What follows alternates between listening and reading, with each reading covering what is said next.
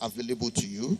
We're making progress in making sure that adolescent health services, including the HPV vaccine, many of you, most of you, if not all, are vaccinated against measles, against polio, against rubella, and for you girls, the HPV. So let me speak directly to the children. Can children pay attention and listen to me, please? I want you to know that all of us, adults, Mr. President, President Bola Tinubu, Her Excellency, the First Lady, and all of us, we love you and we value you very much. You are very special children. You are brilliant, you're vibrant, you're very innovative. We just went around to see some of the examples of the type of work that you are doing. So Nigeria as a country is very thankful that we have such a brilliant and promising set of children. And that is why our president, your president, President Tinubu, is working so hard day and night to make sure that you have better education, making your schools better, making your health centers better, making sure even the cost of food and things are more affordable to you so you can eat well. Even working to reduce the sources of waste in our economy and doing everything he can to improve safety and security for us. So I want to encourage you as children to get involved, familiarize yourself with all of the good things that the President Bola Tinubu is doing that affect your lives. You know, we adults, we like to complain a lot. So don't just follow what we are saying, but do your own research, understand how what the government is doing touches your life and what you need to do. Nigeria is a great country, children, and we are looking to you, and we trust you, and we believe in you to make it better when you grow up. And to do that, you know, you have already been given some pieces of counsel, but take the following with you. You need to do everything you can to be good children, good and obedient children. You all know what that means. Whatever you don't want to be caught doing, don't do it. You need to apply yourselves in school, and you need to stay healthy. Eat well, stay well, make sure you get vaccinated. I want to thank again the Honorable Minister for making today happen and wish all of us a very happy Children's Day. God bless the Federal Republic of Nigeria. Thank you very much, Dr. Mui Aina. I would now like to invite the Country Director for Save the Children, Mr. Duncan Harvey, for his remarks. Please, let's welcome the Country Director for Save the Children. 2 minutes, sir, please. Children, hello. If you're happy and you know, we say hooray. Now I need everybody to be quiet and pay attention. Can we do that? Can we do that? All right, everybody pin your.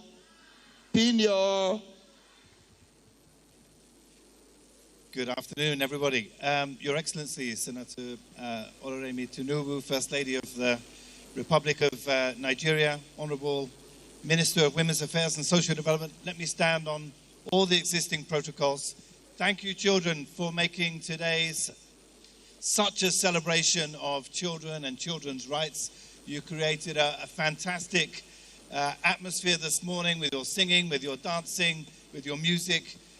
This is a real party, so thank you so much. Are you having fun, children? Great.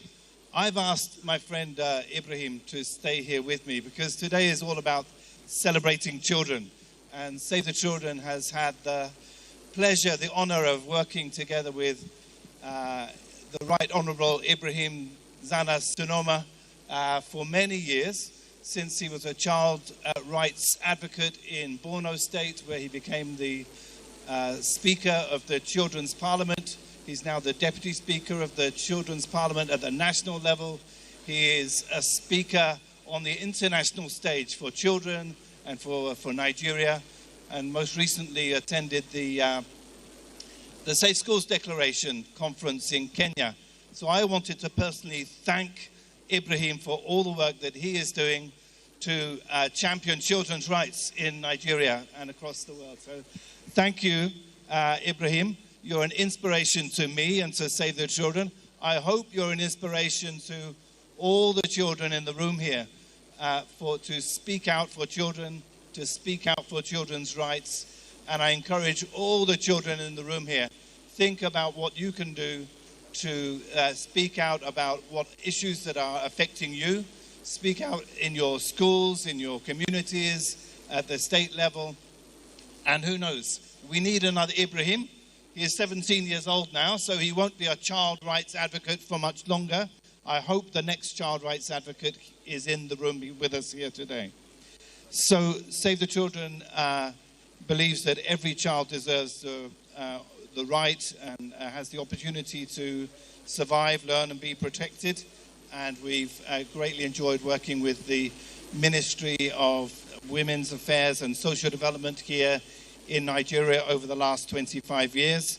I really want to bring warm greetings and sincere appreciation to Her Excellency for convening this important celebration today.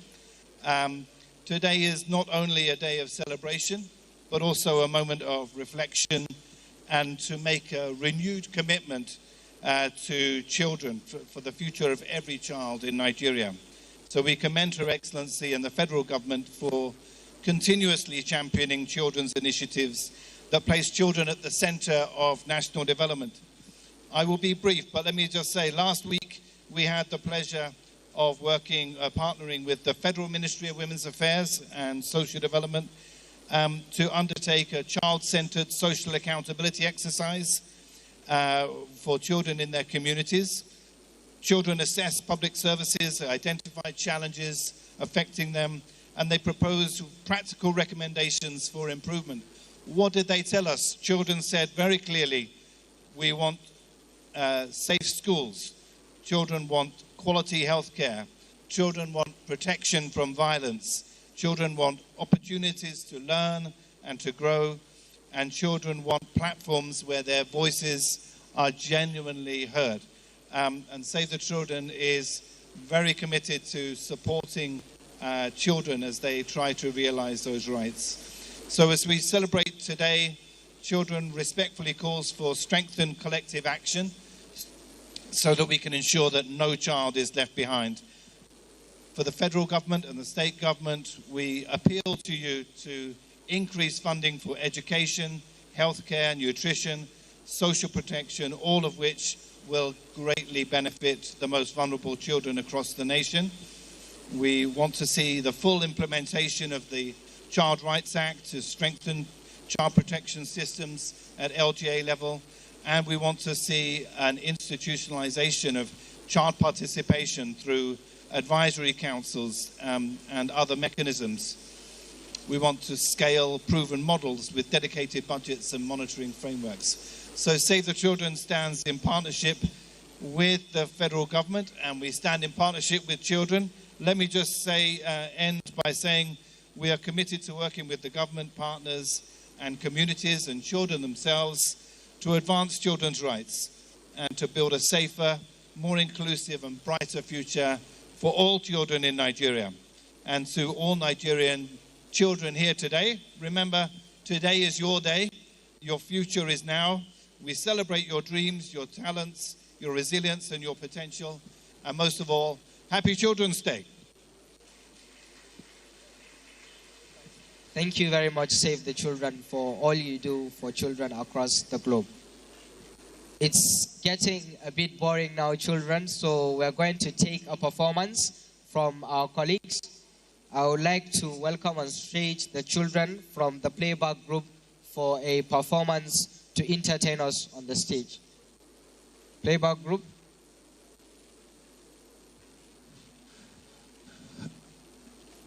Come on, let's celebrate these ones for this performance you are about to expect. A round of applause for them as they step out, the playback group. Come on, you can do better for them, ladies and gentlemen, boys and girls. We need you to fix your eyes on the stage because something exciting, something amazing is about to happen.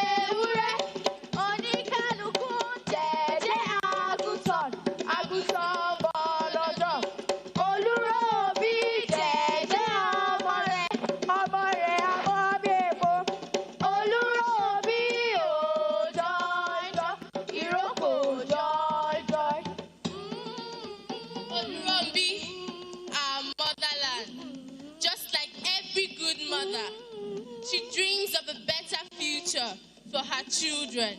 Just like Oluremi, she protects, nurtures, teaches, and provides hope even in difficult times. Though the journey may not be easy, but Olurombi continues to rise for the sake of her children. Today, we tell the story of a nation working to secure the future of every child.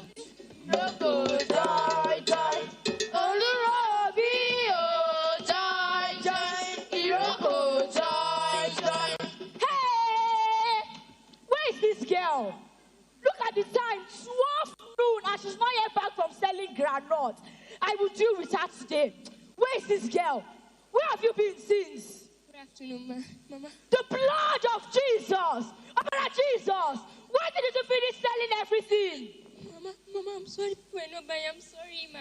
I will deal with you today. Hey! What has she done again? This stubborn girl. I said that to go and hawk granite since morning. Just take a look at the time she's coming. And she didn't sell everything. But wait, isn't this small girl supposed to be in school? School with which money? Ever since her dad died, I've been struggling. I'm using her to survive. We understand your pain, but violence against children is not the answer. Exactly. Don't you know the Child Rights Act protects every Nigerian child from violence, abuse, neglect, and exploitation? And through the Consent Action Plan on Ending Violence Against Children, Olurombi is working to ensure that every child grows in safety, protection, and respect. Even if I agree to send her to school, who will pay her school fees? Who will provide for her all her books? And who will feed her? Who? There's nothing free in this country. You say? You see, give me.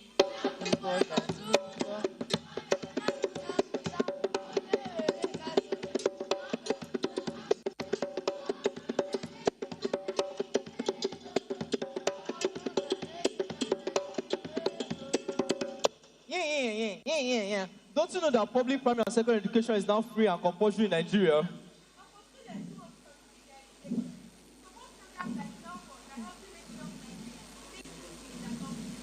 Today's child can become tomorrow's doctor, Engineer, scientist, governor,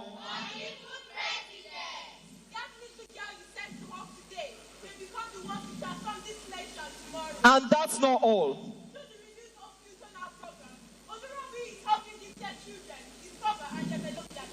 Students gifted in science, art, sports, creativity, leadership are all given opportunities to grow. So you mean children like me can become scientists and inventors? Yes, no. The future belongs to children who are given the chance to dream. And Olurombi believes every child carries greatness inside them. And for families struggling to take care of their children, universal cash benefits are helping parents provide care, education, food, and protection. So families won't suffer alone anymore. Dignity and safety. Because the strength of a nation is measured by how well she protects her children. And Olurombi is not stopping there. Because children cannot learn when they are hungry. That is why the government is strengthening the homegrown school feeding program in every public primary school. So that children receive nutritious meals every day in school, which helps them learn better, stay healthy, and remain in school. So you mean even though my mommy does not give me food before school, I will still eat in school? Yes, now. And food also supports local farmers who supply the produce. That means Olurombi is not only empowering farmers, but feeding her children at the same time. Feed the child. Grow the nation. Feed the child. Build the future. Feed the child. Grow the nation. Feed the child. Build the future. Zeka Aki, Zakati, Zakati, Abiti. Zeka Aki, Zakati, Zakati, Abiti. Zeka Aki, Zakati, Zakati, Abiti. Zeka Aki, Zakati, Zakati, Abiti. Zeka Aki, Zakati, Zakati, Abiti. Zeka Aki, Zakati, Zakati, Abiti. Zeka Aki, Zakati, Zakati, Abiti. Zeka Aki, Zakati, Zakati, Abiti. And that connects with everything Olurombi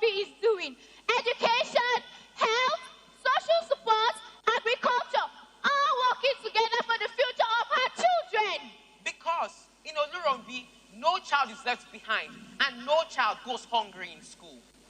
So you mean my daughter have a future like that? Yes, now every child matters in Olurumbi. Because the future is now. My daughter, hug your mother. You console. Oh, my daughter, I'm so sorry. Don't worry. Tomorrow you go to school. Aww. When a nation protects her children, she protects her future. When a nation educates her children, she empowers generations yet unborn. When a nation feeds her children, she strengthens tomorrow. This is the dream of Olurumbi. This is the future. Now. We are the world. We are the children. We are the ones to make a better day. So let's start. So let's start giving. There's a choice to make it. We're saving our lives. It's true, we'll make a better day. Just you and me. We are the world. We are the world. We are the children. We are the children. We are the ones to make a better day. So let's start giving. So let's start giving. There's a choice to make it. We're saving our lives. It's true, we'll make a better day. Just you and me. Happy Children's Day.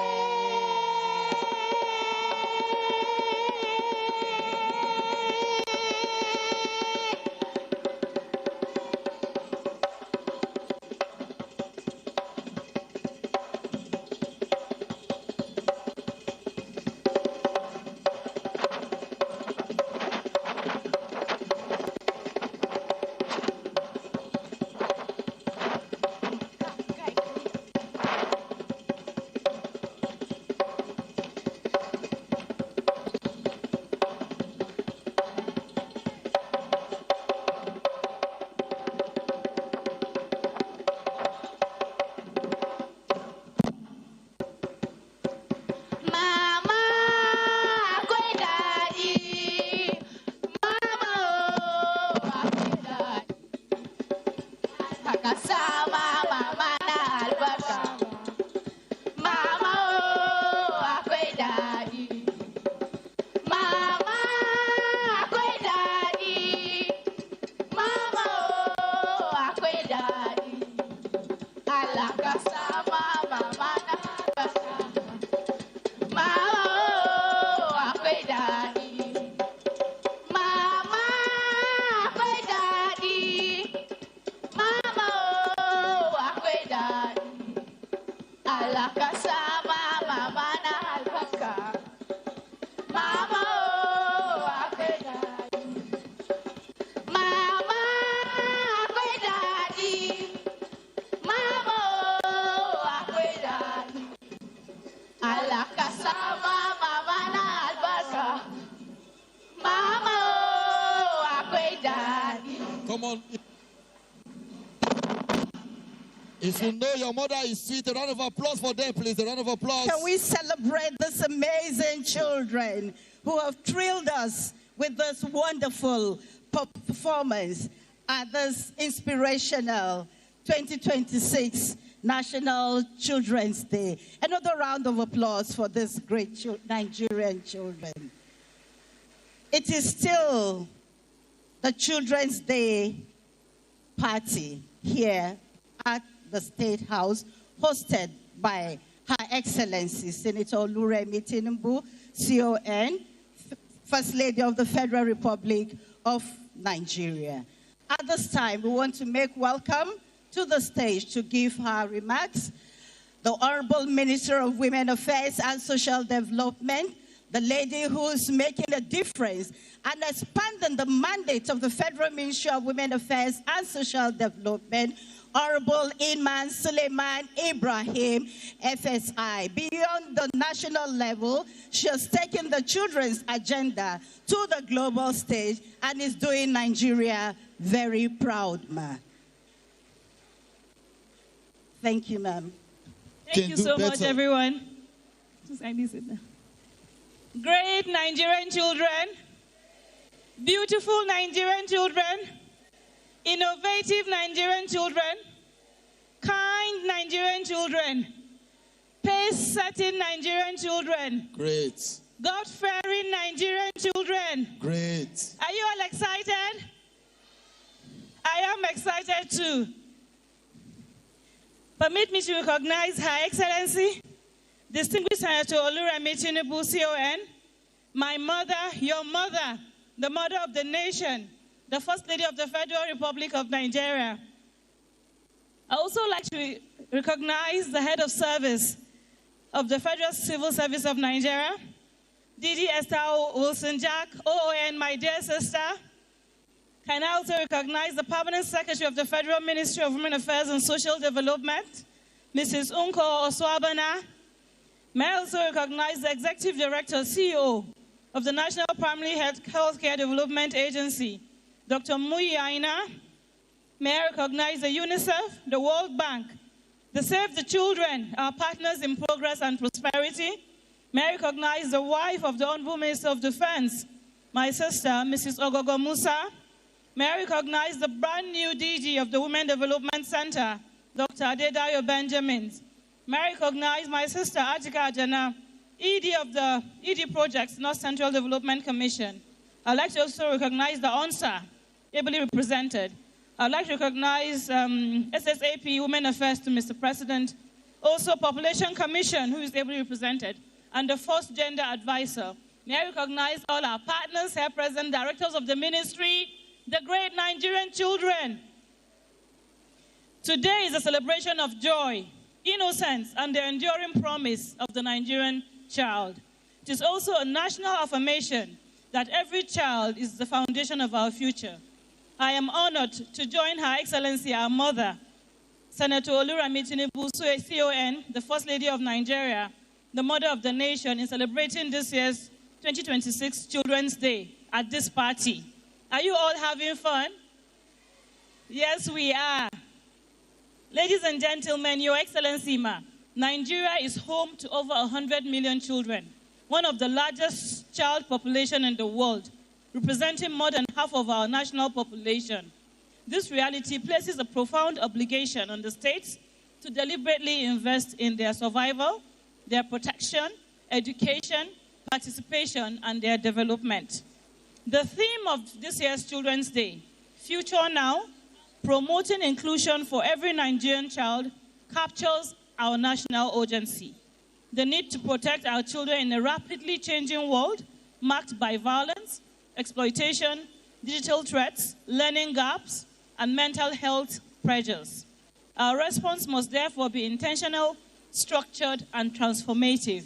In line with the renewed hope agenda of His Excellency, President Bola Ahmed Tinubu, GCFR, the Federal Ministry of Women Affairs and Social Development, as the national machinery for the advancement of women, children, families, and the vulnerable population, is implementing, through the Renewed Hope Social Intervention 774, a unified national delivery framework for women, child well-being.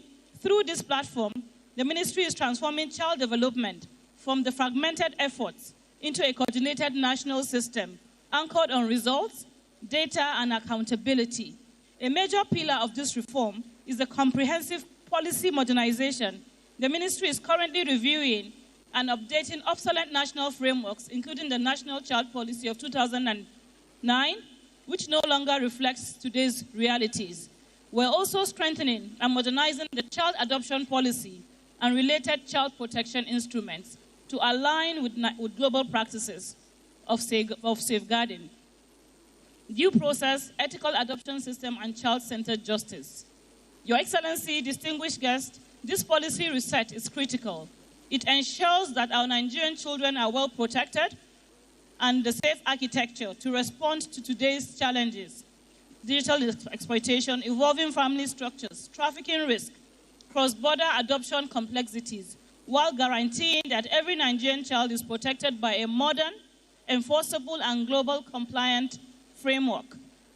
Anchoring these reforms is strengthened Nigerian Council on Women Affairs and Child Development, which serves as the central national coordinating mechanisms for harmonizing the federal, the state, and the local interventions in ensuring policy coherence, institutional accountability, and a unified national direction for child well-being. The ministry has prioritized holistic child development programming, addressing not just education, but emotional well-being, digital safety, moral grounding, life skills, social responsibility, and special attention is given to children with special needs, ensuring an inclusive access across sectors. A major achievement remains the National Child Parliament. We saw the Deputy Speaker who is anchoring today. Nigeria is also proud to serve as a pathfinding country under the Global Partnership on Ending Violence Against Children in response to implementing our Violence Against Persons Prohibition Act and also enforcing and implementing the Concerted Action Plan on Ending Violence Against Children. We have effected the See Something, Say Something, We'll Do Something campaign, which strengthens national response to abuse, trafficking, bullying, exploitation, and harmful practices affecting our children. The Child Rights Act, adopted by all the states and the FCT, is also undergoing review. It seeks to strengthen enforcement, close emerging protection gaps, and align Nigerians' child protection frameworks with evolving digital realities and global best practices. To our dear children today, this is your moment. Stay focused, embrace learning, uphold strong values, reject violence, drug abuse, and every negative influence. Nigeria believes in you. We are building systems to protect your future and unlock your potential. As government, we remain firmly committed to building a Nigeria where every child is protected and empowered through a whole-of-government and whole-of-system approach. We're strengthening collaboration among families, communities, institutions responsible, institutions and development partners to ensure that child well-being is shared national responsibility and not an isolated mandate. We deeply appreciate all of our partners and development partners, UNICEF, the Save the Children, the World Bank, and others for this consistent support in strengthening Nigerians' child protection architecture and for advancing it. It takes a village philosophy and affirming that from the womb through childhood and onto the adulthood, every child thrives through collective care and responsibility. I would like to also commend and applaud the Planning Committee for the Children's Day 2026 celebration. I would like to use the Director of Child as the reference. And for everybody here who is in doubt, I'm sure by today you would have been reaffirmed that the child remains central to Mr. President's agenda. And I would like to reaffirm that indeed Mr. President would hand over a banner without stain to our children. I would like to also thank Her Excellency, who defied everything to ensure that she hosts this party. Thank you so much, Your Excellency. On behalf of the Nigerian children, we appreciate you. I appreciate you all. May God bless you all, and may God bless the Federal Republic of Nigeria. Thank you so much. Ma, I would like you to stay back, please. Thank you very much. Thank you very much.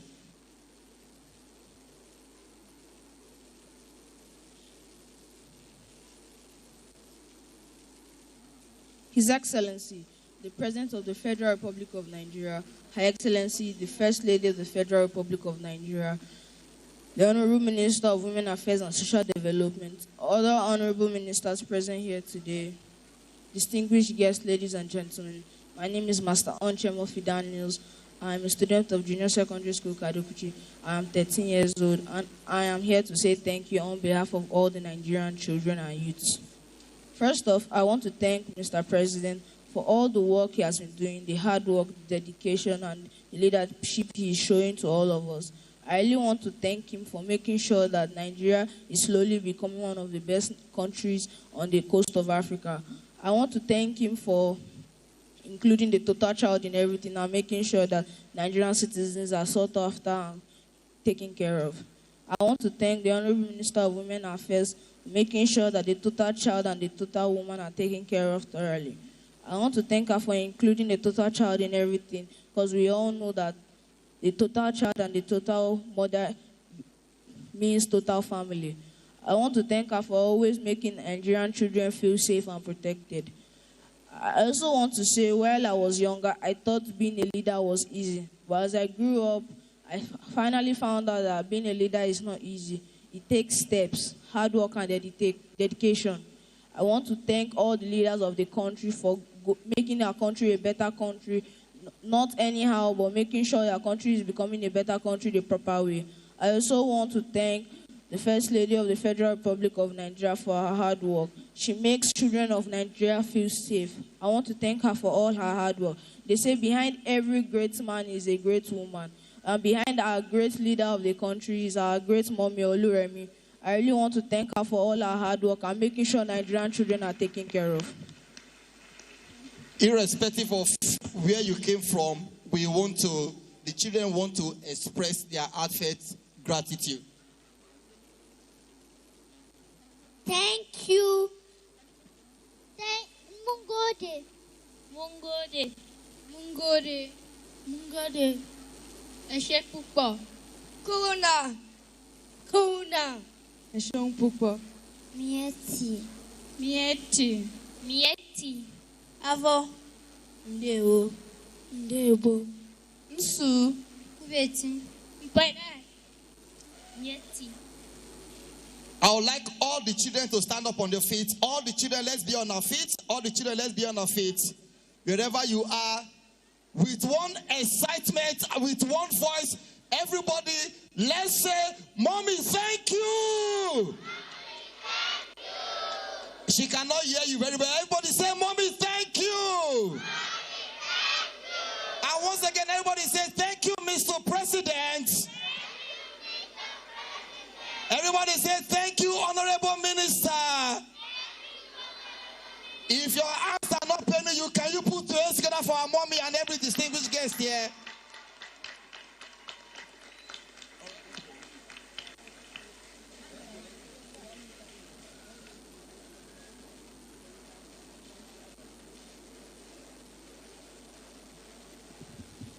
Great Nigerian children. Great. Are you happy? Are you happy? Say, Mommy, thank you. Your Excellency, Ma, earlier today, you took a tour of the exhibition stand put up by the children.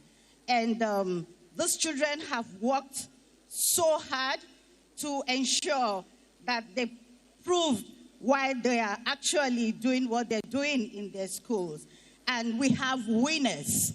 Your Excellency, Ma, with your kind permission, you will be presenting the first prize to the first school, going home with 1 million naira.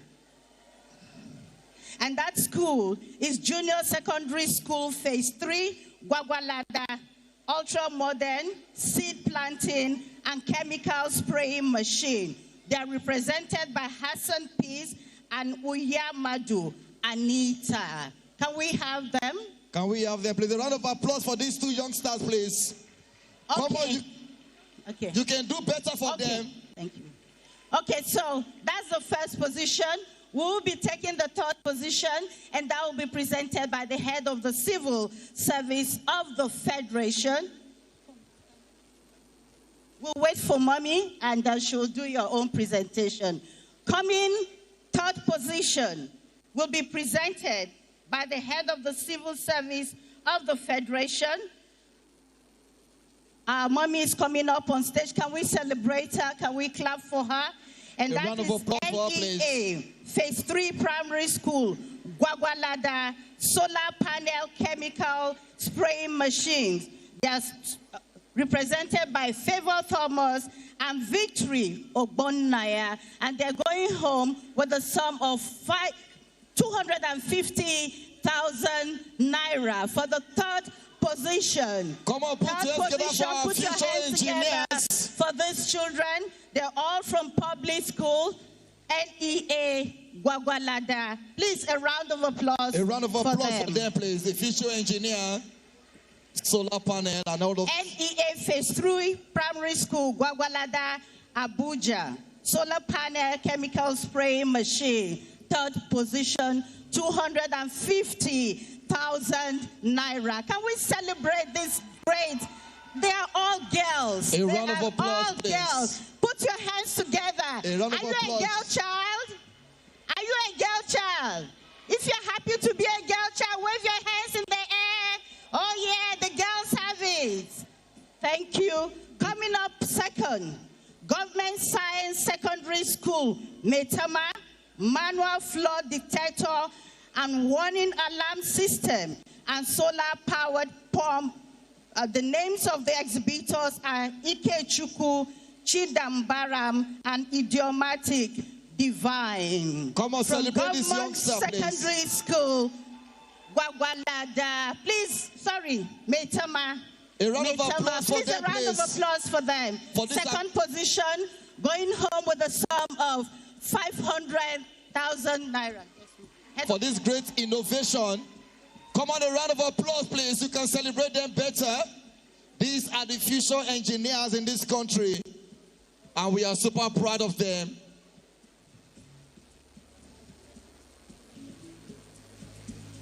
The sum of 500,000 naira. Well job, well done. A job well done, children. A job well done. They are very proud. 2 young men and 1 young lady on the stage.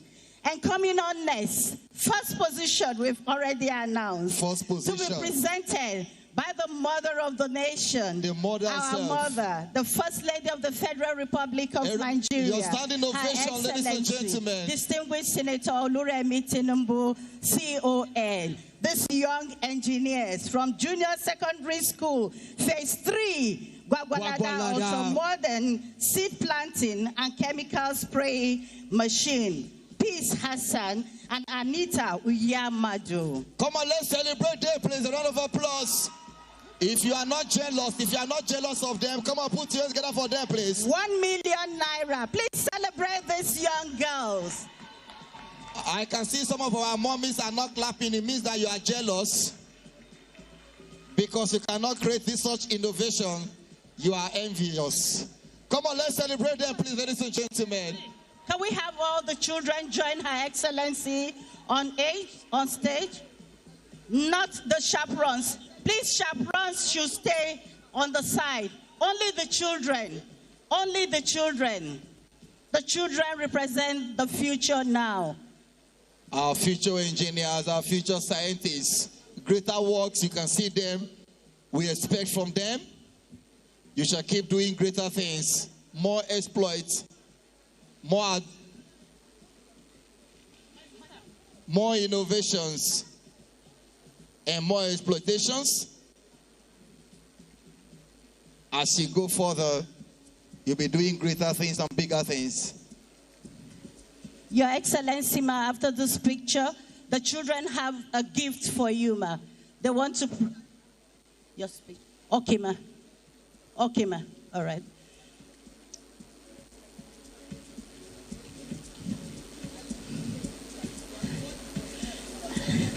Okay, ma. Thank you, ma. On this note, please join me as we celebrate the mother of the nation, the First Lady of the Federal Republic of Nigeria, Her Excellency, Senator Oluremi Tinubu, CON, as she gives this opening remarks. Thank you, Mommy, for doing this for us. Yes, Can we all be seated, please? Let's be seated, please, ladies and gentlemen.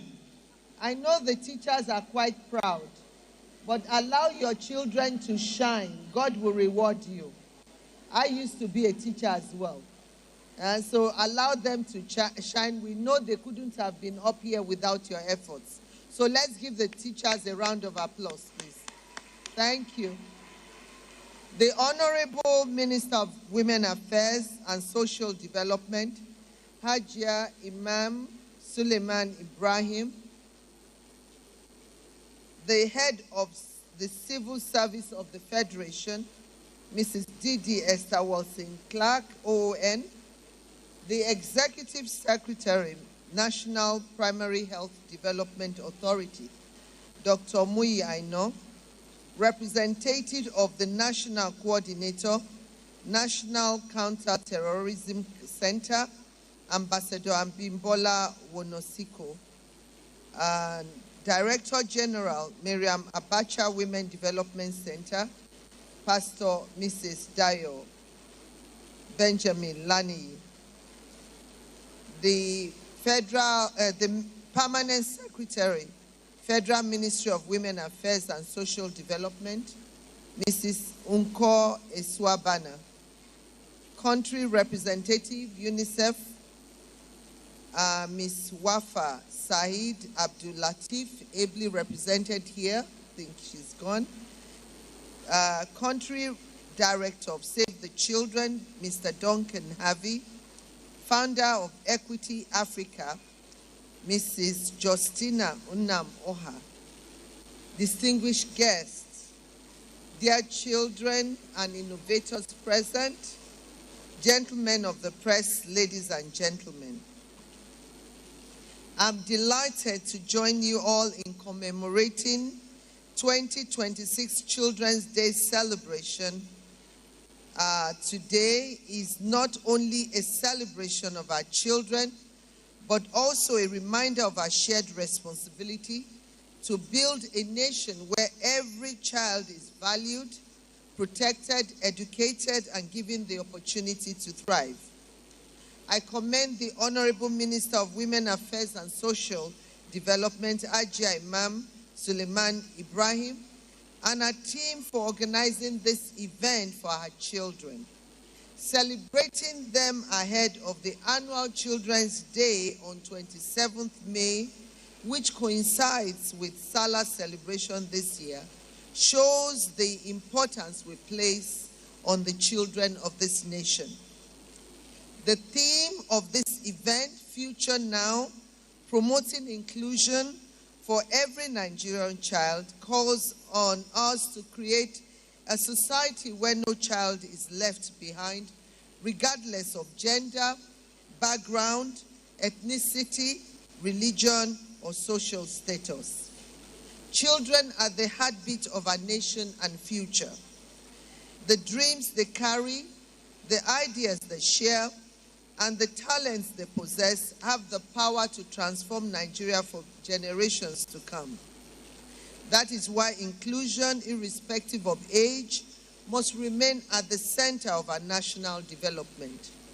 Every Nigerian child deserves access to quality education, health care, protection, digital skills, and a safe environment where they can reach their full potential. As a nation and government, we will continue to strengthen policies and programs that protect the rights of children and expand opportunities for every child to succeed. Beloved children, I want you to know that Mr. President, His Excellency President Bola Ahmed Tinubu, GCFR, is working hard to ensure a better and brighter future for you. Through the Renewed Hope Agenda, Mr. President is investing in your education, health, child nutrition, child's rights, and protection. Is removing barriers to education for the girl child, expanding vocational and STEM opportunities, and ensuring that no child is left behind. My charge to you today is that you should aim higher. Do not allow the environment define your limit. Remember, wherever you find yourselves, whether in your schools, community, states, or beyond our shores, the green, white, green of the Nigerian flag stands tall, cheering you on. The green speaks of our fertile land and your fertile minds. The white speaks of peace, unity, and purity of your hearts. Wherever you see the Nigerian flag, know that it says Nigeria believes in you, and Nigeria expects you to make her proud. I congratulate all the awardees of the National Essay Competition. Your thoughtful ideas and creativity demonstrates that the future of Nigeria is bright and full of promise. Also to our young innovators, your achievement today is proof that when children are encouraged, supported and empowered, they can do great feats. To all our dear children across the nation, I urge you to remain focused on your education, embrace discipline, respect, and love for country. Never allow your circumstances limit your dreams. Your future begins with the choices you make today. I applaud the parents, teachers, caregivers, and all stakeholders who continue to invest in the well-being and development of our children. Your sacrifices, guidance, and dedication play an important role in shaping the next generation of leaders, innovators, and nation builders. On this special occasion, I celebrate every Nigerian child. May your achievements continue to inspire hope and excellence across our nation. Happy Children's Day 2026. God bless our dear children. God bless the Federal Republic of Nigeria. Thank you.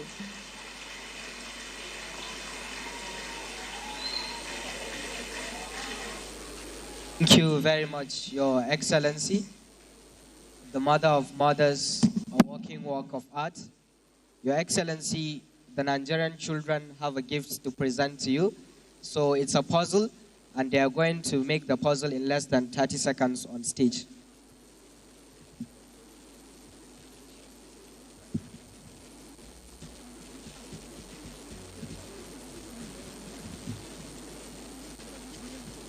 See. DJ, let's have some music while we see what these children are going Please, to put together. Please, may we request everyone to be seated so that you can appreciate what's going on stage. DJ, please, very slow and simple music, not loud. Just put it on the background. Just put it on the background, but let there be music so that we see what the children are up to. Please, we'd like everybody to fix their eyes on the stage and see what the puzzle will bring out.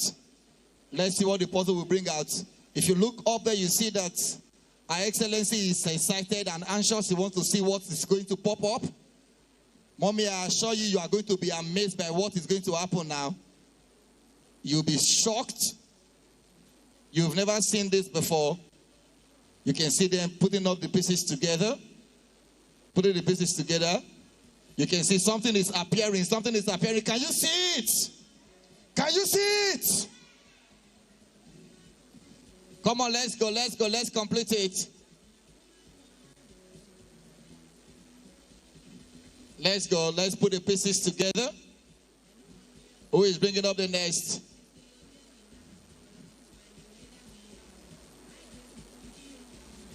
Mommy, please put this right in your office. Let it be the first thing everybody will see as soon as they come in. What is that? Come on, a round of applause for them, please.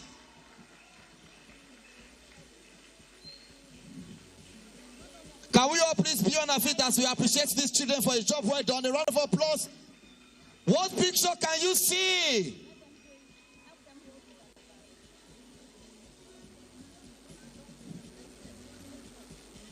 Please, we'd like the cameraman to please zoom in so that everybody can see what is there. When the children are done, please, we'd like the cameraman to please zoom into it so that it can be displayed on the screen for everyone to see it. And let's see how beautiful the mother of the nation is.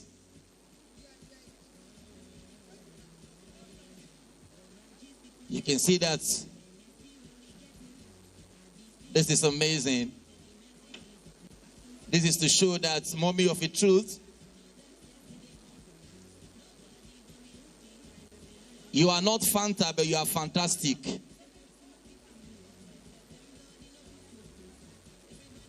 And what do we have on the screen here? Oh, the puzzle is Excellency. complete.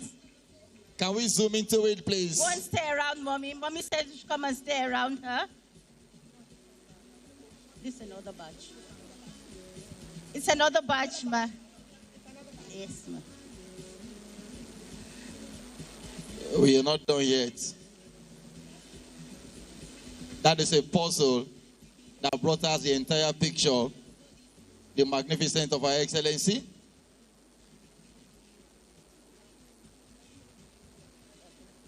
Thank you very much. A round of applause for them, please. Come on, let's celebrate them, please. Your Excellency, this is a gift from the children, and the children also will be receiving a gift from you at this time.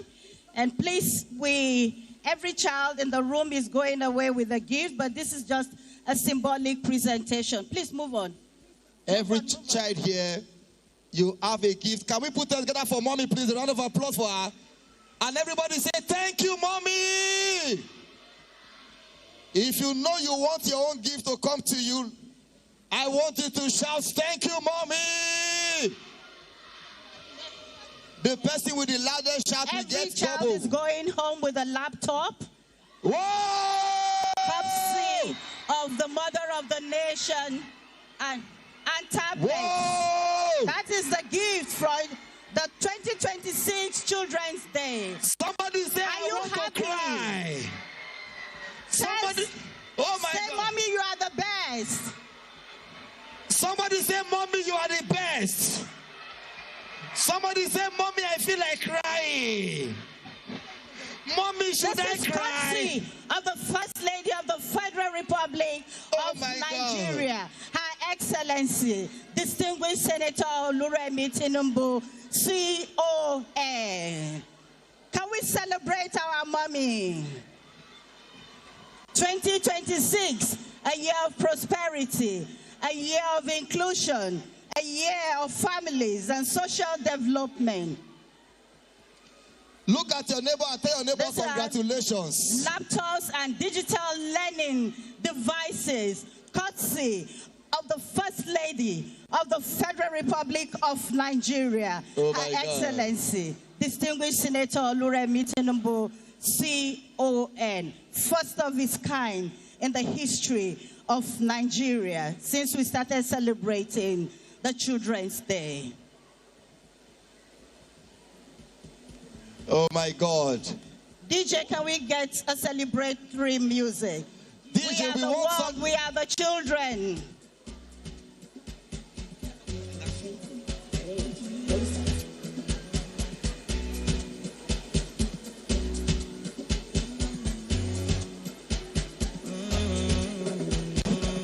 DJ, just put at the background Michael Jackson, We Are the World, We Are the Children first.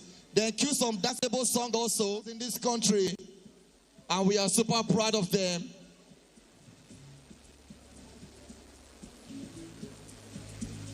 The sum of 500,000 naira. Well done. A job well done, children. A job well done. They are very proud.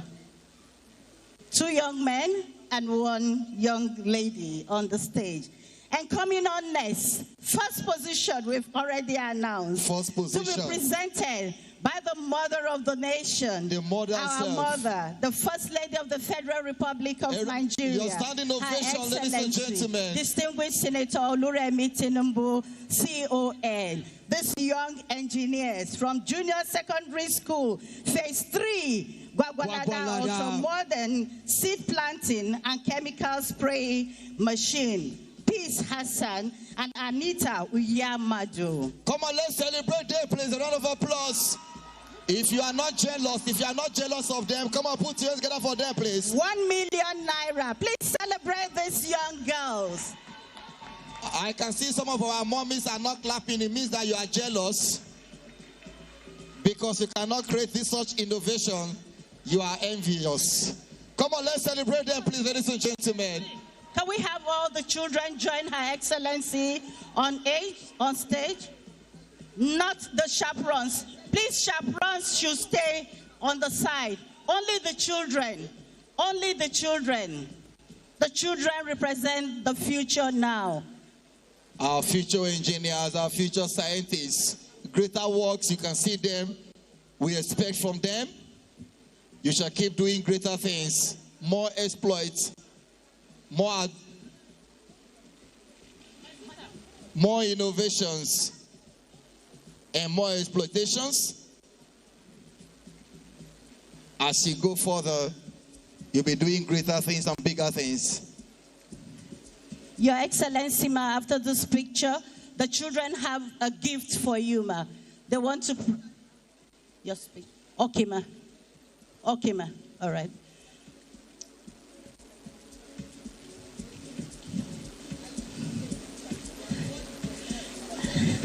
Okay, ma. Thank you, ma. On this note, please join me as we celebrate the mother of the nation, the First Lady of the Federal Republic of Nigeria, Her Excellency, Senator Oluremi Tinubu, CON, as she gives this opening remarks. Thank you, Mommy, for doing this for us. Yes, Can we all be seated, please? Let's be seated, please, ladies and gentlemen. I know the teachers are quite proud, but allow your children to shine. God will reward you. I used to be a teacher as well. And so allow them to shine. We know they couldn't have been up here without your efforts. So let's give the teachers a round of applause, please. Thank you.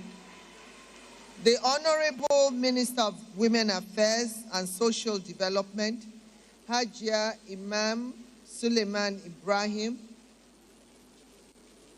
the head of the Civil Service of the Federation, Mrs. Didi Esther Wilson Clark, OON, the Executive Secretary, National Primary Health Development Authority, Dr. Muyi Aino, representative of the National Coordinator, National Counter-Terrorism Center, Ambassador Ambimbola Wonosiko, and Director General, Miriam Abacha Women Development Center, Pastor Mrs. Dayo Benjamin Lani, the Permanent Secretary, Federal Ministry of Women Affairs and Social Development, Mrs. Unko Eswabana, Country Representative, UNICEF, Ms. Wafa Said Abdul Latif, ably represented here, I think she's gone.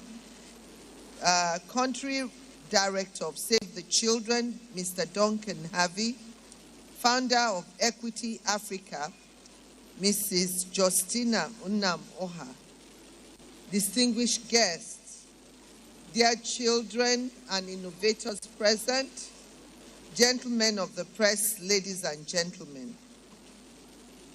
I'm delighted to join you all in commemorating 2026 Children's Day celebration. Today is not only a celebration of our children, but also a reminder of our shared responsibility to build a nation where every child is valued, protected, educated, and given the opportunity to thrive.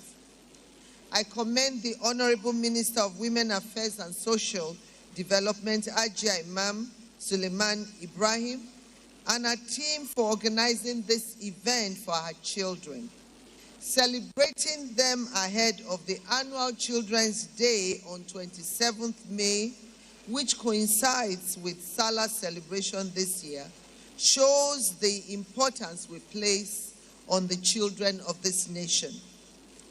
The theme of this event, Future Now, promoting inclusion for every Nigerian child, calls on us to create a society where no child is left behind, regardless of gender, background, ethnicity, religion, or social status. Children are the heartbeat of our nation and future.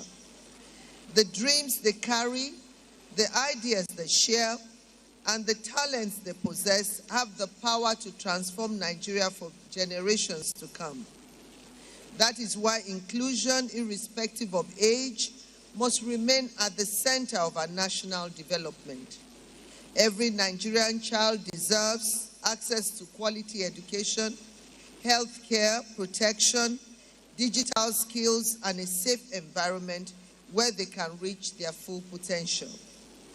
As a nation and government, we will continue to strengthen policies and programs that protect the rights of children and expand opportunities for every child to succeed. Beloved children, I want you to know that Mr. President, His Excellency President Bola Ahmed Tinubu, GCFR, is working hard to ensure a better and brighter future for you. Through the Renewed Hope agenda, Mr. President is investing in your education, health, child nutrition, child's rights, and protection. Is removing barriers to education for the girl child, expanding vocational and STEM opportunities, and ensuring that no child is left behind. My charge to you today is that you should aim higher. Do not allow the environment define your limit. Remember, wherever you find yourselves, whether in your schools, community, states, or beyond our shores, the green, white, green of the Nigerian flag stands tall, cheering you on. The green speaks of our fertile land and your fertile minds. The white speaks of peace, unity, and purity of your hearts. Wherever you see the Nigerian flag, know that it says Nigeria believes in you, and Nigeria expects you to make her proud. I congratulate all the awardees of the National Essay Competition. Your thoughtful ideas and creativity demonstrates that the future of Nigeria is bright and full of promise. Also, to our young innovators, your achievement today is proof that when children are encouraged, supported, and empowered, they can do great feats. To all our dear children across the nation, I urge you to remain focused on your education, embrace discipline, respect, and love for country. Never allow your circumstances limit your dreams. Your future begins with the choices you make today. I applaud the parents, teachers, caregivers, and all stakeholders who continue to invest in the well-being and development of our children. Your sacrifices, guidance, and dedication play an important role in shaping the next generation of leaders, innovators, and nation builders.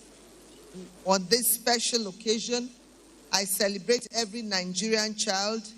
May your achievements continue to inspire hope and excellence across our nation. Happy Children's Day 2026. God bless our dear children. God bless the Federal Republic of Nigeria. Thank you.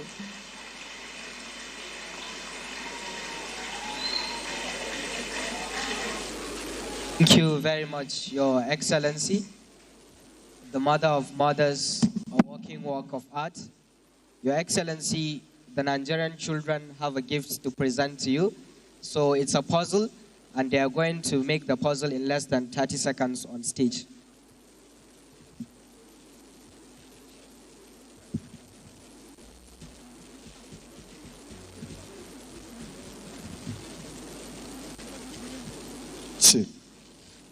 DJ, let's have some music while we see what these children are going to put together. Please, may we request everyone to be seated so that you can appreciate what's going on stage.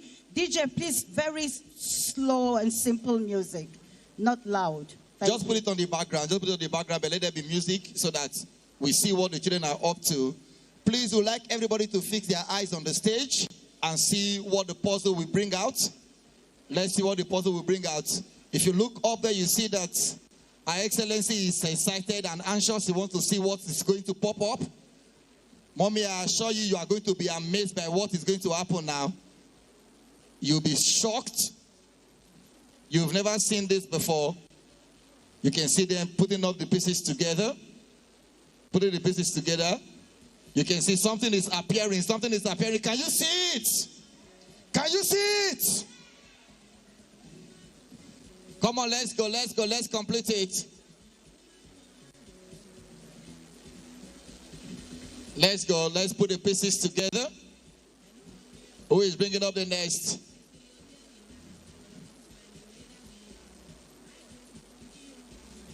Mommy, please put this right in your office. Let it be the first thing everybody will see as soon as they come in. What is that? Come on, a round of applause for them, please.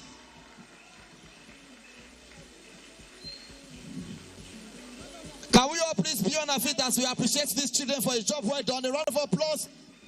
What picture can you see?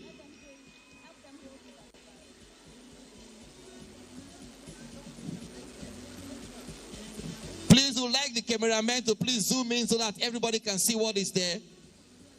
When the children are done, please, would like the cameraman to please zoom into it so that it can be displayed on the screen for everyone to see it.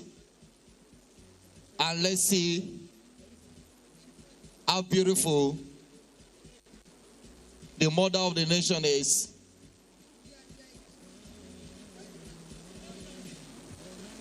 You can see that this is amazing. This is to show that mommy of a truth. You are not Fanta, but you are fantastic.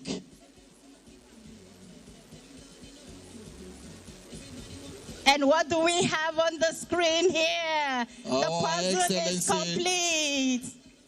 Can we zoom into it, please? Won't stay around, Mommy. Mommy said you should come and stay around her. This is another batch. It's another batch, ma. Yes, ma. We are not done yet. That is a puzzle that brought us the entire picture. The magnificence of Her Excellency.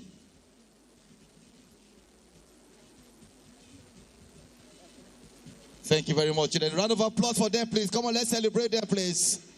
Your Excellency, ma, this is a gift from the children, and the children also will be receiving a gift from you at this time. And please, every child in the room is going away with a gift, but this is just a symbolic presentation. Please move on. Every child here, you have a gift. Can we put them together for mommy, please? A round of applause for her. And everybody say, thank you, mommy.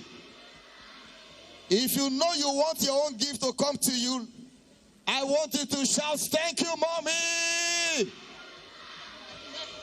The person with the loudest shout will get trouble. Every child is going home with a laptop.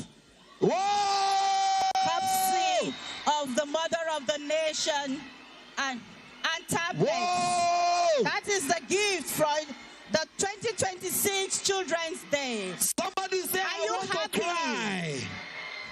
Somebody, oh my say, God. Mommy, you are the best. Somebody say, Mommy, you are the best. Somebody say, Mommy, I feel like crying. Mommy, should I cry? Of the First Lady of the Federal Republic of Nigeria, Her Excellency, Distinguished Senator Oluremi Tinubu, CON. Can we celebrate our mommy? 2026, a year of prosperity, a year of inclusion, a year of families and social development. Look at your neighbor and tell your neighbor congratulations. Laptops and digital learning devices, courtesy of the First Lady of the Federal Republic of Nigeria, Her Excellency, Distinguished Senator Oluremi Tinubu, CON, first of its kind in the history of Nigeria since we started celebrating the Children's Day. Oh my God. DJ, can we get a celebratory music? DJ, we are the world, we are the children.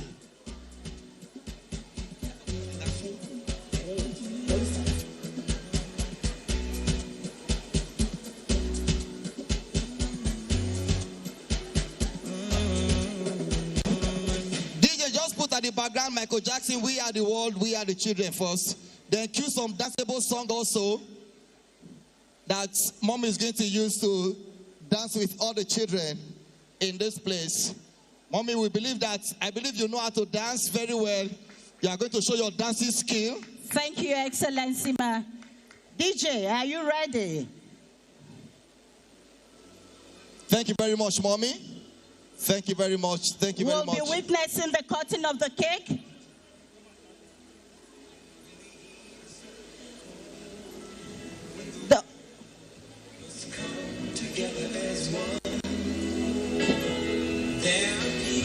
Can we have the children for the cutting of cake, please?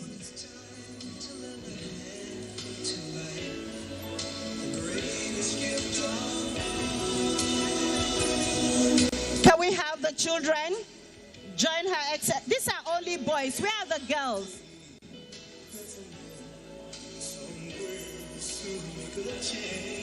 It's okay, it's okay, Stop it's okay. them, Everybody stop should them. not come. The crowd is much. Let's have a few girls go. Thank you. The rest of you, thank you very much. You can go back to your seat. Thank you very much. You can go back to your seats. Zuzu. Thank you very much. Come there, go there. We're going to be having a picture up. We're going to be having a picture up with Her Excellency, the mother of all mothers, the mother of the nation, surrounded by our... DJ, change your rhythm. All right. Ladies and gentlemen, Mommy, it's time for you to step up this way, please. You will come this way. All right. Come on, come on, come on, come on, come on, come on, come on, come on. Mommy, want to see your dance move now? Let's go, let's go. Hey. Where I go get that move. Che. Kala kowuye o, kala kowuye lawo dila. Don't try. Come on now. Hey. Let's go now. I want to see your dance, everybody. We are going down now. Everybody, go low now. Go low. Let me see you go low. Oh yeah now. Give me your Buga style now. Come on. Buga wherever you are. It's okay. It's okay, children. Let me see you. Let's go there. Go low. Come on. More. Let me see you. Thank you, Your Excellency, my mother of the nation. DJ Holder will do the national anthem. So we allow Her Excellency to. All right, thank you, children. You can go back to your seats now. National anthem. So we allow our mommy to. Shall we all please be on our feet? Everybody, let's be upstanding. Let's all be on our feet as we observe only the first stanza of the national anthem. Thank you, Mommy, for making the dream of Nigerian children come through at this time. Do the national anthem for us.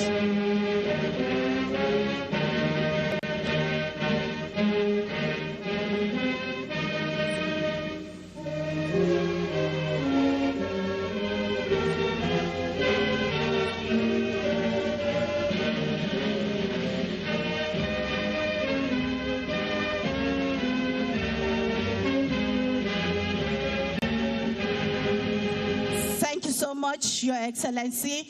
Please remain where you are. Our mother will be leaving and then we'll continue the party. Children, are you happy? Tell Mommy thank you, bye-bye. Say, Mommy, we love you. Say, Mommy, bye-bye. Let's wave at Mommy. Mommy, thank you for all the goodies.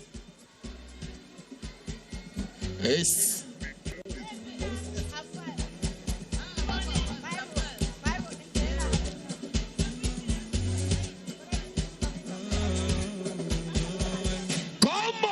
Say, DJ, give me something gingeric now. Children, are you ready to party now? It's time for us to celebrate together.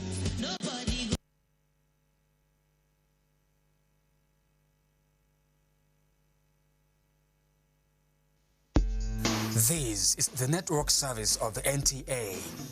We now join our outside broadcast crew for a live telecast. Please stay tuned. May we take the third stanza, please. O God of creation.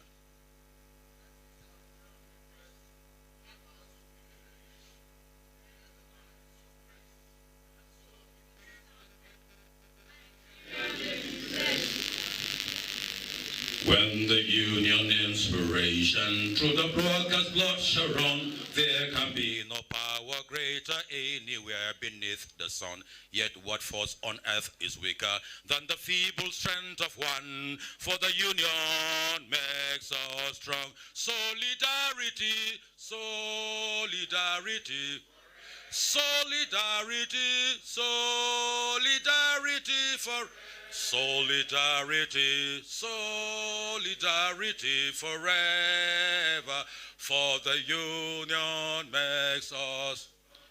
Is that aught we hold in common with a greedy parasite who will lash us into serfdom and will crush us with his might? Is there anything left to us but to organize and fight? For the union makes us strong. Solidarity, solidarity, solidarity for solidarity, solidarity forever, for the union makes us. They have taken untold millions that are never toil to earn, but without our brains and muscles, not a single will could turn. We can break their haughty powers, gain our freedom when we learn, for the union makes us strong. Solidarity, solidarity, solidarity for solidarity forever, for the view. Solidarity, united, a people united. Luther, victory, great, great Nigerian workers, great, great our minister, 3 goals for our honorable minister.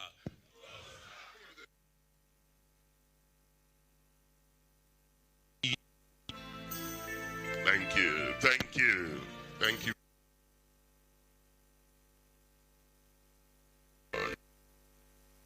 Outside Broadcasting Service of the Nigerian Television Authority, the Africa Authority.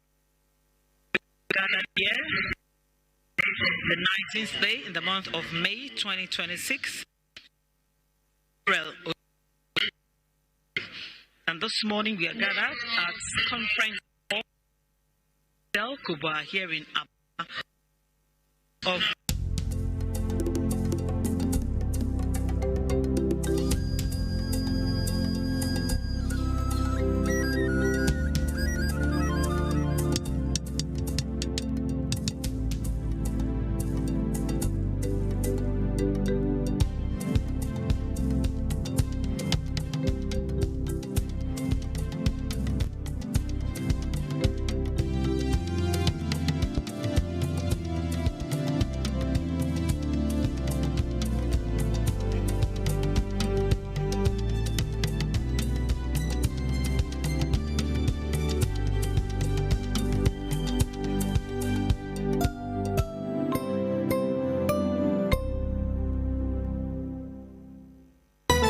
Nigeria is the most populous black nation on earth, with vibrant culture, immense population, and plays a significant role in global economy. The post-independence was characterized by a series of military dictatorship interspersed with a democratically elected civilian government with stable democratic rule only being achieved in 1999. Chief Olusegun Obasanjo became the president of Nigeria under the People's Democratic Party (PDP) in 1999. During his tenure, he encouraged cooperation across the continent of Africa and also re-established Nigeria in the global economy. He established the Economic and Financial Crime Commission (EFCC) Act in 2002. He also cleared the foreign debt through the ingenuity of Dr. Ngozi Okonjo-Iweala and also licensed the global system of mobile communication (GSM). Also, fake drugs and substandard products were fought head-on with late walking in now, ladies and gentlemen, is the National President of the Nigerian Labour Congress, in fact, the President of Nigerian Labour Congress, Comrade Joe Ajero. Please put your hands together for him. Alongside the TUC President, Comrade Festus Osifo. A round of applause, please, for them. Okay, so TUC, you know, President, Secretary General, you almost the same role, but we want to appreciate you, Secretary General. Let me appreciate our chairman today, the chairman of this occasion, a veteran broadcaster, former director of programs of ABC, Anambra Broadcasting Corporation of the year, and then former director general of Abia Radio Television Authority. I'm talking about none other than Chief Chuzi Iboko. Please put your hands together for him. Let me also welcome the Directors General of FRCN, NFVCP, NCM. I'm talking about Haji Muhammad Bulama, Chief Olubile Holloway, Dr. Shuaibu Husseini. Please put your hands together for them. The Secretary, Social Development Secretary to Abuja, Haji Ibrahim Aminu is also here. Please put your hands together for him. DG Voice of Nigeria, Malam Jubrim Baba, Dr. MNI PR, please put your hands together for him. Chairman, Communications Chief, Dr. Raymond Dubesi Jr. A round of applause, please.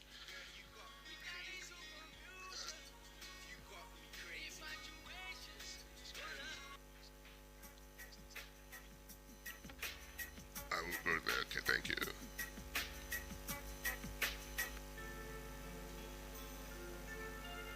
Let me also welcome, ladies and gentlemen, his spiritual powerhouse, SPH, Chukwuemeka Cyril Ohanemere Odumeje in Daboski Liquid Metal. Please put your hands together for him.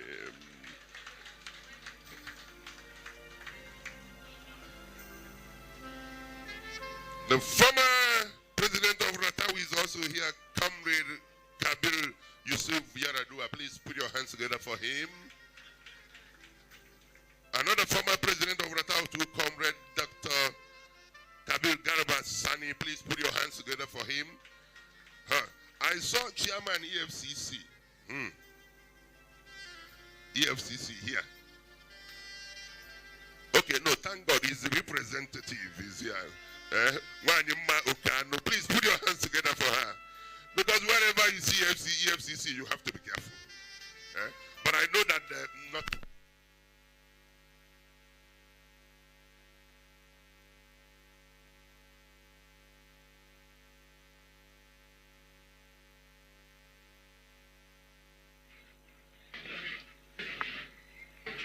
We're still live here at the outside broadcasting service of the Nigerian Television Authority, here at the conference hall of Stanford Hotel, Kubwa, Abuja, where we are gathered for the Central Working Committee NEC meeting, a roadmap to Ratau at 50, the Golden Celebration, on the 19th of May 2026. And seated, we have the Honorable Minister of Information and National Orientation and Culture, Alhaji Mohammed Idris Malagi, is seated.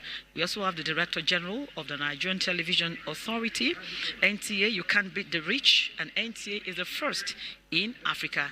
Coincidentally, the Director General of NTA was once the President of Ratau from 1998 to 2008. We'll now join the podium for the continuation of the program. Vincent Udobi, Onwa Ifitedunu is also here with us. Let's put our hands together for him. I want to appreciate you.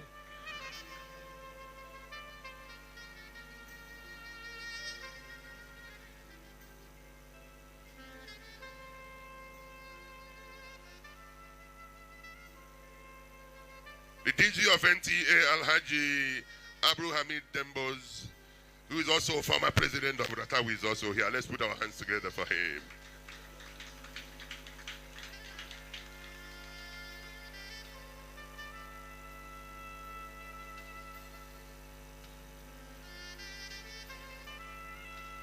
Okay, earlier on, I think I mispronounced the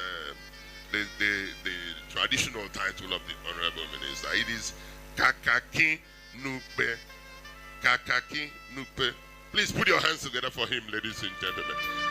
I may have to, invite the Director of Protocol of the Ministry of Information. I think you may need to come and complete this recognition. Okay? Thank you.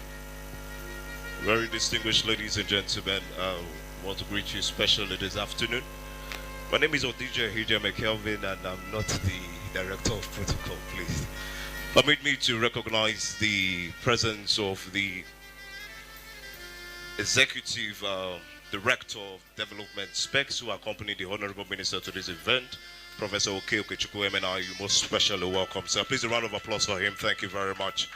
The Honorable Minister is not here alone. He's here with his entourage, his Director Generals, as well as his special assistants. Permit me to recognize in no particular order the Director General and the former President of RATAO, the Director General of the Nigerian Television Authority, Comrade Abdulhamid Dembos. Please a round of applause for him. Thank you very much for coming, Your Excellency. Please also permit me to recognize the presence of the Director General, Voice of Nigeria, the authoritative choice. Please a round of applause for Malam Jibri Baba Ndache. Also here with us is the Director General of the Advertising Regulatory Council of Nigeria, the person of Dr. Olaleko Fadolapo. Please a round of applause for him. Thank you for joining us in this event. We have here with us the Special Assistant to the Honorable Minister on Administration, Dr. Sunday Baba, FNIPRO. Please a round of applause for him. Thank you for joining us. We have with us also the Special Assistant to the Honorable Minister on Media, Malam Rabiu Ibrahim. Please a round of applause for him. Thank you very much for coming. We have with us here also the Director Public Relations and Protocol in the Ministry, Dr. Suleiman Haruna, MNIPRO. Thank you very much. These are the delegations from the Federal Ministry of Information and National Orientation here with us. Please enjoy the rest of the proceedings as I hand over to the Master of Ceremony. Thank you and have a good afternoon. Thank you very much. You give unto Caesar what belongs to Caesar, and unto God what belongs to God. Oh yes, these civil servants, you have to make sure you follow their rules. I'm a private person. Sometimes you miss these lines, But as a civil servant, he has to do his job, though, so that queries don't continue to flow. Well, it's all about progress. We are making progress. Permit me, the Honorable Minister, to welcome to this occasion His Excellency Ambassador Extraordinary and Plenipotentiary of the Republic of Nigeria, Republic of Liberia to the Federal Republic of Nigeria, His Excellency John Akel Ballot Jr. Please put your hands together for him. Now, ladies and gentlemen, it's left for me to recognize the former president of RATAO, Mohammed Sabiu. Please put your hands together for him. Next will be for me to invite him to take the welcome remarks for this occasion. And I'm talking about our main host for this event, my very good friend,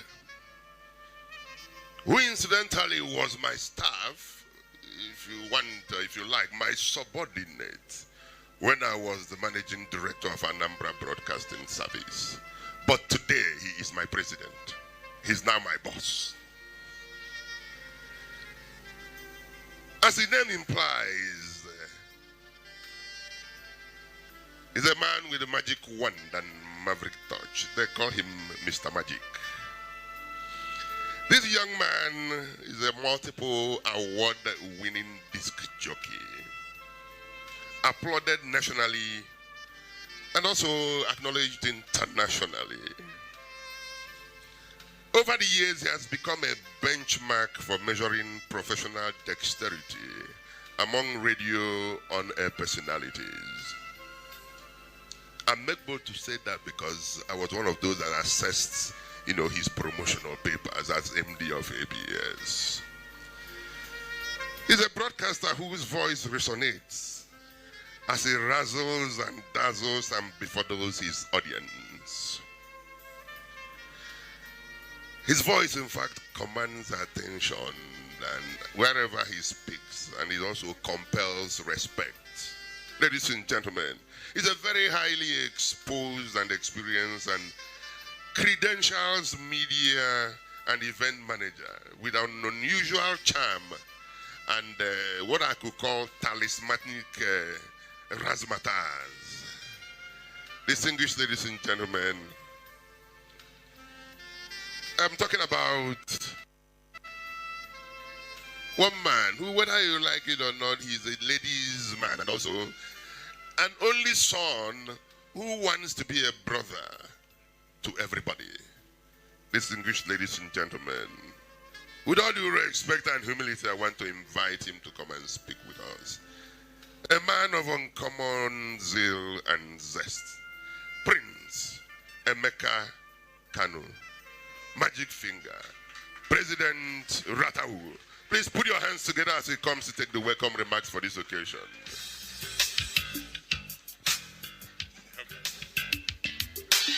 Thank you very much. Agoji Ogene. The name Agoji Ogene means the leopard or the lion or the tiger with a metal gun. Chido Obidiegu. My boss, the father, the boss, the epitome of responsible communication. The man who has changed the face of communication. Responsible information dissemination in Nigeria. A man who believes that only the truth should be told. We call him the man reputed for EEAT. He has expertise, he has experience, he is authoritative and trustworthy. Great comrades, distinguished ladies and gentlemen, our father, the Honorable Minister of Information and National Orientation, Alhaji Muhammad Idris Malaki, FNIPR. Thank you for honoring me today with your highly esteemed presence. Standing on the already established protocol, I will recognize my friend in a very special way. When His Excellency, the Ambassador of Liberia, came to Nigeria, a lot of things changed in the cultural sector because he is the boss in ECOWAS. Ratau, being the largest umbrella body for media and cultural workers in Nigeria, cannot do without him.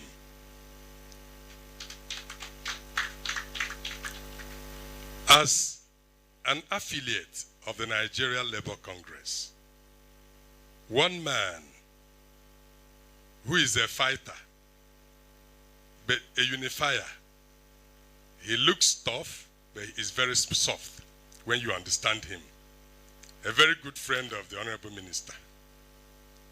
A very good friend of Mr. President. Comrade Joe Ajero. Ebu Igwe Namuma. His name is Lightning and Thunder. That's what they gave him. They call him the high spiritual powerhouse. He says he's the liquid metal. that he is the war and has never lost any battle. Ndaboski, my namesake, Chukwuemeka Ohanemere, Ndaboski.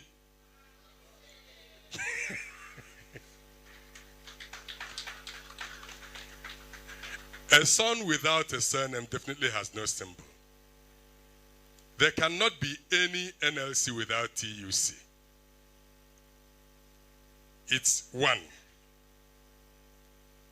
My boss, president of TUC, Comrade Osifo, is here represented by the scribe, chief scribe of TUC, the powerful Toro who has experienced NLC and experienced TUC.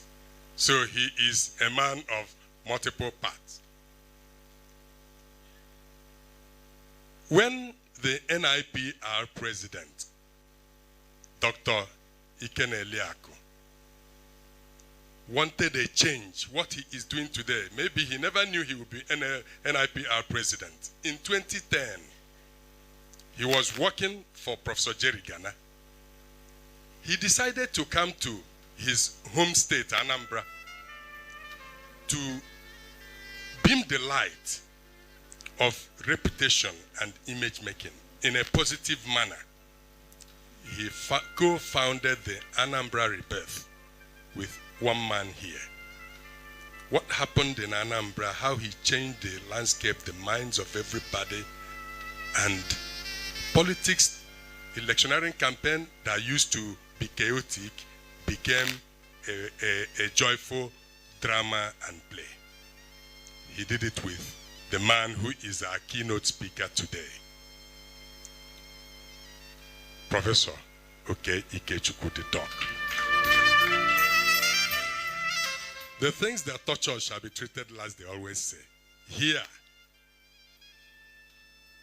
from my immediate predecessor, I have a man who is a director in cultural sector, a man who is very humble and humane and so unassuming, Alhaji Dr. Kabir Sani Garba. He handed me this part of the breast I'm sucking today. Before him was one of the longest serving presidents of Radio, Television, Theater, and Art Workers Union. Because without all these people, we wouldn't have this milestone to celebrate today. The man who is still serving and very dutiful,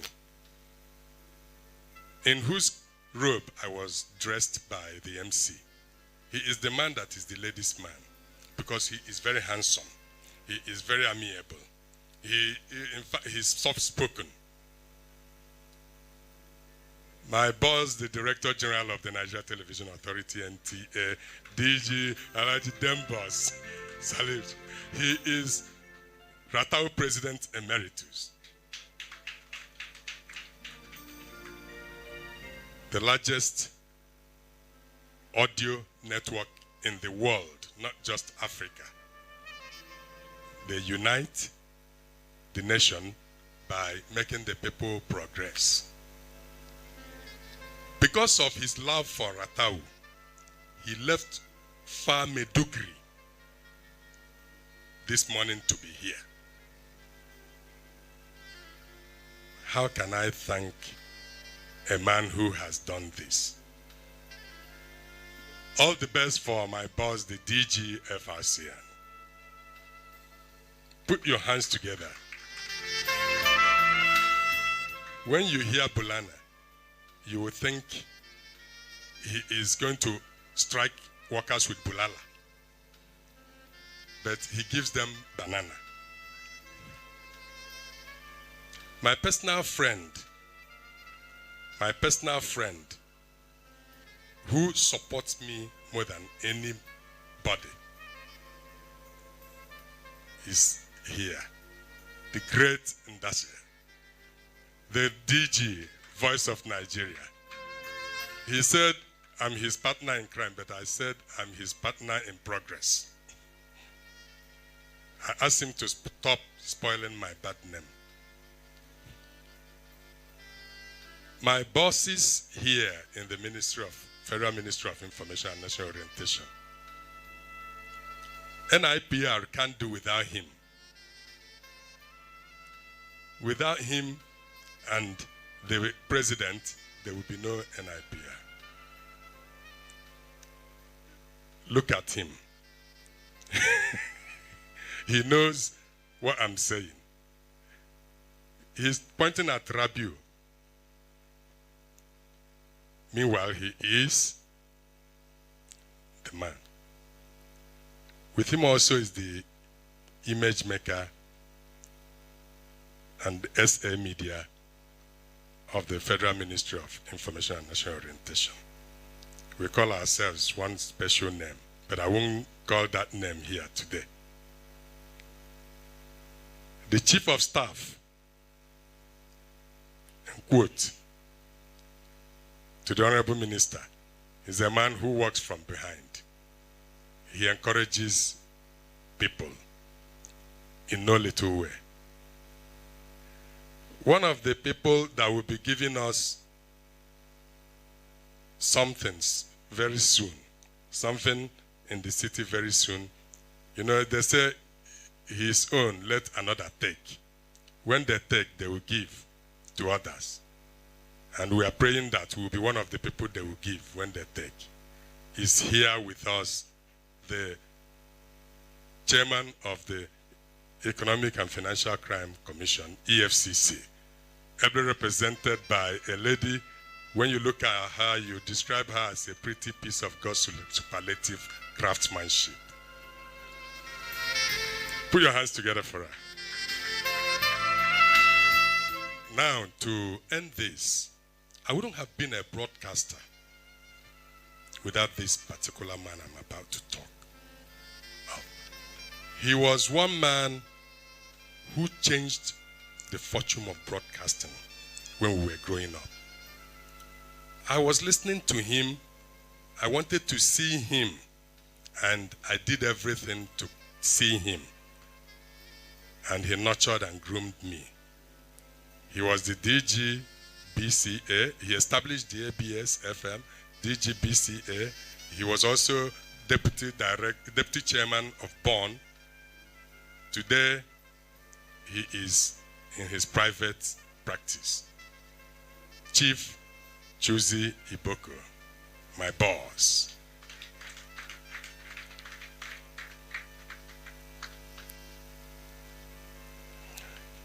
Each time I mention him anywhere, he comes to save me, to stand by me. Permit me also to recognize my boss, the DG of the Nigeria Broadcasting Commission. He is here, ably represented by the gentleman that can pass for anything, Dr. Chibuike Ogbunike. Please make him comfortable. The Registrar of Trade Union is also here, Mr. Olanikbe. My boss that will always charge for anything we say, the DG of the Advertising Regulatory Commission of Nigeria, ACON, is here. I think I have finished talking about everybody, but I will tell Honorable Minister that there are people who will be supporting this government with what God has endowed them.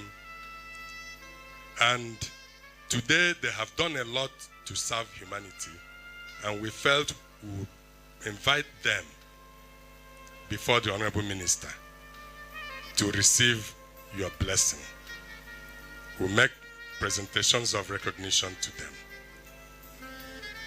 A man who has assisted the nation and the government by building ultra-modern markets across the country.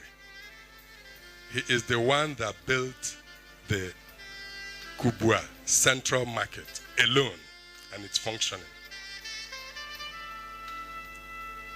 They call him Most High Chief Vincent Udobi Onwa Ifiteduno.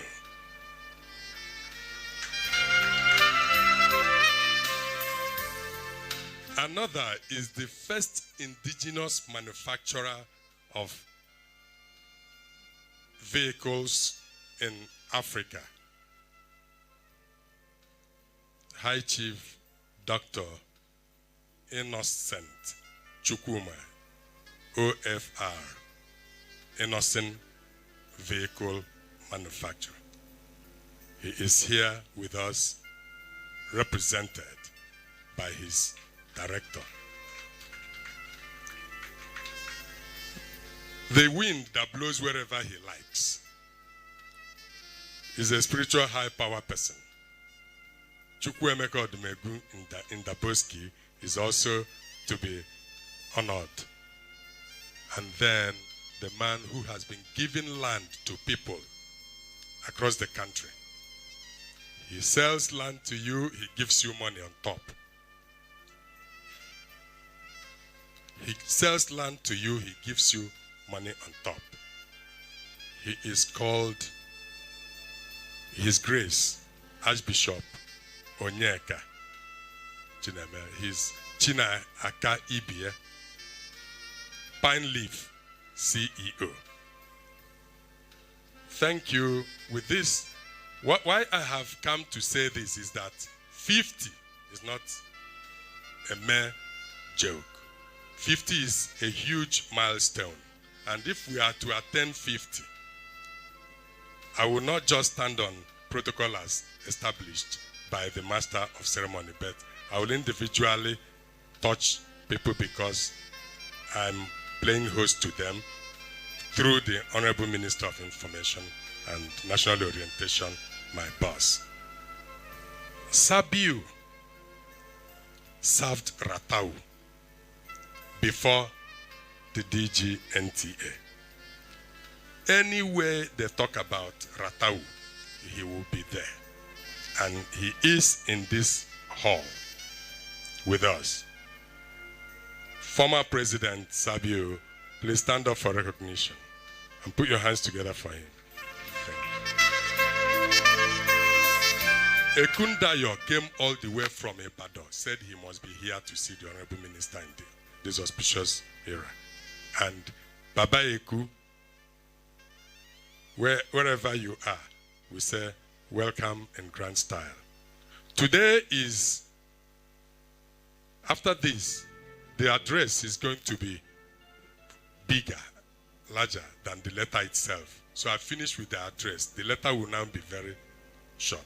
So it's in the letter that I will now behave like the broadcaster, that will keep it short and simple, KISS. Today's event is very simple. Because we came on board on the 17th of July 2025. From the day we came on board, before we came on board, one man has been showing us that Ratau is a great union. And that is the Honorable Minister of Information and National Orientation, Alhaji Mohammed Idris Malagi. Just like he has been showing every partner in the communication strata. But we said we cannot do any event, even if it's our fiscal CWC or NEC or unveiling of our milestone achievement, without him. It took us almost a year to get this particular date, because every day he wants us to have it, every day. And you know, he is serving the President of the Federal Republic of Nigeria. He will say, let's fix it tomorrow. His Excellency, Mr. President, will say, you are going to China. He will move. So we've been waiting, and because we believe in him and we love him, Ratau members said, no event without Honorable Minister. So today, he has, in spite of his enormously tight schedule of activities, said, let's have it so date. And he has so many things today. so many places to go, but he decided he will come here. This event had two parts. We were to start at the upgraded National Secretariat and headquarters of Ratau, where we had decorated and done, branded and done everything to show him. He will still look at it before going. But this is rainy season. In the morning, the wind, the rain came. That was where we would have started. He will see it, unveil it, and we now come to this place for this part of this ceremony. But sometimes, some people eat the cake before the wedding. So we decided to come and start here and now get to that place. So, Honorable Minister, this is a way of saying thank you, and to all our distinguished guests and comrades, you have every reason to be happy, to be proud that you are members of the leading union in the globe. By 1977, the federal government of Nigeria did restructuring that affected brought about the emergence of 12 unions, industrial unions. There were small associations that existed.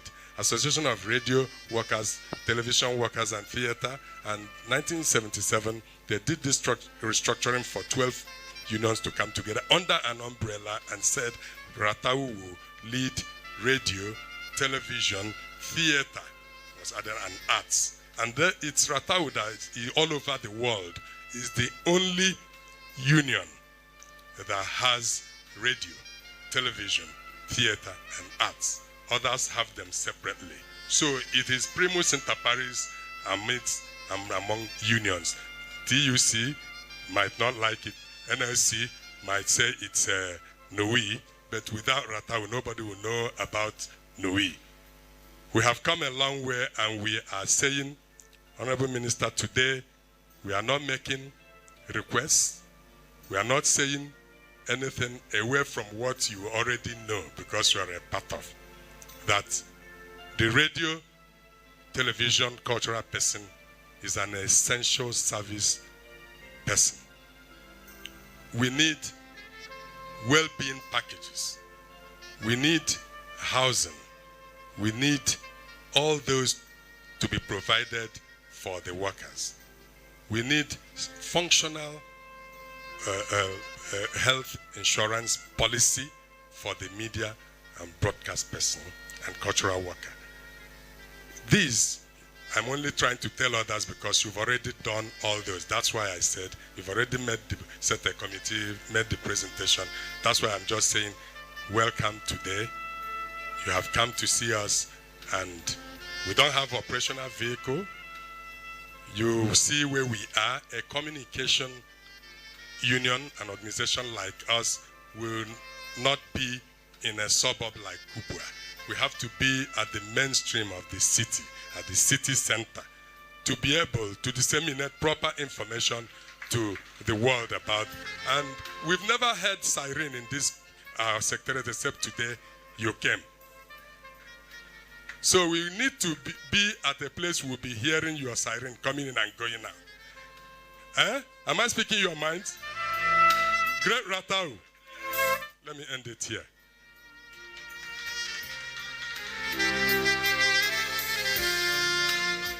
Please put your hands together for our president.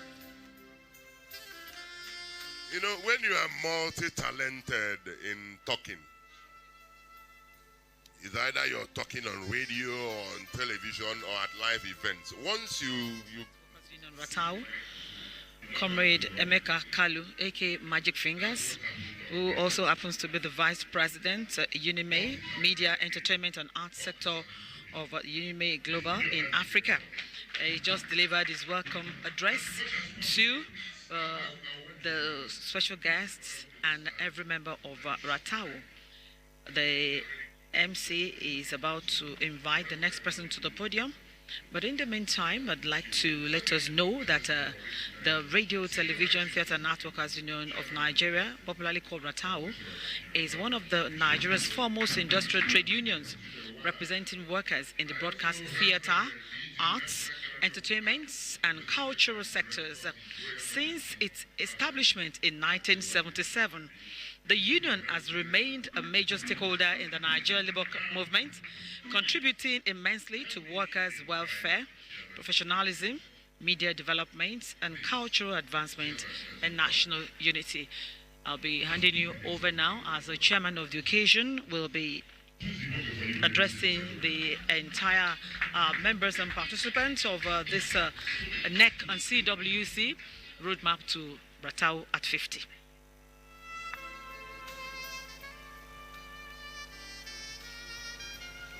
The Honorable Minister for Information and National Orientation, all other protocols duly observed.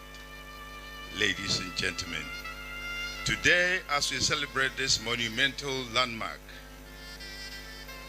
looking back at various factors that have culminated in the history of Ratau as an organization, we have several reasons to thank God for. We thank God for leadership and style. We thank God for good fellowship on the part of the led. We reflect on the Ratau's unity and purpose for which led her to this so far. It is important to note that the way forward, especially in leadership, is not only on what Ratau can do and provide for us, but more on what we can do for Ratau to make it a greater landmark of reference, while leaving it greater than we met it, leaving vivid prints on the sands of time for those coming behind to emulate and build on for greater tomorrow. Because Ratau must be greater. Ratau must be a PowerPoint. Ratau must remain a great factor in good governance. Today we are celebrating the 50th anniversary of Ratau. We must leave it better than we met it, because that is the only way we can institute as well as immortalize our contributions as comrades in the annals of history of Ratau. Upgrade Ratau. Upgrade Ratau. Thank you. I was asked to make it very short and simple.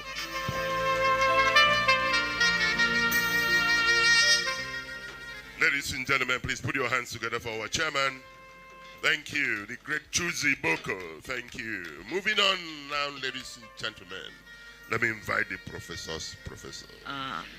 Anambra Broadcast Service, a veteran broadcaster, the former director of programs, Anambra, and the former director general of Abia Radio, Chief Chidi Boko, who just delivered a speech. And like I said earlier, that Ratau is widely recognized as the nation's image makers because its membership cuts across the sectors responsible for information dissemination, entertainment, culture, and artistic creativity in Nigeria. Honorable Minister, I crave your indulgence to stand on all established protocols, and I urge the MC to please note that his attempt to cause confusion will not succeed. If he had said I was going to give a key address, there would be no problem, but he added a note. So I'll give a keynote address. Thank you very much. Having said that, I have a paper here titled Ratau, 50 Golden Years of Professional Excellence.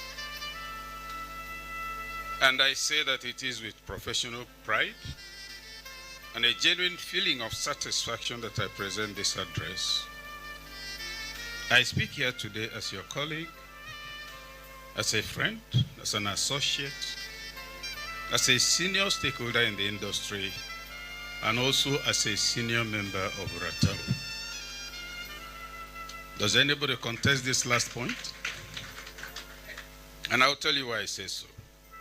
My first job as a government employee was some 40-something years ago when I got a letter of appointment from the Federal Radio Corporation of Nigeria, the Enugu office, as a trainee announcer. I'm so DG, you know what that means.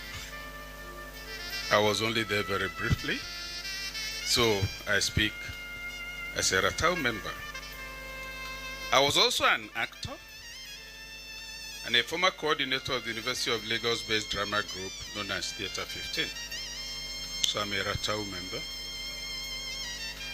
Back in the late 80s, I directed my own play titled The Voice of the Oracle in the National Theatre.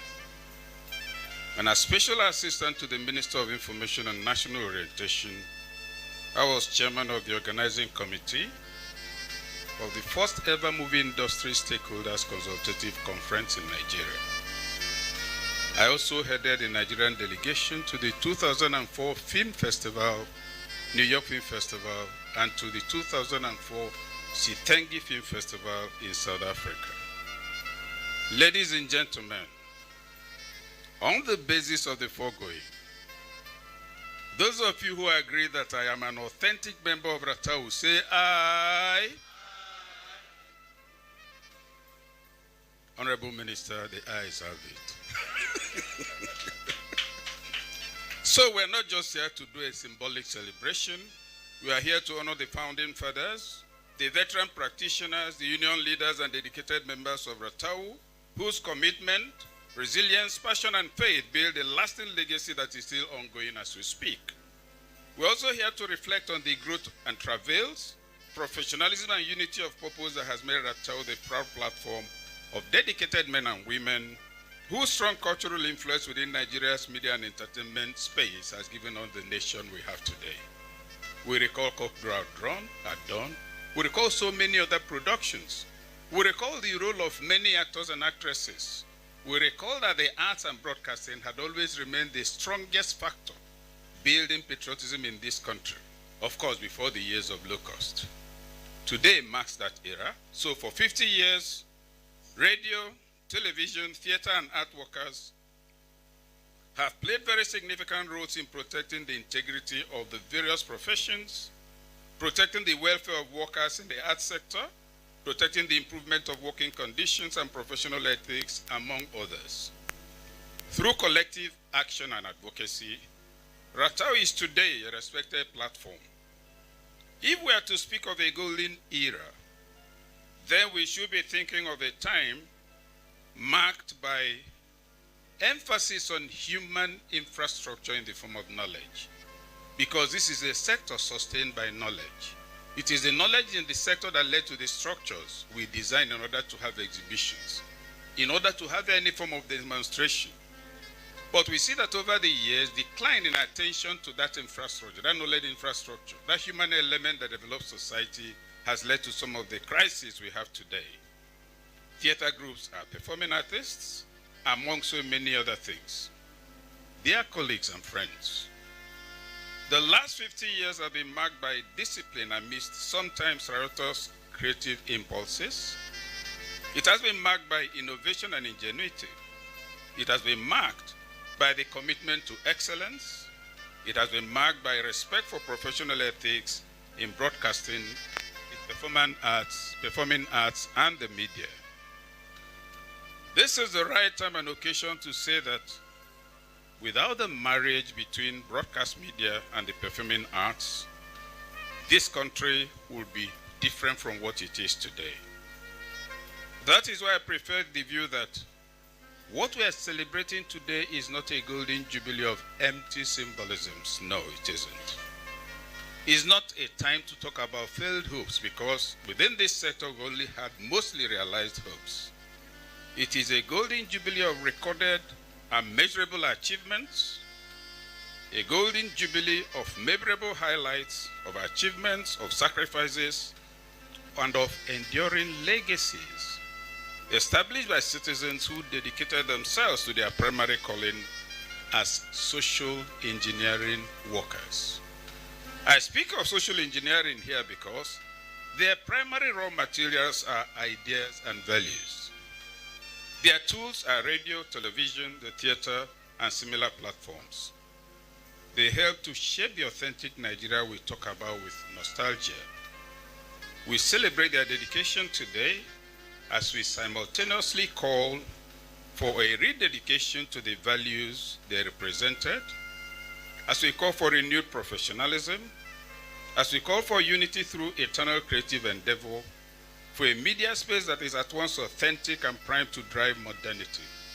with a cultural milieu that delivers a sense of responsibility to everybody who says he belongs to this profession.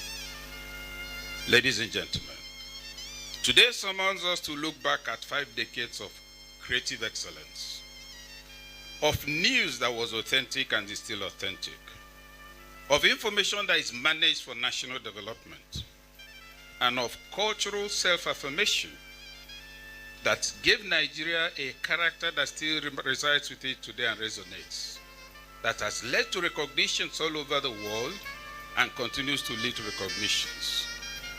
That is why, at Ratau, at 50, Ratau's journey reflects resilience, creativity, visible national impact, especially in support of policies that strengthen this creative economy. That is also why this Golden Jubilee celebration is at once a celebration of the past and also a reaffirmation of the Union's future, which has a view that's focused on empowerment in terms of creative possibilities and also survival and enhancement of the welfare of workers in that sector. Today is also an occasion to speak of the pivotal, yet unsung role of responsible media and cultural practitioners. These sectors and these individuals are among the most powerful social forces shaping any nation all over the world. But they're also the least appreciated because it's taken for granted that art is entertainment. It's also taken for granted that tourism is just to go and look at a place. It isn't. Tourism is an economy. We are developing what we call a tourism sector that presents sites. Others, most of the time, focus on sectors that deliver. You don't go to most tourism sites in the world without buying something, without buying mementos. But sometimes we come, we see a label. Oh, this is where they carried the slaves from, in a so and so in Badagry. Whereas in other place, you see tiny replicas of the ship that people will buy. That what gives you an economy in that context. So, getting close to rounding up, I say, the partnership between responsible journalism and the arts must remain unshaken and unshakable if we want to maintain responsible leadership, if we want to maintain social transparency, and if we want to maintain sound democratic values. They are the dependable tools for helping citizens to make informed decisions on matters of governance. Ladies and gentlemen, RATAU stands for professionalism, truthfulness, and social responsibility, which are essential values in the media and creative professions. It is only when we see culture as the soul of a nation, with theater, dance, music, language, literature, and the creative arts as the lubricants of our sense of community, that we can get a true concept of community as a people. That we can begin to re-emphasize that the primary resource of any nation is the human being. There's no nation that has a citizen named petroleum or cocoa or coal. It is the quality of the human person, and it is the arts, the broadcast industry, the media, the theater that define that national resource. And that we're falling into disrepute today is not because we don't have oil. We have oil, we have money. What we do not have the right type for is the human person who lives by such values that only development can follow. That is the crisis of the Nigerian state today. True or false? I raised that point there. So now, the other point, which I must mention before I conclude, is that media professionals and cultural workers still operate under conditions that can be improved. Do we agree? Their sacrifices in nation building get very limited recognition. Somebody can go somewhere and kick a football around and he'll get $100 million. Another one will go somewhere and come first in mathematics against everybody in the world and he gets $1,000. And some people will spend a long time writing a script, checking their social impact and making a production that will affect values. It doesn't even get mentioned.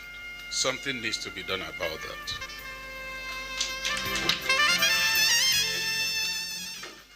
So today is an occasion for us to say that the contributions of the drivers of this sector to peace, to civic education, to public enlightenment, to cultural preservation deserve greater support, not just moral support. An artist has to be alive to perform. And so the delusional assumption that when you shake somebody and say he has done very well, that is an insult most of the time. The capacity exists. You're not making a new point when you say you've done very well. We can see it. But he needs to be alive to continue to do well. And I speak, and I know some of you recall the xylophonist in Unilag, the local fantastic fellow, got all kinds of letters of commendation until he died of hunger. Baba Salah was the same thing, am I correct? All of them, yet the impact they had on the psyche of people, the humor, the lessons, the Oloja of Oja, the impression of what it meant to be a traditional ruler, all those values were conferred by people who could barely feed. Something important has to be done about that. You know why? That's not how it is in other countries. That those who provide the fabric foundation building are not visible. Those who are incapable of understanding policy stay in charge, and when they get what a document with which they can't see some other aspects on it, they won't know what to do with it. Ratao, keep going. You must keep going now because this is the era that calls for responsible media. In concluding, let me remind us that every informed society, behind every informed society and vibrant culture are committed professionals. These professionals work to sustain social cohesion, sustain cultural identity, to sustain national pride and lasting national progress. The primary attribute of a responsible media and culture is commitment to accurate information, ethical communication, and preservation of positive values. That is why radio, TV, theater, and related platforms remain powerful tools, remain tools we must take seriously, remain tools we must keep engaging, because all of them working together contribute to national planning, building, nation building by promoting peace, national unity, among other things. So in today's world of misinformation and rapid technological change, the need for responsible media practice and cultural preservation has become increasingly important. Revival of a strong culture of theater play stands challenged in a world that's settling more and more for miniaturization. Many people can't go to theater, don't know much about theater because we have a fast food generation in terms of media consumption. But see how our people have evolved. State performances, community theater, and radio drama are now being recorded and projected to larger audiences. So we can also say that theater, the arts and culture are migrating with the times, with technology, and with global events. Can we give everybody a round of applause for that? So playwrights, directors, costume designers, dancers, musicians, and other creative professionals are not out of fashion. A nation that supports theater and the creative arts and utilizes the broadcast media for the right type of impact it can make will achieve a lot in cultural preservation, social cohesion, and sustainable values. My last point is to say that Ratau, in celebrating 50 years, is not celebrating time. It's not celebrating some of the great names mentioned. It's not even celebrating some of the works. It's celebrating the fact that 50 years ago, some people came to the realization that there's a platform, that certain capacities need a platform to maximize their potential as strong voices in national development. It came into being. In the 50 years, check the trajectory. Then sit down and ask yourself, how many other organizations, older or younger about the same time, can record the kind of unacknowledged impact that Ratau has made in the last 50 years. On that note, ladies and gentlemen, I have the last part of the presentation. Okay. Which will take just 15 minutes. And the content is simply to inflict thank you on all of you.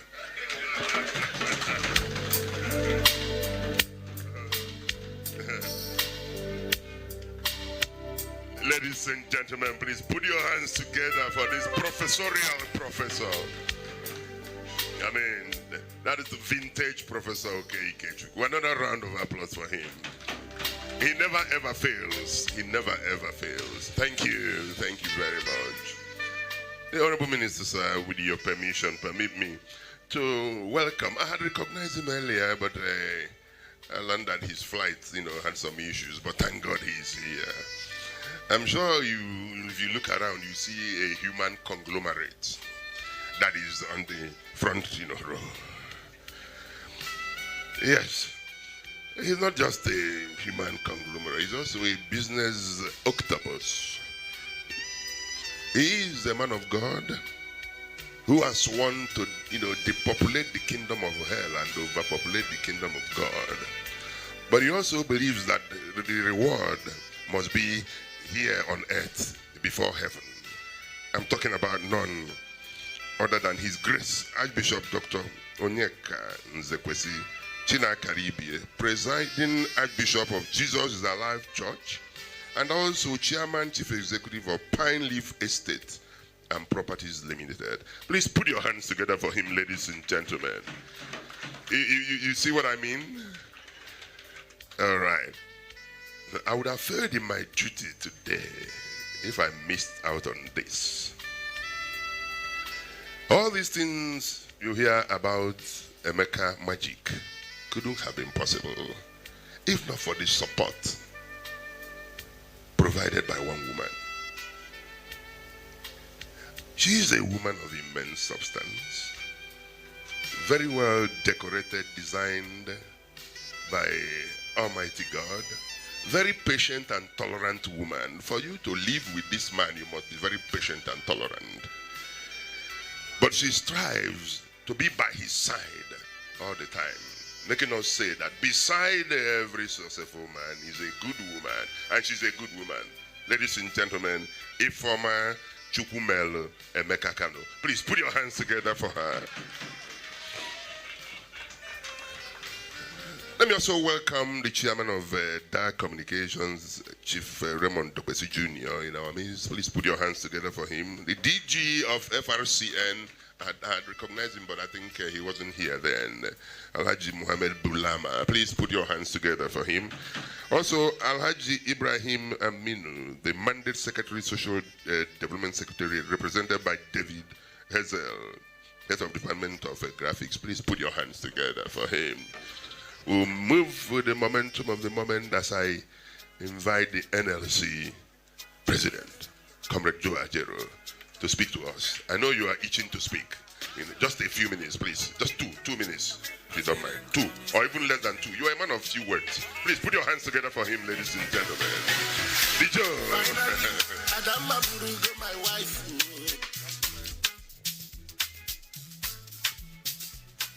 Well, this is the era of censorship. I'm sure this is approved by the Minister of Information. Well, the Honorable Minister of Information, a professional colleague, I don't want to stand on an existing protocol, but other protocols duly observed. I don't know why I should come to our program and you give me 2 minutes. I will violate it. The essence of trade unionism is to violate and do things the other way around. So if I don't do that, I'm not a union leader. Thank you very much. It is with profound honor that I stand before you today at this historic event. First, I must commend the leadership of Ratao for organizing this important occasion.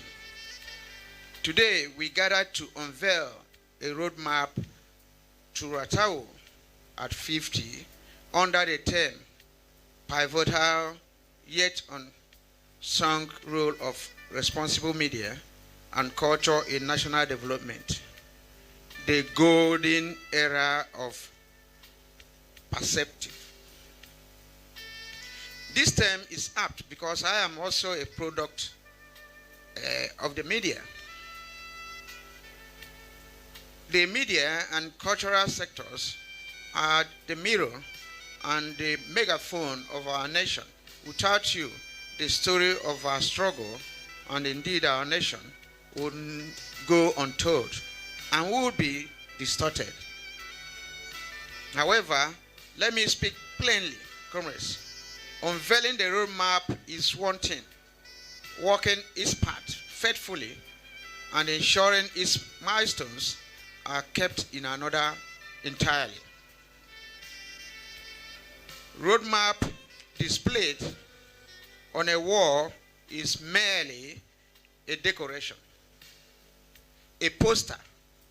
However, a roadmap kept in the hearts and actions of leadership is a weapon of transformation.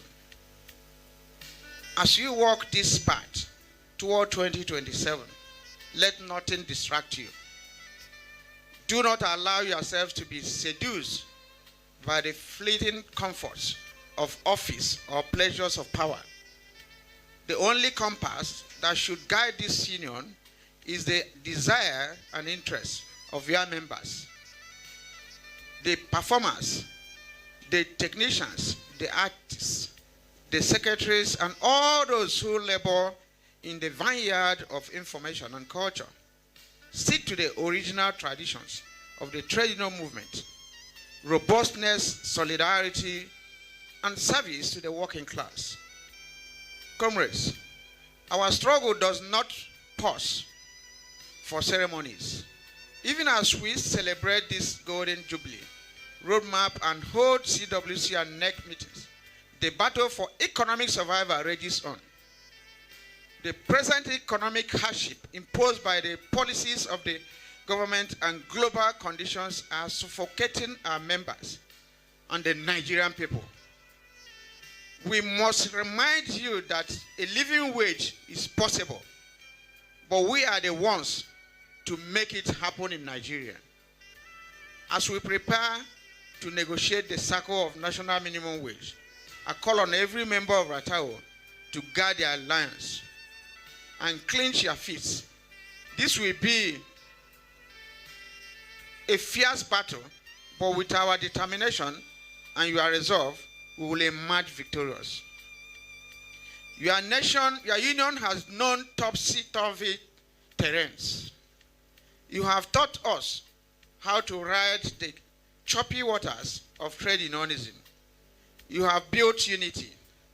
Guard this unity jealously. The peace and the stability you enjoy today are essential cornerstones. A united Ratao makes a strong NLC. A united Ratao makes an unbreakable NLC. It is a symbiosis. As the 2027 general election draw nearer, your role becomes even more crucial. A responsible media and culture union does not cheerlead for power. It holds power accountable. You must educate, inform, and mobilize the masses. Ensure that no force, no matter how wealthy or well connected, uses your platform to trample on the rights of workers and the downtrodden. Do not forget our responsibilities. Do not end at securing our own interests. We must work hard, hand in hand, to hold every government accountable. Comrades, as you proceed with your CWC and NEC conference, I urge you to consolidate on the progress made since your last conference. Extend the hand of fellowship, but keep your fist raised for justice. The NLC stands with you in all your positive efforts. Once again, I congratulate Ratao on the threshold of its golden jubilee. May the next 50 years be more glorious than the first. Let us march forward with purpose, knowing that our unity is the foundation of our strength. Together we build power. our collective voices will change the narrative.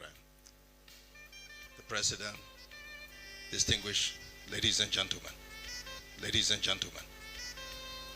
I'm here for a little over 6 months now.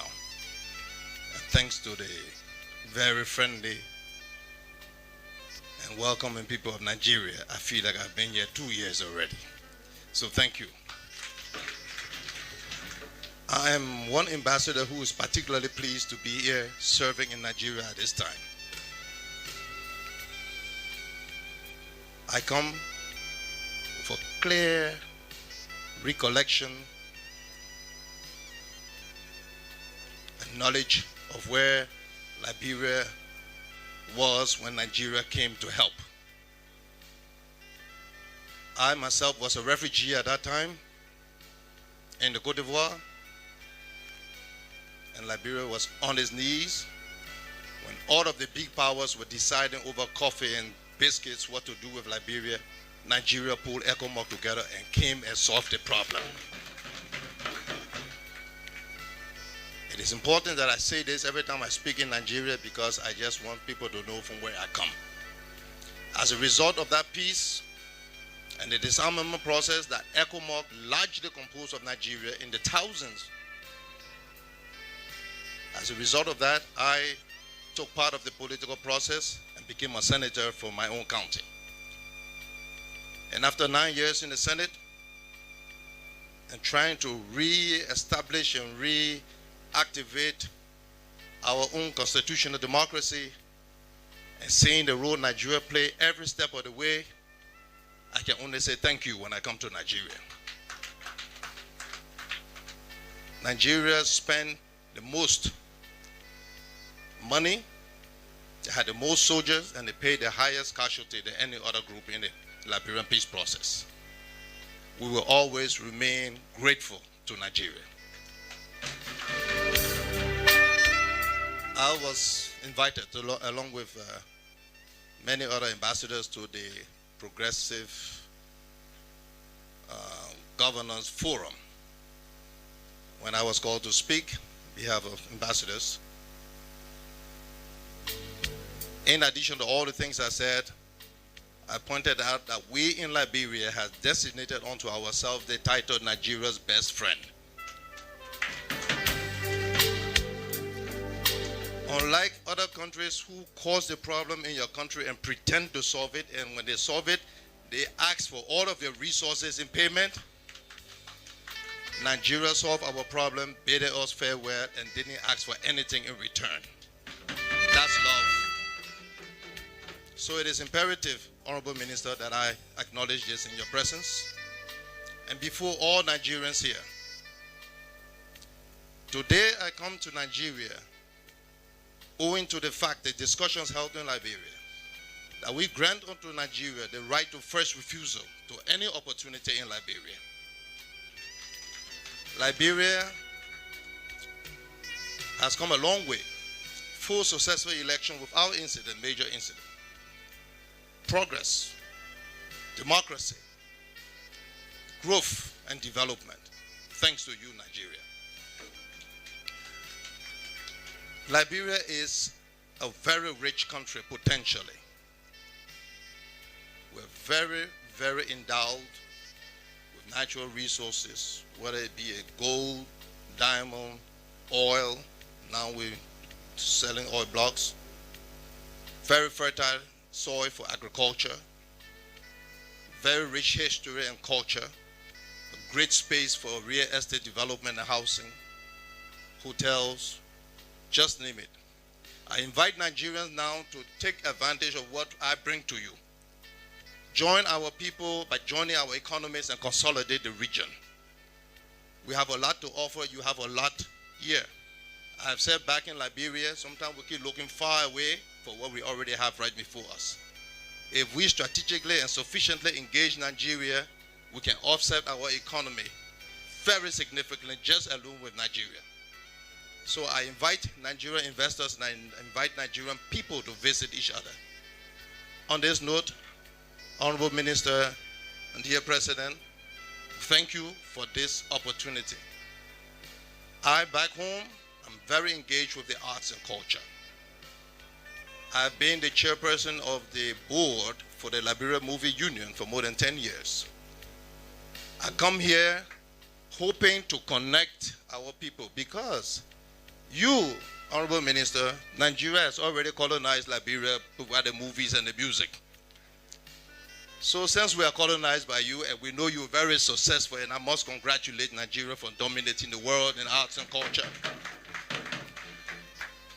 I just want us to hook Liberia right under you, and then you groom us so that we too can be right next to you as we make progress in this area. So I promise my people back home, we're going to connect the arts, we're going to connect the culture, we're going to connect the music and the culture and everything. I look forward to this very, very engaging time in Nigeria. Thank you. May God bless Nigeria, Liberia.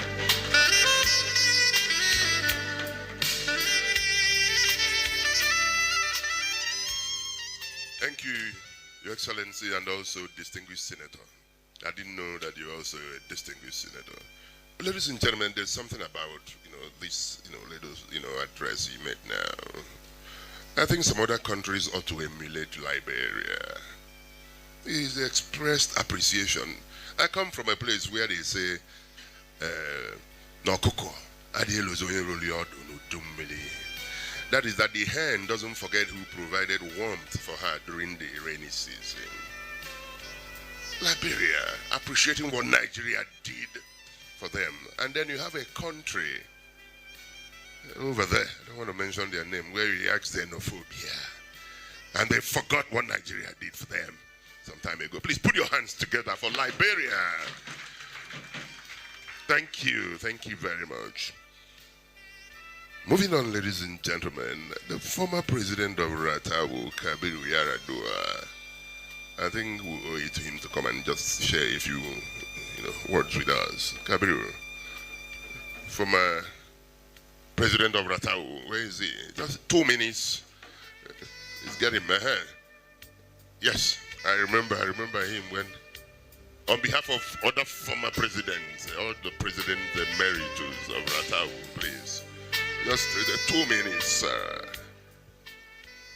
Yes. Great. Archie, 2 minutes, please. Thank you very much, Honorable Minister, Comrade, former President DG NTA, Comrade Salisu. How are you? Well, I was the former president of Ratau. I took over from late Damba Batukura, and also the vice president of NLC, and Pascal Bafio. At the time we took over, we had a secretarial in Ibadan. And we were the first set that brought the weighing allowance that makes the difference between a civil servant and a worker within the industrial broadcasting union. And the award was given by National Accreditation Panel.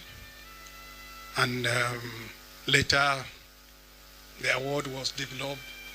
So it was a good thing to differentiate between a civil servant who closes at 3:30, while a broadcaster who closes, especially if you are in the newsroom, you will not close till 9 o'clock when the news is on air. If you are a producer, you will not leave. You can spend the night in the studio trying to put your program. And that's what makes the difference. After a while, I handed over to Sabiu, who comes from NTA. And Sabiu handed over to Akwa.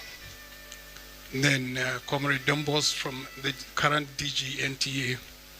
And it moves to the Dr. MEC. After Dr. MEC, then Comrade Dr. Kabir took over, and then Magic took over just a year ago. A year ago, I think it was the breaking point for Raitao. To be sincere with you, I never thought Raitao would be today what it is, because the Gombe conference was hot. I remember I spent 3 days in a hotel during fasting, trying to reconcile differences between people who want to contest. We went to Gombe, and Gombe was the toughest conference. Even the Calabar conference that brought Dambaba to Kura was not as hot as Gombe's conference, because there were 4 people from all the sectors of Raitao: FRCN, NTA, culture, and the state radio. Well, I was happy. Today, my gratitude to God that Raitao is one. Because the winner show his skill and take everybody alone after winning. And the loser accepted she lost at Gombe, and Raitao moved forward. So I'm happy as being the eldest, the most senior president, to see Raitao moving. When he came to my house 3 days ago, he said he's going to call everybody. I said, it's fine, I will be there. So on behalf of all the past presidents, I wish to congratulate the Magic. He has pulled the Magic award for everybody. He has done it very well, and we have been in touch with him and other listen. So I congratulate you. I want you to continue with a good job. Thank you very much.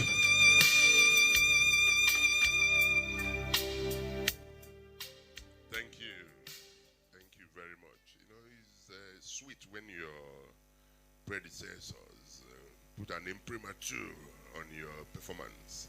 Please put your hands together for him, and also for the magical Magic. Thank you. Mr. I want to appreciate you for your patience. It's unusual to have a minister sit down and be as relaxed as you are, because you're with your people. Please, let's put our hands together for the Honorable Minister. Thank you. Thank you very much, sir. Thank you very much, sir. Permit me to invite, where is he? You know, those days, when we were in Minaj Broadcast International, I was at Minaj Broadcast International as a manager. He was also at AIT as a manager. After this event, I will go to him to give me the key, to show me the way.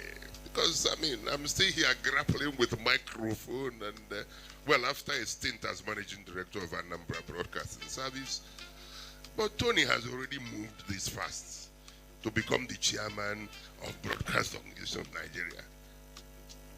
Tony, you have to teach me, you have to show me the way. Let us listen to him, Senior High Chief Tony Akiotu, Chairman Born. Please come and speak to us. Please, if you make it, you know, less than 2 minutes, I wouldn't mind, because let's not take the Honorable Minister for granted, because he's relaxed, then we would encroach on other things. So, please, very high chief, Senior High Chief. Honorable Minister of Information and National Orientation, the Liberia's Ambassador to Nigeria, Your Excellency, very distinguished Senator, my colleagues, Director Generals of federal government media agencies, the President of Raitao, our Chief Host, I feel highly honored to come and share in this epochal event with you. I am part of Ratao. Ratao is part of me. I've been in broadcasting for close to 50 years, and I've gone through the whole circle of what it takes to be a broadcaster. And I believe that the uniqueness of this event, the key speaker, Professor Oke, has dwelt extensively on this. 50 years of the human element, what will make out of the human element for me is very key. And that was for me is a major takeaway from the speech from the keynote speaker. I want to see us celebrate and honor 50 icons in the industry, culture and media. People that have done so well, people that enlightened us, made our life easy through humor, through entertainment, in culture, in media, through their write-up. And this country is never lacking in the human elements, those who have made very impactful contributions to our life in different ways. Current workers in the theater, in the media, who have been exemplary in their place of work, whether it is in the government, media, or the organized private sector. Please identify them and let's celebrate them as part of the 50th anniversary. Congratulations. Thank you very much, Tony. You went straight to the point, more like you. Thank you very much. Moving on, ladies and gentlemen, I think this is going to be the last within the speech ceremony time. The Director General of ACON, DJ ACON, is he still there? Okay, now, the cultural group, can you give us just a few minutes, okay?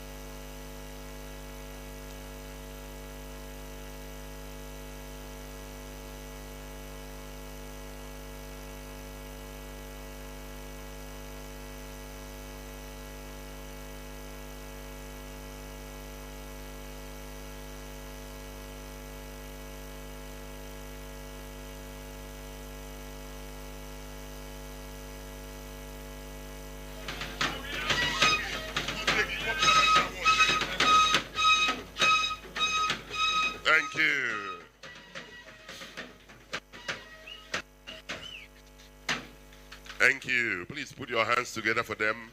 I want to really apologize. This is short-lived.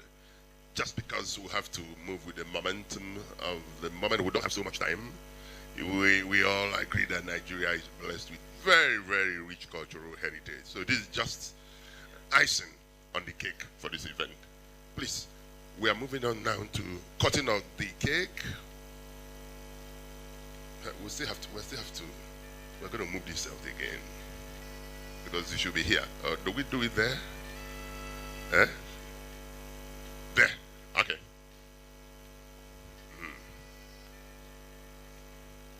Please, somebody, please. Nadia, come and help me untie. The cultural troupe just entertained us, showcasing our rich culture.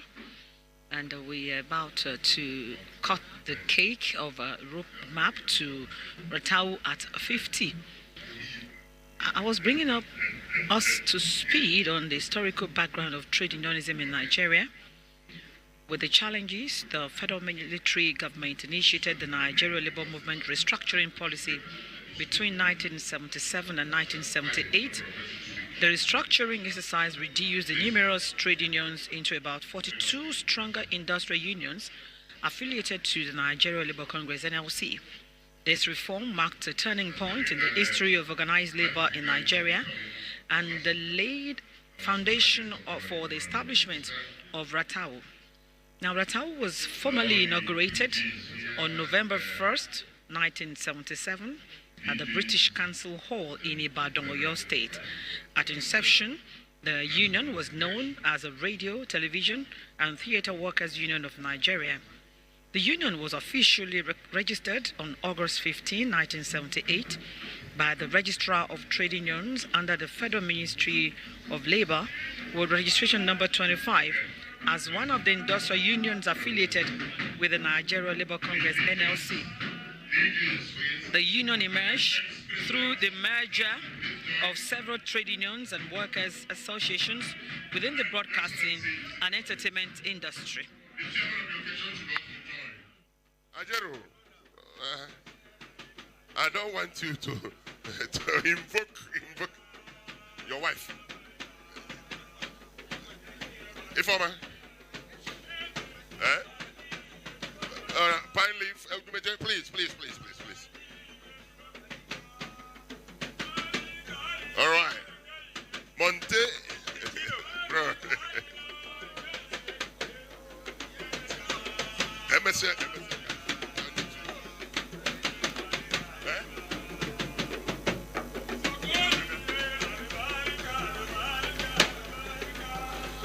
Yeah. Yes. Okay, yes. Right. Thank you. Thank you.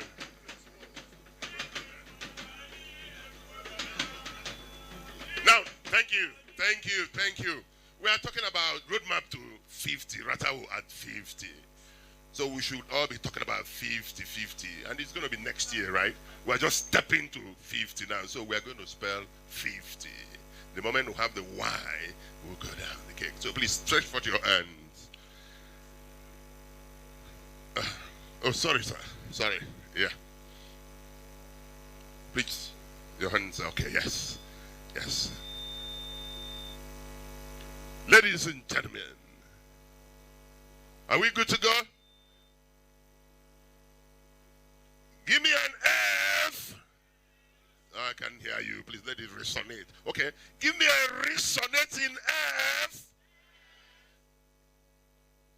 I F T and Y 50. All right. Go ahead and sing that song.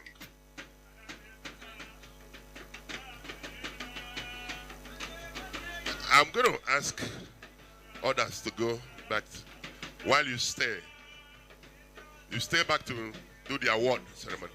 The minister would be by your side, and the chairman will be by your side while you do that. Please come and help me move this. Please come and help me move this away. And move this away. Bring the awards.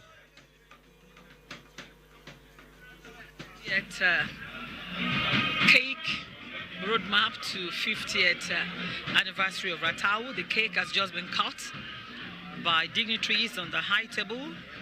The Director General of Voice of Nigeria, Malam Jibril Baba Ndache, DG NTA, DG FRCN as well, and Honorable Minister of Information. While we await the award recognition and presentation, the historical records identify how Ratau was formed. Let me invite Archbishop Dr.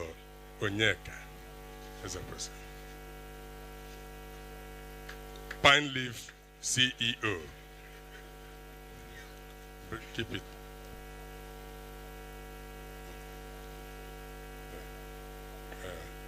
We hand over the award to the Honorable Minister of Information and National Orientation to present to him.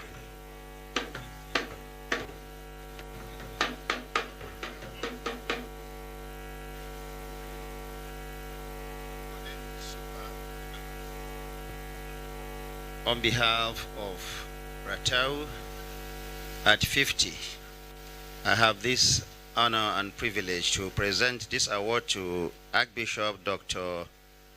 Onyeka Nzekwesi for being the golden era super developer. Congratulations.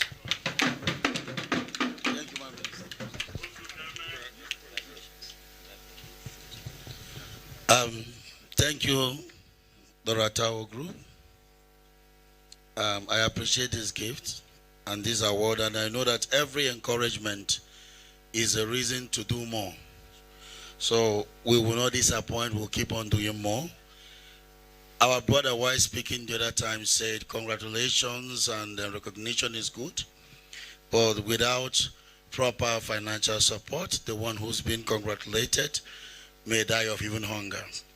So I'm going to take this award with a sum of 10 million.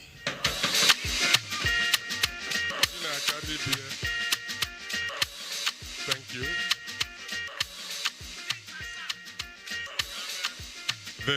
The next pictures, okay, they'll be taken.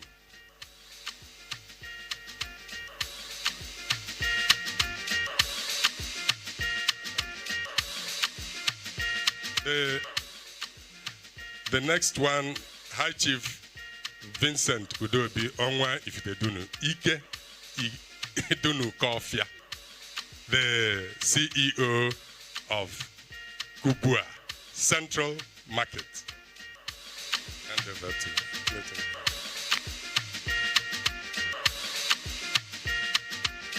Onwa.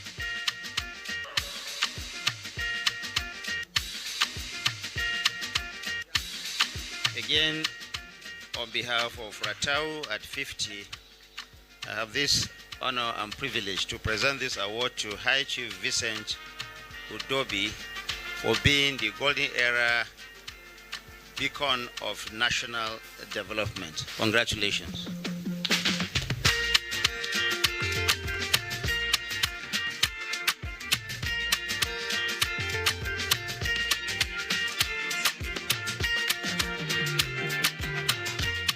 Well, thank you very much. I don't want to waste too much time. I think my brother have started with 10. Let me just support and take it to the sum of 10 million naira.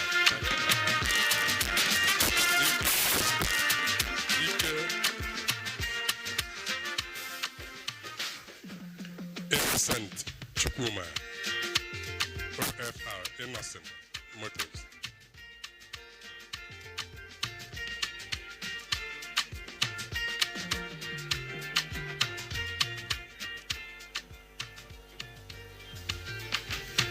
On behalf of Ratau at 50, I have the honor and privilege of presenting this award to Dr. Innocent Chukuma, CON, as the Golden Era Icon of National Development Award. Congratulations.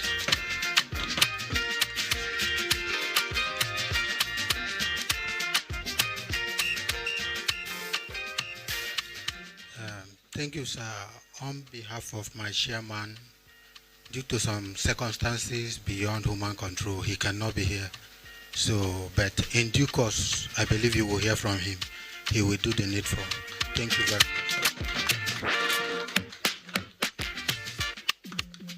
Chief Dr. Raymond Dokbesi Jr.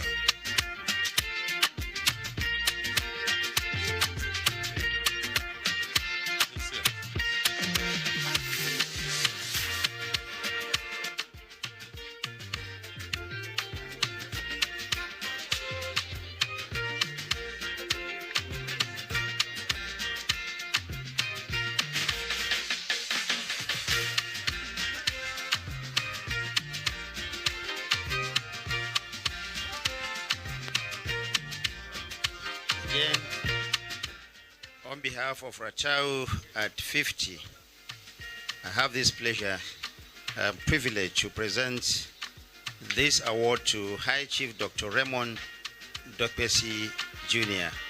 for being the Golden Era Icon Award. Congratulations. Award recipient.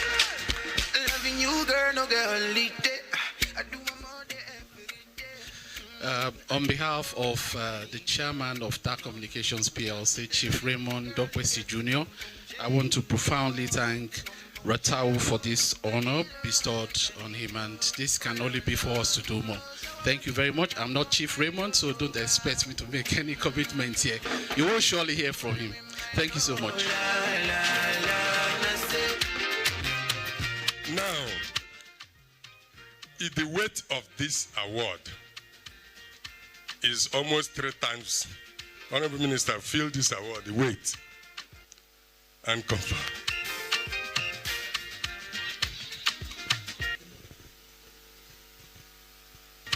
This is, well, the weight is certainly one that I cannot continue to endure for too long. But on behalf of Ratau, I have this honor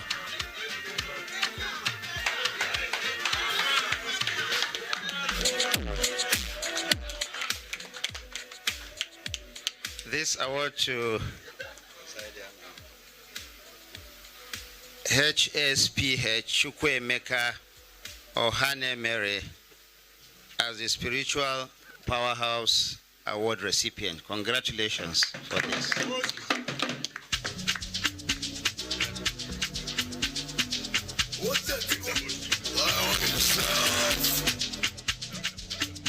I'm the war, I'm the fight, I'm the battle, spiritual. I got the powers. I'm about to release my powers. I'm about to release my powers.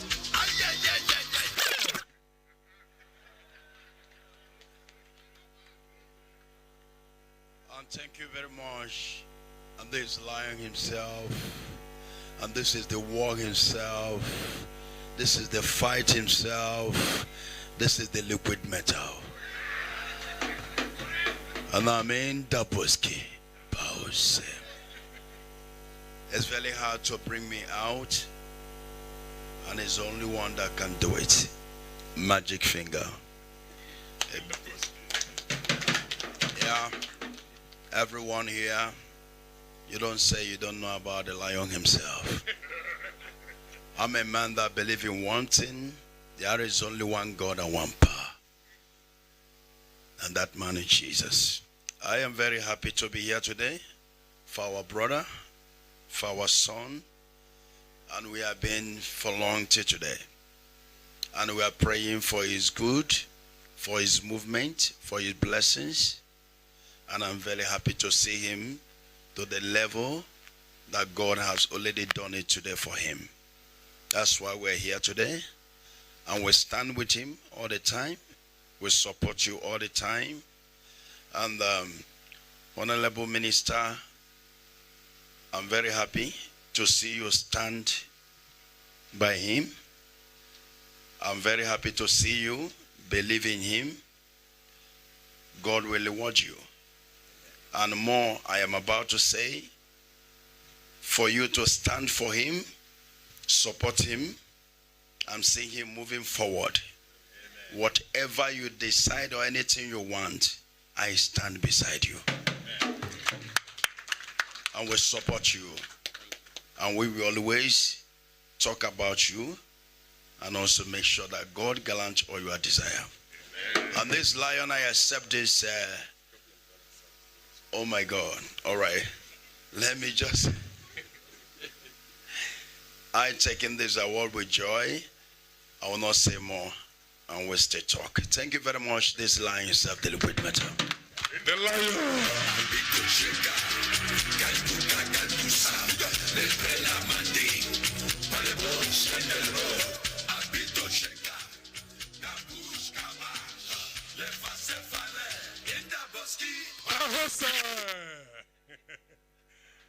He said, for our father to stand by Ratau, that anywhere he believes is where he believes. Anywhere he's going is where he's going.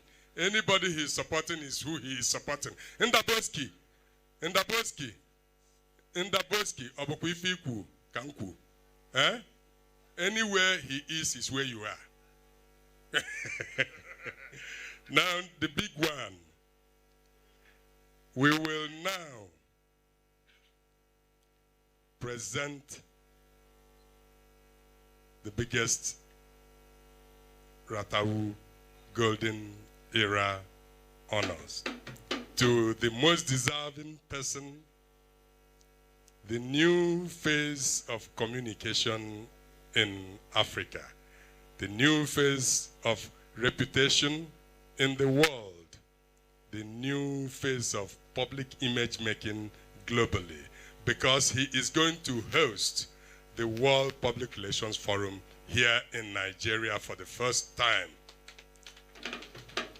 On the 23rd through 24th of June, all media people in the world will be here for the Africa Regional Media Conference. They are coming here because I am Ratau president. Ratau is performing.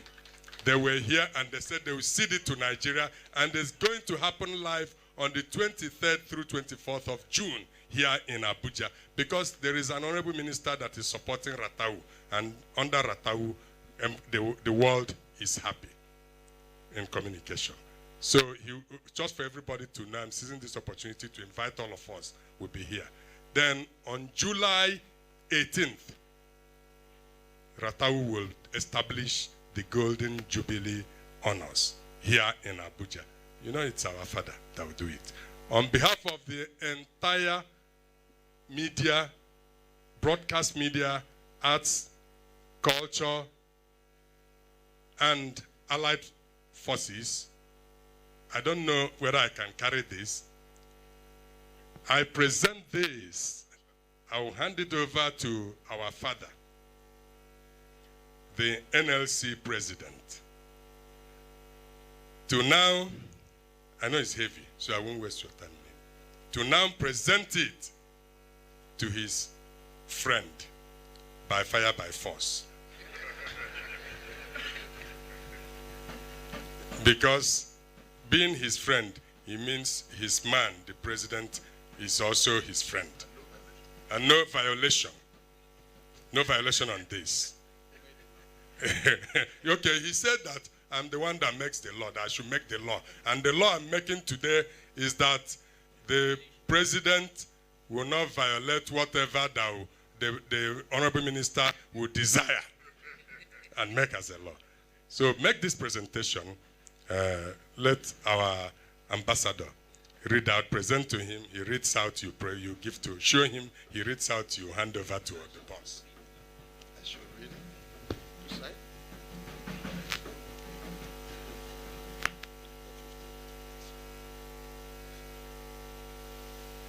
commemorating Ratao's 50th anniversary, this most distinguished and outstanding award is given to the Honorable Ahaji Mohammed Idris Malagi for FM IPR. Honorable Minister, Information and National Orientation, Republic of Nigeria, Federal Republic of Nigeria. Thank you, sir. Thank you, sir.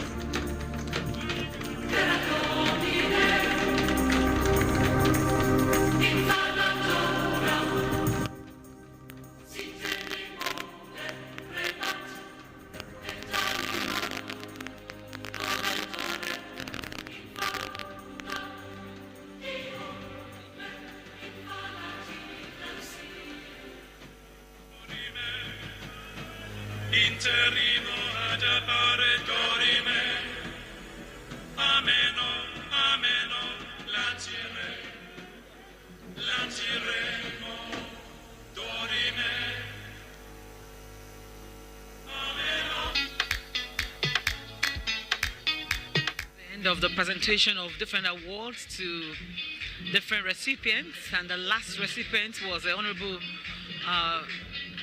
Minister of Information Orientation in Nigeria for being a worker-friendly minister, to the media workforce, and also the CEO of Dark Communication, Dr. Dokwesi Jr. also received an award. Ida Boski also was one of the recipients. And we are still here live at Stanford Conference Hall in Kubwa, Abuja, while I will be handing over back to the Master of Ceremony. The Minister of Information, who towers over all the ministers in the checkered history of our country, Nigeria. Man of cool comportment, calm composure, and captivating charisma. Permit me to invite him to speak to us, ladies and gentlemen. The Honorable Minister for Information and Orientation, Federal Republic of Nigeria, Alhaji Idris Malagi. Please put your hands together for him. Thank you.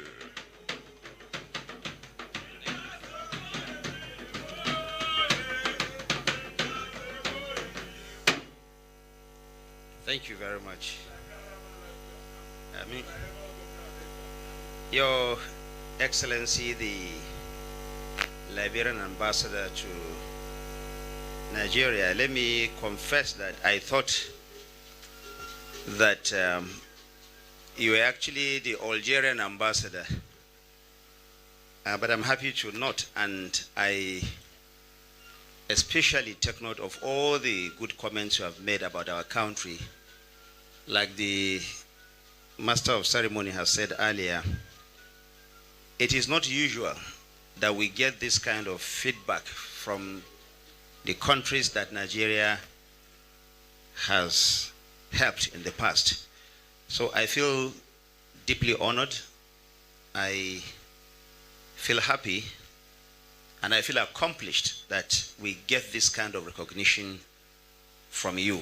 And I want to let you know that this is not going to end here.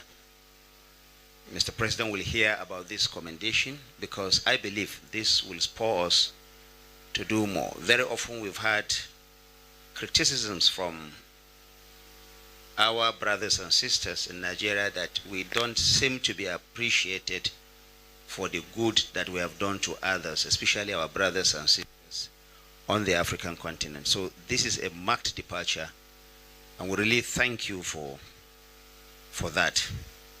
Thank you, Excellency. The keynote speaker who has left to keep to the doctor's timetable, Professor Okechukwu, my friend, very cerebral Professor Okechukwu, who I was telling him that he's at his best actually when he's debating others on national issues. But what is important to note about Professor Okechukwu is that every time he always stands for Nigeria, no matter where his or other people's interests are. So we want to thank him for being there all the time. The president of the NLC, I will give you a little story. He introduced me as his colleague when he came up to speak, but I will share this with you.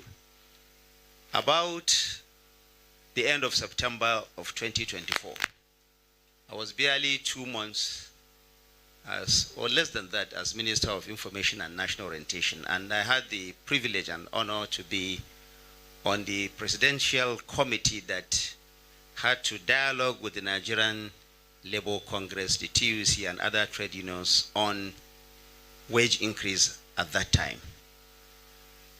And I know that it was one of my most difficult periods of this assignment. Himself and Comrade Nuhu Toro and others will be outside before the commencement of the argument. They will be laughing with you, joking with you. As soon as we enter the room and they start, you say, it's not the Ajero that I was talking to just a few minutes ago. What is the problem? And I will turn over to Comrade Nuhu and others, say, can you talk to this man? He say, no, don't worry, Honorable Minister, we will sort it out.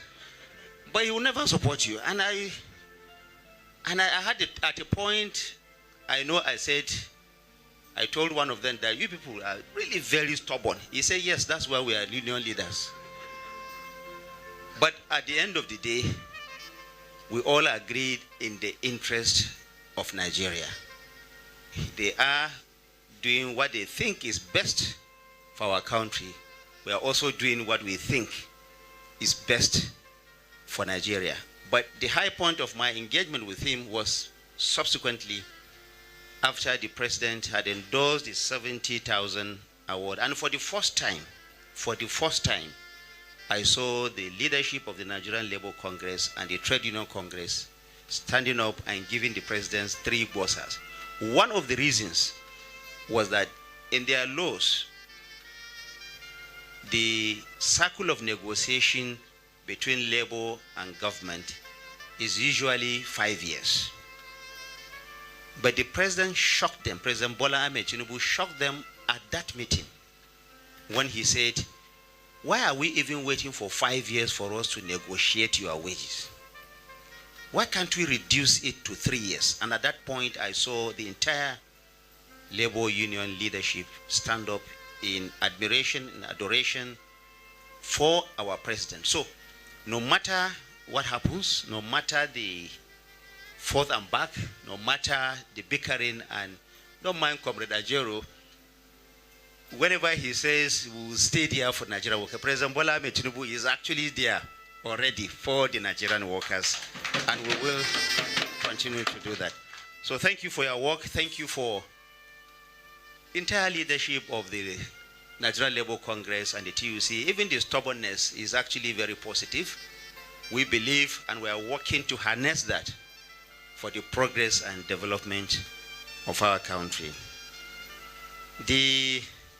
Of course, I've recognized the Executive Secretary being represented by the General Secretary of, President, represented by the General Secretary of TUC, Dr. Nuhu Toro. Very consistent, but also very, very thorough, always standing in for our country and working side by side with the leadership of the Nigerian Labour Congress. The president of Ratau, Prince Emeka Kalu, I won't say much today. I know that this has been in the works for a very long time, but I'm happy and I'm glad that this is happening today. And thank you for the leadership you are providing for Ratau. When I first saw him, I thought he was actually a comedian. But he is actually a comedian with a difference, somebody who is bringing comedy to bear for the growth of not just this sector, but for our country generally. And thank you for all the kind words about me, and thank you also for the award I have received. The DGs of the parastatals under the Federal Ministry of Information and National Orientation, I see Comrade Bulama, I'm seeing Comrade Jibrim Baba Ndachi, I'm seeing Comrade Dembos, the DG of NTA, who is the immediate past chairman of broadcasting organizations of Nigeria, and who was in this role as president of Ratau, the role that Prince Emeka Kalu is occupying about 20 years ago. Thank you for your simplicity. He's still a comrade, even as Director General of NTA. The brand new chairman of BON, our professional colleague and friend, thank you for everything you are doing, Mr. Tony Akiotu, for whatever you have done to this industry in the last 30, 40 years. Thank you, it's been acknowledged. The chairman of the EFCC being ably represented. When the MC was saying that the chairman of EFCC, it was a relief that he is not here in person. I want you to note the jacket that she is wearing, and that will tell you something. The EFCC is here all the time, and all the award recipients here, and all these great workers of Ratau who have assembled here today. Distinguished guests, ladies and gentlemen, it's impossible to recognize everyone here. But let me, first, before I go into my speech, thank you for the honor that you have bestowed on me, and this will only spur us to do more and more for our country. Now my speech. It gives me immense pleasure to join you today as chief host at the unveiling of the roadmap to the Golden Jubilee celebration of the Radio, Television, Theater, and Arts Workers Union, Ratau. Today is not just about unveiling a logo or announcing a calendar of activities. Today is about celebrating history, honoring sacrifice, preserving legacy, and projecting the future of Nigeria's media and creative industries. For 50 remarkable years, Ratau has stood tall as the voice, the shield, and the rallying point for thousands of professionals across radio, television, theater, arts, and cultural sectors. Through changing political eras, economic transitions, technological innovations, and evolving media landscapes, Ratau has remained resilient, it has remained relevant, it has also remained patriotic. From the voices on our radios that united communities, to television productions that inform and educate millions of our people, to the theater and cultural performances that preserve our identity as a people, Ratau members have consistently served as custodians of truth, creativity, and national consciousness. Distinguished ladies and gentlemen, as Minister of Information and National Orientation, I understand very clearly that no democracy can flourish without a vibrant media and creative sector. Freedom of expression and freedom of the press remain essential pillars of democratic governance and national development. However, freedom of speech must always go hand in hand with responsibility. I've said this over and over and over again, that there is no substitute for freedom of speech, for freedom of expression. But you cannot, as media professionals, my colleagues, take one and leave the other. This freedom that you enjoy must go with enormous responsibility. The two of them are not mutually exclusive. They have to go hand in hand for that development that we all crave for to happen in our country. Nigeria's democracy continues to grow stronger because courageous media professionals, artists, broadcasters, performers, writers, communicators have continued to use their platforms responsibly in promoting dialogue, public enlightenment, accountability, and national cohesion. That is why this administration, under the able leadership of President Bola Ahmed Tinubu, recognizes media and cultural workers not merely as professionals, but as strategic partners in nation building. And at this point, I want to mention here that yes, indeed, the Prime Minister of Information and National Orientation had earlier set up a committee that looked into the welfare of all members of Ratau. And this has been presented to Mr. President. He's looking into it, and I want to assure you that very soon you will hear positive news from Mr. President. Distinguished guests, I must also acknowledge the strategic importance of the International Media and Information Literacy Institute in shaping the future of media practice, information management, and public communication in Nigeria and beyond. At a time that the world is confronted with the dangers of fake news, disinformation, digital manipulation, and information disorder, institutions such as EMILI have become increasingly vital and necessary for us to check this menace. The issue of fake news is not just peculiar to Nigeria. It is a menace that is affecting both the developed and the developing nations. And in Nigeria, we are being proactive by being the recipients of the first of its kind Media and Information Literacy Institute that has been set up by UNESCO in partnership with the National Open University here.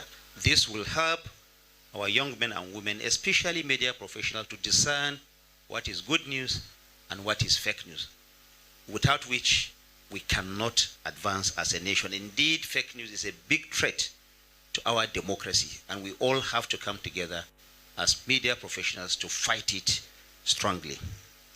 A media literate society is a stronger society. An informed citizenry is the foundation of democracy, and the responsible media ecosystem is essential for national development. This is why the federal government of Nigeria, under the leadership of President Bola Ahmed Tinubu, remains committed to supporting initiatives that strengthen media literacy, promote ethical journalism, and empower media and creative professionals with the tools needed to succeed in the evolving global communication environment. In many ways, the future of Nigeria's information and creative economy cannot be discussed without the mention of Ratau. You are the bridge between government and the people. You are the custodians of our cultural memory. You are the defenders of responsible communication.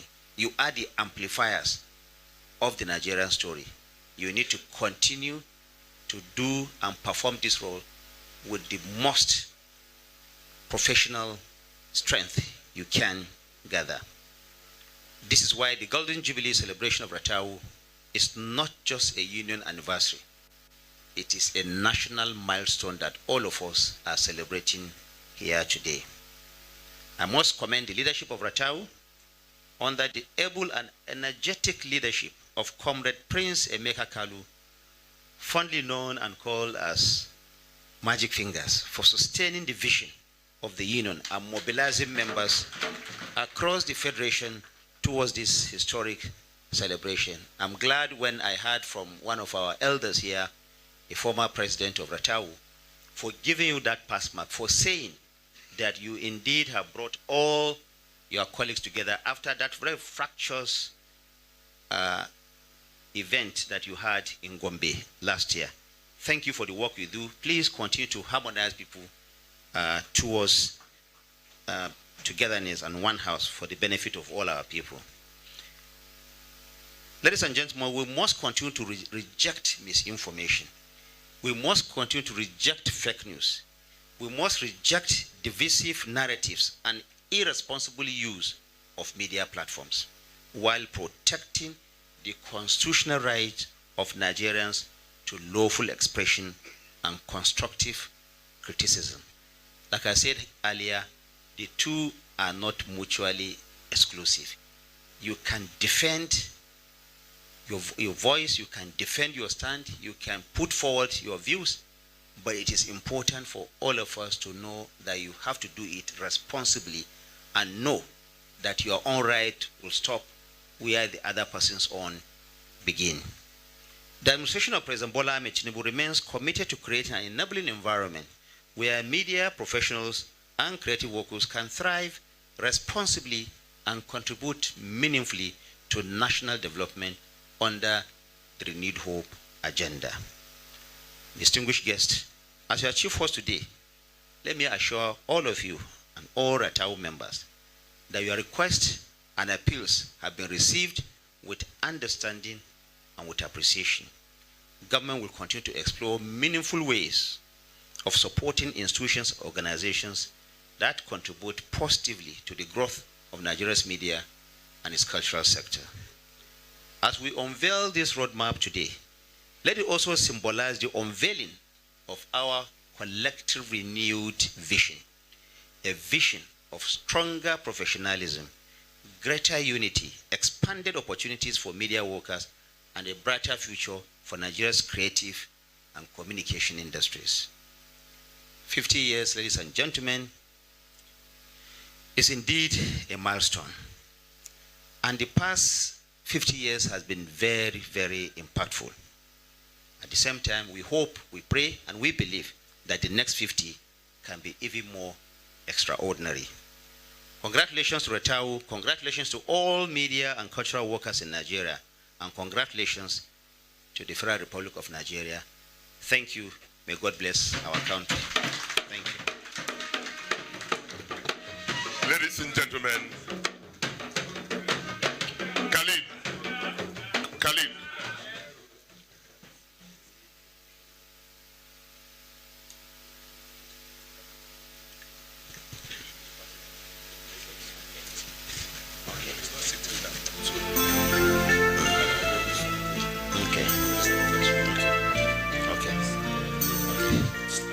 Okay, thank you very much. I'm just being told that we have very eminent personalities that came in while I was reading this speech.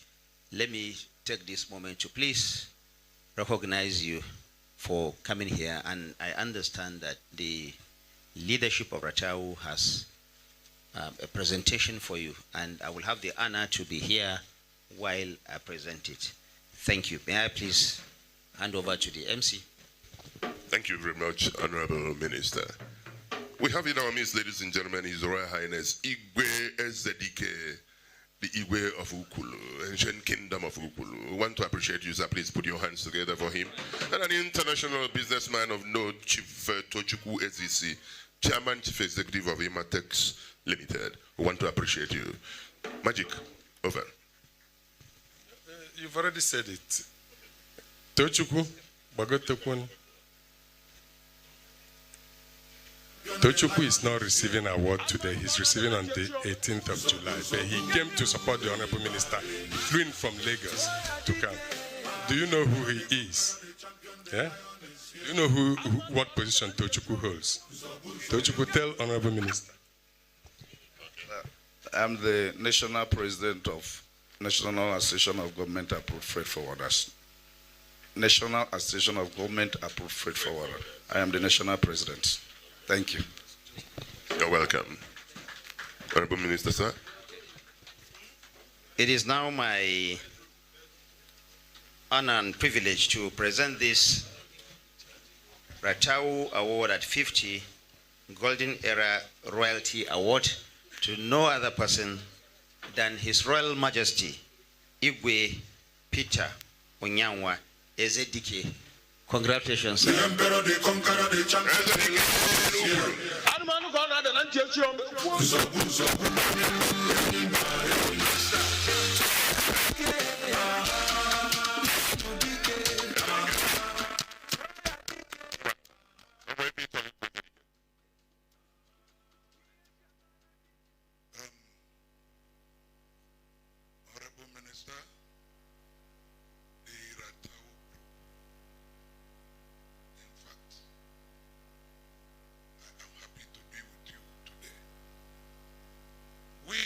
The grassroots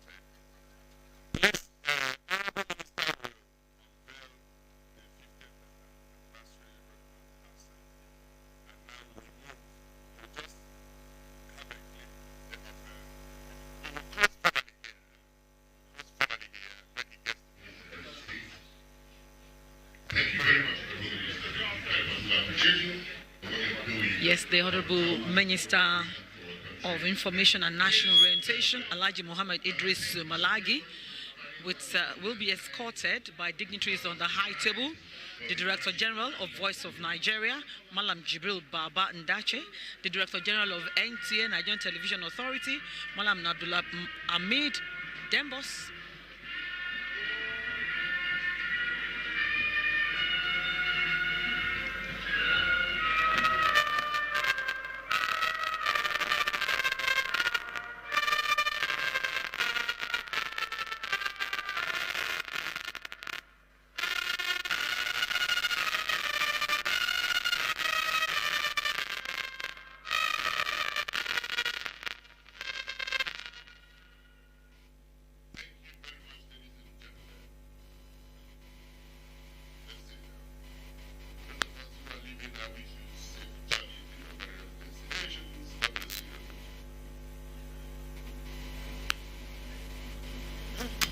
within the media and creative sector.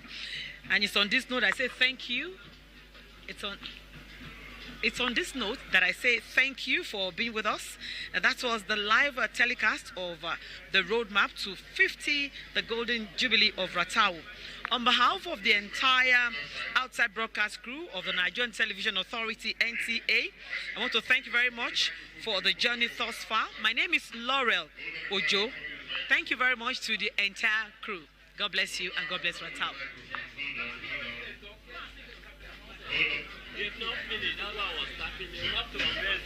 I'm saying they are going up for the unveiling.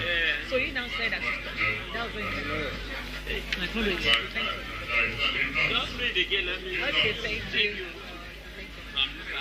Can just read again. Only here, right? Well, as Ratau approaches its 50th anniversary, the Golden Celebration, the union stands as one of Nigeria's most important labor organizations within the media and creative sectors. So it's on this note that I say a very big thank you to you for your time, for being part of this live telecast of the roadmap to Ratau at 50. On behalf of the entire outside broadcast crew of the Nigerian Television Authority, thank you very much for this journey thus far. My name is Laurel Ojo. Bye for now.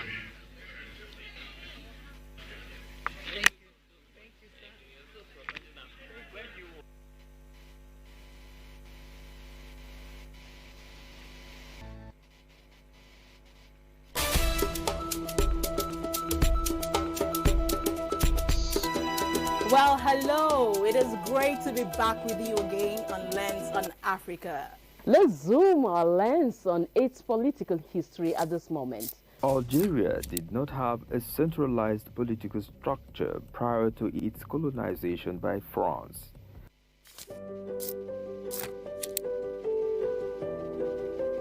It is now time for our weekly roundoff of African history.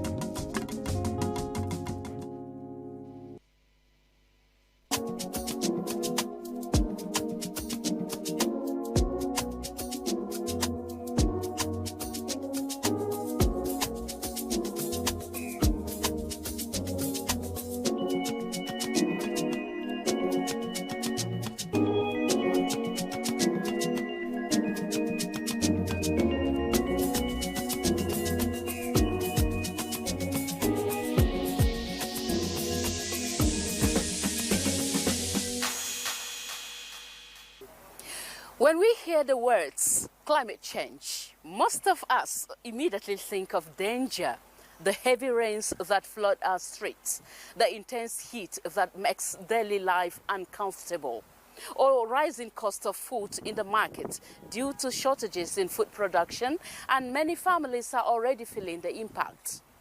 Of course, those realities are serious and demand urgent attention. But what if there is another side to this story? Climate change is not only bringing problems, it is also creating opportunities. Think about it this way. Because of the constant power challenges and rising fuel costs, more people are now turning to solar energy. Today, young Nigerians are making a living installing solar panels, selling inverters, and providing clean energy solutions. That's a job, and that's income. Look at waste around us. What used to be pure dirt is now becoming money. People are recycling plastic bottles into building materials, furniture, and even fashion items. So, something we once threw away is now putting food on the table. Even our farmers are adjusting. With the weather no longer predictable, many are learning new ways to farm, using better seeds, improved irrigation, and weather information to protect their crops and increase yield. Indeed, climate change is a serious challenge, but it is also pushing us to think differently, to be creative, to find new ways to survive and even thrive. On this edition of EcoFrontline, we are asking a simple but powerful question. Can climate change actually create opportunities for everyday people like you and I? Stay with us as we break it down in a way that truly connects to your daily life.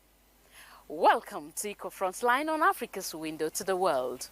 I am Nolin Ebel-Ame. Let's find out if Nigerians are really aware of the job opportunities climate change presents nowadays. Thereafter, we take our background report on the experts' view on the subject matter. Stay tuned.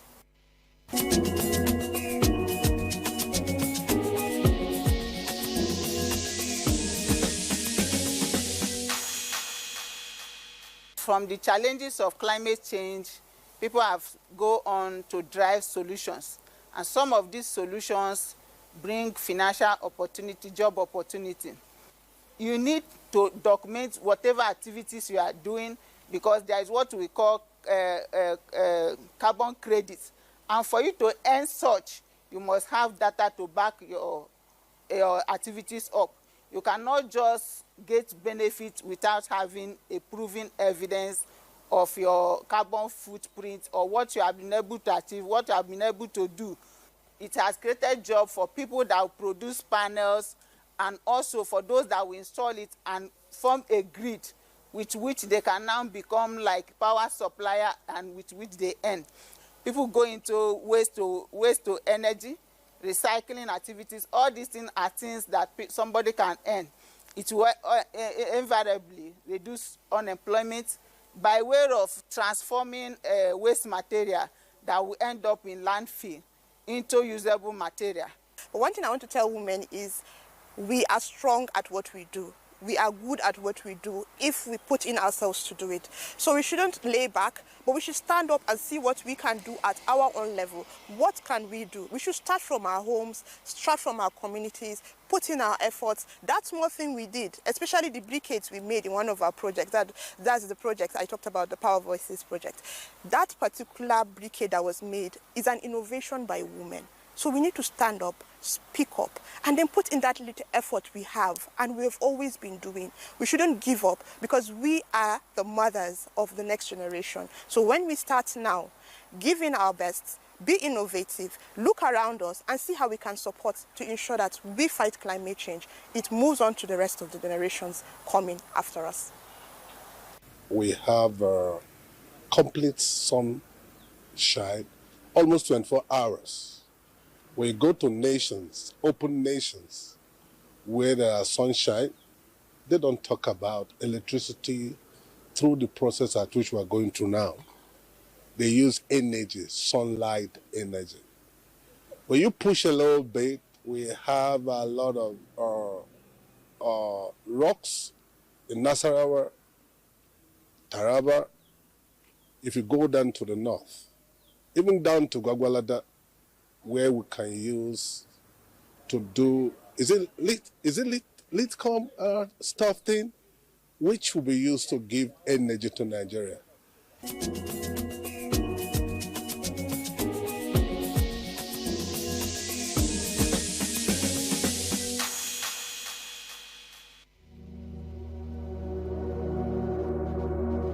For decades, climate change has been framed around fear rising temperature.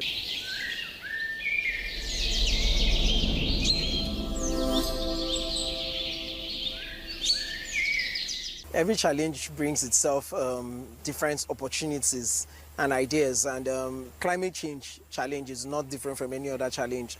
If you look at the reality in Nigeria, the challenges across different sectors, across different levels, individual, community, states, and national issues. If you look at all of those problems, our social, economic, cultural, health, literacy problems, and the climate change as a whole, you realize that the challenge creates huge opportunities, huge, enormous opportunities. And you can take this sector by sector and at individual levels. So let's start with, for instance, agricultural sector. Nigeria's agricultural sector already we're dealing with lots of waste, enormous amount of waste. Depending on crop, food waste ranges between 40 to 60% in Nigeria. And this is a country where we're talking about close to 250 million people as at today. Our number would be about 40 million by 2030, 2050. And then we're still dealing with a very small, the population is increasing, but our land is shrinking. So what this means is we need to ensure that we take advantage of what opportunities can we use in terms of growing food for increasing food markets, given the climate change challenges. How do we grow food for a growing population with limited access to land? One of the opportunities already happening somewhere in Ibadan. It's called soilless farm. A lot of people are doing aquaponics, where they are now growing vegetables. Instead of looking for massive soil lands, we're now having people grow vegetable with PV pipe and the rest of that. We're having people grow food in baskets. So this is a huge opportunity that business people can take advantage of. Households can take advantage of it. Today we're having people who, their houses, in front of verandas, they can plant vegetables, even in them. Even if you're living upstairs in your story building, you can have a long slab where you could grow your vegetables, you could grow your pepper. Climate change challenge is telling you land access is going to reduce. The insecurity is even telling us, we're having limited land spaces. So growing food in small sacks, innovative technology in growing foods with PV pipe, aquaponics, these are big, smart, innovative business. Climate change brings one other big opportunity in agriculture. It's called integrated farming systems.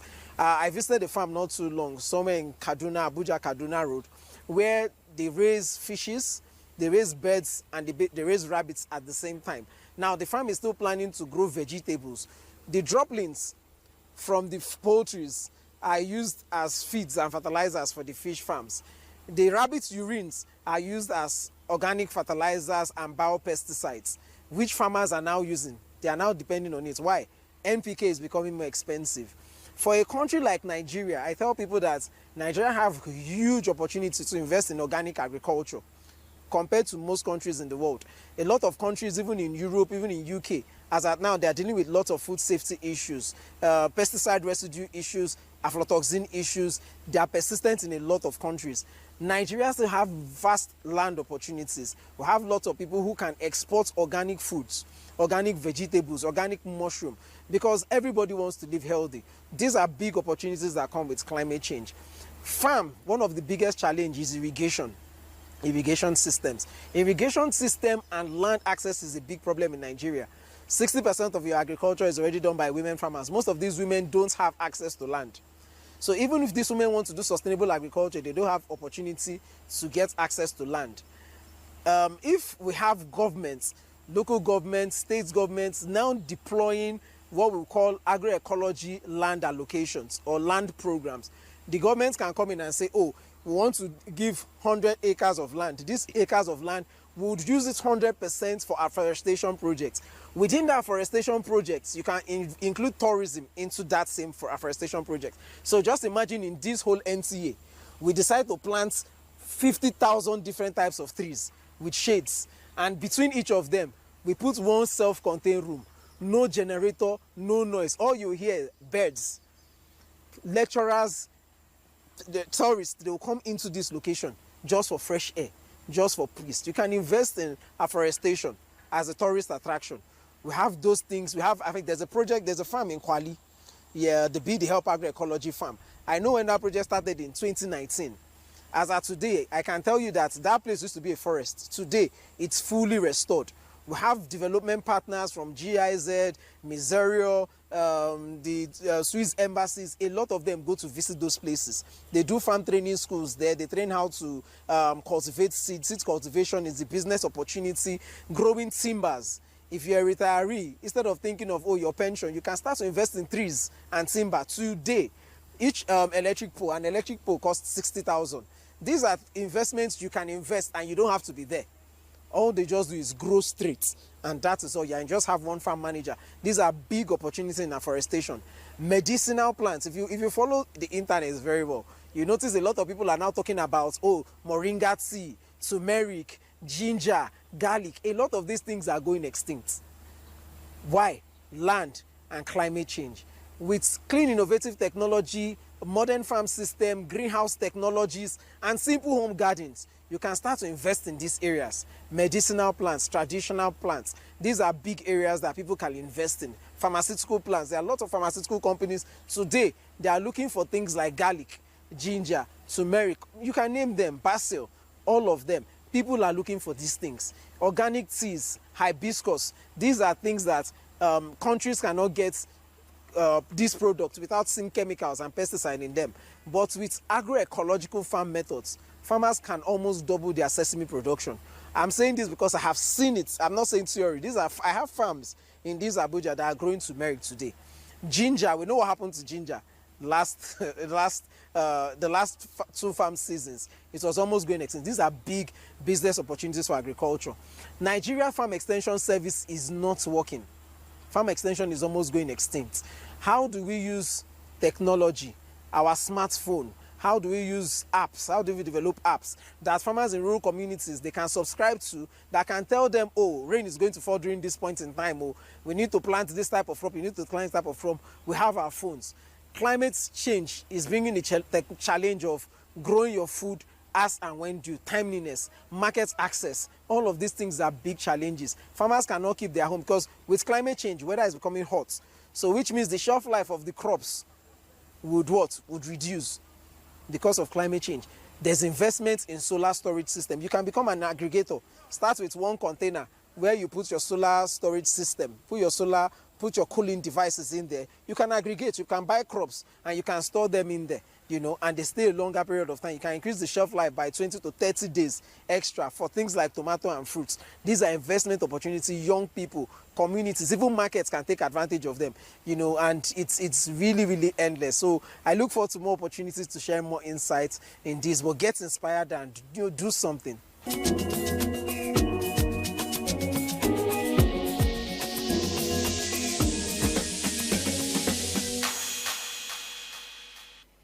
Our experts' view there on Eco Frontline, talking about climate change and the opportunities thereof.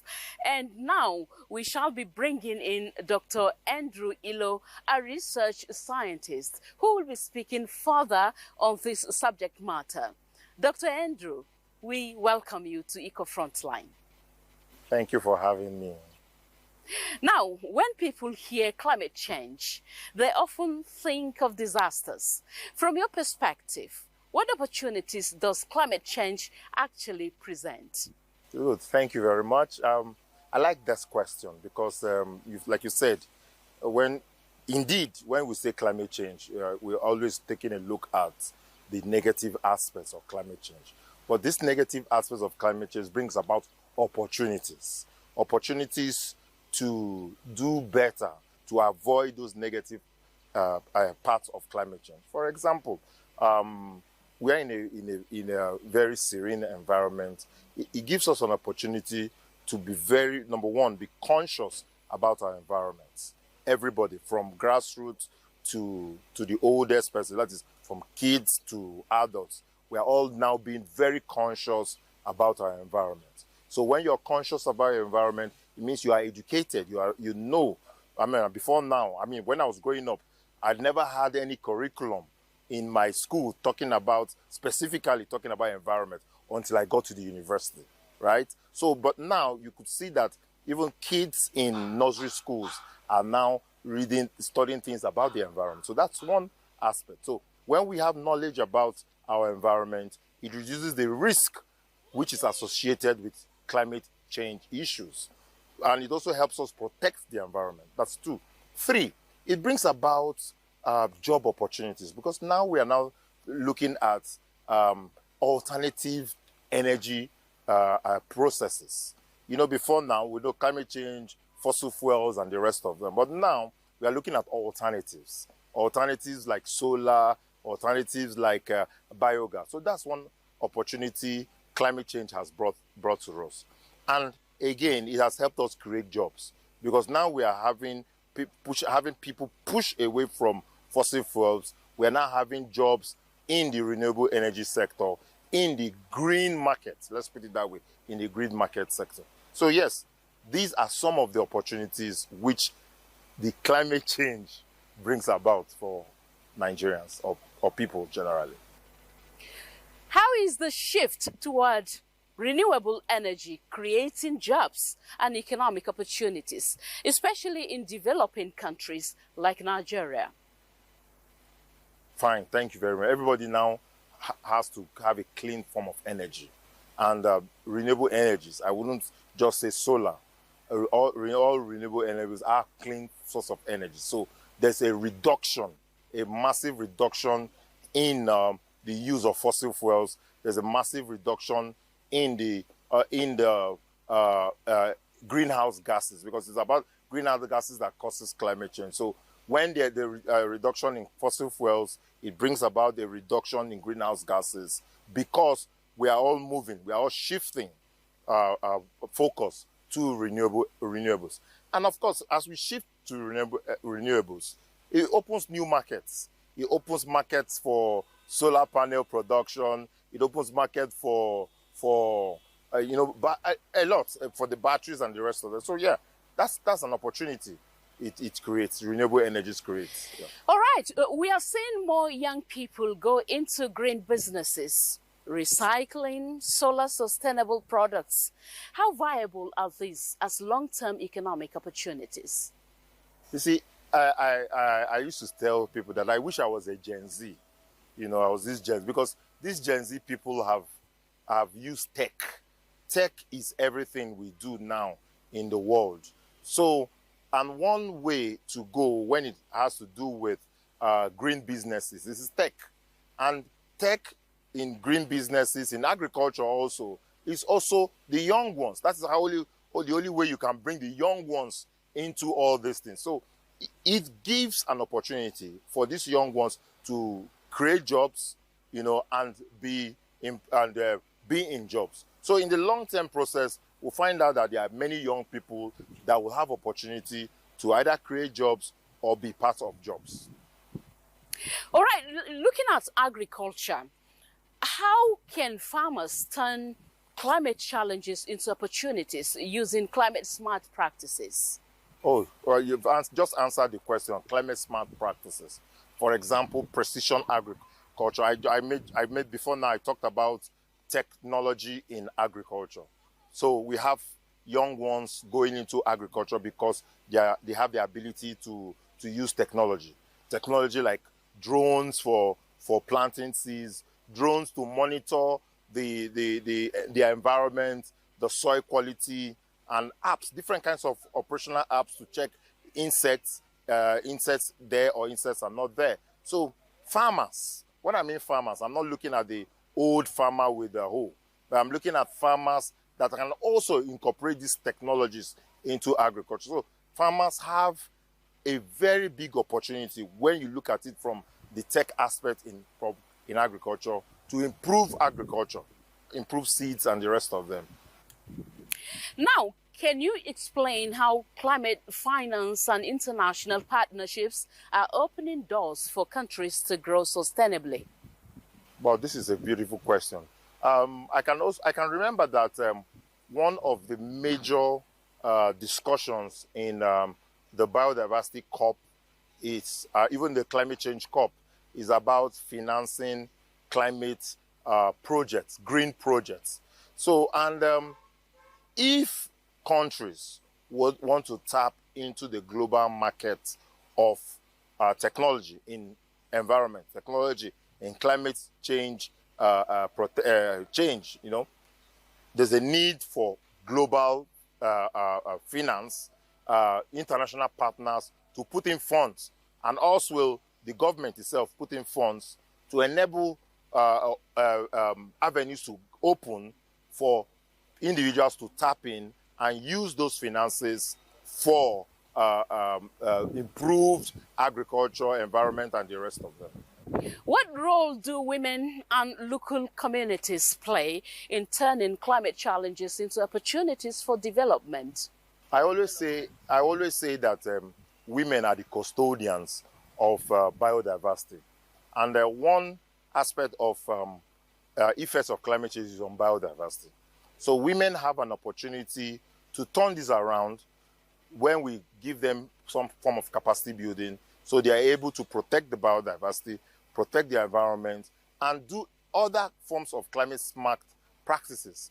Climate smart practices in agriculture, climate smart practices even in their homes, because now you would want them to use improved wood stoves, not to just go and be cutting down trees and be using firewood. But now you get them improved wood stoves, rather than use plenty firewood, they are using one firewood, to use. So those are climate smart, local, but efficient technologies which women can enhance.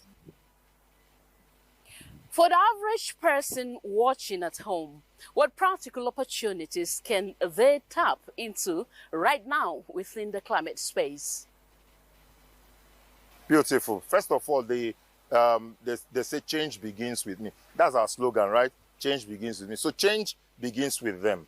How about them starting with sorting their waste out in their various houses? How about them reducing the amount of energy that they use in terms of burning gases and the rest of them? How about getting some form of solar solutions to their house? These are some of the opportunities individuals can tap in for themselves, and they contribute to the greater the good of climate protection in the environment, in our society. Very well spoken, Dr. Ilo. What role should governments play in turning climate change into real opportunities? And are current policies and investments enough to support green jobs, renewable energy, and sustainable development? Yeah, I must confess the government has done well. I could remember that Nigeria was one of the countries that floated the green bonds. So the Nigerian government is very, very conscious about environmental issues, and I think they have done really well. But what we want to ask them, we are like Oliver Twist, we ask for more. That government should bring up more policies that could help in combating climate change. For example, we can put subsidies on some renewables. That alone can even help in helping to mitigate climate change issues in Nigeria. Thank you very much for your insight on Eco Frontline, Dr. Andrew Ilo. Thank you very much. I'm happy to be here. Thank you. Very well. Yeah. As we have heard today, climate change is not just a story of crisis. It's also a story of possibility. Thank you for watching Eco Frontline. I am Nolin Ebel Army. Stay informed, stay engaged, and be part of the solution. Bye for now.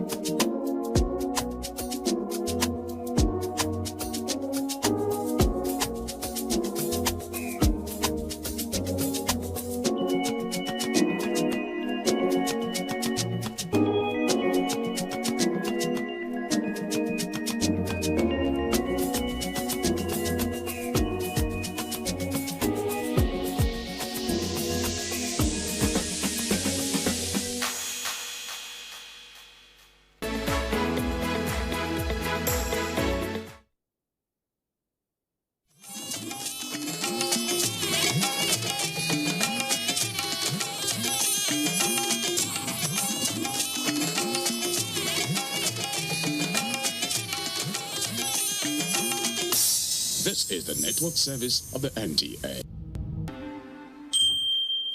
Godrich Air Pocket?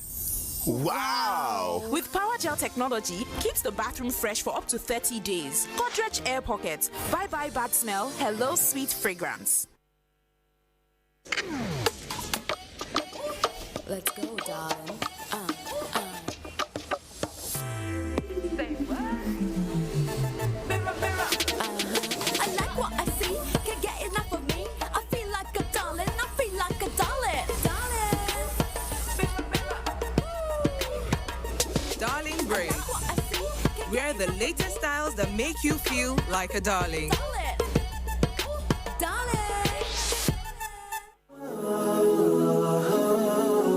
As the month of Dhul Hajj approaches, this is a special time to remember Allah and spend extra time in good deeds. This is a unique opportunity to sincerely repent, get closer to Allah, and combine acts of worship in a way that is impossible at any other time of the year. Furthermore, giving charity attracts great reward, especially in these first 10 days of Dhul Hajj. The world is facing global economic crisis with millions on brink of starvation. You can make a huge difference by supporting and sponsoring this year's Hadaya sacrificial animal to needy communities in our country. Prophet Muhammad, peace be upon him, said, "For every hair of the Hadaya, you receive a reward from Allah subhanahu wa ta'ala." Free Hafiz scholarship programs for youth is one of our development projects. With your support, we can build conviction in the heads of Muslim individuals and reunite as a community to benefit humanity. For donations to actualize these novel initiatives, Non-Violent Peace Initiative account number 1771660076, Bank Polaris Bank, or Guaranteed Trust Bank account number 0457070109. Management Announcer. Kano, are you ready? The biggest gathering of advertising and marketing professionals in northern Nigeria is here.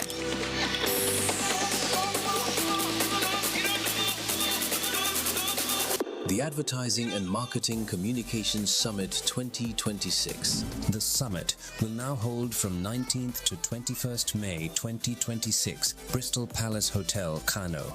Powerful conversations, inspiring ideas, and game-changing opportunities. Supported by the Advertising Regulatory Council of Nigeria, the Nigerian Television Authority, NTA, and the Kano State Government. Working together to shape the future of communication in our region. Advertising, media, branding, business. This is where you need to be. Don't miss out. Be there. Register now. Limited slots available. Call Advertising and Marketing Communications Summit 2026. Shaping the future of communication.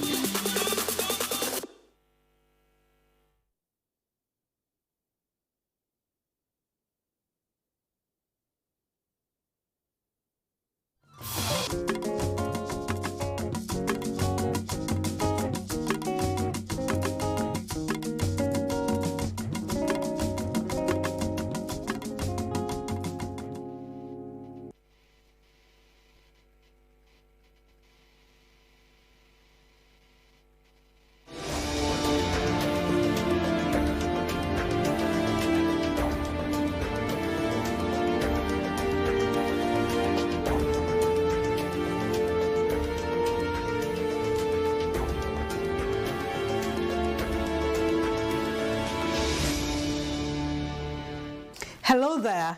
It's a great pleasure to welcome you to this episode of NAFDAC and Your Health. This is the program where we bring you insightful information about NAFDAC's activities aimed at safeguarding the health of the nation. My name is Okwejemi Urimolade. The first segment of today's episode of NAFDAC and Your Health focuses on the efforts of NAFDAC under the leadership of its current Director General, Professor Mojisola Adeyeye, to further strengthen the synergy between the agency and other agencies and organizations in advancing the goal of safeguarding the well-being of Nigerians. And then, the second segment will feature highlights from the signing of a Memorandum of Understanding between NAFDAC and the Federal Competition and Consumer Protection Commission.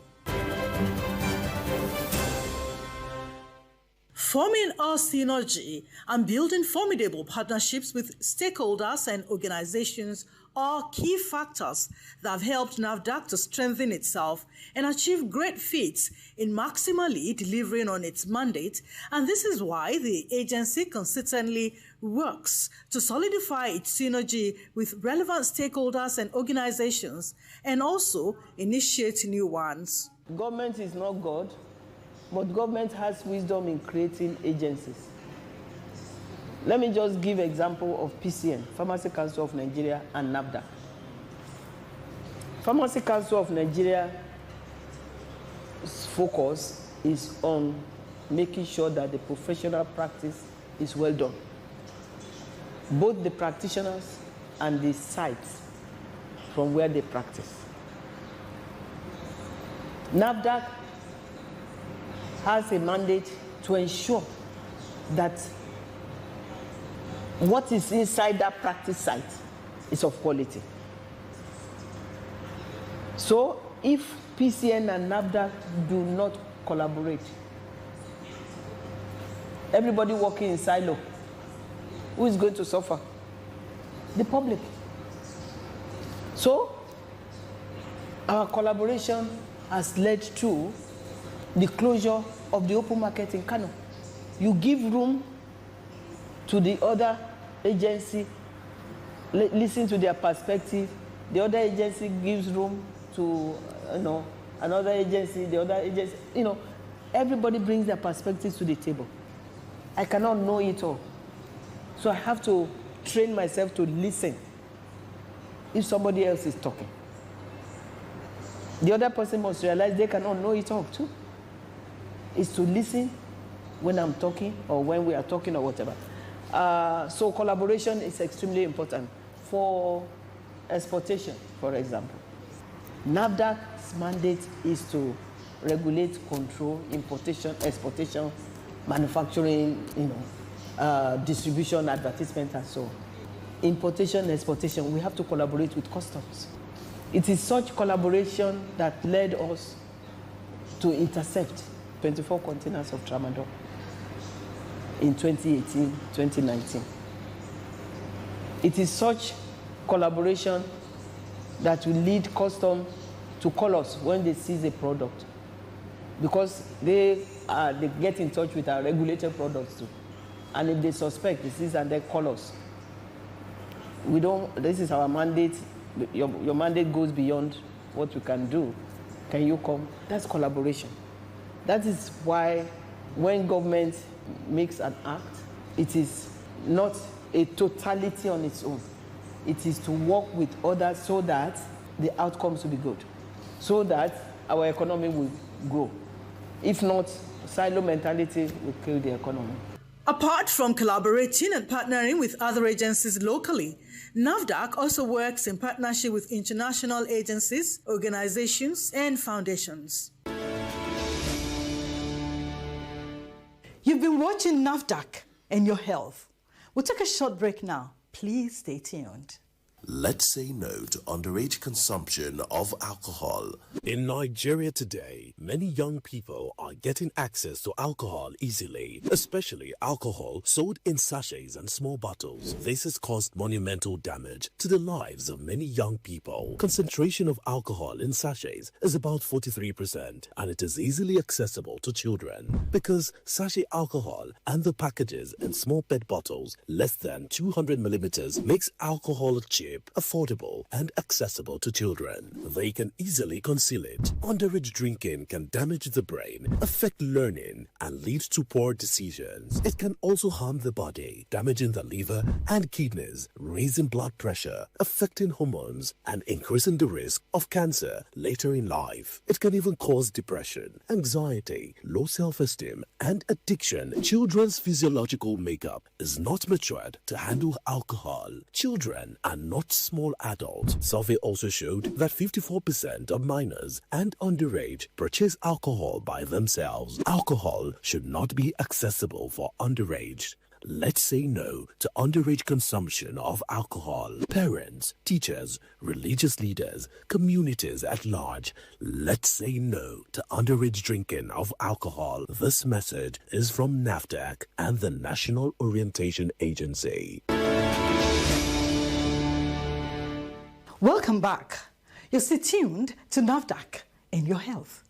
The National Agency for Food and Drug Administration and Control, NAFDAC, has again extended its ties with other government agencies by signing a Memorandum of Understanding with the Federal Competition and Consumer Protection Commission, FCCPC, the agency that ensures that the rights of consumers are duly protected.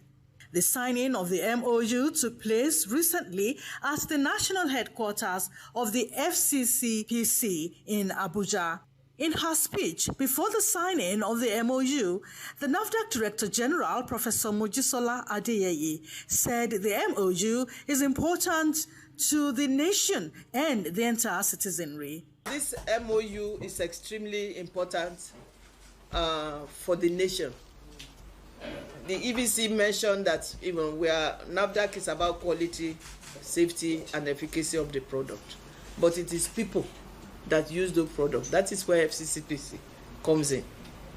It is us that use those products, and we have the right to complain so that NAFDAC's work can be effected, so that the consumer protection, the world will know that we are thinking of ourselves, because essentially it is thinking of the user of the product.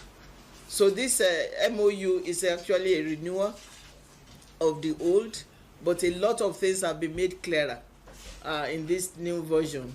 The NAFDAC DG also commended the Chief Executive Officer of the FCCPC for its promptness in addressing issues that concern the rights of consumers. Body language can say more than even written, and Mr. Tunji Bello has already demonstrated through body language reaction to complaints that I personally as a consumer brought to him, and the 2 times that I've complained to him, he responded almost immediately. And the merchant or the enterprise that I was complaining against quickly made amends. That's body language that surpasses written documents. MOU is very good, but you can use a right MOU and pack it and put it on the shelf. But if there is no action taken, body language that shows, yes, we want to work together, he has demonstrated that without doubt. Nigeria is fortunate to have him in this agency, because we can say, okay, we are civil servants or whatever, and just do it, just do something and pack it. But when the action is not taken, it's just theory, and we don't need theory when it comes to consumer protection. We need action. Professor Mojisola Adeyeye also assured the Nigerian public that with NAFDAC and FCCPC, the safety of their health and rights as consumers is assured. For our people that are watching us, just know that you are on our mind.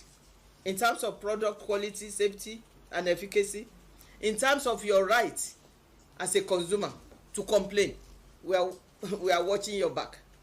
FCCPC and NAFDAC. The CEO and Executive Vice Chairman of the FCCPC, Dr. Tunji Bello, in his own speech, explained the purpose of the MOU and the benefits derivable from it. This event marks a deliberate step forward towards strengthening collaboration in the service of Nigerian consumers, particularly in areas where product safety and consumer protection overlap and require coordinated action. The mandates of the FCCPC and NAFDAC are clearly set out in law, although their functions increasingly overlap in practice.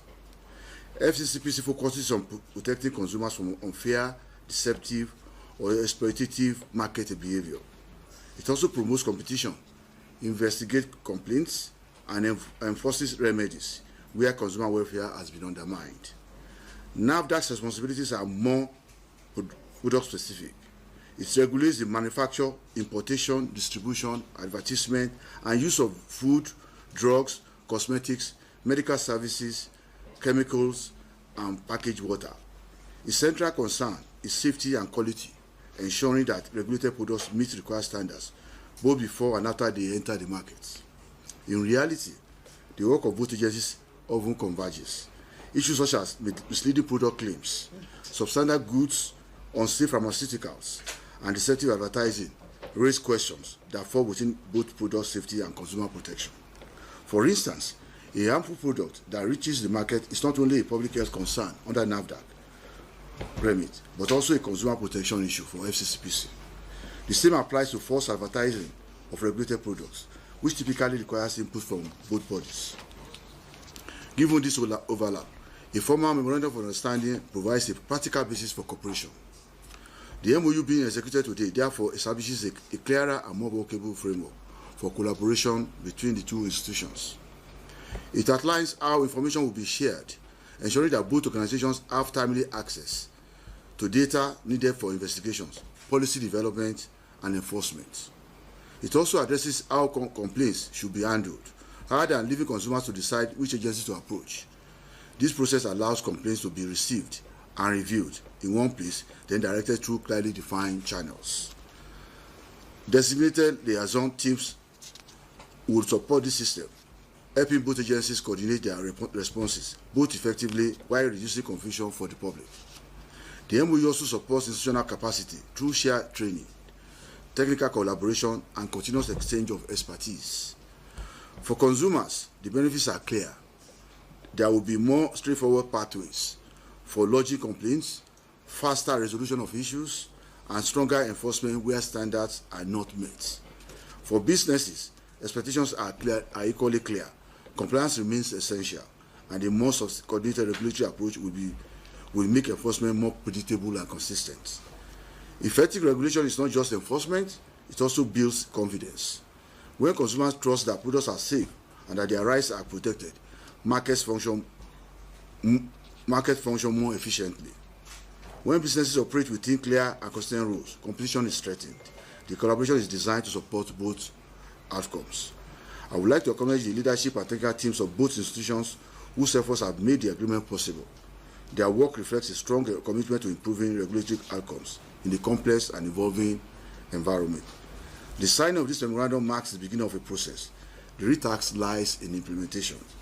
The systems established here must be used actively, reviewed regularly, and strengthened where necessary. Ultimately, the success of this partnership will be measured by the result it delivers. The FCCPC is committed to working with NAFDAC and other relevant institutions to protect consumers and promote fair, well-functioning markets. This agreement represents a clear and practical steps in that direction. On the NAFDAC DG's entourage to the FCCPC headquarters was the Director, Planning, Research and Statistics, Dr. Bello Salihu, Pharmacist Musa Kalat, a Deputy Director and Special Assistant to the DG in Abuja, Director, Legal Services, Barrister Mohammed Habib, the Head of Reforms Unit, Mrs. John Abago, and the Public Relations Officer in charge of Protocol, Mr. Oshiemi Adegboyega. You've been watching NAFDAC and your health. We'll take a short break now, please. Safeguarding the health of the nation. Welcome back. You're still tuned to NAFDAC and your health. And now, moving on to NAFDAC news updates.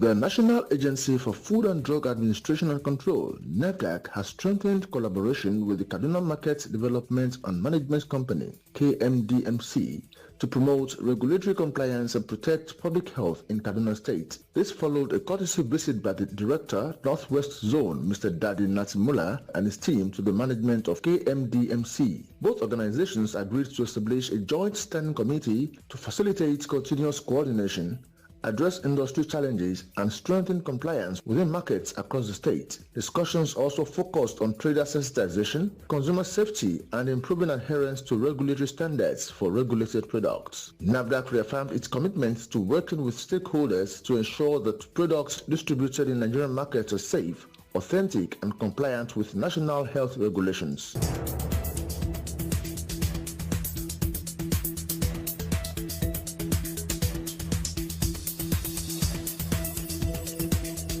The National Agency for Food and Drug Administration and Control, NAFDAC, is notifying healthcare providers and the public of the circulation of counterfeit or falsified Augmentin 625mg tablets with batch number AC3N in Nigeria. NAFDAC has received information from the marketing authorization holder for GlaxoSmithKline products in Nigeria regarding suspected counterfeit Augmentin 625mg tablets. This alert follows a series of complaints received by the genuine manufacturer GlaxoSmithKline (GSK) regarding suspected counterfeit Augmentin 625mg tablets bearing the batch number AC3N circulating in Nigeria.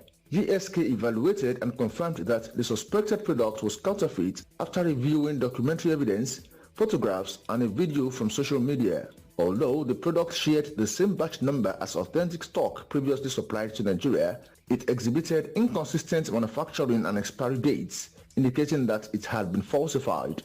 Findings from the manufacturer's investigations are as follows. Batch AC3N was manufactured at Worthing, United Kingdom on 23rd August 2023. The batch was packed between 19th and 20th of September 2023. No batch with the number AC3N was produced in September 2025. The manufacturing and expiry dates shown on the suspect sample are inconsistent with GSK production records and cannot be attributed to a GSK-produced batch. Packaging level discrepancies, including textual errors and poor fin seal, were identified. Based on the evidence reviewed, the product was assessed as counterfeit. Augmentin is an antibiotic used for treatment of bacterial infections. Any falsified version may contain incorrect amounts of no active ingredients or harmful substances. Healthcare professionals are advised to review stock in hospitals, clinics, and pharmacy stores. Immediately quarantine any suspected counterfeit stock and discontinue the sale or distribution of any suspected counterfeits. Report any suspected, falsified, or compromised products to the nearest NAFDAC office or call 0800-162-3322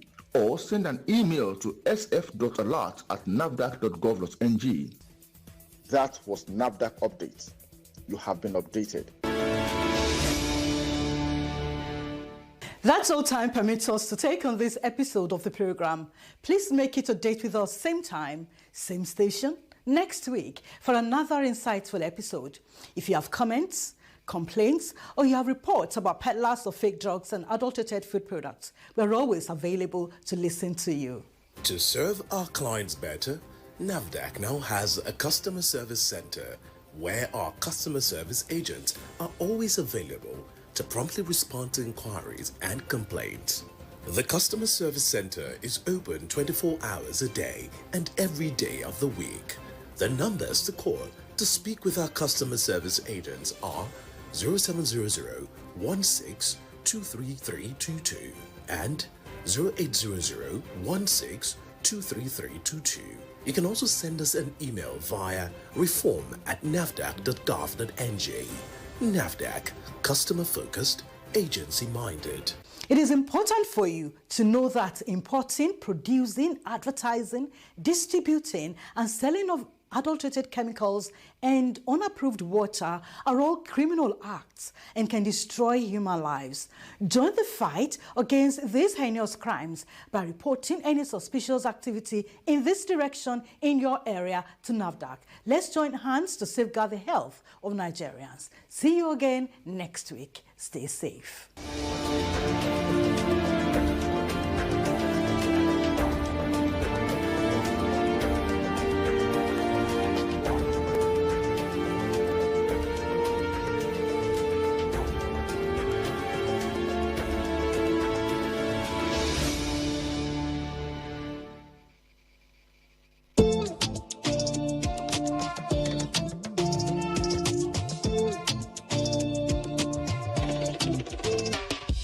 got a willingness to contribute positively to the well-being of my fellow citizen. As a Nigerian, I'm a provider, helper, listen to me. As I listen to you, I'm a born winner and I cherish security. As a Nigerian, I'm a real Nigerian, born Nigerian, a resilient Nigerian.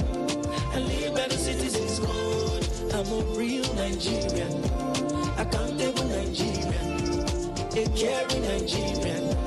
I live by the citizens' code. Green, white, green, oh, I pledge my dear country. I'm embodied with observance and courtesy. There is nothing in this world above me, if no be God. Pushing against all odds till my goals are attained. Nigerian spirit, Nigerian dream. Nigerian spirit, Nigerian dream. I know if you forget Nigerian promise to be. I am reliable. Oh, I know I'm responsible for my actions. I am strong, healthy. Can't you see I am blessed? I'm a real Nigerian, born Nigerian, a resilient Nigerian. I live by the citizens' code. I'm a real Nigerian, accountable Nigerian, a caring Nigerian.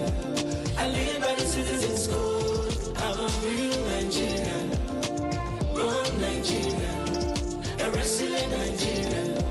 I live by the citizens' code. I'm a real Nigerian, accountable Nigerian, a caring Nigerian.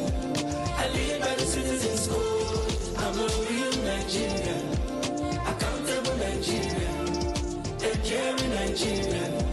I live by the citizens' code. I'm a real Nigerian, accountable Nigerian, a caring Nigerian. I live by the citizens' code. Moving Nigeria to greatness.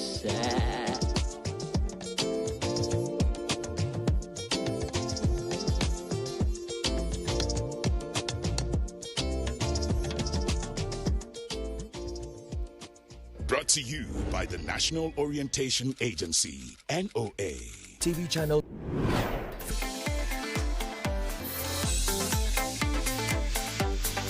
You can also see us on Facebook and YouTube for quality content on the go. NTA International, Africa's window to the world.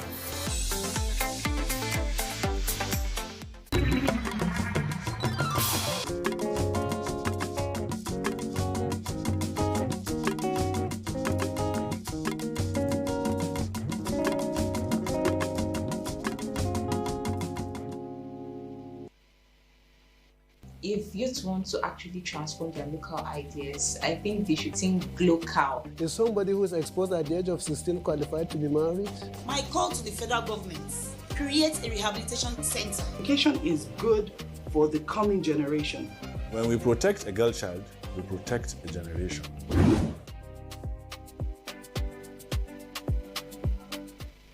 A successful marriage is not built on love alone.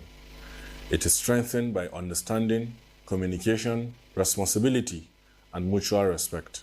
Welcome to Grassroots. I am Muhammad Kabir Mukhtar. Today, we examine an important but often misunderstood issue affecting relationships and marriages, which is sex education before marriage. In many communities, discussion about intimacy and reproductive health are often avoided because of cultural beliefs, fear, or discomfort. Yet, silence does not remove curiosity, and lack of proper knowledge often creates confusion, fear, unrealistic expectations, and avoidable problems within marriage. Many couples enter marriage unprepared for the emotional, physical, and psychological realities of intimacy. Sex education is not about promoting immorality. It is about providing accurate knowledge, encouraging responsibility, promoting healthy relationships, and helping individuals make informed decisions before committing to marriage. But why is sex education before marriage so important? How does lack of knowledge affect relationships and family stability? Well, on the Grassroots today, we have the advocates and phenomenal speakers in the frontier of marriage. We have Mr. Obadiaru Emmanuel, who is a marriage counselor, podcast host, and hardware and network engineer who uses digital platforms such as TikTok and YouTube to educate, guide, and inspire individuals couples on building healthy relationships and stronger marriages. You are welcome, sir. Thank you. It's always nice to be here. We also have Hajia Asmau Abubakar Gogo, who is a respected businesswoman and entrepreneur.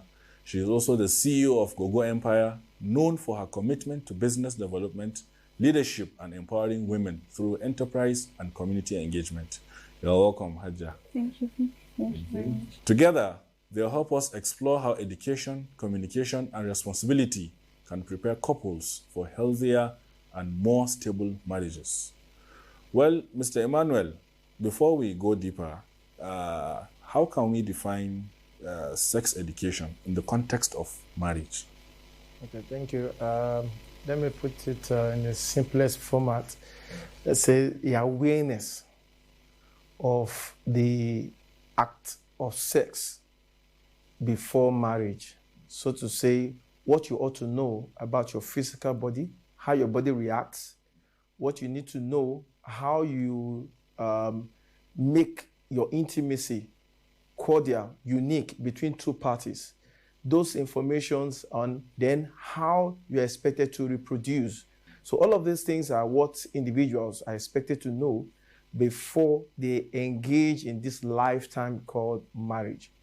Definitely, thank you. Ajay, is there any addition you want to do? Okay, it's sex education is more of exploring values, belief on how to navigate relationship with oneself, because it starts with you first, then your partner, and also people around you. So, and one's sexual health. But why do you think it is very important for couples to be aware of this information before they even agree to get married? It's really important because they are couples. They're going to spend the rest of their life together. And without knowledge and understanding, it's not something that will work. And with the way it is, we all need knowledge about things. Knowledge is not limited. Knowledge is something everyone should always seek for. So it will help couples to understand their partner more, and not just their partner, people outside them. Well, thank you. Mr. Emmanuel, in our communities today, this kind of topics usually are considered more like a taboo to even discuss them. How do you think this silence has affected the health of marriages these days? Yeah, the community, the home front has not really helped. A lot of lies have been told around sex education. You know, back in those days, you hear something like, if a woman or a guy touches a lady, she gets pregnant. Or when you know, all of those things. And at the end of the day, when people then discover that all of this were just lies, they now want to go into the act itself, you know, and which has caused us to where we are today in the society. Everybody is now believing that sex is something that they must do within the time frame, that if they don't do it, even the society is even making it worse. You know, within 2 or 3 sets of people, if within age 18 to 25, if you have not been sexually active, they tend to societally look at you as if you are nobody. You know, these are the things that pushes people to be what they really don't want to be at the end of the day. For instance, you mentioned before, when we were kids, they will tell you when a boy touches you, immediately you get pregnant. You know, there are things that young people, it enters their head, and they used to have some kind of misconceptions about sex education entirely. How, apart from that, are there other things that you feel is affecting the young people due to lack of education? The parental guidance too. Yeah, you as a parent, you are not putting your child, you've already seen that part of life already. You're also young when you grow up. So you're supposed to talk to your kids more about it. So if they are not equipped with those, at least charity begins at home, they say. So it should have to be from the parent first. Yeah, so if they're going to be telling them the lie of saying, okay, if a man touches immediately you get pregnant, it's not a fair thing. Yeah, that's true. Well, you want to add something? Yes, ironically, you know, the word sex has just been, you know, put out there as if it's all about pregnancy. Sex is not about pregnancy. Sex has its own values. It has its own advantage. But the truth is that a lot of people believe that when they discuss it, it pushes the people to act. No, sex education pushes you to be aware, make you just like a young child, a female child, as you grow towards 10, 12, and your body start reacting, some part of your body start developing, then you should be told that certain things will happen as you grow up. Menstrual period will start. This even at the male child. So this stage by stage education, if it is from the home, is safer. But when they believe is that when we discuss this thing, it pushes them or causes immorality. And the truth is that it cannot but happen. They will happen. The children will leave your circle at one point or the other. They will mix with people. If you don't tell them the raw truth from the start, from the home, what the society will tell them is going to be way different. And that's where we have found ourselves in the society today. Well, there are a lot of things that bring curiosity now to the kids, to the younger generation, and they want to know more. Yeah, they are very curious about wanting to know more. Well, we'll go on a break to listen to spoken words and commercial time out. We'll be right back with more conversation from the grassroots.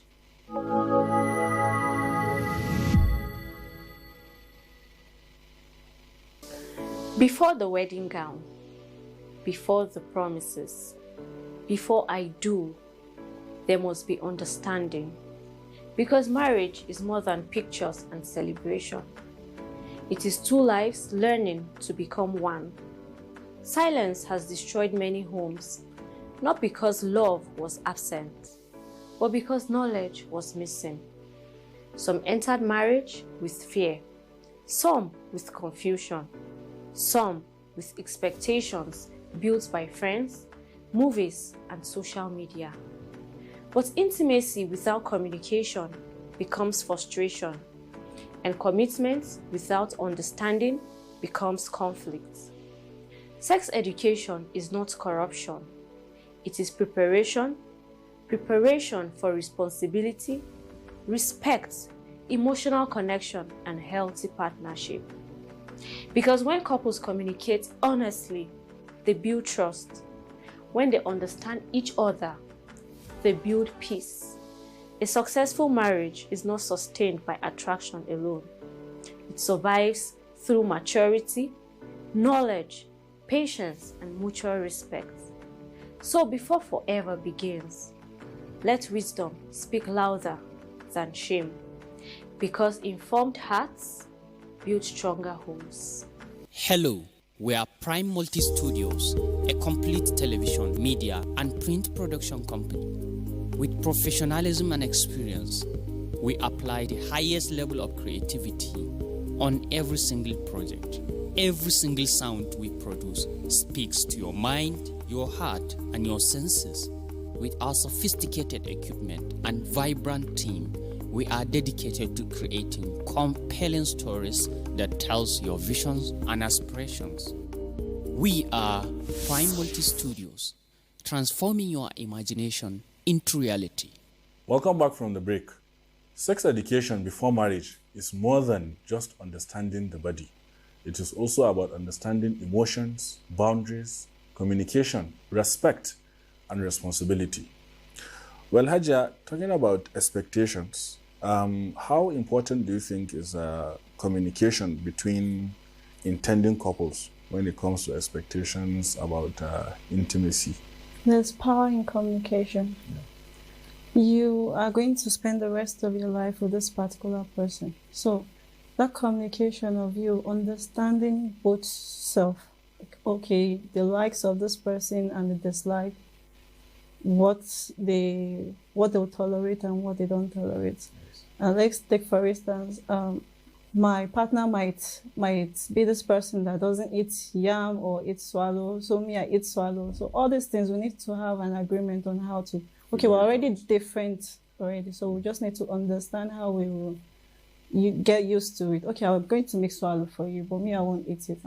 But you see, with time, with communication, with time, I might learn to start eating swallow because of him. Understand? So there's a power in communication. Even you go into the market, if you can't communicate or you can't get something from who you want to buy something from. That's true. Do you want to shed more light, Mr. Emmanuel? Yes. So I just want to chip in one or two. First and foremost, marriage is based on three factors. Number one, companionship. Companionship, compatibility, procreation, and satisfaction. You see, before you venture into the world of marriage, because marriage is a world on its own, and it's the only institution where you are certified before you start, because it's believed that you must succeed in this race. So the two of them need to communicate, know themselves, know, like she said, what you like and what you don't like, and see how you blend. The dislike of this person, can I blend with it? Even if I know the dislike, can I solve all of this moving forward? But ironically, I've talked to a lot of intending couples, and obviously they don't really know what they want to do. A lot of people get married because of societal approval. My friends are getting married. If I don't get married now, everybody's putting pressure on me. My family's putting pressure on me. My mommy wants grandchildren, blah, blah, blah, blah, like that. My friend is married, so I must be married. All of this push people beyond their limit. There is this part, like I always tell them, self-discovery. You need to know yourself before you need to know another person. And your father's house is not the same as your married home. So coming to know what marriage is about, the likes and dislikes about marriage, because the marriage will bring out the true nature of yourself. What you've experienced in your father's house, marriage will bring it out. But you see, obviously, many of these young ones go into marriage because of sex. They believe that marriage is the asset to have free sex anytime they want. And the ironic truth is that sex is not love. It's not love. Sex is not a proof of love. So and that's why you see they go into marriage, few weeks, months, years along the line, they find out that sex is no longer what should drive the home, and they break up at the end of the day. So the education, the communication, the awareness of what they want to embark upon is really what they should know. These days in Nigeria, or in the world, so to say, people prefer to prepare for the wedding day, not marriage. They spend millions of naira preparing for one day's event rather than spending time for the marriage itself. That's where we are today. One issue I know that causes conflict, not actually separating the marriage, is tissue paper. The other person wants the tissue paper to be hung from this side. The other person wants the tissue paper to be hung from this side. And it became a problem, a serious problem. And that was why I told you that the first thing in marriage is compatibility. Yes.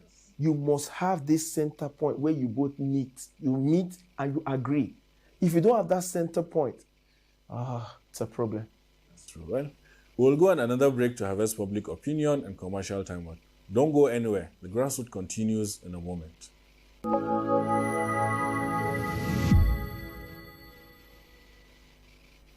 Sex education, we all know it's just about understanding of body, your relationships. So before you venture into relationship or marriage, things you need to understand before you venture into it. We all know that in the past, in those days, your parents will not even tell you about, older parents, they will not inform you or tell you anything about sex education.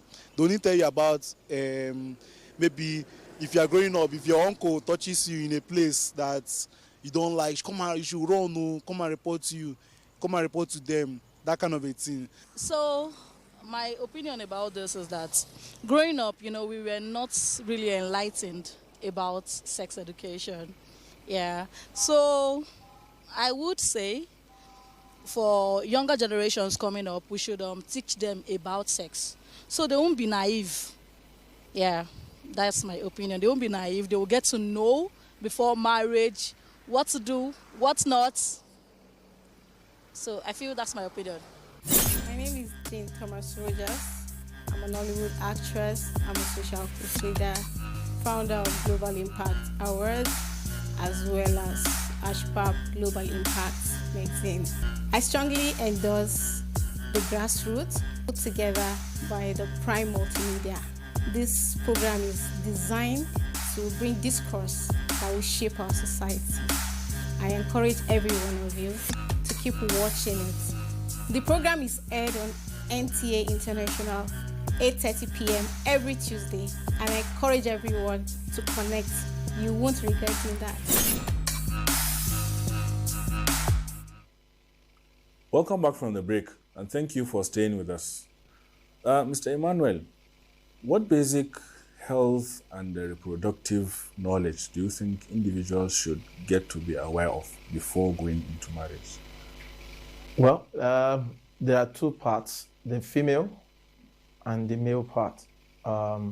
As a female young lady that you want to go into sex life, as in maybe you're getting married and stuff, starting things, it's just like when, you know, the truth is that for a lady, she's aroused by what she hears. Now, the education has to be, what will you hear that will determine the truth that you have to react to? Because if you react to all you hear, you perhaps be reacting to the wrong set of persons. And also, the guy will react to what he sees. How will you accredit what you know you're saying, but is it real or not? These are the balance we need to bring up in our society as to educating our young ones, even the elderly ones.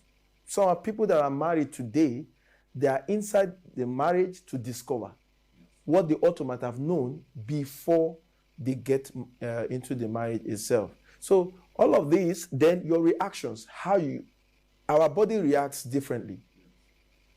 Sometimes you need health practitioner to talk to you, because you find out that some people's drive, sex drive, is way beyond another person's own. And that is what has happened to break some marriages. While they were dating, perhaps who they dated might have more sex drive and get to marry someone that doesn't have that sex drive. Understanding your body differences comes to play. If not, you still find people that are married still going for extramarital affairs because the mind has not left the experience. Is there any addition? Yeah, and also managing behaviors. Like, let's take for instance, you see, we women, when it comes to this menstrual cycle, there's this mood swings that come. So some men don't really understand that part of it, where a woman gets this mood swing when she's on her cycle, and she gets irritated with a lot of things then. But some men think it's maybe she's bringing up attitude or something, but they don't know that's just the how love comes out. Yes, and it becomes a problem to them. So they need to understand. I've seen somewhere a guy would stand up like, oh, she's on her period. Well, he has to arrange himself very well if you're going to do everything, because the next thing is he don't want the quarrel, so you already know. You already understand his partner. Or even during pregnancy. Yeah, and during pregnancy too. You know what she likes and she don't like, the smell and everything. I don't like this perfume, don't use it again. So some people, it will become a problem. How will you tell me not to use my perfume? You understand? So likewise the men too. Like you said, the body count, the sexual drive thing. Some people might be like, oh, some women, they are very, very active. But some men might not be active as. So all these things needs to be addressed. And knowing each other's weakness, it's a priority. Knowing each other's weakness. My wife is weak at this, I'm strong at this. My wife is strong at this, I'm weak at this. Understanding that difference and helping yourselves to balance it is a big factor. And that is where your maturity comes to play. That is where your compatibility comes to play. And that is where your satisfaction comes to play. So I spoke with a couple a while ago, and the man is the type that once he ejaculates, it's fine. It doesn't matter to him whether the woman is satisfied or not, and he leaves. Meanwhile, the woman has holes in her heart. All of those differences, these are things that you both need to sit down and discuss and know your differences and how to make it up.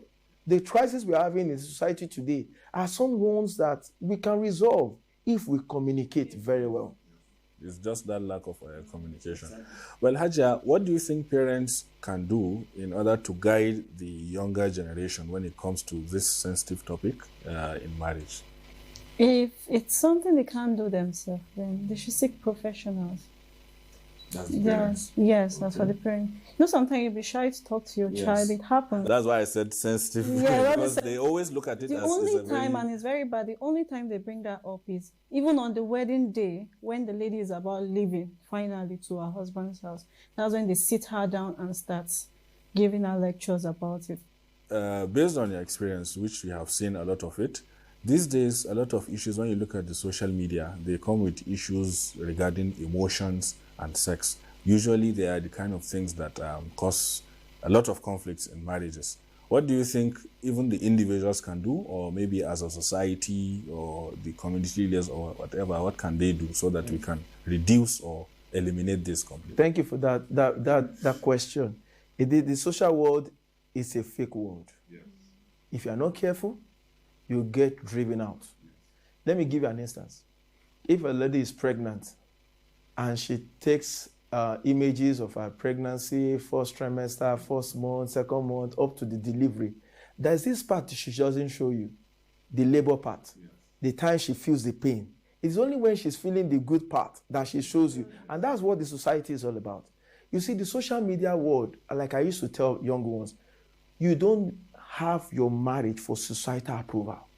No, your marriage should not be based on what the people say or what the people want to say about your marriage. No, your marriage is about you. It's sacred. You're two people that have met and you have decided to bring a home, build a generation, not for the... And that's why you see a lot of homes got destroyed today because of what they saw in the social media.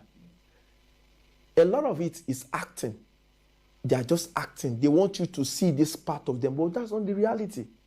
And you see people act this way. The wife also. The husband will not say, you see the way this one is acting. This is the way you are supposed to be. Meanwhile, it is not the real part. It's the fake one It's they are the showing. fake Yes. And so if you come home, understand your partner. It is about me and you. Understand your partner, know your differences, know your action point, and let me end it with this way. A lot of us don't know our love language. What you define as love is different from what I define as love. Some ladies define communication, attention as their own love. If you fail to call them or communicate, they believe you don't love them. Why some men believe that sex, love making is their own drive for them to divide. When you deny them of sex, they believe you don't. See, understanding that difference helps the home to go. Yes. Well, any final advice? At least with knowledge, it will, instead of confusion, there will be connection between those couples. And trust will deepen. There'll be trust within themselves. They'll have this understanding. No, you can be able to defend your partner wherever you go to. Be like, no, she doesn't like this. No, he doesn't like that. No, this is what you want. You can even order ahead of what your partner wants before he or she arrives. So it's really good to have this sex. And I think they should have it too in the syllables, like in schools too. They shouldn't take that out. It should be present because things are still happening in school. And how is it happening when there's no sex education, but it's happening? So we have to just accept that it's there. So we just need to address it so they'll know the consequences ahead of it. Are they ready to face this at the end of the day, or are they not ready? So they need to, sex education is really important. Thank you very much. Well, education, understanding, patience, and communication. We need that. We need to understand our partners. We need to understand who we are having a long lifetime relationship with, because knowledge does not destroy values. It strengthens understanding, responsibility, and wiser decision making. To our guests, Mr. Emmanuel and Haji Asmau, thank you for your unprecedented insights. Thank you. Also to our viewers, remember, healthy marriages are built not only on attraction, but also on communication, understanding, and responsibility. Don't forget to follow us on our social media platforms for more grassroots conversation, updates, and exclusive content. Until next time, I remain your favorite voice of the grassroots. Stay rooted, stay grounded, and keep building from the grassroots.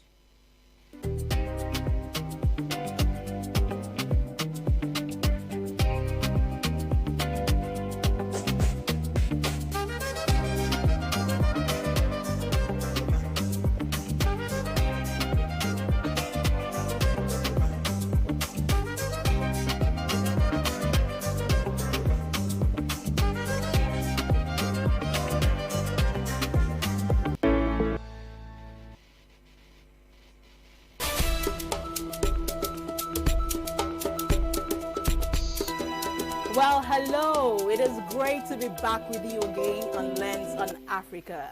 Let's zoom our lens on its political history at this moment. Algeria did not have a centralized political structure prior to its colonization by France.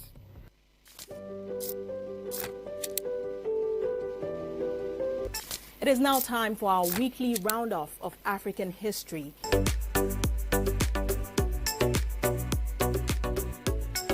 Welcome to the interview segment on Lens on Africa. Examines its relevance, the pathways to achieving it. To sustain productivity, there must be continuity. Where the winds whisper secret, to the sands lies the forgotten kingdom of Damat.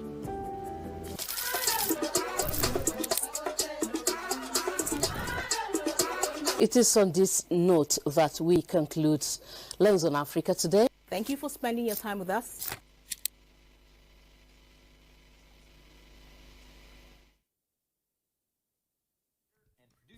Of the Sesame Street Friends theme song. Hey, it's time to play. We're glad you came because we love to share. It's been so cool working with Biko and Mana on this project. They've been incredibly professional and obviously they're so talented. We could not have found better people to sing this song. Hey, it's time to play. We're glad you came because we love to share. We can laugh and sing, do brand new things with new friends everywhere. Come, let's have some fun. With everyone. Because we love to learn together, making new friends forever. We're Sesame Street Friends. Wow, look at that. Until recently, I had no idea what a pangolin was. But this thing is strong. It's a small mammal covered with scales made of keratin, just like our nail.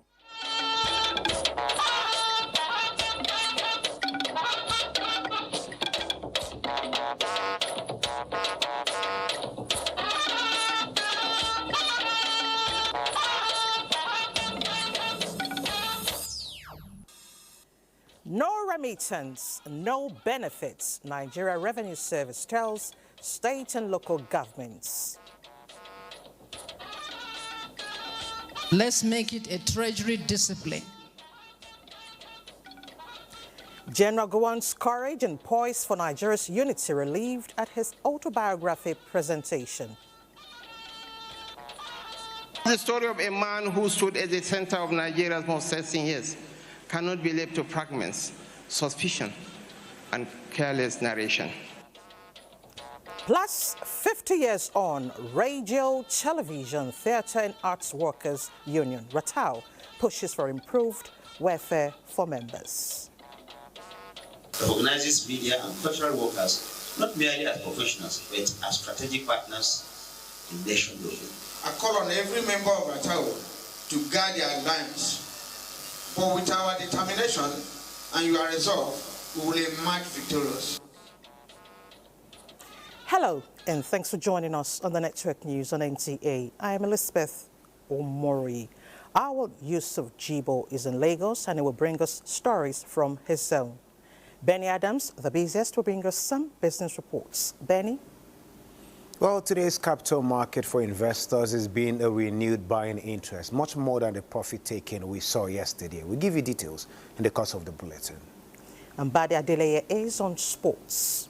Well, Elizabeth, this could be the night Arsenal gets to lay their hands on the Premier League trophy, the first in over 20 years. Manchester City are trailing Bournemouth at the moment. Thank you, gentlemen, and do remember to follow us live on all our social media handles displayed on the screen. Now the news. Nigeria has acknowledged a global leader that exhibited courage to ensure the unity of the nation using military strategy, peace building, and entrenching conflict resolution mechanism.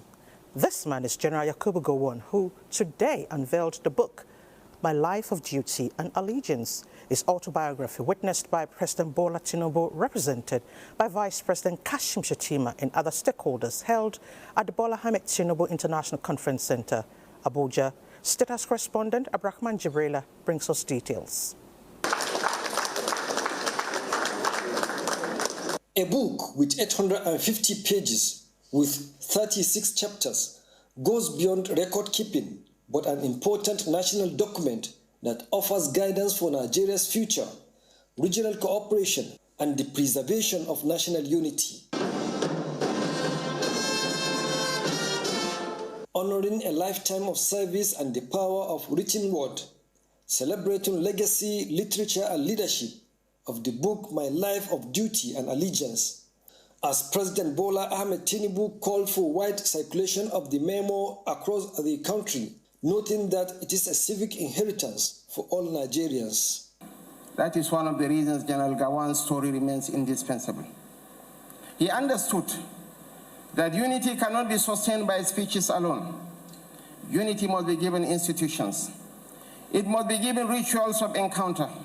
It must be given roads, schools, service, federal balance, and shared experiences that persuade citizens to see one another as partners in destiny. The National Youth Service Corps, for instance, stands in that tradition. For generations, young Nigerians have crossed the rivers of language, faith, and culture through that program. Many discovered, sometimes for the first time, that a stranger from another region could become a friend. General Yakubu Gowon said he only needed to tell the truth, not join issues with anyone or sit in judgment over what is right or wrong. The book is not a celebration of me. Rather, as I wrote, it is my modest attempt at expressing gratitude for the opportunity to serve Nigeria and to dream alongside individuals and groups that share a boundless faith in our nation's future,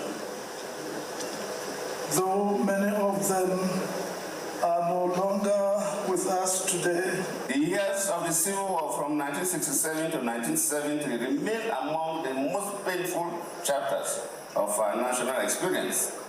Yet, history also records his commitment to the preservation of national unity, and perhaps most importantly, his magnanimity at the end of this conflict, embodied in the enduring declaration of no victor, no vanquish. As Nigerian head of state during one of the most turbulent periods in our nation's history, General Gowon exhibited immense courage and sterling qualities in steering our beloved country from the brink of disintegration to a united, stable, and strong nation. But from the very beginning of the book, the author says, I want, and I quote, I want to emphasize that I'm telling my story without access to my crucial personal records. Since many important documents taken from my desk after my removal in July 1975 were discarded by those who succeeded me. The general's autobiography is a reflection of leaders who witnessed defining moments in the nation's history and remains essential to strengthening democratic stability and national development. In Abuja, Abrahman Jibrila, NTA News. In other news, the Radio, Television, Theatre and Arts Workers Union, RATAW, has unveiled its roadmap for its 50th anniversary. This is to push for improved welfare for members and strengthen participation in Nigeria's evolving media space and creative industry. At the presentation of the roadmap, the Minister of Information and National Orientation, Mohammed Idris, was honored with the Golden Era Communication Bus Award. Broadcasters, performers, writers, and other custodians of information have over the years served homes with information, education, and entertainment. In shaping the future of the practice, the unveiling of the roadmap becomes imperative to meet global standards within the media landscape. The Minister of Information and National Orientation says the unveiling symbolizes renewed vision for stronger professionalism, greater unity, and expanded opportunities for Nigerian media practitioners. This administration, under the able leadership of President Bola Ahmed Tinubu, recognizes media and cultural workers not merely as professionals, but as strategic partners in nation building. And at this point, I want to mention here that the Prime Minister of Information and National Orientation had earlier set up a committee that looked into the welfare of all members of Ratau. And this has been presented to Mr. President. He's looking into it, and I want to assure you that very soon you will hear positive news. President of Ratau, Emeka Kalu, and other media actors insist that to drive the media, huge investments and impactful welfare for workers will advance professional development and preservation of culture. As we prepare to negotiate the circle of national minimum wage, I call on every member of Ratau to guard their lines. But with our determination and your resolve, we will emerge victorious. Ratau's journey reflects resilience, creativity, visible national impact, especially in support of policies that strengthen this creative economy. We've flagged off every good thing that will come to the union. Pride for every member of Ratau. Satisfaction for every member of Ratau.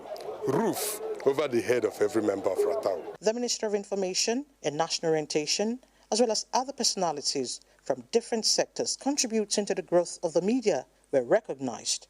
Elizabeth Omori, NTA News. Meanwhile, the president admits that Nigeria is not where it ought to be in terms of development, but the renewed Hope administration is implementing policies that will take the nation to the desired development targets. The Minister of Information and National Orientation, Mohammed Idris, while playing host to the management of the tax ombudsman, emphasized institutional collaboration critical to implement policies of government. Saliu Abdullah Gwanara tells us more. Tax reform is one of the critical reforms embarked upon by the federal government to stimulate economic growth and fast-track development. In view of the mixed reaction that follows the tax reform, Tax On Board was established as an independent body to protect taxpayers' rights and help resolve disputes between taxpayers and tax authorities. This visit is to seek support and create more awareness in designing and implementing sustained public enlightenment campaigns across the traditional media, digital platforms, community outreach structures, and national orientation programs. Such collaboration will help educate citizens on their rights and responsibilities. The Minister of Information and National Orientation enumerated the achievements of the reforms under the current administration as inevitable for a nation that desired prosperity. The President wants fairness in this issue of tax administration. He said, let us set up this office of the tax ombudsman. Now, the tax ombudsman is not just there for the person collecting taxes. It's also there for the person who is paying taxes, ensuring that there is equity, there is fairness, and there is justice in the administration of taxes in this country. And this is where we think your role is principally. And for us as a ministry, we have a direct responsibility to making sure that Nigerians get to know about what you do, how you do it, and also letting them know that this is indeed for the benefit of all Nigerians. Tax reform, like others, he said, are responsible for increased financial allocation across the 3 tiers of government and infrastructural revival. When President Bola Ahmed Tinubu took office, 27 out of the 36 states of the Federation were struggling, sometimes unable to pay even the basic salaries of workers. The investment in infrastructure across all parts of this country, especially those carried out by the subnationals, almost comatose. Very minimal investment was going into the improvement of infrastructure across the country. The ministry and its agencies have pledged support to propagate government reforms. In Abuja, Salihu Abdullahi Gwanara, NTA News. Still on taxation, the Nigerian Revenue Service is telling states and eligible taxpayers to contribute fairly to the national post to qualify for sharing. This is as the service targets 40 trillion naira revenue from tax collection this year. Benny Adams reports. Speaking to state commissioners of finance, accountant generals, chairmen of revenue services and directors of finance, the message is clear. Strengthen tax compliance in your state without increasing the tax burden on the citizenry. The stakes are high this year as the NRS faces the equivalent task of raising about 40 trillion naira in tax revenue for the Federation. Meeting this ambitious goal will require deep collaboration between our internal teams and state actors. By strengthening institutional cooperation and sharing best practices, we can significantly expand the tax net, reduce leakages, and improve revenue performance across all tiers of government without placing undue burden. The stakeholders also received the marching order to enforce the new rule: no tax clearance certificate, no contract.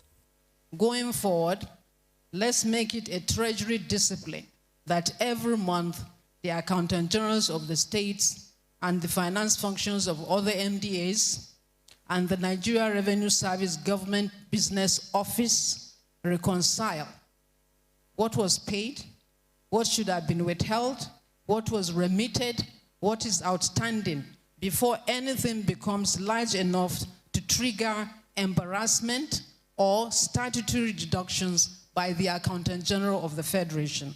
They also agree that the success of the present campaign depends on commitment of all stakeholders to deliver on the mandate of enhanced revenue collection. In Abuja, Benny Adams, NTA News. You're watching the news at 9 on NTA. Let's take a break. More news when we return. In heart of Owerri, business never sleeps. From sunrise to sundown, the wheels keep turning. And behind the scenes, vision meets action. Governor Hope Uzodimma's leadership has turned manifestos into reality, transformations that feel like a miracle. But progress needs peace, and in Imo, it's not left to chance. From land to sky to river deep, guardians are watching, protecting dreams and opportunity. At Orashi's quiet shore, hydropower is rising, set to energize a growing economy. The change is visible. New roads emerge, industry hums, communities come alive. At the center, a digital revolution. 500,000 young minds trained each year to build the future. As Orashi rises, so does Imo and the hopes of a hard-working people. A new Imo is on the rise. Hukumar zaɓe ta ƙasa wato INEC za ta ci gaba da yin rajistar masu kaɗa ƙuri'a a zango na uku kuma karo na ƙarshe daga ran Litinin 11 ga watan Mai zuwa Juma'a 10 ga watan Julai 2026. Kofa a buɗe take ga waɗanda ba su sami rajista ba a wancan karan kafin a dakatar ko kuma a'a daga wannan lokacin da aka dakatar zuwa yanzu waɗanda suka cika shekara 18 don su je su yi rajistar katin zaɓe. Masu niyya sai su garzaya pejin INEC na yanar gizo wato www.cvr.inecnigeria.org domin fara yin rajista. Daga nan sai su je ofishin INEC na jiha ko karamar hukuma domin ɗaukan hoton yatsansu da kuma fuska. In kuma kuna so za ku iya zuwa ofishin INEC na jiha ko na karamar hukuma kai tsaye don yin rajista. Idan bata ko lalacewa katin kai kar ka yi rajista. Ka shiga shafin INEC na yanar gizo ko ka je ofishin su na jiha ko karamar hukuma domin neman a baka sabon kati. Haka zalika za ka iya canja bayanan da ke kan katinka a tsawon wannan lokacin. Kada ku manta masu katin zaɓe ne kaɗai suke iya taka rawa ranar zaɓe. Ku yi rajista. Wannan sako ne daga hukumar zaɓe ta ƙasa mai zaman kanta INEC. If it is valuable, you protect it. Your money, your home, your reputation. In the same way, your personal information is valuable. When not protected, it can be misused, leading to fraud, identity theft, and lasting harm. If you experience a data privacy breach or misuse of your personal information, report immediately to the Nigeria Data Protection Commission, NDPC, via info@ndpc.gov.ng.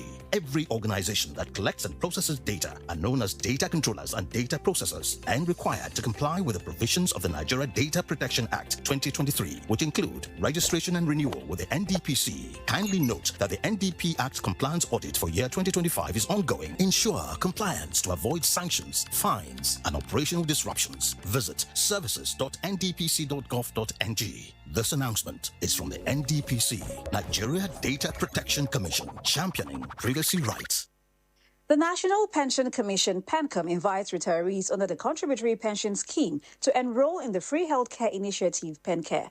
If you are at least 60 years old and receive a monthly pension not more than 70,000 naira from a pension fund administrator, you qualify for this pilot phase. Registration is now open for up to 30,000 eligible retirees on a first-come, first-served basis. To register, scan the barcode published in various newspapers or visit www.pencom.gov.ng or any of the PFA's website. PenCare is a CSR project dedicated to preserving your dignity and well-being by reducing the burden of medical expenses. This announcement is from the National Pension Commission. Eniola, calm down. Calm down? What if I ruin everything? Auntie Amina is coming. Just pass the beef and dawa cubes. No, Hassan! With Mr. Chef, it's a two-finger crush. Chef of life. I am the chef of life. Chef of life with Mr. Chef. Eniola, you've got this. Sanu Mama, Sanu Baba. Haba, Hassan, why do you look so lean? I am the chef of life. With Mr. Chef, a simple crush turns meals into culture and moments into memories.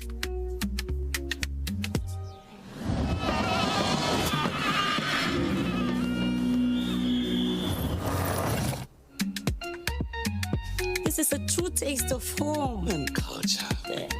Mr. Chef, taste home, taste culture. Chef of life. You're having a big promo here. Let me check. With purchases up to 10 million naira, you receive a free medical checkup. There's one more thing. Dining coupon from Istanbul Cafe and Restaurant. Sir, just a moment. You also receive complimentary facial cosmetic treatment. Also, a luxury cutlery set for your home. one final thing. Because your purchase is 10 million naira and above, you also qualify for our car prize draw. Wow. Only came here to buy furniture. Ventu Furniture. Oh, for this mountain. You never hear say on top smart cash, you don't go pay any shishi. Do am now, my pikin do am for me sharp. If true say smart cash no charge you, see you under your nose. Make something. No matter the transaction, smart cash no go charge you shishi. Whether na airtime or na data you buy, or you want pay for your light or na cable bill, na zero charges for smart cash. This one no be cho. Work is day. Make yourself download smart cash app or dial *939#. Thanks for staying with us. Now, a bit from the court. The Economic and Financial Crimes Commission, EFCC, has arrested a fleeing former Minister of Power, Saleh Maman, in Rigasa area of Kaduna State.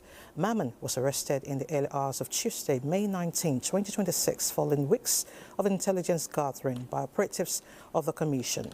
Addressing journalists on the arrest, chairman of the EFCC disclosed that the former minister went underground after he was convicted by the Federal High Court sitting in Abuja on corruption charges. Justice Omotosho had in judgment held that the EFCC successfully established that Maman and his associates diverted not less than 22 billion naira meant for the execution of critical power projects. Maman, who served as Minister of Power between 2019 and 2021 under the administration of late President Muhammadu Buhari, supervised Nigeria's power sector in major hydroelectric projects, including the Mambila and Zungeru power projects. Apart from the conviction, Maman is also facing another corruption trial before the Federal Capital Territory High Court, Abuja, over alleged 31 billion naira fraud. There is need for us to also review our processes, particularly as relates to ongoing proceedings in court. For every high-profile case, as a matter of fact, for every corruption case, we must be able to put every defendant under surveillance, because it's not in the interest of the country for somebody who is under criminal trial or criminal prosecution to escape from jurisdiction. Meanwhile, the trial of former Kaduna State Governor Nasser El-Rufai over allegations of treason and breach of national security continued at the Federal High Court in Abuja, with the prosecution presenting evidence aimed at establishing claims that the former governor intercepted a private conversation involving the National Security Advisor. Judiciary correspondent Austin Aibe tells us more. During proceedings, the prosecution played a 43-minute interview granted by El-Rufai on Arise television, where he allegedly stated that someone had wiretapped a conversation involving the National Security Advisor and forwarded it to him. In the interview, El-Rufai was also said to have defended the act by arguing that governments routinely monitor communication. The prosecution witness told the court that following the broadcast, investigators interviewed the National Security Advisor, who verbally confirmed that the conversation referenced by El-Rufai had indeed taken place between him and the chairman of the ICPC. According to the witness, the ICPC chairman also confirmed having such a discussion with the NSA after portions of the interview were played to him. The witness further testified that the anchor of the program, Charles Anagolu, alongside activist lawyer Deji Adeyanju and a cameraman were invited for questioning.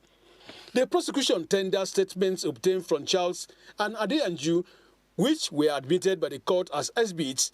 The witness added that the investigation team considered the act capable of undermining national security and subsequently recommended prosecution. Under cross-examination by defense counsel Paul Erokoro, senior advocate of Nigeria, the witness acknowledged that investigators did not examine any communication devices belonging to the NSA, obtain IP addresses, or conduct forensic analysis of the alleged interception. He maintained, however, that such steps became unnecessary after the NSA reportedly confirmed the authenticity of the conversation referenced in the interview. The witness also agreed that El-Rufai never specifically stated during the interview that he personally carried out the interception, but insisted that the former governor repeatedly stood by the claim that the conversation had been tapped and forwarded to him. Following the conclusion of cross-examination of the first prosecution witness, Justice Joyce Abdulmalik adjourned further hearing in the matter to June 22nd and 23rd.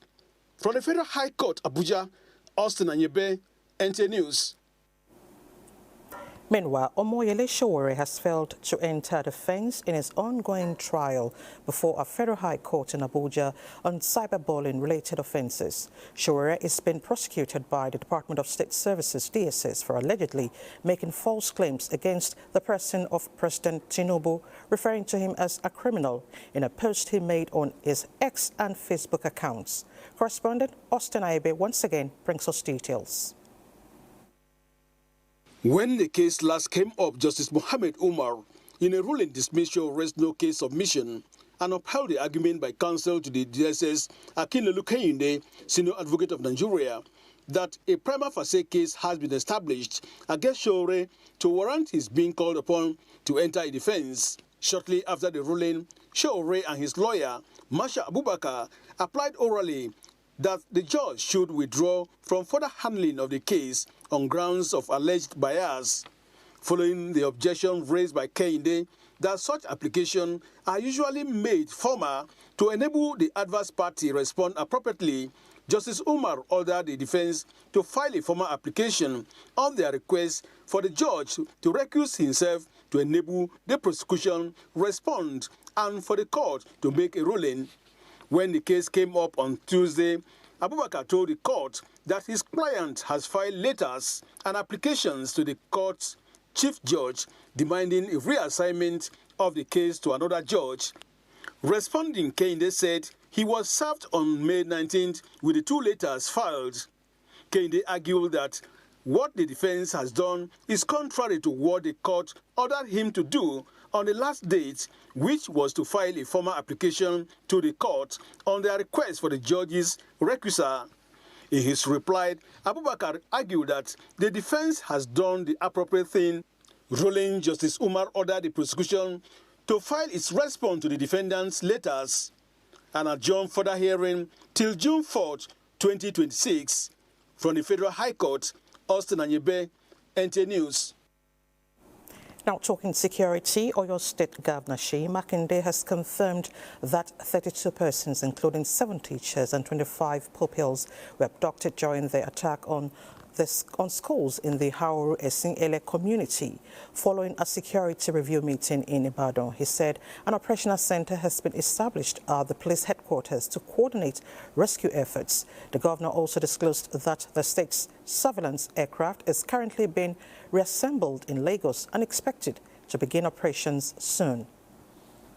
The borderline, between Oyo State and Kwara, and also the international border between Oyo State and the Republic of Benin.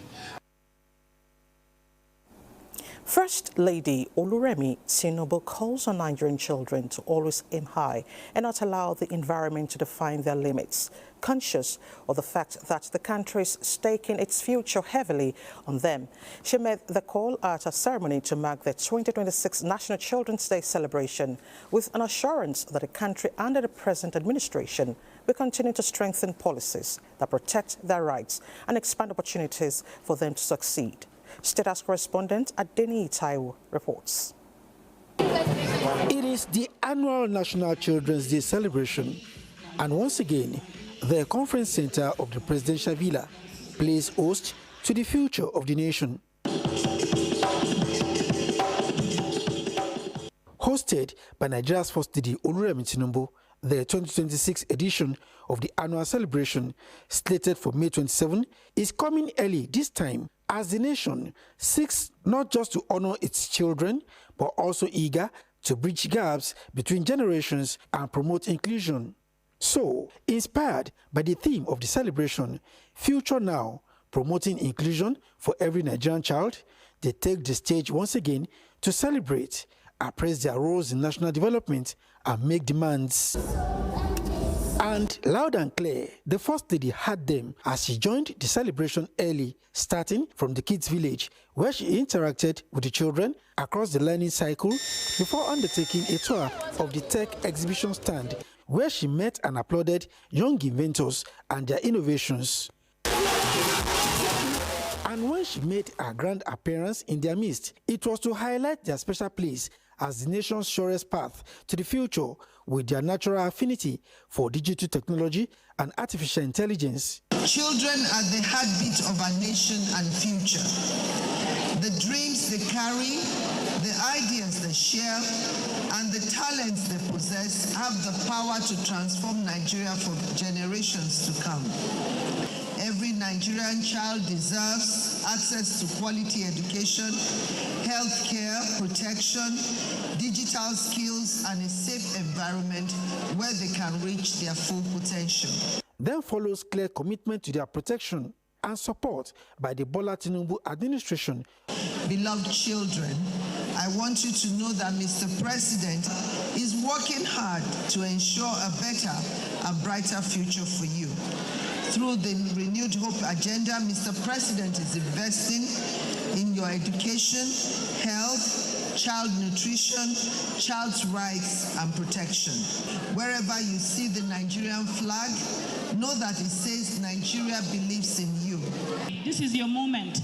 Stay focused, embrace learning, uphold strong values, reject violence, drug abuse, and every negative influence. You have access to the very important life-saving quality services, health services, nutrition, support, and opportunities to thrive physically and mentally. The day also celebrated excellence as the First Lady presented cash prizes to winners of national essay competitions and science competitions. In the State House, Adeni Taiwo, NTA News. To politics, members of Sheyi Tinubu Youth Mandate Movement have pledged commitment to intensive mobilization of youths towards the re-election of President Bola Tinubu. They made the commitment during a solidarity walk and inauguration of executives of the Rivers State chapter of the group. Emmanuel Lene has details. The roadwalk featured music, dance, colorful displays, and chants celebrating the administration and leadership of President Bola Ahmed Tinubu as participants moved through major roads in Port Harcourt, sensitizing residents on activities and programs of the movement, as well as promoting youth participation in the democratic process. The inauguration of the group was thereafter held at Dr. Obiwale International Center, Port Harcourt.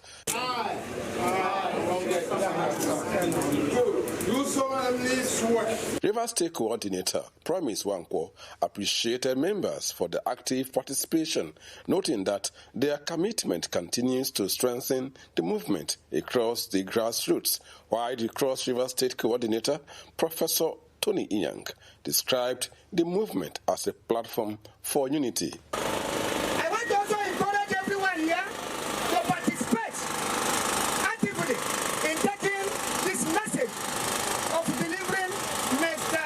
President Bola Ahmed Tinubu for second tenure to the grassroots. South-South Director of Special Projects Samuel Achibong announced plans for a youth empowerment program in the oil and gas sector aimed at training about 10,000 youths across the South-South region.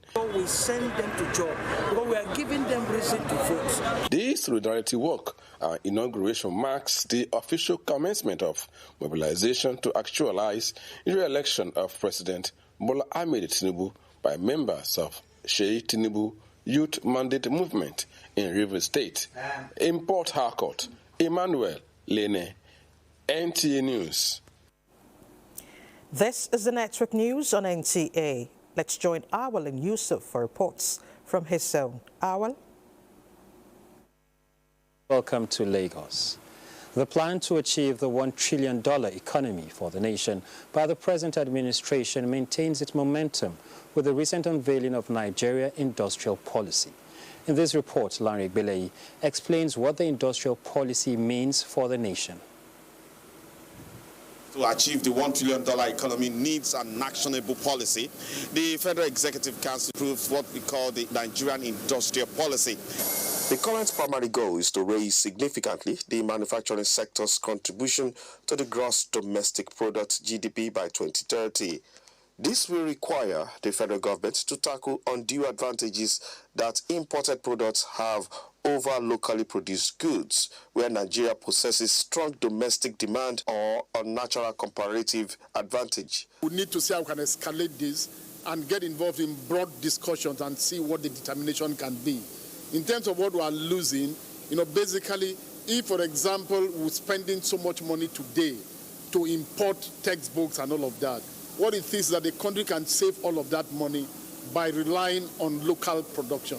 The government is simultaneously focusing on mass domestic processing of strategic resources like agro-products and solid minerals to boost exports, shifting national demand and government procurement towards locally made goods. In line with the desires of the industrial policy of the government, we have to break down the cost of production here, because the real issue is that our cost profile for producing is far higher than the places where we are importing from. The Nigerian industrial policy was unveiled and launched on February 17, 2026 by the present administration to shift the economy from import dependence and commodity export to a product-driven powerhouse. In Lagos, Larry Belei, NTA News. Thank you, Larry. Now let's talk a bit about the boy child. As conversations around gender development continue to grow, concerns are mounting over what many describe as the neglect of the boy child. Experts say raising responsible boys is not just a family responsibility, but a critical step toward building a safer and more balanced society. Adejoke Odeka reports. Stakeholders across homes, schools, and communities, the need to intentionally guide and support boys is becoming increasingly important. Stakeholders say while efforts to empower the girl child have gained significant attention over the years, many boys are growing up without adequate emotional support, mentorship, and positive role models. They warn that ignoring the challenges faced by boys could contribute to rising social problems. The same way the focus given to the female child when it comes to empowerment, given to the female child when it comes to programs, conferences, such as celebrating them, should also be given to the male boy child. We are looking forward to them in the future as boys of honor, boys of integrity, because we have to look first of all at their well-being. Many parents and educators say building a better society begins with raising boys who understand accountability, leadership, and emotional intelligence. The boys need to be taught, need to be nurtured, so that tomorrow there will be promising, there will be great boys. As the call for balanced child development grows louder, many believe investing in the boy child is not about competition between genders, but about securing a healthier future. In Lagos, Adejoke Odeka, NTA News.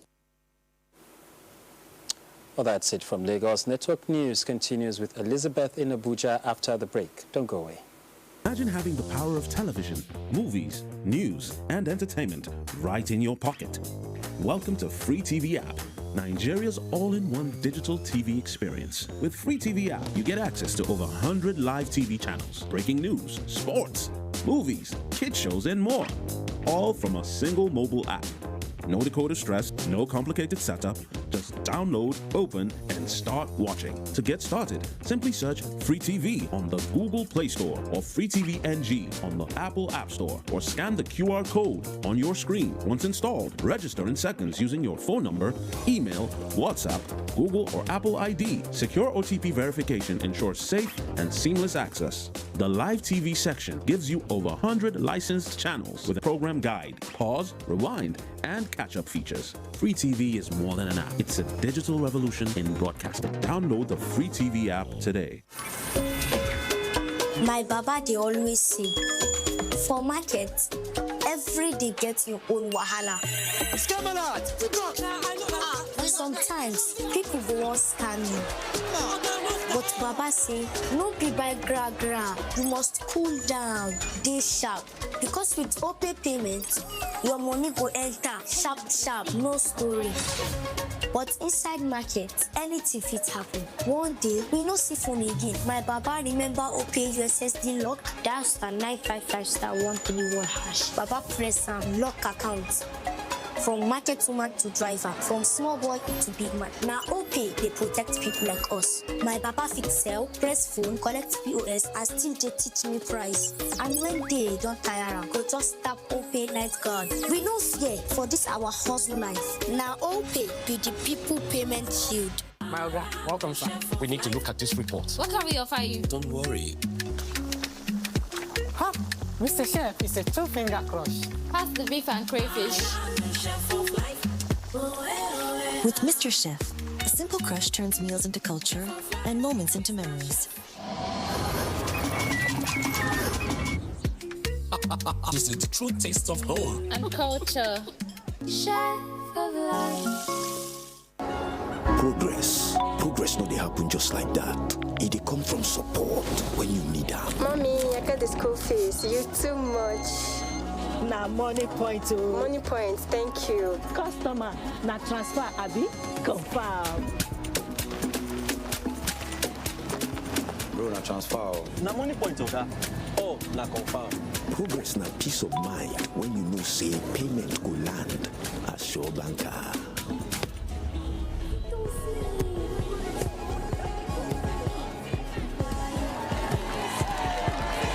Progress na small wind where they carry person go far. No worries, I've got make am. Go Bible. Victor, even you they use money point? Of course now, they use money point. Confirm. Money point, made for your progress. For you, every day is day one. Day one for you to give 100. 100 on the tracks, on the road,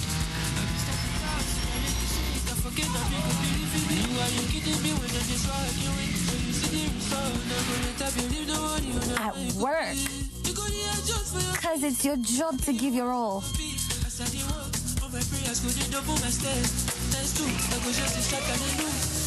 100 with the gang. And on the dance floor. Truth is, you're not wired to give less. Your future is now. So live it real, loud, full and free. You live it 100.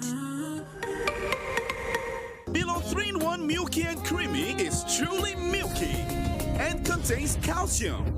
So, no need to add milk for that rich, creamy cup, which helps to nourish and energize your kids.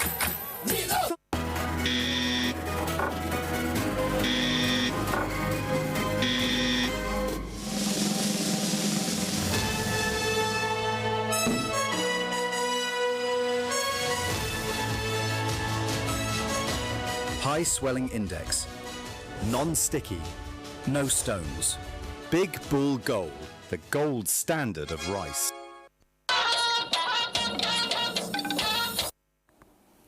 Thanks for staying with us.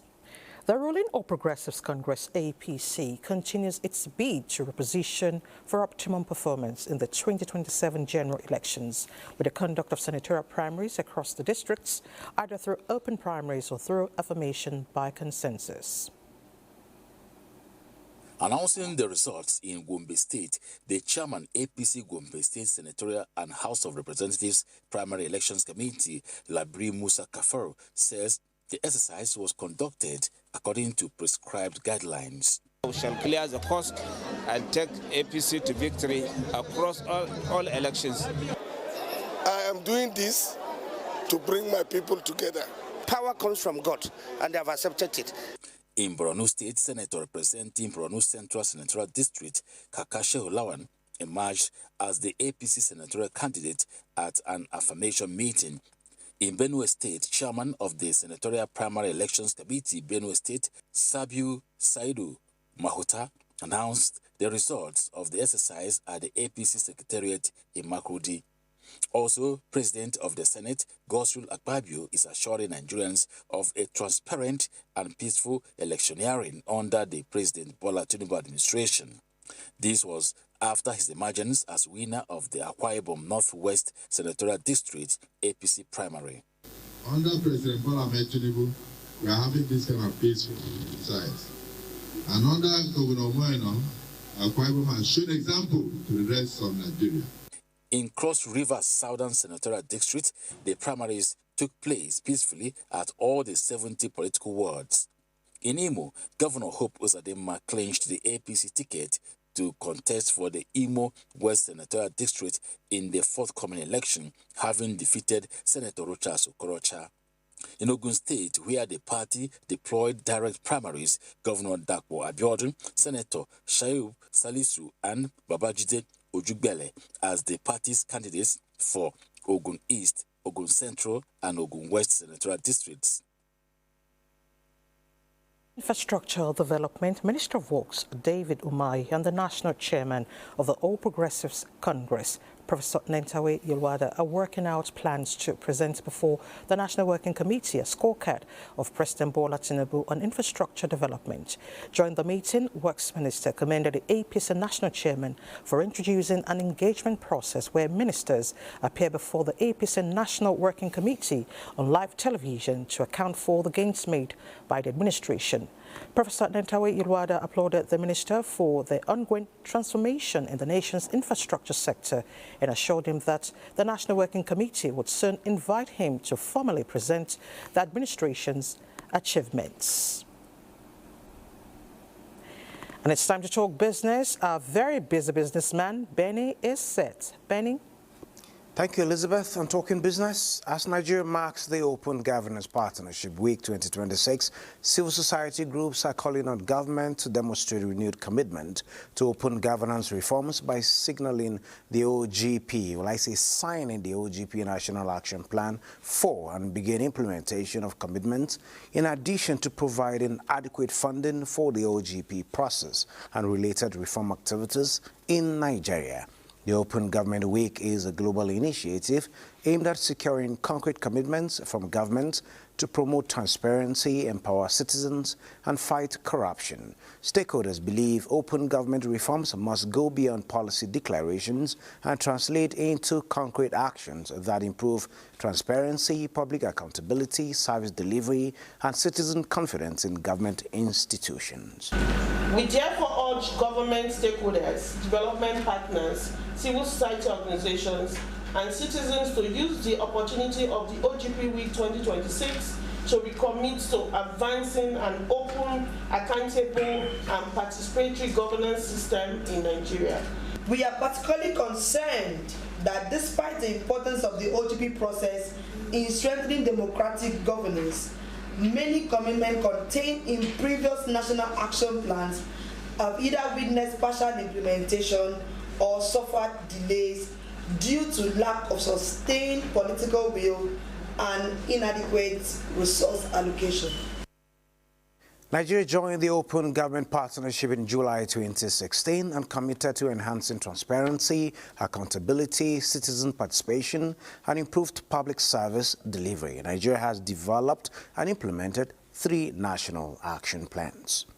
Now, moving on, looking at the market, today on the Nigerian exchange, trading closed with 703.3 million shares exchanged in 64,383 deals worth about 32.1 billion naira. Compared to Monday's session, activity slowed down, volume dropped by 12%, value by 13%, and number of deals by 26%. Overall, market capitalization now stands at 161.3 trillion naira. That is about 118 billion US dollars. Out of 133 stocks that traded, 27 gained while 33 lost. Looking at the top gainers, FTA Cocoa rose 10 to close at 9.79 kobo. Ziji's Agro-Allied gained 9.97%. Skyway Aviation added 9.79%. Most traded stocks remain Access Holdings, led with 88.4 million shares, followed by Linkage Assurance with 46.2 million. In all, market cooled off today with fewer deals and lower turnover, but some stocks like Cocoa and Skyway Aviation still stood out with strong gains. That is it on business at this time. Elizabeth, you can take Thank you, Benny, and it's good to know that the market cooled off today. Thank you very much. Now, the Minister of State for Regional Development, Obamegari Hamadu, has expressed satisfaction with the progress recorded at the Northwest Development Commission in line with President Bola Tinubu's renewed hope agenda. Awal Salisu reports that the minister also inspected the proposed permanent site of the commission. The Northwest Development Commission has continued to make steady operational progress at its temporary headquarters in Kano, with key activities and ongoing facility development coming under review. On an assessment visit, the Minister of State for Regional Development, Obamegari Ahmadu, inspected the Commission's facility and expressed satisfaction with the pace and quality of work so far recorded. By this visit, everything as it pertains preparations towards the effective takeoff of the Northwest Development Commission will start as soon as practicable. The Northwest Development Commission will come with a new strategy, new approach to put our best to see how we can contribute towards resolving the issue of this insecurity within our capacity. The minister also toured the proposed site for the Commission's permanent headquarters, reaffirming the federal government's resolve to deepen infrastructure and fast-track development across the Northwest region. As part of the visit, the minister paid a courtesy call on the governor of Kano State, Abba Kabir Yusuf, where discussions focused on ongoing efforts to advance regional development initiatives. In Kano, Awal Salisu, NTA News. Let's take our last break. Good, tasty food is worth living for. Worried about your oil? Every time you enjoy your favorite meal? Introducing Smart Balance. Smart Balance Rice Bran Oil is rich in Gamma Original. Golden Terra Smart Balance Oil reduces bad cholesterol. When malaria knocks you down, you can be sure parasites are having a party in your system. Welcome to our new kingdom, guys! Comel, an effective weapon against malaria.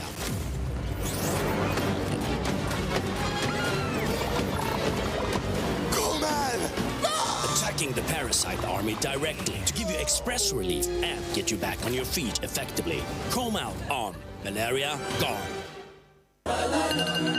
For you, every day is day one. Day one for you to give 100. 100 on the tracks. On the road.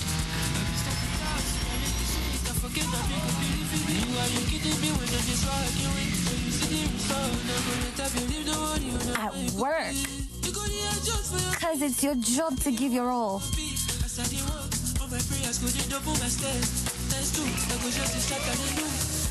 100 with the gang. And on the dance floor. Truth is, you're not wired to give less. Your future is now. So live it real, loud, full and free. You live it 100. With a splash of Golden Terra oil, mums make every dinner a grand family celebration. Her care nourishes you from within.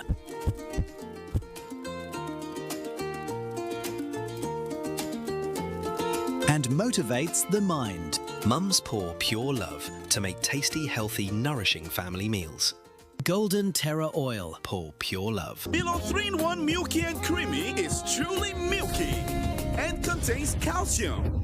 So, no need to add milk for that rich, creamy cup, which helps to nourish and energize your kids. Give more strength to your hair with Mega Growth Leave-In Strengthener. It's infused with nourishing oils and conditioning proteins, so you can say goodbye to hair breakage. Wow! Mega Growth Leave-In Strengthener. As I live the colors of your dreams, don't go too far, just search within. Feel the magic as your soul just starts to sing. Cause side by side is only you and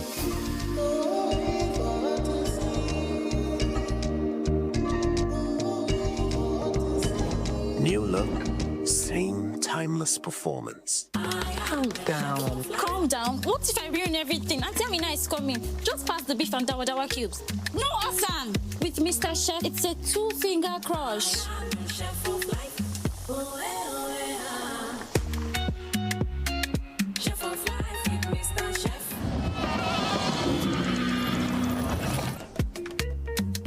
This is a true taste of home and culture. Chef of life. Progress no dey happen just like that. It dey come from support when you need help. Mommy, I got the school fees. You too much. Na money point oh. Money point, thank you. Customer, na transfer abi? Confirm. Bro, na transfer. Na money point oga. Oh, na confirm. Progress na peace of mind when you know say payment go land as Sure Banker.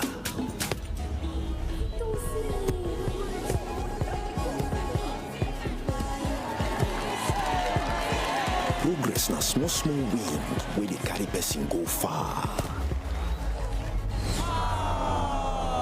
No worries, I've got make am. Mogo Bible. Victor, even you, they use money point? Of course now, they use money point. Confirm. Money point, made for your progress. Sports update is next with Buddy. And of course, this breaking news coming from North London will lead us tonight as Arsenal have been crowned Premier League champions for the first time in 22 years. Following 3 runners-up finishes, the Gunners have sealed top spot after Manchester City drew 1-1 at Bournemouth. this night. And of course, it ends a 6-year period without a trophy, and it's Arteta's second major honor as the manager at the Emirates Stadium.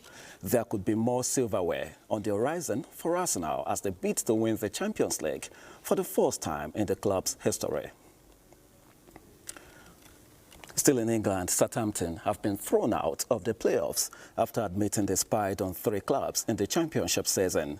The FA charged Saints with watching training sessions of Oxford United and Ipswich Town, in addition to filming Middlesbrough as they prepared for the first leg of their playoff semi-final on the 7th of May. The Independent Disciplinary Commission also handed Southampton a 4-point deduction in the championship for next season. Middlesbrough, beaten by Southampton in the semi-final, have been reinstated and will now play Hull City for a place in the Premier League. The final will remain on Saturday at Wembley, with the kick-off time to be confirmed. Back home now, Nigeria has been drawn against Madagascar, Guinea-Bissau and co-host Tanzania in Group L of the 2027 Africa Cup of Nations qualifiers. The draw, conducted by the Confederation of African Football in Cairo, officially launched the qualification race for the tournament to be hosted by Kenya, Uganda and Tanzania under the Pamoja 2027 banner. The Super Eagles will look to secure qualification after finishing third at the 2025 AFCON.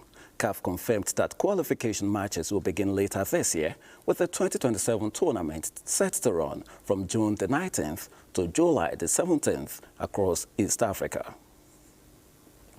Finally, to tennis, 2-time champion Carlos Alcaraz will miss this year's Wimbledon because of a wrist injury.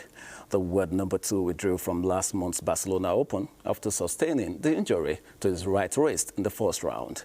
The Spaniard subsequently pulled out of the French Open, where he's the 2-time defending champion. To recover, Alcaraz was the 2-time defending champion at last year's Wimbledon, but lost in the final to rival Yannick Sinner. That does it on Sports Tonight, but for Elizabeth, you might join in. Juma Yusuf and Claire are somewhere celebrating. Of course, they are chilling. And they deserve it. They deserve it. And that's the news. Thank you so much. I'm Elizabeth Omori.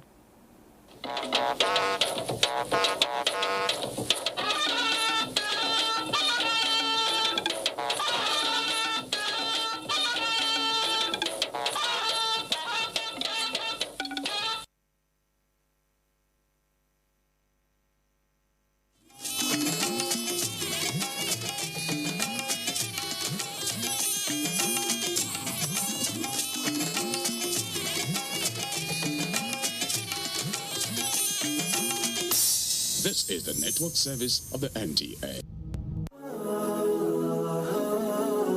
As the month of Dhul Hajj approaches, this is a special time to remember Allah and spend extra time in good deeds. This is a unique opportunity to sincerely repent, get closer to Allah, and combine acts of worship in a way that is impossible at any other time of the year. Furthermore, giving charity attracts great reward, especially in these first 10 days of Dhul Hajj. The world is facing global economic crisis with millions on brink of starvation. You can make a huge difference by supporting and sponsoring this year's Hadaya, sacrificial animal to needy communities in our country. Prophet Muhammad, peace be upon him, said, "For every hair of the Hadaya, you receive a reward from Allah subhanahu wa ta'ala." Free Hafiz scholarship programs for youth is one of our development projects. With your support, we can build conviction in the heads of Muslims individuals and reunite as community to benefit humanity. For donations to actualize these novel initiatives, Non-Violent Peace Initiative, account number 1771660076, Bank Polaris Bank, or Guaranteed Trust Bank, account number 0457070109. Management Announcer.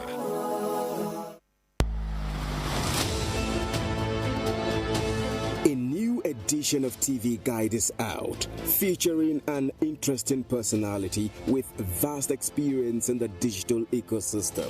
Professor Ibrahim Adeyanju, Managing Director and Chief Executive, Galaxy Backbone Limited, takes us through the gamut of revolutionizing the workspace through digitalization. Galaxy started in 2006. Started with pure research technology, satellite technology. We've been able to move from 2006 to providing fiber backbone, to having 2 data centers, to improving the bandwidth in terms of internet connectivity that we do to MDS. That is great progress. Power, privilege and public trust with Comrade Salihu Abdul Hamid Dembus, Director General NTA. Welcome to a world of fun and excitement as we also present an assemblage of professionals in the media space. Some compelling NTA programs, current trends in the fashion world, ICT, sports, entertainment, and lots more. TV Guide, very incisive, very educative, and compelling. Get a copy at the vendor near you or NTA stations nationwide. TV Guide, your indispensable companion. Kano, are you ready? The biggest gathering of advertising and marketing professionals in northern Nigeria is here.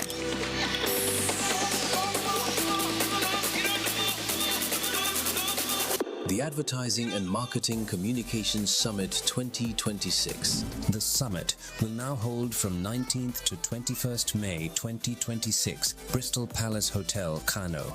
Powerful conversations, inspiring ideas, and game-changing opportunities. Supported by the Advertising Regulatory Council of Nigeria, the Nigerian Television Authority, NTA, and the Kano State Government. Working together to shape the future of communication in our region. Advertising, media, branding, business. This is where you need to be.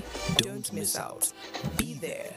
Register now. Limited slots available. Call Advertising and Marketing Communications Summit 2026. Shaping the future of communication.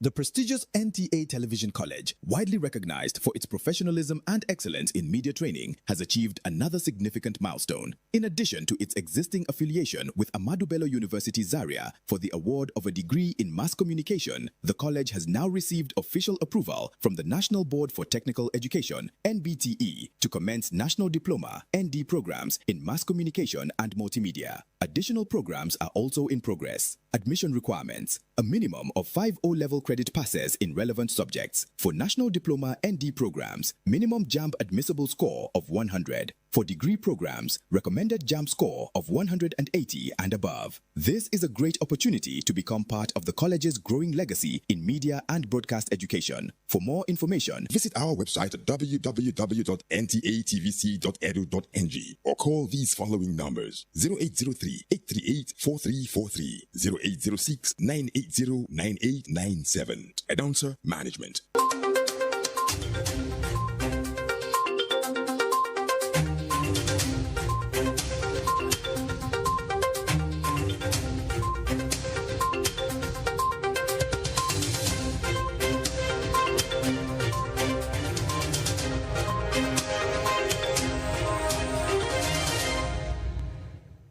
Respite gradually coming to communities around hydroelectric dams, rivers up and downstream, as the federal agency vested with the responsibility of mitigating ecological challenges, disaster risk management, ecosystem restoration is alive to its responsibilities. It equally has the mandate of provision of basic social amenities and improving the quality of lives of over 50 million citizens in the catchment areas spanning 10 states. The National Hydroelectric Power Producing Areas Development Commission, NHYPADEC, an agency in the presidency, is a child of circumstance, driving the renewed hope agenda of sustainable growth, biodiversity, conservation. NHYPADEC's journey started in 2010, coming to fruition in 2020 with inauguration of the Governing Council, with full operational kick-starting in 2021. This is Reshaping Democracy. I am Amina Nujain. Taking off with 6 states of Kebbi, Niger, Kwara, Kogi, Plateau, and Benue, HYPADEC's catchment areas were expanded to 10 by President Bola Ahmed Tinubu in July of 2023 to include Gombe, Taraba, Nasarawa, and Kaduna, following the signing of the Electricity Act. The pioneer managing director of HYPADEC, Abubakar Sadiq Yelwa, is steering the wheel of progress as the Commission strives to execute its mandate covering the 10 catchment states. The managing director is on Reshaping Democracy to listen to citizens' interrogation and give answers from the 5 years of purposeful service by HYPADEC. MD sir, my name is Nashio Kalgo from KB. My question is, how would you assess the various interventions in communities under HYPADEC purview that are consistently prone to flood? Well, I want to start by congratulating you, the Nigerian Television Authority, and for this wonderful initiative of giving Nigerians the opportunity to reach out to agencies and ministries that provide services for the well-being of Nigerians. The HYPADEC communities are communities that are bordering the rivers and dams that provide water to hydroelectricity dams. That is why it is called hydro. So it is the communities. And these communities, for now, are 10 states. And that it's a general phenomenon in Nigeria where most communities that are neighboring rivers and lakes are prone to flooding. I will say the government is doing very well. The recent setup of a committee, a high-level committee by the federal government to address these issues suggests that something is being done about it.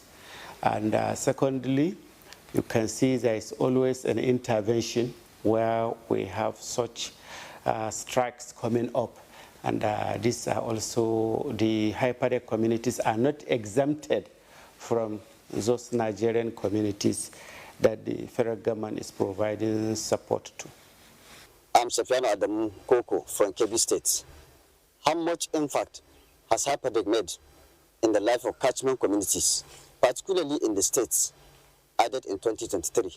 The states added just recently Nasarawa, Kaduna, Taraba, and Gombe states.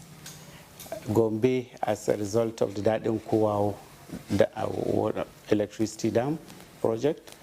Taraba, because of their neighboring the river Benue area, and Nasarawa also, and Kaduna because of river Gurara that is providing inflow into Zungeru Dam project. So I think these states, the newest states of the commission include, which added up to 10. Formerly we were 6, Kebbi, Niger, Kwara, Kogi, Benue states, and that Plateau.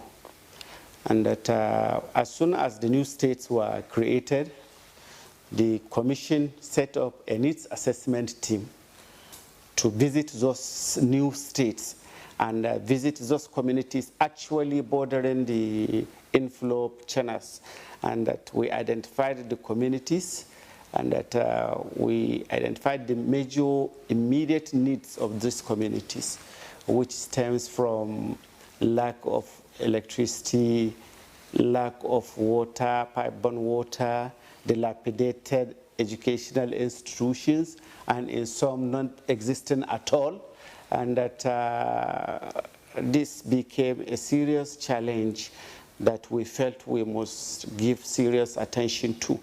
So, and that being new, and we are just at the drawing board, but we have started addressing the water supply issue.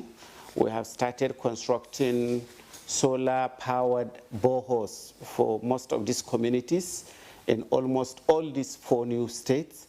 We have also started constructing a block of 3 classrooms in all these 4 states, in all these communities, in these new 4 states, at least to make them feel the impact of the presence of the Commission. And that the Commission has also funded some educational activities like the payment for NECO examination of some of the students in those communities, and also JAM recently in this community. This seems something very new. Some of these communities don't even know something like this can exist. My name is Ibrahim Bansa. I'm from Lokoja, Kogi State, North Central Nigeria.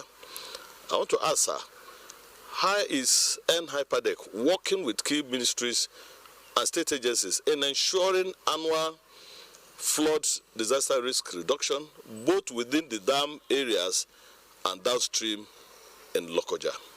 Yeah, I'm happy he's from Lokoja, and I know some recently, about 2-3 years ago, it was very difficult to get to Lokoja, into Lokoja or out of Lokoja as a result of serious flooding of the rivers that mix up in Lokoja.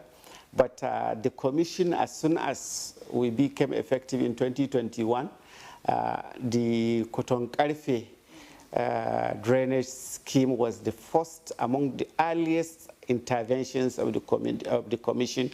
And I think since that intervention, we have not had any ecological challenge on that trend.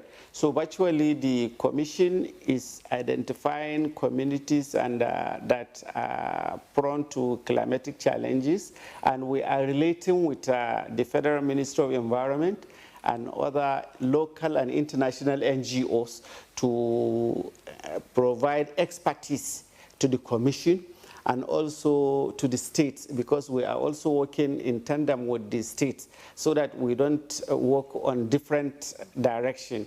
And that I think that working relationship has helped us greatly in trying to manage those interventions. In Benue State, there was a flood drain community area in the heart of Makurdi, where every year there are loss of lives, loss of houses, loss of properties and foodstuff as a result of flooding. But the intervention of the Commission at EDA drain was able to stop that to eternity. And that is also something the Commission is very proud of. And this is the same intervention in Kwara State, where we were able to address the Pategi drain challenge, and that since that intervention, we have never had flooding in that community. This is also true of Yawuri, Yabokala in Kebbi State.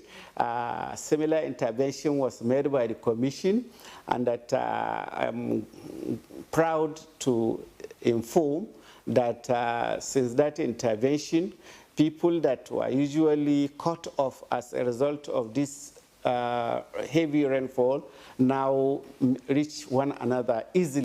My name is Omale Amina from Kogi State. Sir, how is the HYPADEC strategically implementing the agenda of mitigating adverse ecological and socio-economic impact on communities under the Commission in Lokoja?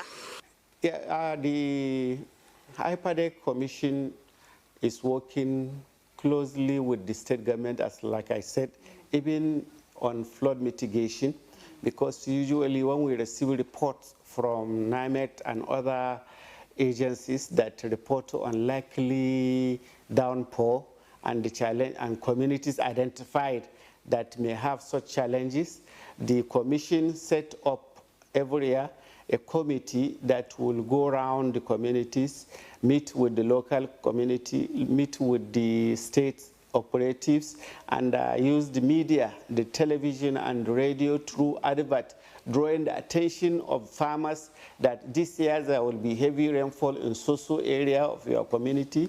Therefore, these are some of the crops you may wish to go for, and that communities that are living very close to the rivers that may be closed up as a result of heavy downpour are usually advised to vacate until after the heavy rainy season and go back.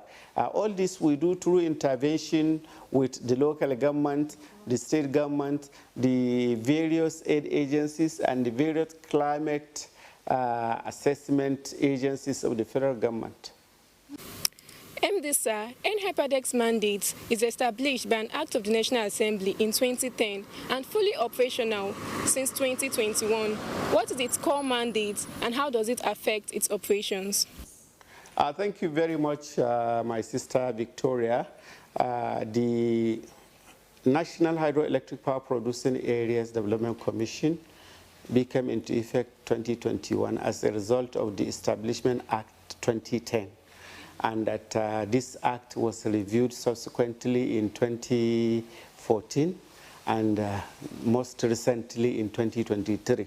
The objective of setting up the commission is to develop policies on addressing the challenges faced by communities that are living by the rivers that, like I said always, that provide hydroelectricity to Nigerians. And secondly, as a result of, it's not only to develop policies, but also to mitigate against challenges these communities are facing. And that since inception, we have been able to provide such mitigation to the level we can as a result of funding constraint. But I am happy we are trying to reach out to different funding faculties that we strongly believe will be able to provide us with more opportunities to provide more support to the communities. If you look at it since inception, we have been able to provide schools. Over 700 houses were built to resettle people that are affected by flooding, usually in various communities. Mr. MD, sir, what are some of the key infrastructural projects around livelihood support and community welfare that NHYPADEC has implemented or planning to do? Okay, thank you very much. Mr. Chair, the National Hydroelectric Power Producing Areas Development Commission since inception in 2021 has engaged in so many infrastructural intervention in these communities. Like in your home state, Benue, we have addressed the problem faced by the EDA community when we were able to construct the EDA plan, flood plan.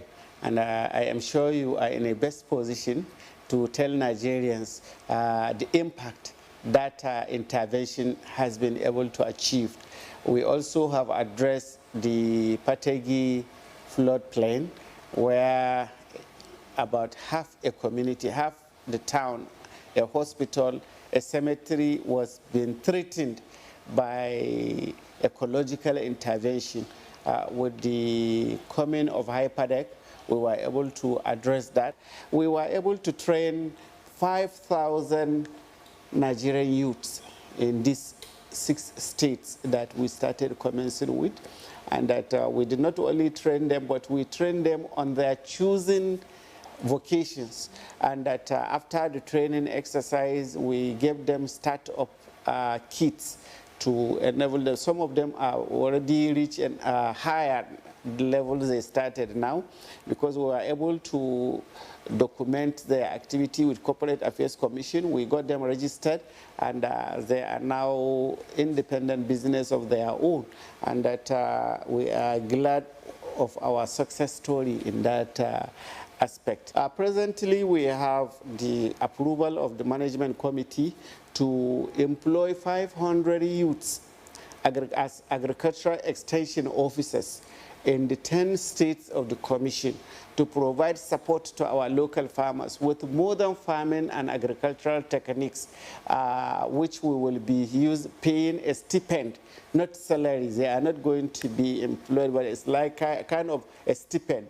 Well, we also they provide their expertise to our farmers, then we provide them also with support to become greater farmers themselves. So you can see it's like a win-win situation, and that we are greatly satisfied with the progress we are making so far, because it's like almost all the states have queued into that. They have nominated their candidate on their own, and very soon we will go to kickstart that action. Waterway safety is important for socio-economic growth of communities.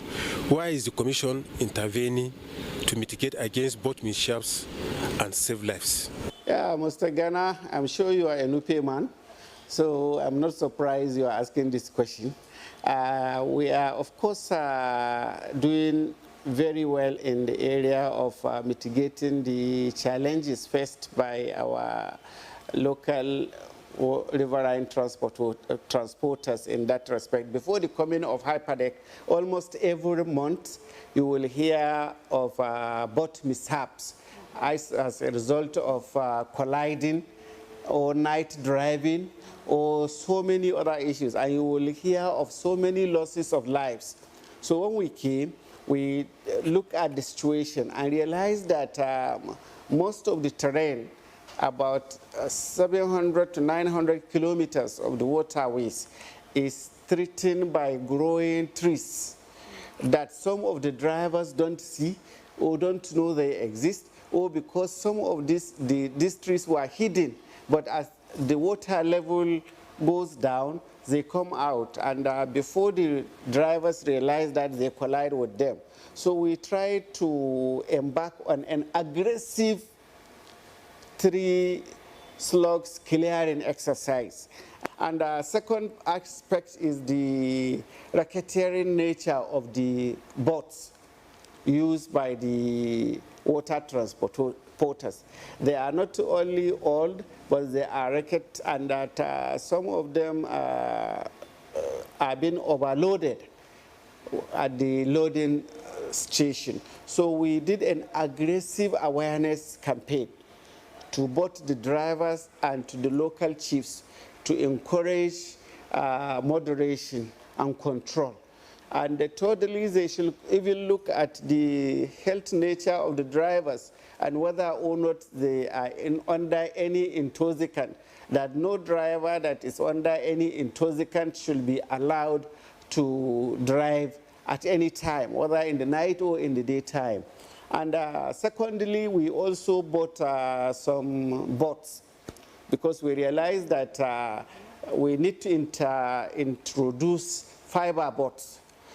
One, because they stay longer, the lifespan is higher, and the level of accident rate is reduced greatly. But we were able to start, we bought 20 to 24-seater in our first intervention. Now we have commenced the purchase of 48 to 54-seater also. So, and these things we allow the boat operators to use to drive them, and we allow the state government to negotiate with the boat operators. MD, sir, within the operational area of HYPADEC as a commission, there are security challenges that are rife in this area.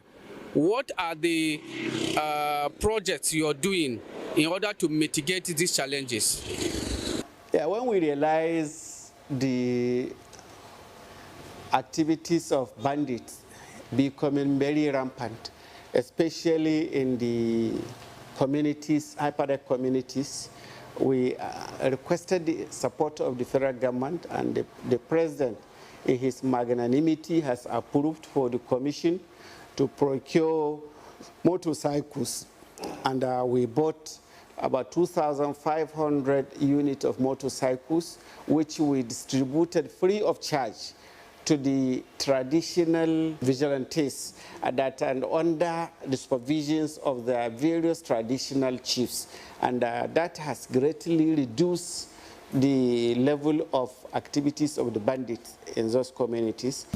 My name is Victoria Kaswa Ochito from Lafia, and my question is, with the size and scope of responsibility, what would you say are the Commission's challenges in implementing its core mandate and future prospects? Just like any other agency like ours, funding is our major challenge. Up to now, the major source of funding as prescribed in the Implementation Act of the Commission has not commenced yielding resources to the Commission. The only source of funding that is visibly felt and doing a lot to provide us support for all we are doing is the 50% ecological funds contributed by the states government. And that I feel if we are able to access the provisions of the Act on the 10% of revenue generated by GENCOs operating in the HYPADEC states, if we are able to access that, it will greatly help in what we are doing.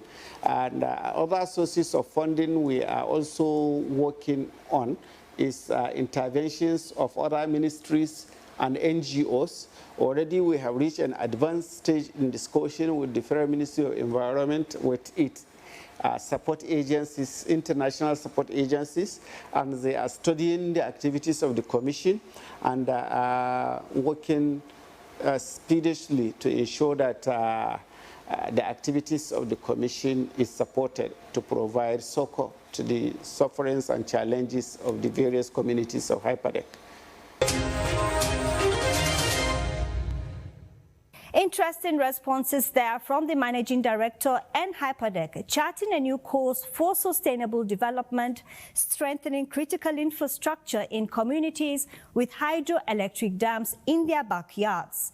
The 6 states at the takeoff are progressing steadily, while the 4 newer states added, based on needs assessment intervention, have commenced to enhance social service provision, flood mitigation, and livelihood support. Bye for now. See you same time next week. I am Amina.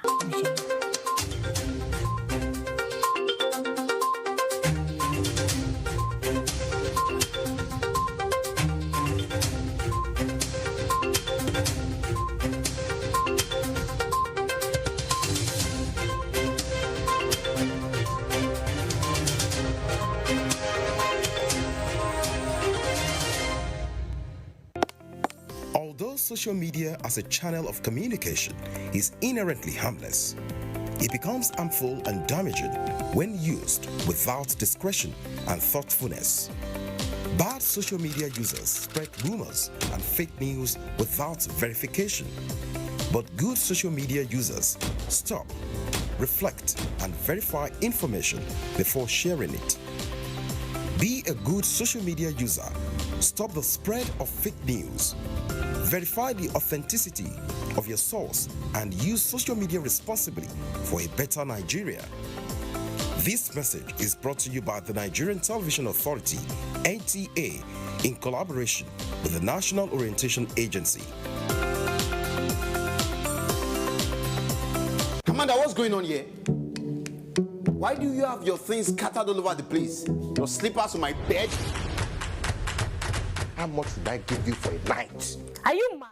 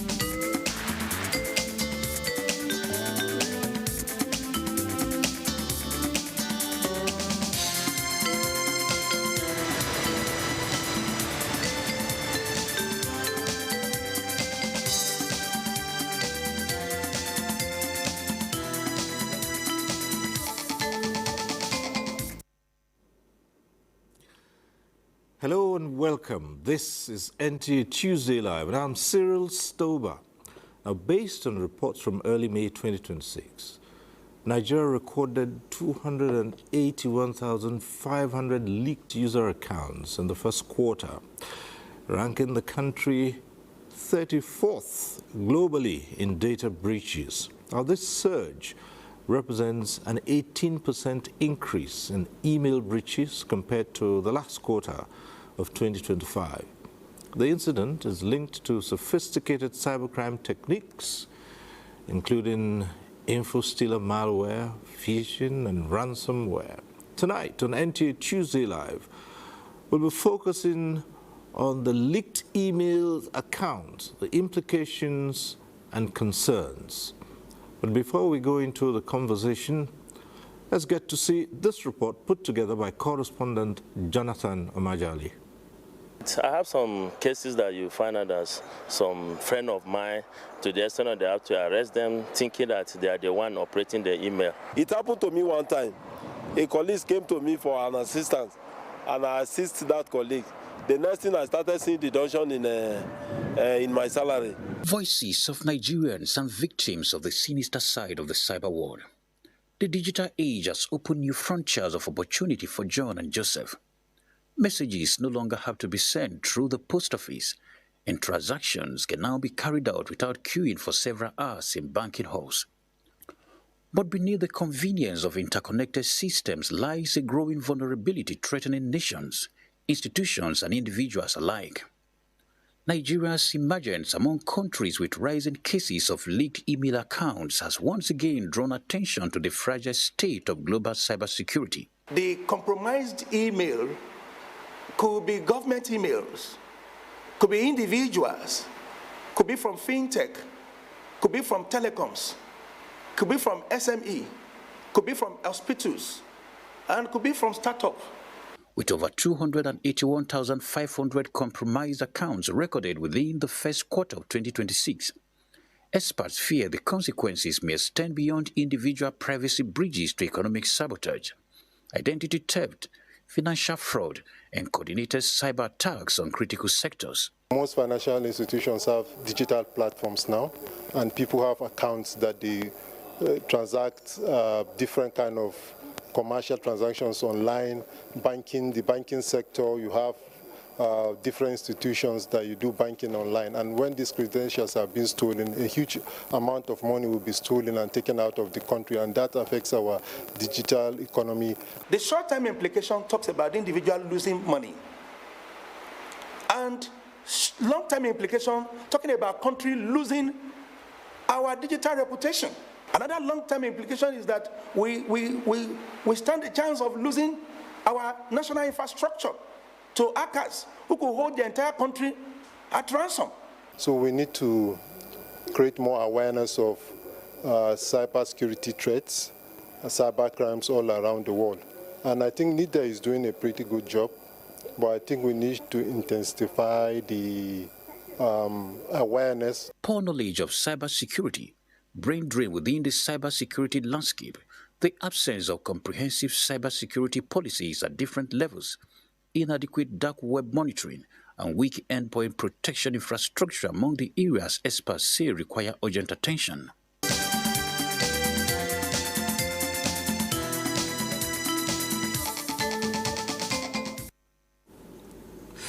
Right, that report sets the tone for tonight's discussion. Let's introduce our guests. We'd like to welcome to this program Dr. Ayo Bakari is Assistant Director, Cybersecurity Department of the National Information Technology Development Agency, NIDA. Thanks for being here. Thank you for having me. Right.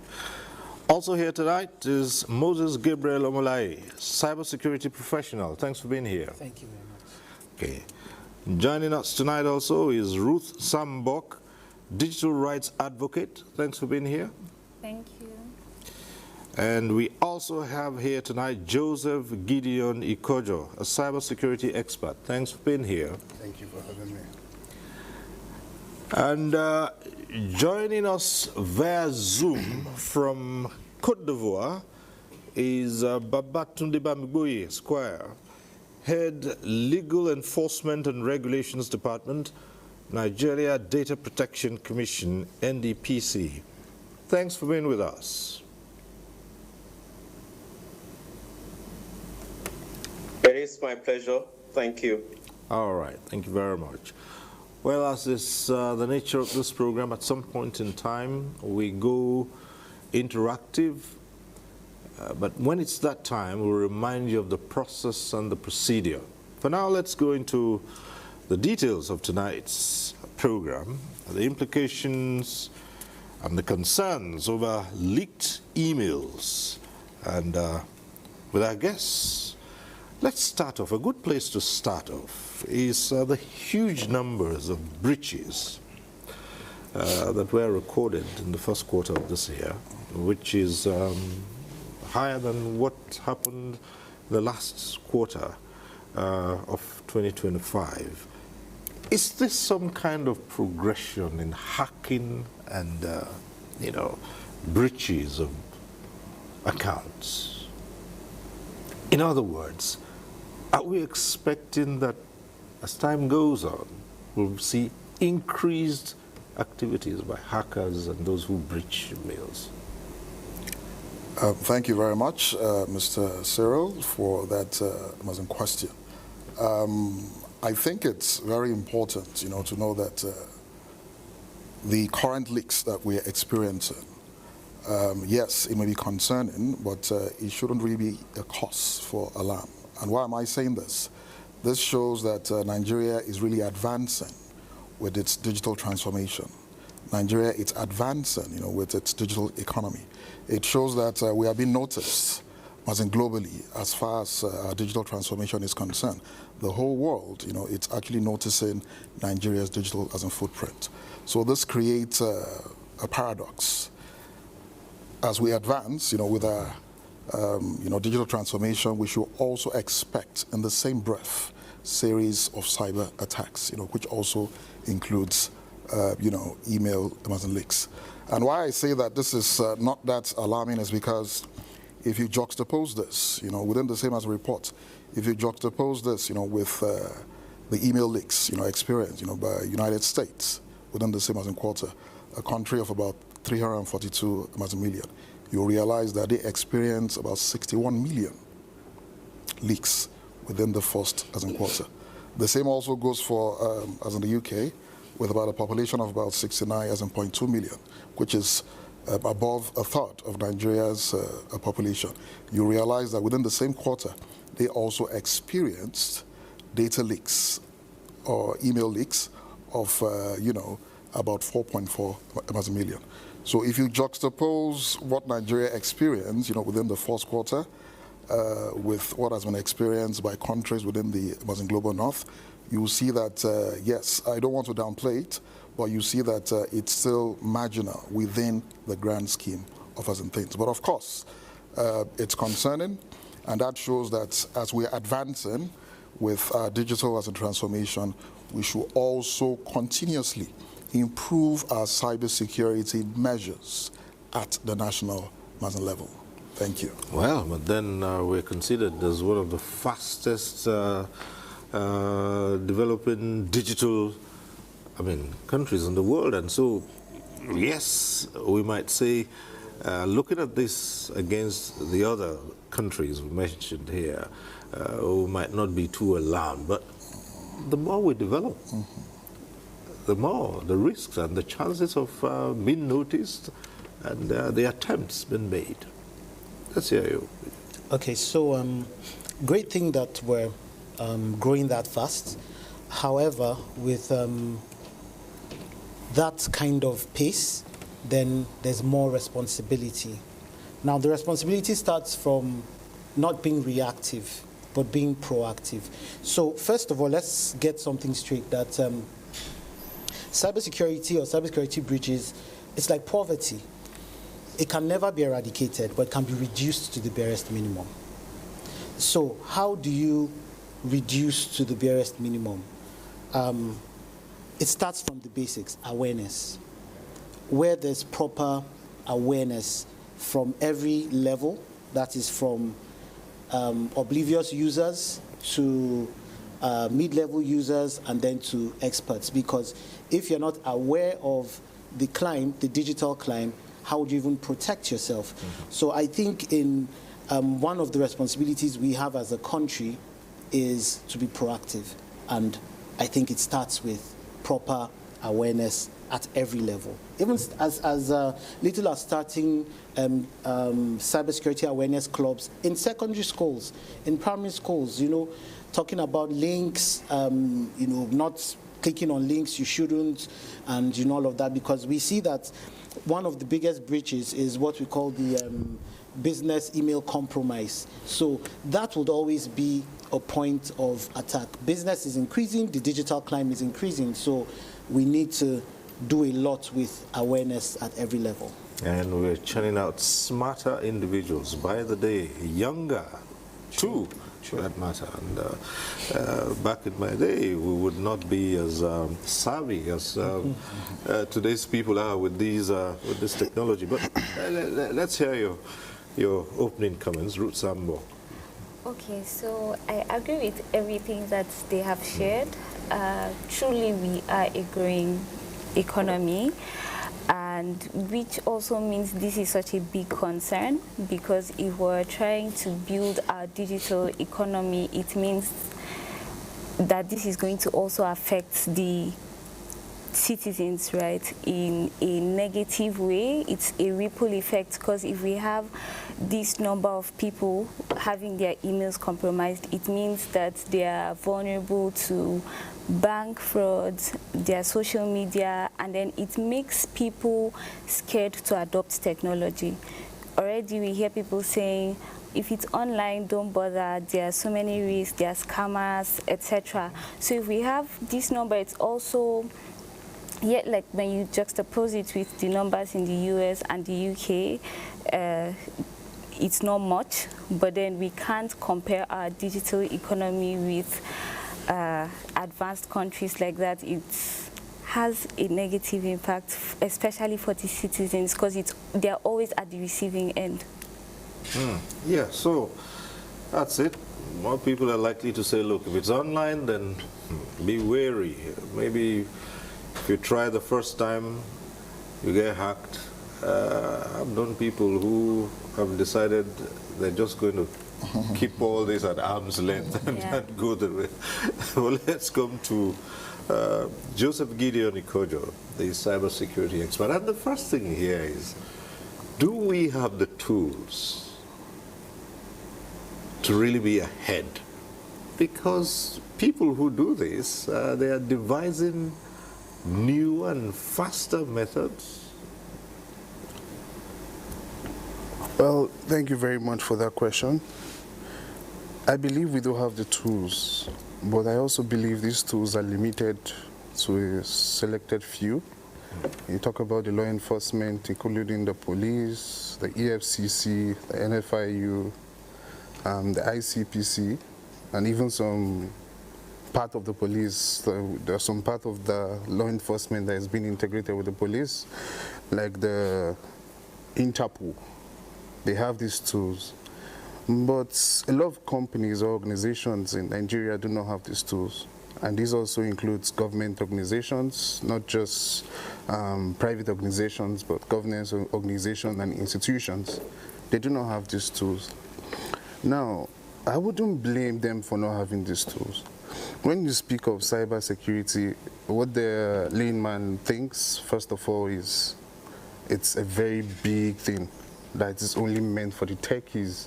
But it's not like that. Cybersecurity is a huge component of our well-being as Nigerians and as individuals. Everybody must be included in cybersecurity. Cybersecurity doesn't just have to do with the rocket science of hacking, you know, doing your active and passive reconnaissance and what have you. It goes beyond that. The awareness, as he said, is also cybersecurity. But a lot of organizations do not notice. And personally, I've been privileged to be in the UK for some years, and I can tell you their practice. Organizations do not necessarily have to, you know, engage in practical aspect of cybersecurity. These jobs, it's sourced out to other organizations.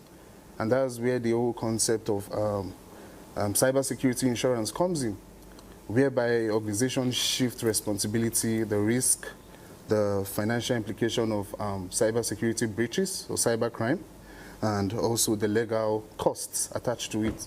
And also these organizations attach their experts, cybersecurity experts, into different organizations who are, bought into their cybersecurity insurances and engage that there is fast incident response to cybersecurity incidents. Because these cybersecurity insurance organizations, their presence in different organizations doesn't mean cybercrime will not take place. But it ensures that they mitigate the risk involved. It ensures that they take care of the legal repercussions due to breaches that may affect users or may affect customers. And they also ensure that they also take care of the financial costs. I believe if Nigerian organizations or the government put in place policies that can ensure that this is mandatory for organizations, I feel we can mitigate cybersecurity, cybercrime to its bearable minimum. All right, thank you very much. Well, now let's go on to the regulator, Babatunde Bamgbui, who is head legal enforcement and regulations department of the NDPC, that's the Nigeria Data Protection Commission. And what do you make of these breaches? All right, thank you very much. We are happy we are having this conversation at this point because it is another way of creating awareness. That is just the first lesson we must take from this. But first, let me say that we are cautious about the statistics because where this data is coming from, of course, it's not a question of whether you want to deny or you want to affirm. But for us as regulators, we are not just looking at the statistics, who is number one, who is number two. We want to see the import so as to guide our policy direction. And what we are looking at in all of this, first is why the leaks.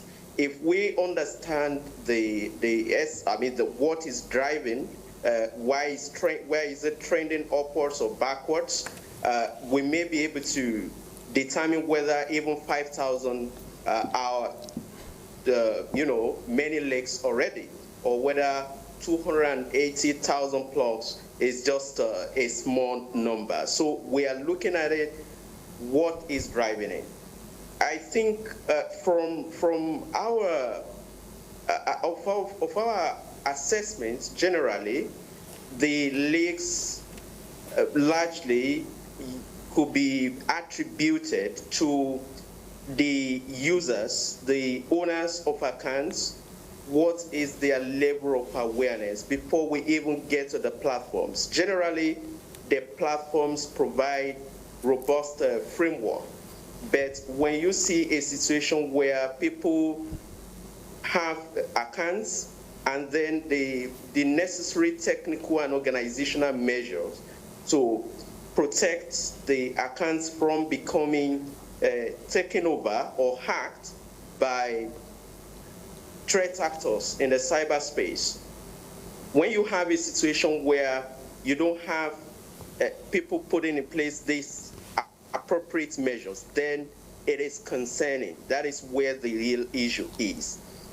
We have situations where somebody may just even you could take your phone to another person to repair without necessarily doing the right thing or taking measures to protect your personal information. So for us as regulators, we are already looking at how we can engage. We are already engaging with them anyway, but how we can come up with a framework on privacy by design and by default. And what do we mean by that? That when you, for instance, want to allow somebody to use your platform, maybe for the purpose of operating email, then as their authentication methods you can put in place that goes beyond the traditional framework, such that if I should lose my account immediately, is there a way by which, without so much hassles, I can get it blocked? You could have a situation where another person takes over another email account, and it's even difficult for the owner of the account to get back his account because of the hassles or the protocols around it. And that is why the issues around platform owners being able to have offices in Nigeria, being able to have the right systems in place in Nigeria to be able to redress these issues. Then, of course, some of these platforms, by the time you are signing on, you are not looking at the type of operations they have in place, or the type of protection that they have in place to protect you in the event of a breach. So there is important for the platforms as well. What we have mandated is you go beyond just putting some privacy policy and remedial platforms or pathways in some, vague letter somewhere. There is a need. I don't know if anybody has opened a public mail, for instance, and then is able to see, is able to actually listen to audio or listen to some, watch some audiovisual material relating to how to protect their privacy online. It is a multi or cross-sectoral approach. We are happy we have collaboration with the Nigeria Police Force, and of course, NIDA is our sister agency that we are working with, as well as other regulators out there. So we are putting all of these measures together to ensure that first, the data subjects are aware of what they need to do at first. That's the first line of defense. And again, that the platform providers, they also have the opportunity, the exercise what you call duty of care by bringing appropriate notices to the data subjects, and of course, putting in place access control measures such as multi-factor authentication. So we believe that with a number of these organizational and technical measures put together, the incidents may be trending back. That doesn't mean you would have zero leaks, as it were, but the impact will be less disastrous. Thank you. Thank you very much. Comprehensive explanation there. And so what it does seem from what he said, that quite a number of people are not aware of the implications. And this is one thing we need to really talk about. Let's start from institutions before we go down to the individuals. What are the risks? You set up an email. And from what he's saying, you just set up, and you might not necessarily go through what we call the fine print to know where you might be at risk, what you should do. And lots of organizations just, set up an email, just like individuals, and they just click. They don't read. And this cuts across. So what should we begin to do first and foremost? So issues around cybersecurity, as in generally, especially at the national level, is a shared responsibility. Which means that government is expected, to do its own part by setting standards, regulatory and frameworks, and enforcing them. And also on the users, the end users, their responsibility also includes knowing their cybersecurity responsibility. And that has to do with awareness. Awareness is really very important, because if you're aware of the risk that you're exposed to and the vulnerability, that you have, that it helps you, know the types of measures to put into place, to ensure that you protect as in yourself. Then still talking about shared responsibility, the platform owners too, they are also, they also need to put in the necessary measures to ensure that they protect customers' emails, customers as in passwords, and also customers' data. How do you respond to this? Yes, the platform owners are supposed to put in measures. Yes. But sometimes these are couched in very lengthy, winding, confusing notes, footnotes, where most people would not read anyway. Yes. They just go ahead and just say, look, click. And that is why... And just accept. Yes. Because sometimes there are also technical jargons that are used in those notes. You read them and you get more confused. So all they want is accept, and then you just click. So platform owners, they will do what they're expected to do to maximize their profits, okay? And that is why it's a responsibility of the government and also the industry to help ensure that the necessary awareness is created. Awareness is very, very important, in ensuring that users of emails and other digital platforms, know exactly what their responsibility is. And if that is done, I can tell you that it will go a long way in helping to protect them as users. And also, like I mentioned earlier, there is no silver bullet solution to this, okay? It has to be approached from the strategic level and also at the operational level. So what do I mean by that? Government is expected, to ensure that relevant national cybersecurity regulatory frameworks, are being properly implemented. And as I speak with you, Nigeria has as one of the best regulatory frameworks as far as national cybersecurity is concerned. So I think what is important is, to improve on the enforcement, especially in the area of awareness. Then also at the operational level, training is also very important, because if you look at it, in Nigeria, we do not have enough cybersecurity experts. So training is very important to help ensure that we have a pool of cybersecurity experts, that will serve as a line of defense. Because just like Moses as mentioned, it's not about if you be attacked, it is when you're attacked. So when that day comes, you should have a ready pool of cybersecurity experts, to provide the right defenses to help with resilience. Well, just a moment longer. There was a time, I believe, that NIDA used to put out some cautionary. Yes. Well, I haven't seen that lately. Yes. Has there been a lull in that, or maybe I've not been looking? So, as my role is to supervise, or part of my role rather, is to supervise the computer emergency response and readiness team. This is a team designated by the National Cybersecurity Coordination Center, which is under the Office of the National Security Advisor, to help government, improve its cybersecurity posture.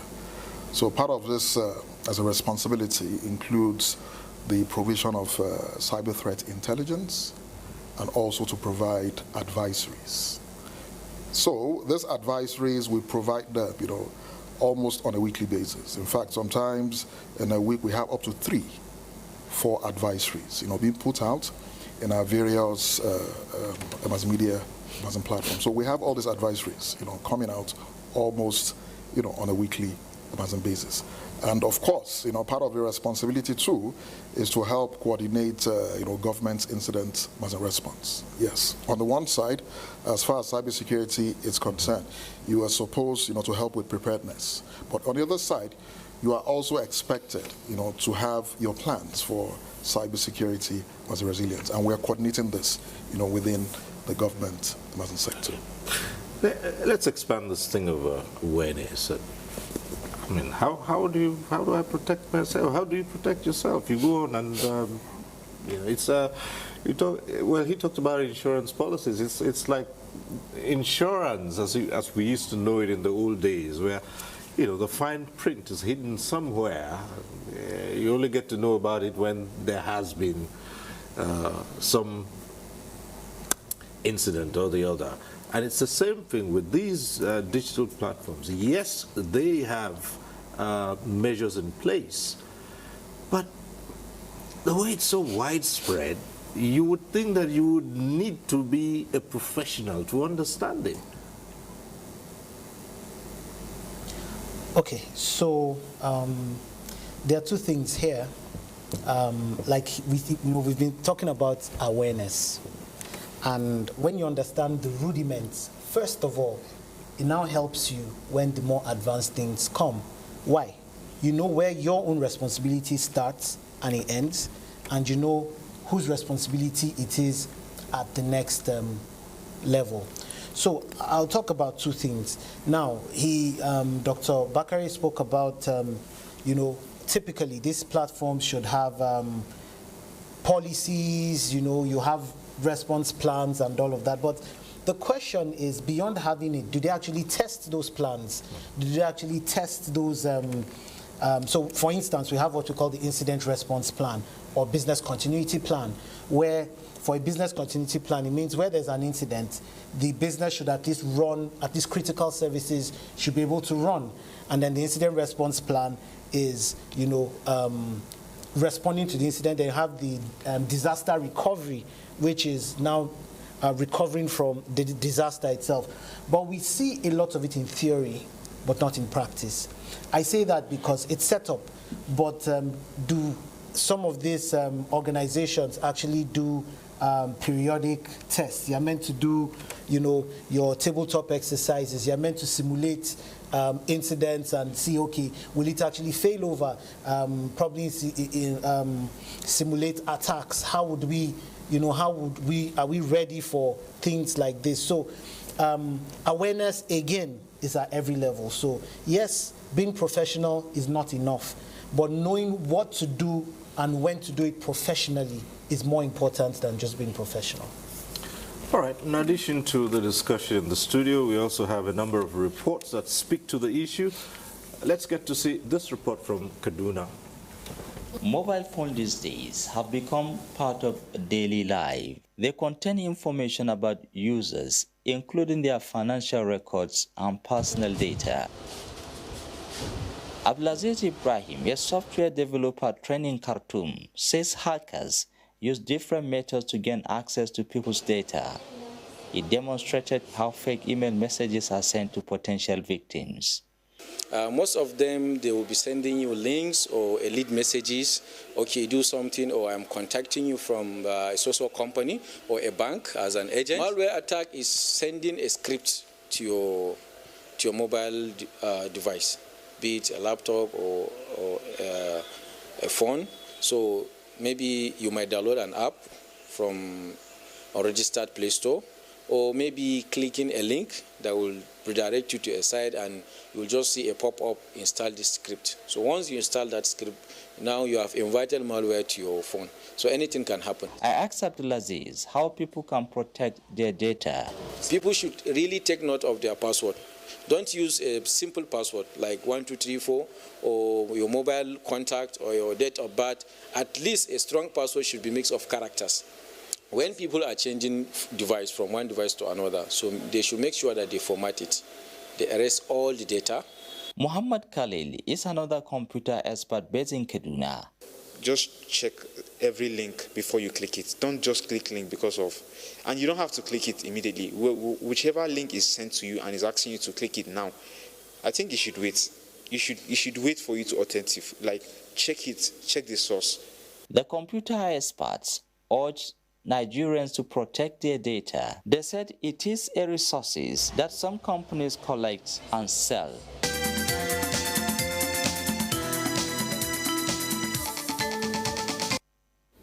All right, that introduces another angle to read now, and that some people collect and sell. And so the question is, what are my rights? What are your rights as a user? Yes, as a user. Yes. Okay, so when you look at the internet model, the way it is created, it's created to collect data from you. Yes, you have to give your name, your phone number, your email, and it's the responsibility of these organizations or firms to protect that data. So whenever you give them this data, there are some data depending on where you are, because we have different data protection rights. So you have rights like access, rights to edit it, and all of these rights. But I feel like those rights don't necessarily protect you from incidents like this. When I was listening to the video and he spoke about links, it's not just links, it has become more sophisticated. And we've seen incidents where people receive emails, and even the button to delete an email or to block a sender is embedded with a malicious link. So you have to be careful with the way you delete emails or the way you block a sender, something as simple as that. So the threats are so many. I remember a story I like to tell. Margaret Thatcher, she got saved from an assassination, right? There was an attempted assassination, and then when she got back to her hotel, the assassinator sent her a message and they said, "You're lucky today.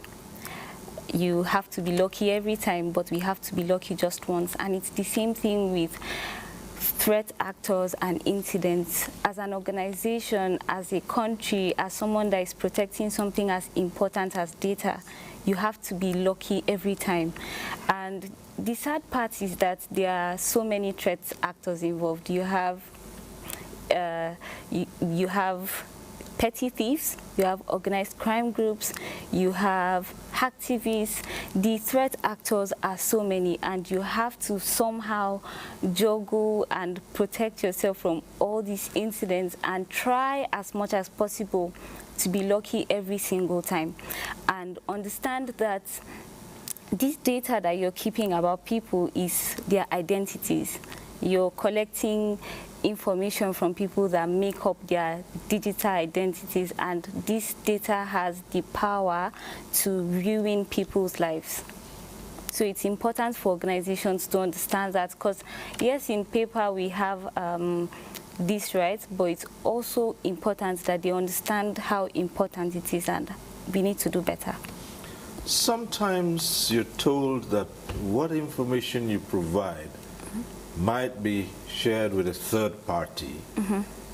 Some give you an option to either go ahead or, well, you see, it's never really clear.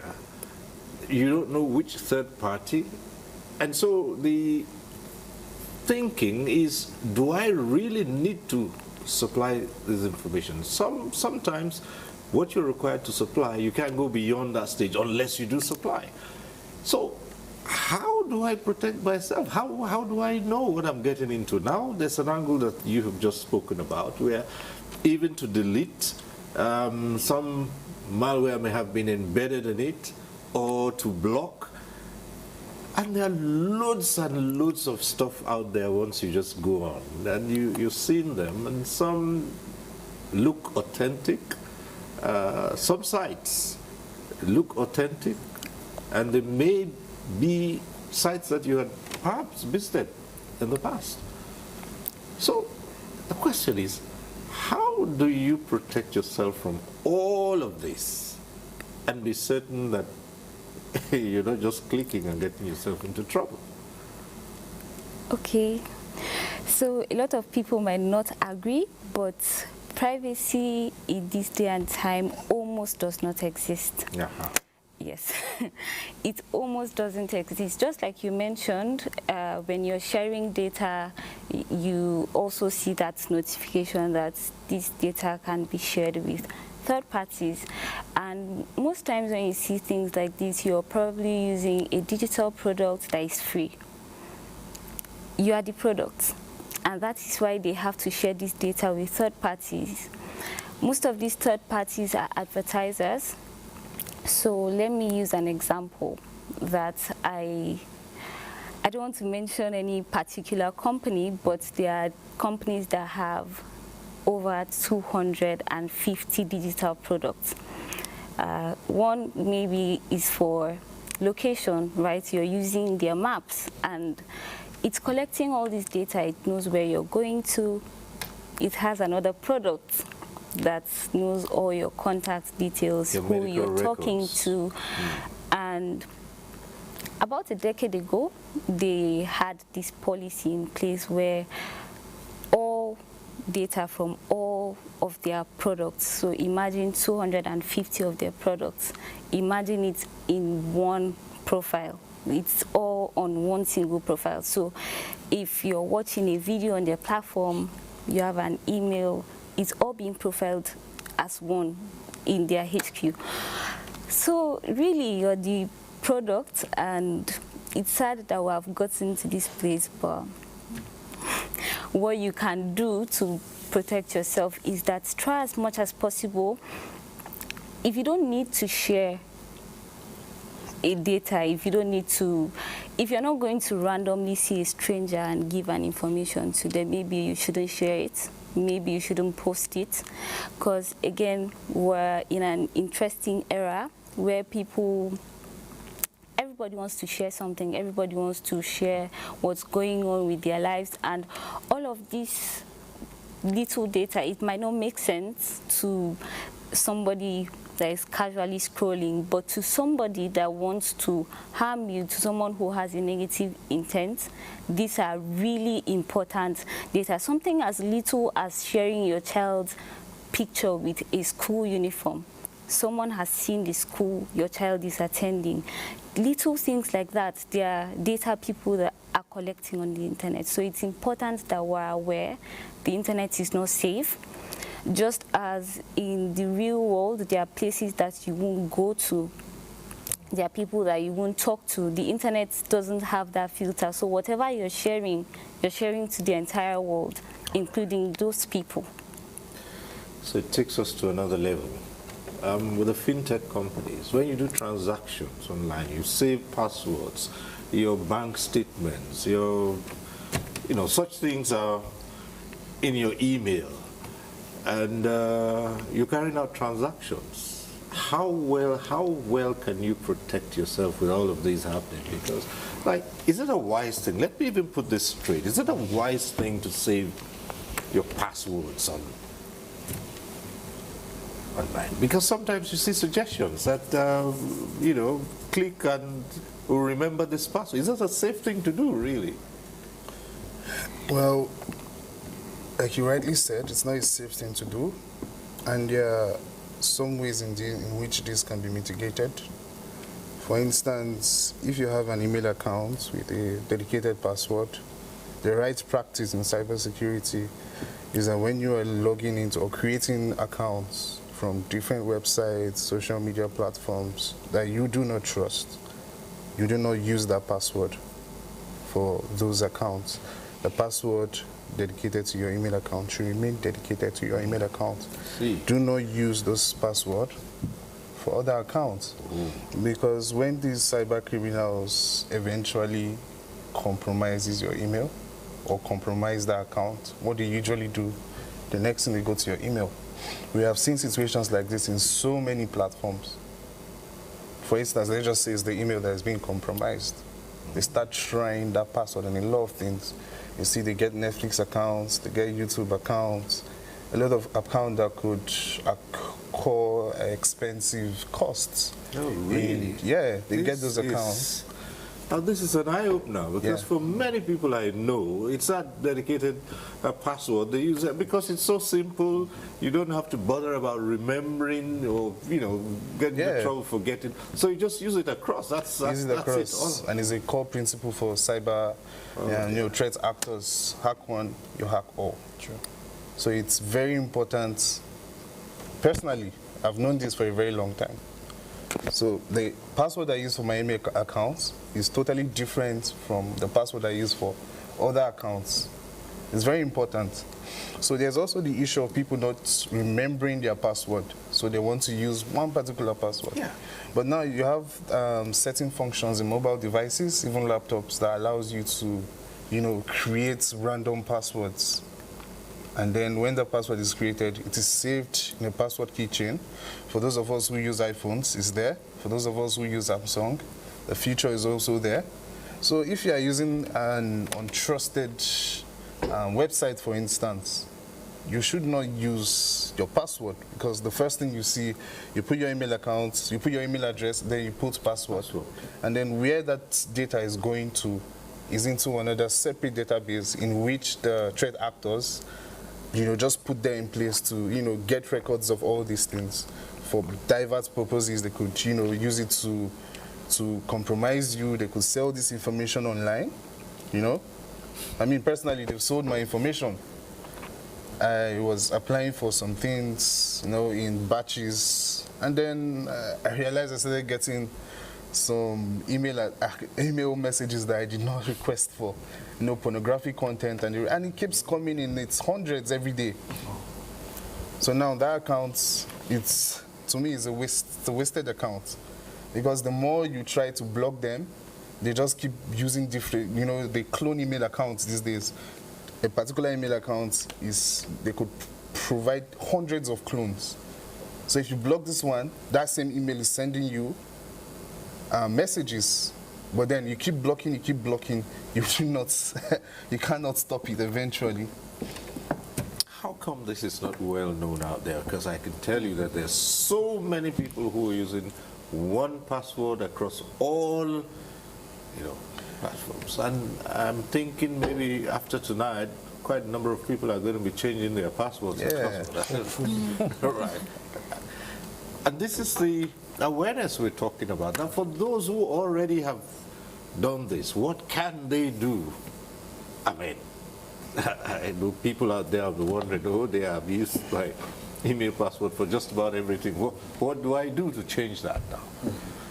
So for users, that have their emails as a compromised, I think what is very important is to see, how to address this, through the platform owners.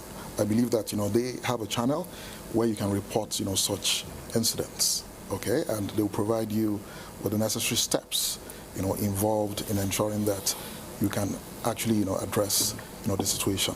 But, prevention is always, better than cure.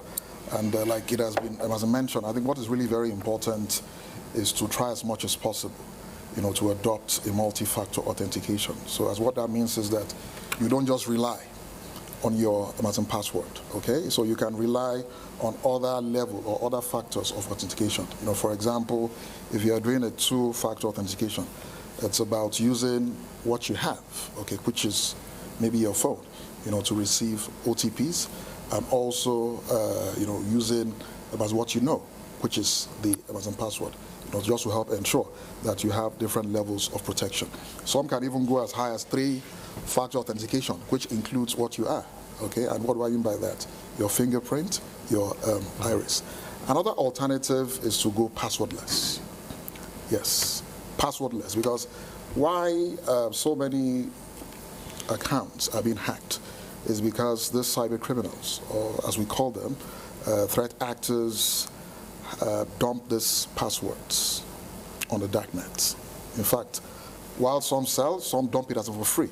So if you go on the darknet now, which is very easy for anybody, to access, you'll see thousands and thousands of passwords as dumped. So to ensure that you are well protected, it's better if you can go passwordless. And what do I mean by this? There are applications, called authenticators. Google has one, Microsoft has one, where if you need to log into your email, Amazon for example, you will activate the authenticator on your phone or on your system to provide a one-time password for you, Amazon to use. So even if that one-time password is being hacked by chance, it can't be reused again.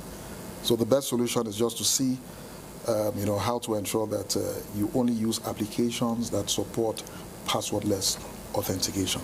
And of course, like I keep telling people, issues around cybersecurity, it's all about risk management. Okay, you need to be able to weigh between the costs and also the benefits. For example, as I mentioned that many of these platforms, they allow you to provide they allow you access their service for free, but it's never free. because you are the bottom product. So you got to keep an eye out for all those free this, free assets, nothing really free. Exactly. So you need to do a cost-benefit analysis. If the cost outweighs the as a benefit, then it's advisable that you desist, from such platforms. So it's really very, very important, to always ensure that you are on the preventive side. But like I mentioned earlier, it's not about if you will be attacked, it is when you are attacked. And that is why it's also important that you also have strategies for resilience. What do I mean by this? You need to have a plan to help ensure that if you're attacked, you can also recover. What's so vulnerable about emails? Why are emails the point where these things occur for even bigger attacks? Why are emails susceptible to? Okay, so I remember, there was a time where we didn't have emails. It was phone calls. And that was like the most rampant form of communication at the time. People did businesses over phone lines, and then we reached the point where you sent fax messages. But right now, when you look at the corporate landscape or the business landscape, I'm sure you've received a couple of emails today already. Yeah. So emails have become what you'd have gone to the post office to put in an envelope and sent, and it will take 3 days, 5 days. At the click of a button, it's gotten to the other end. And so transactions have become so speedy via emails, and every kind of transaction is being done. I'll give an instance. There's something called the man-in-the-middle attack. So, client is talking to, say, supplier, and this guy now hacks into the supplier's email, hijacks the correspondence, and then the client thinks he's still talking to the supplier, and it gets to the point of payment. He receives the payment, they don't get their products, and then maybe 2 weeks later, they now put a call and say, our products haven't come. And they're like, which products? We haven't even sealed the deal. But that guy has intercepted and sealed the deal. In the days of, say, fax, people used to find a way to do that. Then we saw where they tapped phone lines, back. So it's the same concept. It's just intercepting communication for malicious gains. And there's hardly any kind of communication you cannot do via email. So I'd give an instance. Years ago, this probably like 12 years ago, I know someone that needed his girlfriend to go for an interview, and he cloned the recruiter's email, sent to her. Now, the cloning was so perfect that it came from the email looking the same way. Even the signature you would see when the person sends the email, he did all of that. I don't know how that ended for her though. So, before you'd have to forge letters because that's the primary and most effective way of communication. So emails have been, are really being intercepted right now because a whole lot is based on emails. Your banks would send you notifications. Now, you said something earlier when you said you don't have, or some people don't have passwords and all of that in their emails, but you do not know the meaningless information or seemingly meaningless information that a malicious actor can actually see and make meaning out of it. So don't take anything for granted even within your email architecture, because the most meaningless thing might just be the most meaningful thing for that malicious actor. With bank statements, for instance, I'm still looking at this from the financial institutions. They send you emails with everything and it's in there. And that also can be breached. Oh yes. However, the usual or the best practice is they send you a statement, there's a PDF, but there's a code to decrypt that particular document. So it is there, but if you don't, so he was talking about different layers of authentication. So that's part of it. So yes, the document is there, but the question is, can it be Can you access the document? Can you have access to the document? So that extra layer of security are some of the measures that are put into place. So even you, the user, if you don't have that decryption code or something, you cannot access that PDF, with the statement, even though it's in your email box. So yes, so for something like that, that's a best or usual practice right now.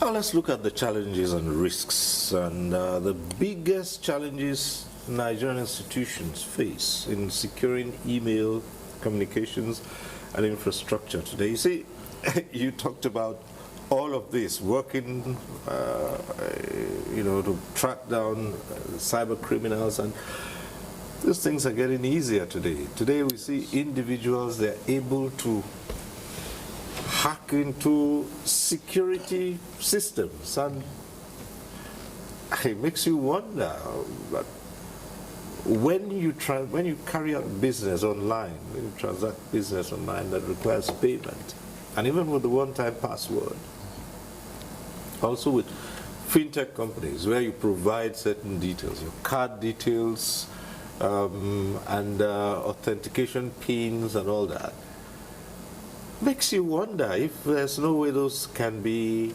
copied or kept and used in subsequent transactions. Is there a way out of this?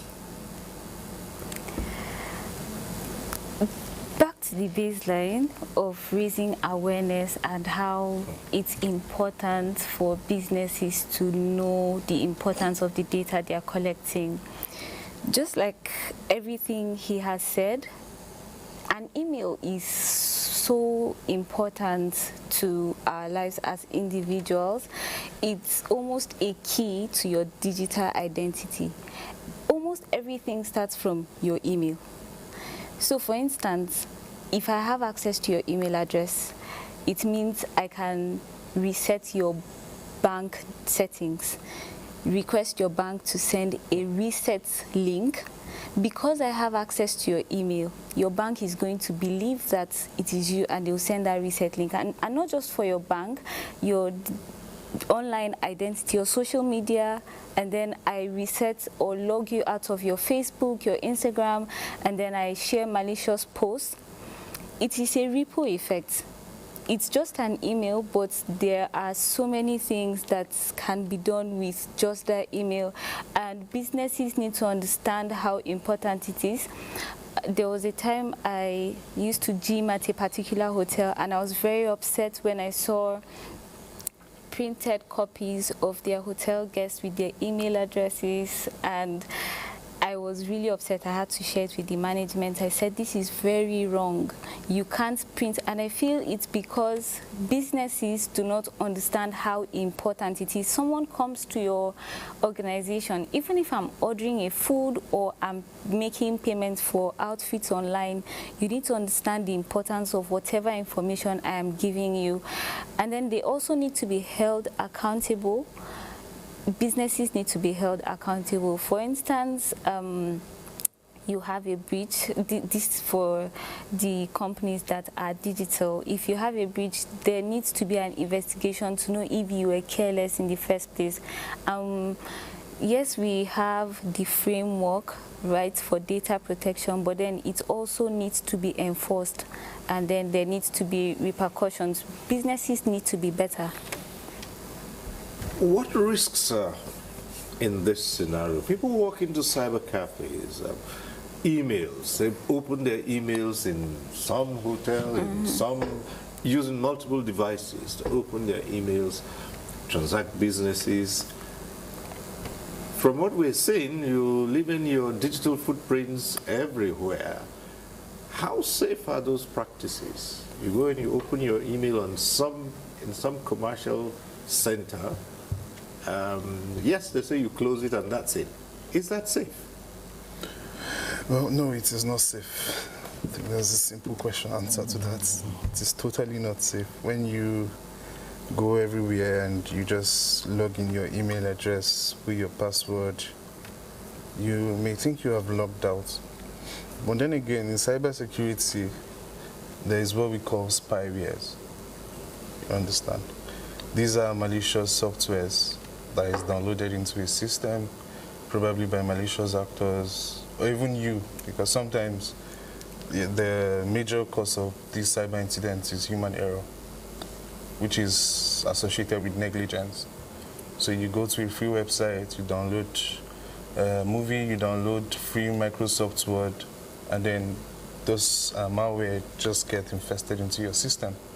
So when these individuals go into, let us say, cyber cafes, in which is already being compromised by threat actors, and then you put your information there, your email and password, you're done, you didn't save the password, you just logged out. You are going, you think you are safe, but you are not, because it could have been infiltrated by spywares. And when this is done, it takes record of your email address, it takes record of your password, it literally takes record of everything you did within that time frame. And then when you leave, you think it's all good, but it's not. You've already been compromised. So the best thing is to restrict all these to just your own device. Yes. I really don't even advise anybody to use public Wi-Fi, as you said. Right. There's also the issue of man-in-the-middle attack. Yeah, but you see, public Wi-Fi, airports, everywhere. It's not safe. It's not safe. And if you have to use them, for instance, sometimes I understand you can't be stranded when traveling. You should beware of what activities you carry out on your phone. For instance, you can't make a transaction or log into sensitive password when you're connected to a public Wi-Fi. Or if you need to send a message to certain people, you shouldn't do that with public Wi-Fi. At this point, we'll take a short break. When we return, there'll be more on the concerns, the implications, and just how to protect yourself. Stay with us on NTA Tuesday Live. We'll be back shortly. The counsel of our fathers. I will urge and advise our younger generation to use talent and brain to sort out problems, not arms. Nigerian youths, let's build our nation. My advice to these young people is please do not take us back to those harrowing days. You probably do not know what it is. I believe we have fought one civil war too many in this country. So those who experience it will run away from it. Nigerian youths, let's build our nation together.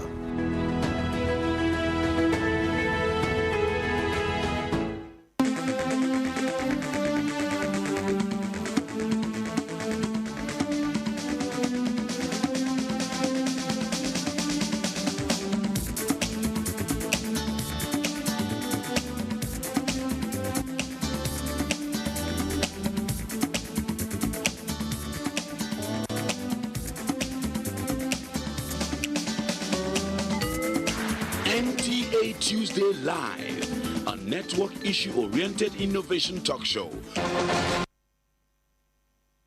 Thanks for staying with us, and this is a segment where the phone lines are open and you can join in the conversation in the studio. The numbers to call will be on your screen. You can take advantage of those numbers, and as we say every Tuesday, if you call it in and your call gets through to the studio, do us a favor, turn down the volume of your TV set. That's the way to avoid the hurlback or the echo. And we also advise that you do not spend too much time on greetings. Just a simple hello would do. And one way to know your call has been passed through to the studio is you see your name appear on screen. That tells you that your call is through to the studio. So just go ahead and keep such comments and questions as short as possible so that others can also get on the platform.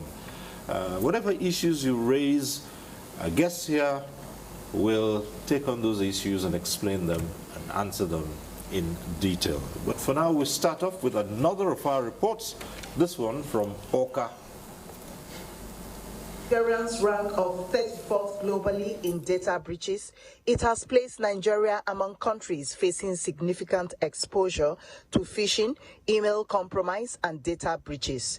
These analysts attribute to low awareness, unemployment, and the love for quick money. It also points to Nigerians' large youth population as the country's most significant asset in fighting cybercrime. Any virus that attack an electronic device, the solution to curbing that issue is also resident with the person that designed that virus. So human capital, those people today that are causing us pain can become the network defenders. These guys can be then debriefed of the criminality, and then they become very useful too to helping us. They work with security operatives like EFCC, DSS, with the knowledge they already have about the internet and how things work there. It will help Nigeria solve lots of security problems. Still to be very intelligent for you to do such cybercrime. So I think the government should employ them. The reason why they are doing this is because of money. You and I know, money. And the government cannot pay them that much. So come out, help teachers, lecturers to educate younger ones on how to know everything about this cybercrime, how to hack system, and put it into good use so that we'll have a better country. Analysts said Nigeria has the human capacity to build a hub for cybersecurity by creating structures and opportunity for the teeming youth.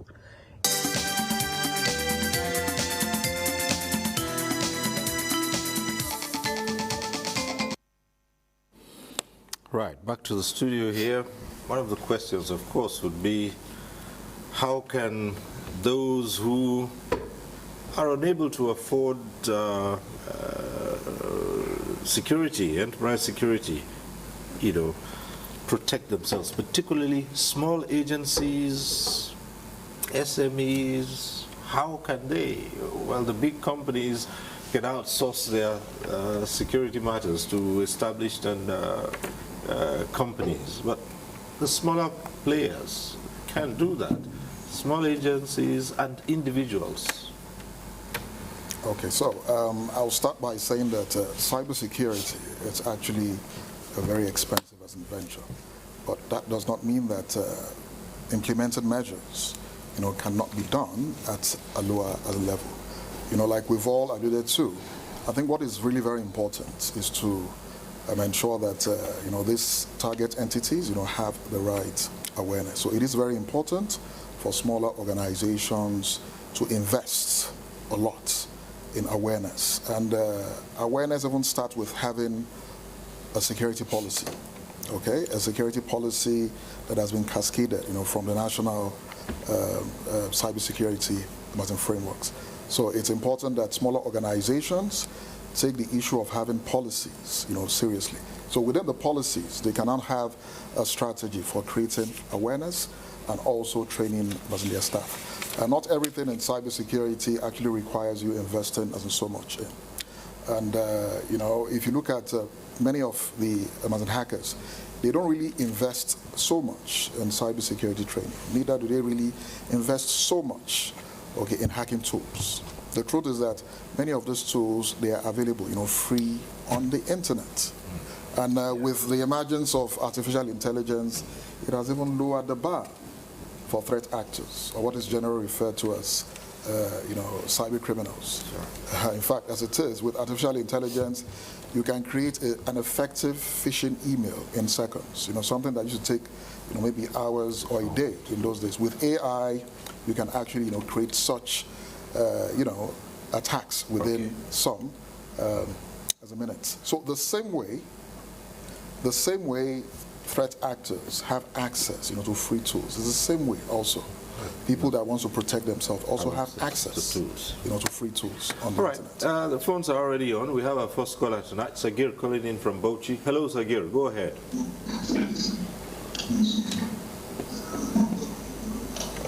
Sagir from Bauchi. Hello. Good evening.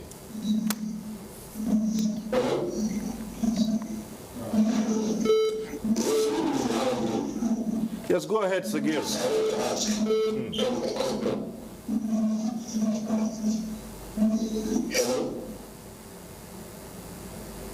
Yes, Sagir, go ahead with your question. Well, I'll say this again. Once your name appears on screen, it means your call has been passed through, so just go ahead. So we hope Sagir can call back. And for others who are calling in the same way, once your call gets through to the studio, you see your name on screen, and once you see that, you're on. Turn down the volume of your TV set. There wouldn't be the echo. We could hear all that hurlback from Sagir's TV. Okay, back here in the studio. Okay, another caller. We have another caller, Soji, is it? Soji from Abuja. Hello, Soji. Okay, so my name is Soji from Abuja. I want to ask, there's the project that's ongoing at the moment with the Nigerian Identity Management Commission. It's a project sponsored by the World Bank, IT body. It has to do with data collection and, of course, creating digital identity for Nigerians. Of course, we know how difficult and tough and complex it was. Cybersecurity needs, especially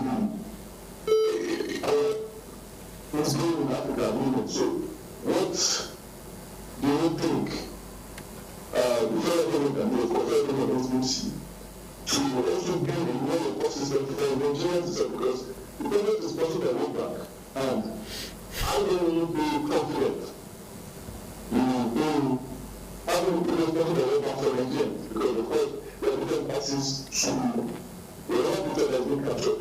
So what kind of system government and other key stakeholders in the identity landscape and data landscape in Nigeria to protect and also build our own local data centers and prevent people from having access to some of this information at free will.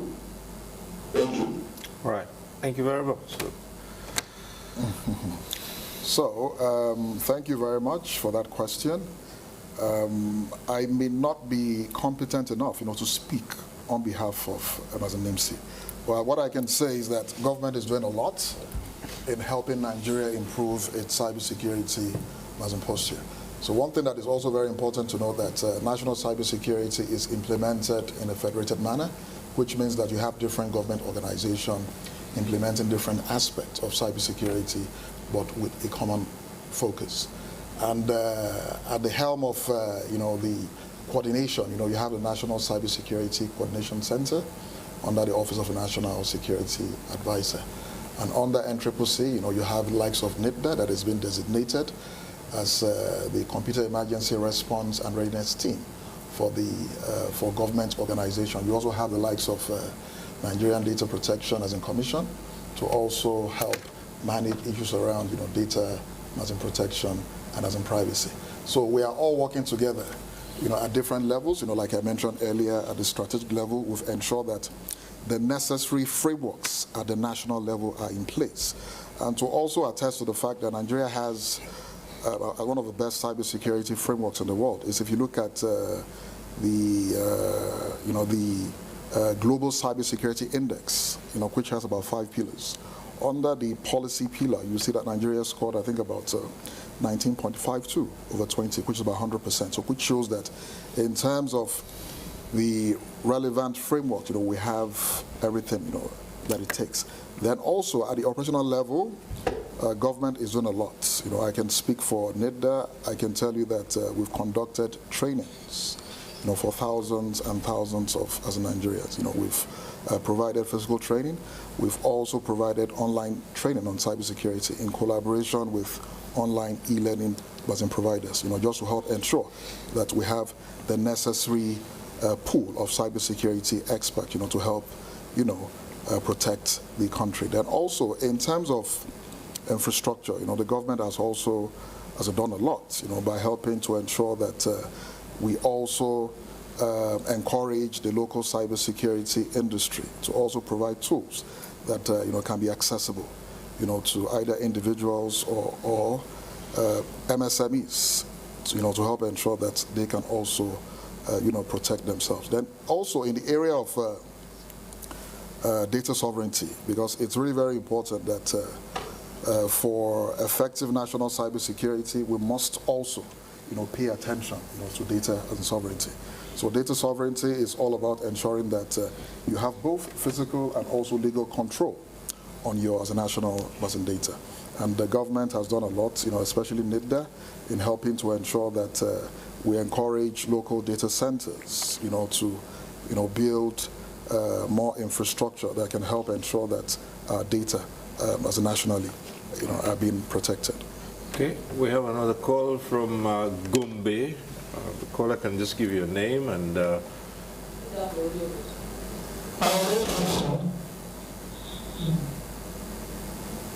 Yes, go right ahead. The caller from Gombe.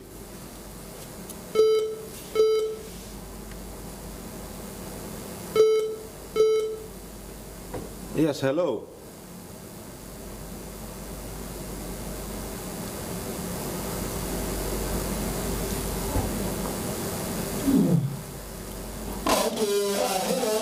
Yes, go.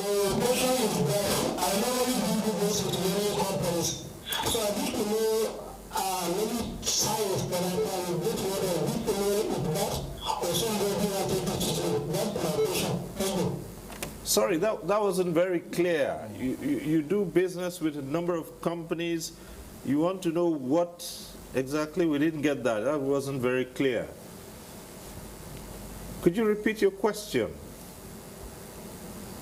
Oh, well, we didn't quite get that, except if anyone did. I didn't. That was very fast. Unfortunately. Yes, you have a good framework in place. But there are still concerns, aren't there? Data, biometrics are still flying around in this country. Not one I mean, the harmonization was supposed to have taken place. That hasn't. As far as we know, there are still multiple agencies keeping data, biometrics of Nigerians. How safe is that? Okay, so the best thing to do is to do it in a concerted manner. It's good we have different agencies. So he spoke about the NCCC. The police has their own cybersecurity center too. Same with certain other agencies. Great idea. However, we need to come to a point of convergence. And until we come to that point of convergence, if we don't work towards convergence, then that means we cannot even harmonize data. So, and it makes it quicker. We're in an era where online security affects offline security and vice versa. You need to get information on person A, person B, or person C. And maybe someone has 70% of this kind of database, another person has 15% of that database. And maybe the guy with the 15% wants some information that he probably has to request from, the guy with the 75%. But if there's a concerted pool, yes, of course, there'll be different levels of accessibility. But with the concerted pool of data, I think it makes it even better. And that's why we need to leverage on, like he spoke about the response team, which is one of the things he manages. The idea of that is that even as an organization, I should be able to plug into their feeds. So they're telling us, these are the recent attacks, in this period of time.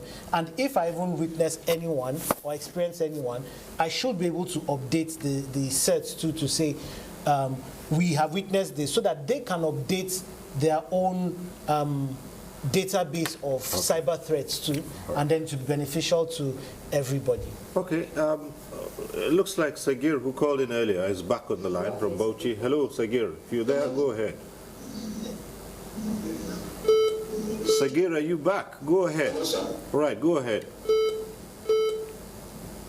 Yes, I can hear you. Please, I have a question. Can someone use contact to advocate to put public interest in companies? Because even my drink, the someone attached over 500 women in time from my bank, which they have the password of my email address already. My bank account to Cyber. Yeah, did you get the... Sagir, could you repeat the question? Sagir, are you there? Oh dear. Sagir. Can somebody put the application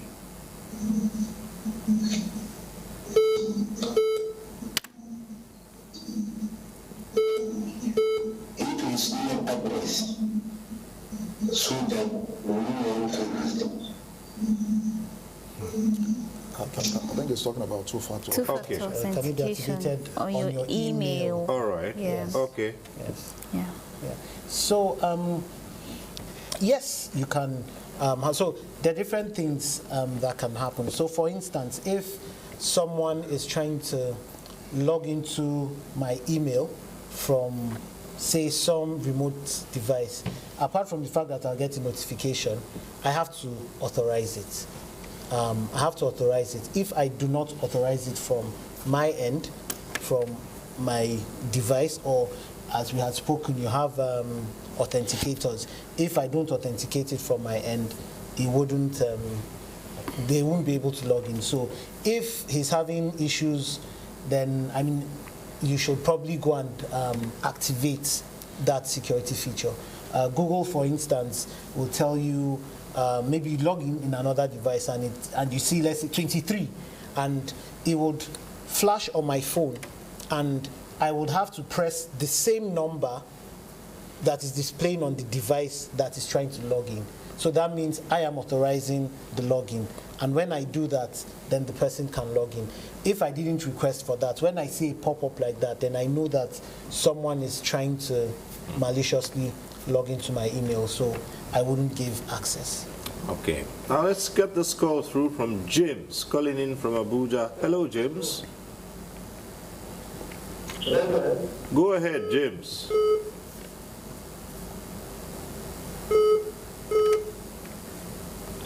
Okay, good evening. Yeah, good evening. Before now, we were told that every website that has an S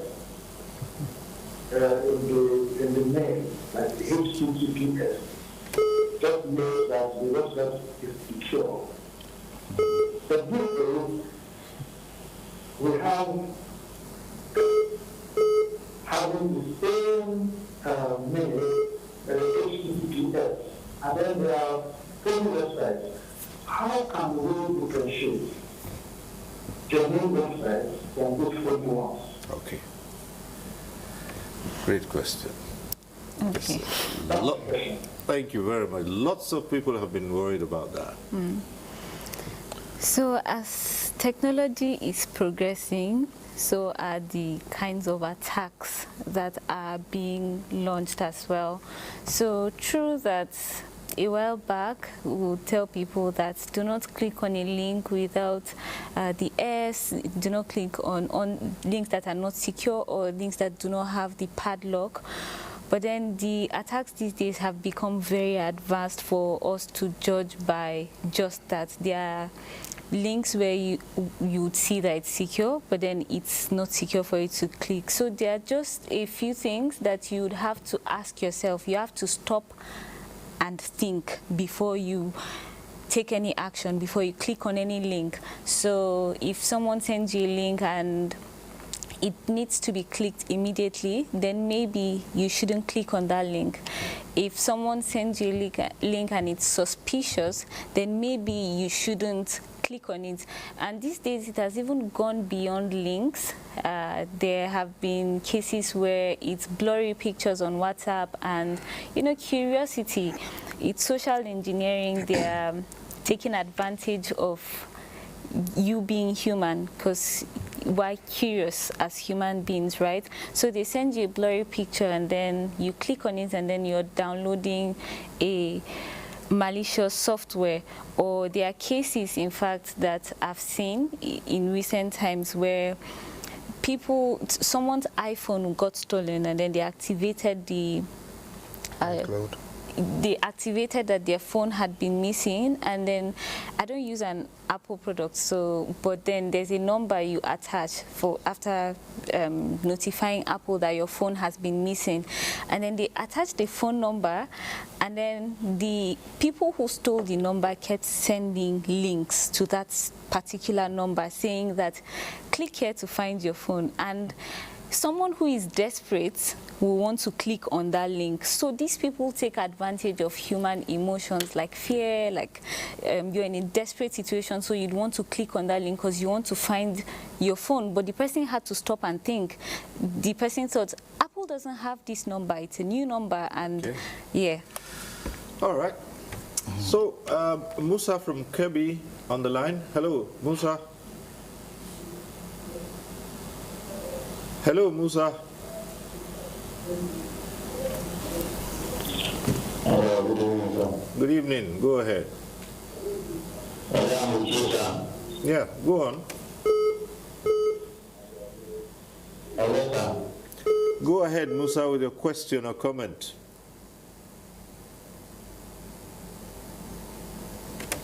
All right.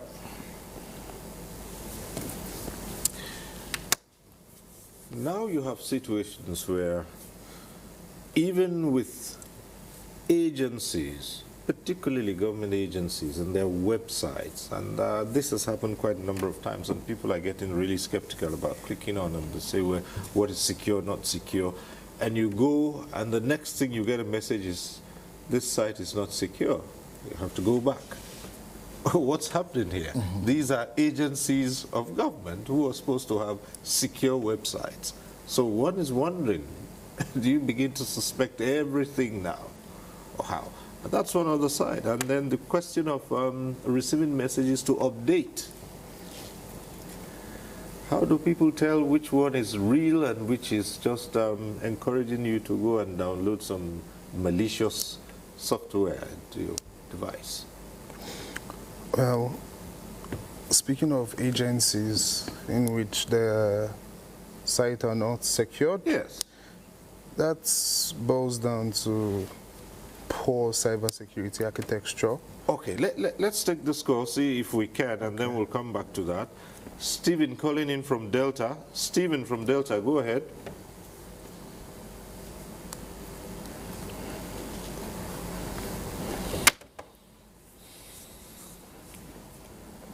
All right, I think we'll just go ahead, please. Okay, like I said, it boils down to poor cybersecurity architecture, because as we've said throughout this program, if there's one word that has been coherent, is awareness. And you find out that a lot of government agencies or even private organizations are not really aware of the importance of cybersecurity.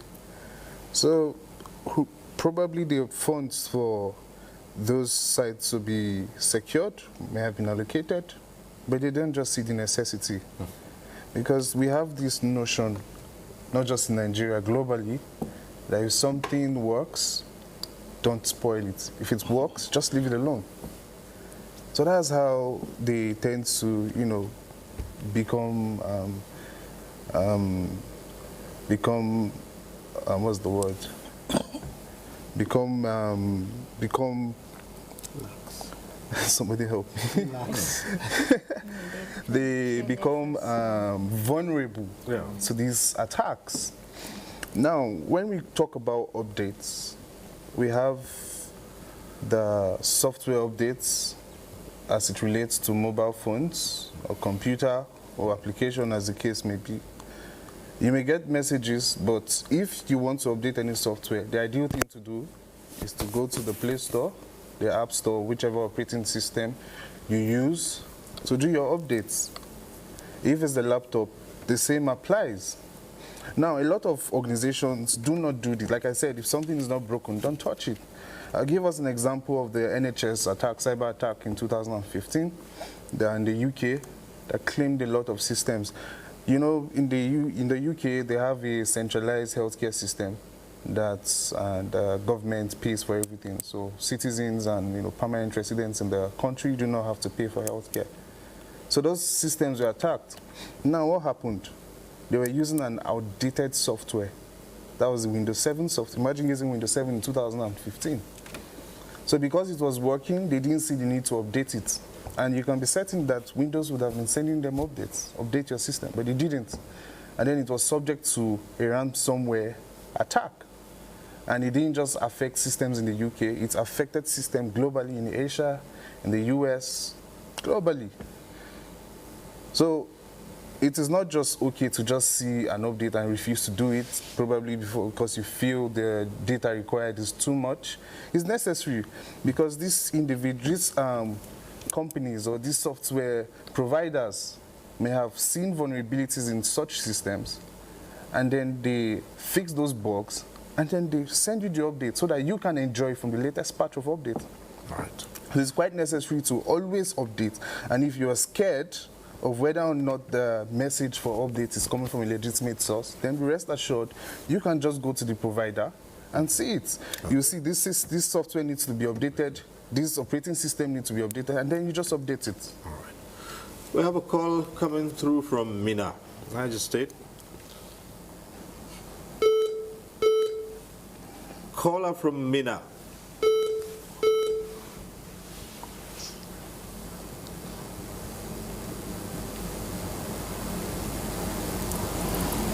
Hello, are you still there?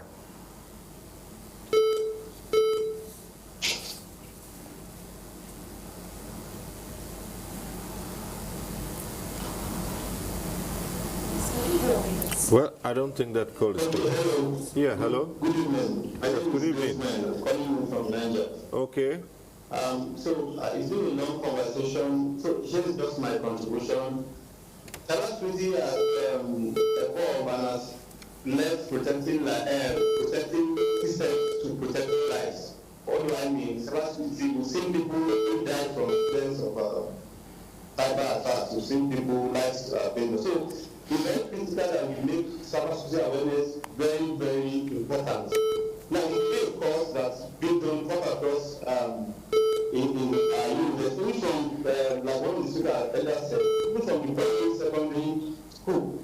And many people say, a good man is a inheritance for his children's children. I think cybersecurity culture should be something that should be left, that should be incorporated in part of the things we discuss. Even when we go to church, when we go to mosque, they should talk about cybersecurity because we've seen people who know their entire life after retirement to cyber crimes, to cyber incidents.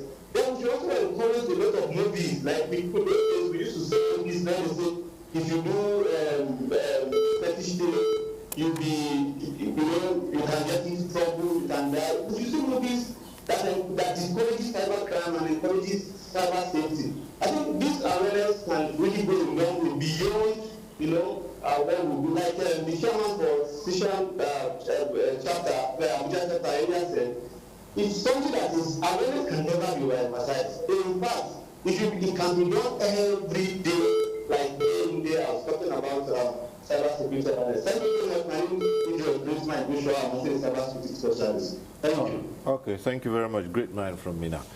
Well, Francis' comments there about not pulling back at all in terms of awareness. But you see, this what we're talking about tonight, the 200,000 plus breaches that have been recorded. What does this do to public trust in the system and to Nigeria, of course? And the worry here is about security and the general national security. I mean, most people are at their wits' end with what's going on now regarding the insecurity in the land, and with these breaches, there's something to worry about.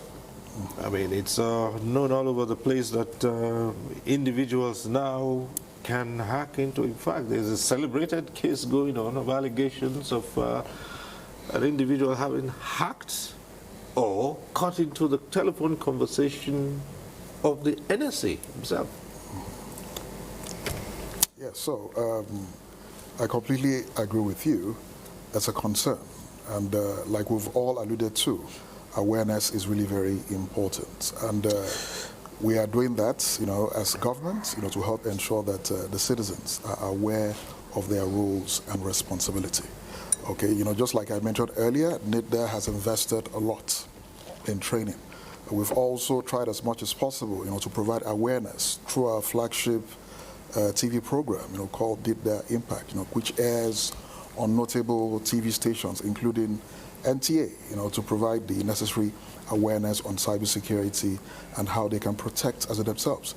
Then also talking about catching them young, we are collaborating with the Ministry of Education, to help ensure that cyber safety online, cybersecurity is also part of, basic education as in curriculum, just to ensure that it is made inherent, right from early ages, to help ensure that as Nigerians, can effectively, protect themselves. So awareness is something that is continuous. Awareness is not a one-time thing. Cybersecurity is not a destination. Cybersecurity is a journey. And with each emerging as a threat, we must, invest in continuous improvement. And that is what, the government has been, doing all the while. Yes, attacks will always come, no doubt about it. And like I mentioned earlier, it's a good sign that Nigeria is really advancing as far as its digital economy is concerned. Because if you look at 10, 15 years ago, we're not talking about this because there was really nothing to as an attack. So now that we're having all these systems, we're having more adoption, of online digitals and platforms. We have over 160 million Nigerians on the internet. You should expect such to happen. And that is why it is very important for there to be effective and collaboration. It's not just about us in the government. There must be effective collaboration between government, the industry, the media, civil society for accountability, academia, because we also need research, from the academia on emerging threats and also controls to be put in place.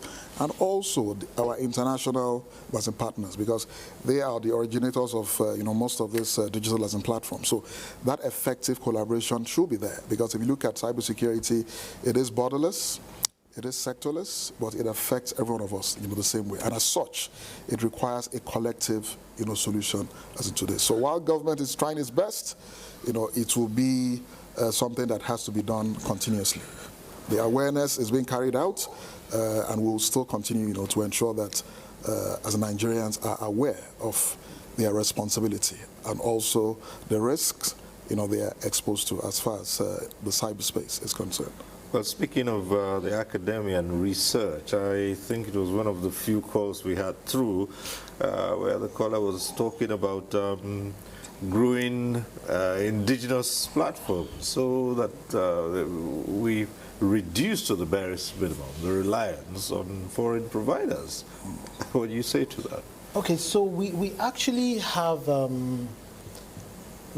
indigenous platforms, indigenous trainers, but don't forget that the rate at which cybersecurity is growing, we can barely even keep up.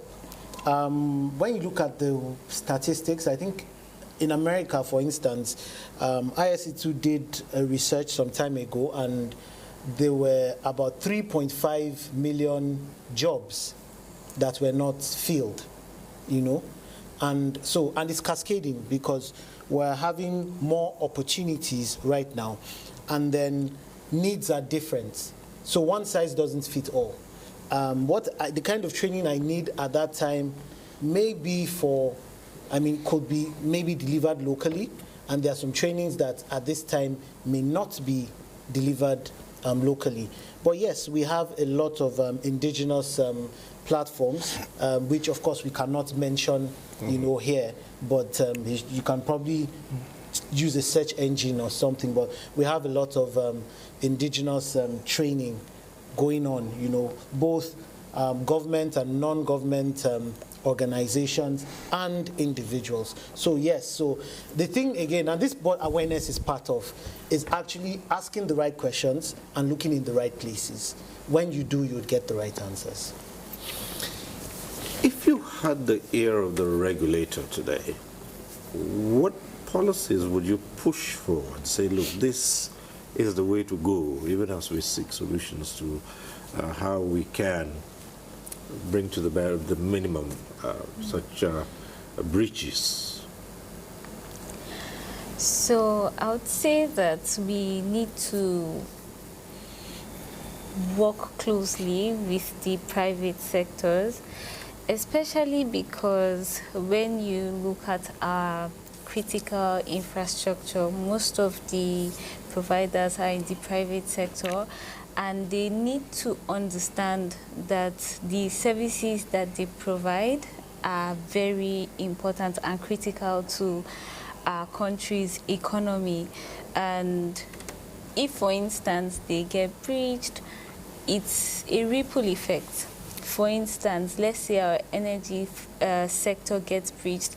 It's not just going to impact the energy sector, it's going to impact the sector, it's probably going to get to water, and that's how cybersecurity works.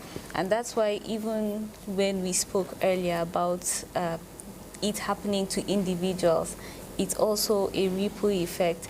And I think there also needs to be a push for policies around child online protection, because a lot of times we leave that out and it's becoming a serious issue, because most of the cyber crimes we see on children, most of it translates into actual crimes. So we need to protect our children. We need to have policies in place that protect them. They are minors and they need to be protected online as well. So you know that some countries are putting in restrictions for underage users, and it doesn't look as if are we looking in that direction here? Because you see a lot of kids have access to all of this, and most of the time unsupervised, and they just go in there and things are happening. So it's also important, just like Dr. Bakari mentioned, we need to work with the Ministry of Education as well.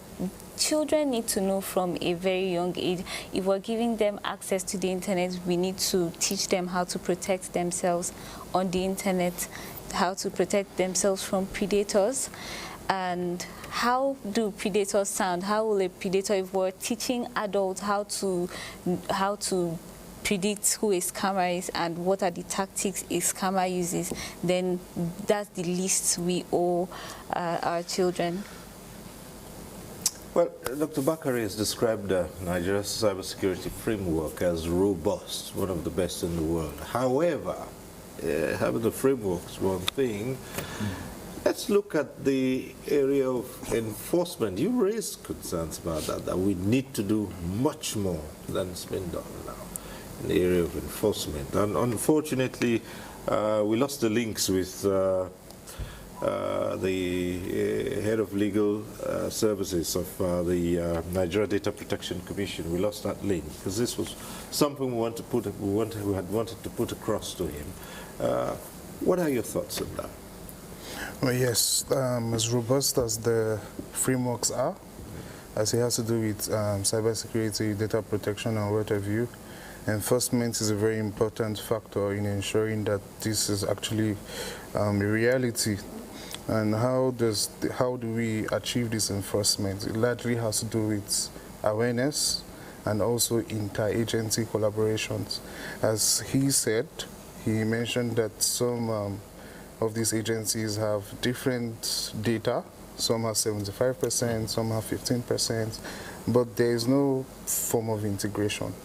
I feel if these agencies, law enforcement agencies come together to ensure these enforcements by bringing together resources, I feel the robust framework should be enough to tackle cybercrime. Well, let's look at the future. Oh, except you wanted to respond to what he has just raised here. Okay, so I think I'll speak to what Ruth, as I mentioned, in terms of advice of other framework, the government can also put into place. And she talked about something on child online protection. Yes. So I want to let you know that, there's a bill already with the National Assembly on child online access protection. So, in fact, that goes beyond just having a subsidiary as a regulation. It will come as a full legal as a framework, come as an act, to help ensure that strategy, measures are in place, to protect as a minors whenever they are online. Then also, in terms of the implementation, okay, of the extant frameworks, on national cybersecurity, yes, government is doing a lot, but like they say, the biggest room in the world is room for improvement, and that is why we are trying as much as possible, to improve, collaboration, especially with the industry, to help see how this framework, can be effectively enforced. And when I talk about enforcement, I'm not just referring to using the as a stick approach. It has to be, the stick and carrot approach. Which means that part of the strategy should also include intensified engagement. Providing training, providing subsidy, as in, for example, on cybersecurity as in tools. So I believe, as once we have this kind of, intensified collaboration, it will help ensure that the extant frameworks, don't just remain as extant frameworks, but they are implementable, they are enforceable, and we can also, track the Muslim performance. But like I keep saying, government is doing a lot. It's a work in progress, okay, and eventually we will continue to try as much as possible to address, because I don't want to use, I don't want to say that, we will completely address it, because cyber threats keep emerging. But we'll try as much as possible to keep pace by ensuring that the necessary measures are in place to protect Nigerian citizens. Then also, I think she also mentioned issues around critical national information infrastructure. So I also want to provide you information on that. Like I mentioned earlier, when it comes to national cybersecurity, the National Cybersecurity Coordination Center is in charge of coordination, and it's oversighted by the Office of the National Security Advisor. So they currently have a framework on critical national information infrastructure protection. And there's a framework to help ensure that critical national information infrastructure within Nigeria are identified, the regulators are identified, the operators are also identified, and strategies are put into place to help identify risks that can befall this infrastructure and the necessary protection as measures for the critical national information infrastructure. So I thought it's very important that I also put that as in there, so that we know that this framework doesn't exist. Let me borrow the words, I think it was you said, there is really, looking at it, no privacy in the internet. And that's just it, because now in the era of AI, everything about you is out there. As long as you use this, you're leaving your footprints everywhere. And speaking of the role of advertisers too, and what we click on sites we go to that provide free services, they're able to tell just what you want. You receive messages, many times you receive messages suggesting that from your history, this is what would interest you, and advertisers are taking advantage of those. However, other people say there should be something in place not to let them do that. Yeah. Yes, what do you think about that? So I like that you mentioned earlier how easily we accept when these services are offered to us, the terms of use and the privacy policies, and then we accept. That's a legal binding document. So you can't really complain once you accept, because when you take it to the court recognizes that acceptance, the fact that you accept. And sometimes they make it very long and bulky with jargons because they know a lot of people will not read it. So it's hard really, but if you don't have to use a service, then don't use it. I know of certain editing platforms that people have refused to use because within their terms of use and their updated privacy policy, they said they had the right to use whatever image you're editing on their application. And then a lot of people started migrating to a different platform. So we need to see more of actions like that, and if you don't read the terms of service or the privacy policies, then you won't even know what you're giving them access to. It boils down to little things as giving access to your microphone, right? We like ease, we like comfort, so we connect our lives so much to the internet. So because I feel lazy to get off my bed and put off the lights, it's easier to connect to Siri or to my Google Assistant and say use your voice prompt. And then when we give access, we don't turn it off. And there have been instances where this has been used against people in court because you gave access to your microphone and you probably were speaking and then admitted to a crime. That can be used against you in court, because again, these companies, they can't go against the country. Else, if they can't offer their services in that country, then it's a big problem. So in the end, that can be used against you. So we just need to be very careful, really. Caution is the watchword. As we prepare to wind down, what are your final thoughts here, Joseph, as we wind down? Well, my final thought is cyber security is everybody's business. It's the government business. It's organizational business. As personal individuals, it's also a business. And each and every one of us in our different organizations, as big businesses, SMEs, government institutions, should endeavor to ensure that we adhere to cybersecurity principles to ensure that we are safe. As cybersecurity today is very important in ensuring safety, and is also a matter of national security in today's economy. Right, Moses? Okay, so I'll speak to the frameworks. I believe the way it can work is where there's a relationship which I think exists between the businesses and the government. Now, how do we know if those frameworks will be viable? It's simple. Encourage businesses to try to start, you could do a test phase, adopt these frameworks, run it for a while. You could, within the private sector, certain organizations can adopt it, even within the government sector, run it for a while. That way we can see where there are loopholes or where there are places for improvement and what really works. So it's just like putting controls in cybersecurity. So for instance, even in your infrastructure, when you put controls, one size doesn't fit all. And sometimes you think a control you have put is the best control at the time, but it's evolving. That control today might be the vulnerability tomorrow. So again, cybersecurity is dynamic, and I think we need to understand that it's dynamic, it's always changing. It's not like a seal that is, or like a tattoo. And again, we want to see more collaboration between business and government. Thank you. Okay, for you?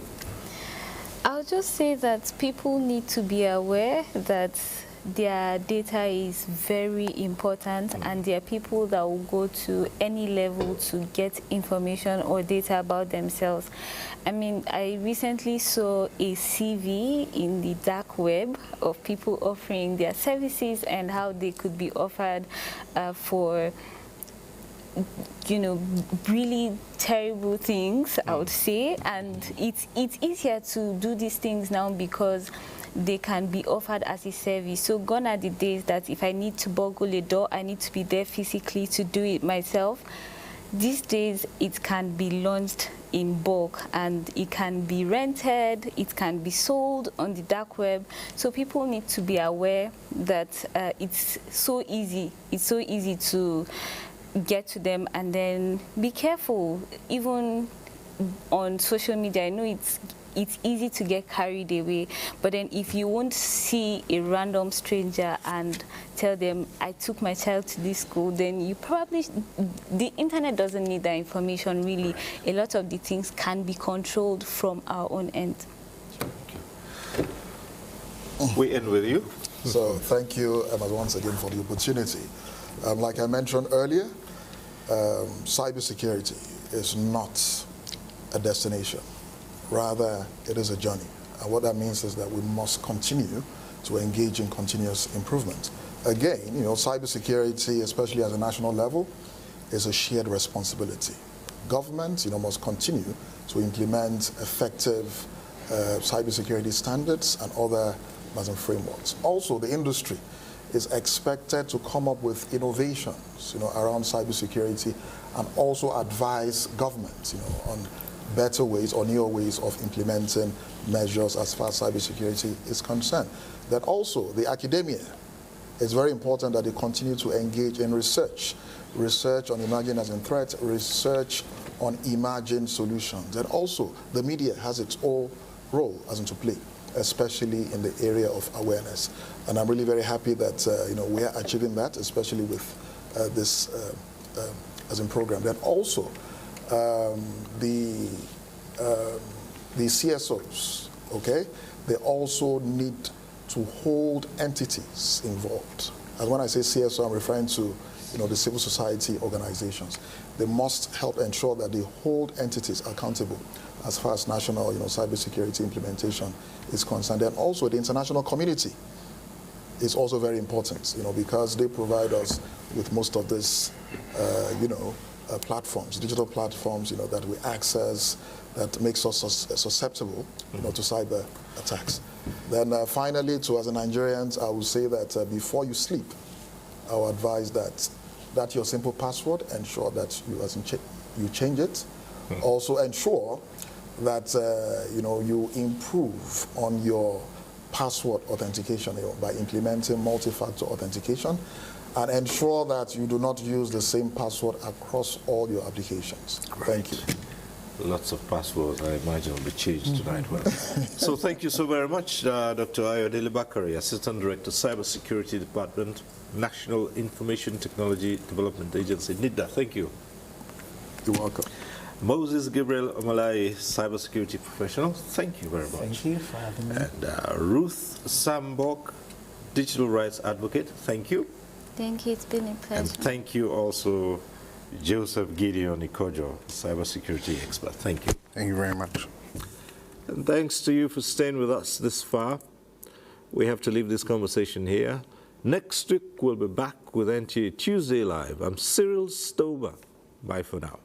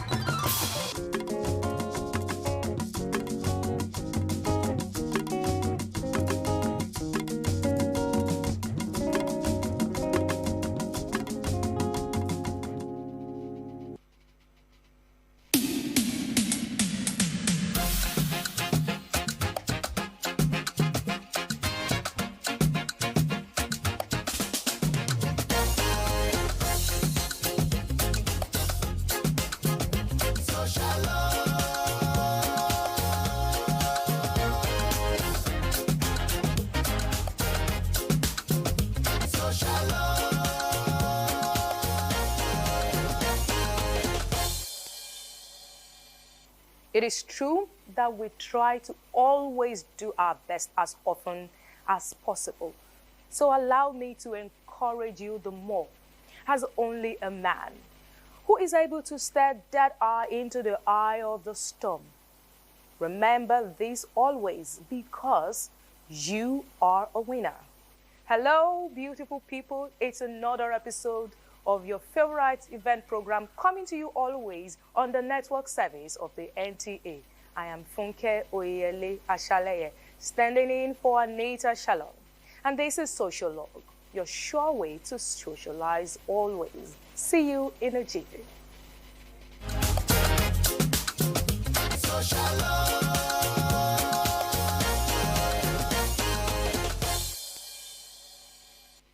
Great moments are not only created in the classrooms, but in the bond that stand the test of time. Now, first there is celebrate friendship, legacy, and the spirit of togetherness. As old classmates of University of Benin alumni reconnect to relive old memories and inspire new dreams.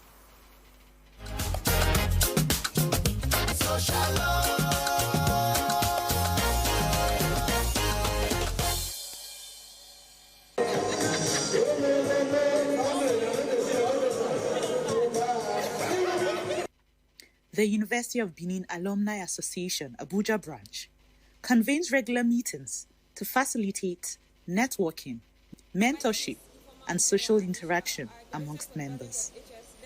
Recently, an action-packed reunion highlighted the gains of networking and partnerships. A former president of the worldwide alumni detailed the journey of the association. Susie Agedu, a former two-time chairman, focused on mentorship in career advancement and business growth. To know that it's not a case of looking up for people to. The people up there are also looking for people to bring up. And start with asking them for job because we tell them that I don't know you. So I'm appealing to our members. If someone have job opportunity, definitely they will make it available. Are you paying? So, but your primary objective as a member of the association is dedicated to serving the association. Consistency matters. People are seeing what you are doing. There's a whole lot going on here. There's growth for members. Today we just had a crucial discussion around even mentorship. So I think we're getting there.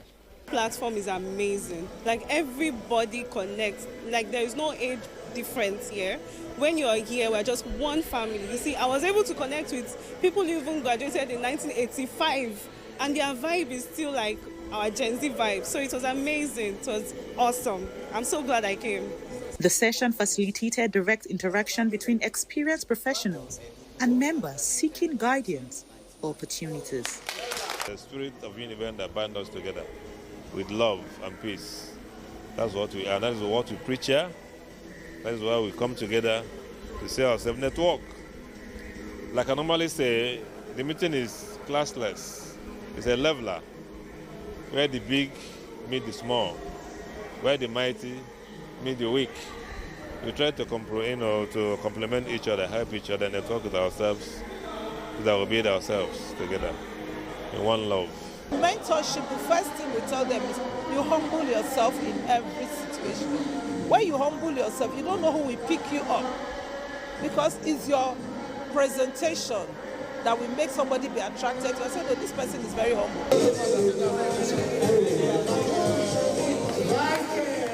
After all the hard talk, there was a gradual switch to light-hearted events. The games created a lively interactive atmosphere with active participation and cheering from the audience throughout. Most times people would ask, what do I stand to gain when I'm a part of University of Benin alumni? A lot. It's a 50-50 thing, because in as much as you gain, we also want to gain from you. We want to gain that your expertise. We also want to learn from you. And of course, you will give, and you will receive.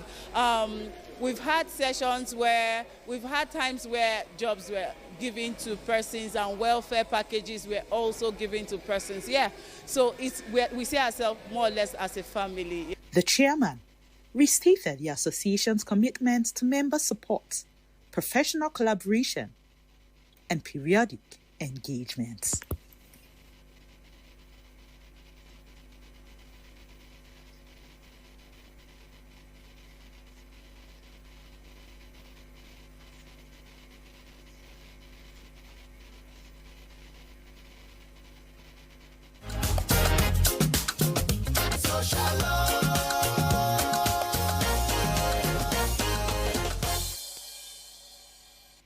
From reconnecting with old classmates and reliving memorable moments, now the spotlight now shifts to the world of drama and creativity, where storytelling comes alive.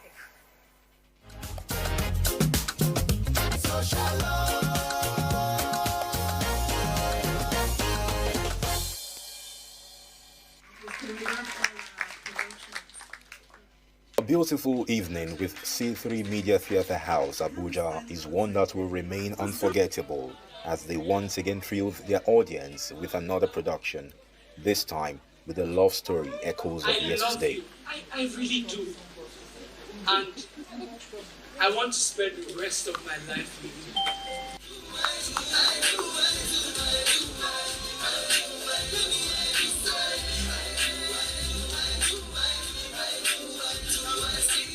It's different.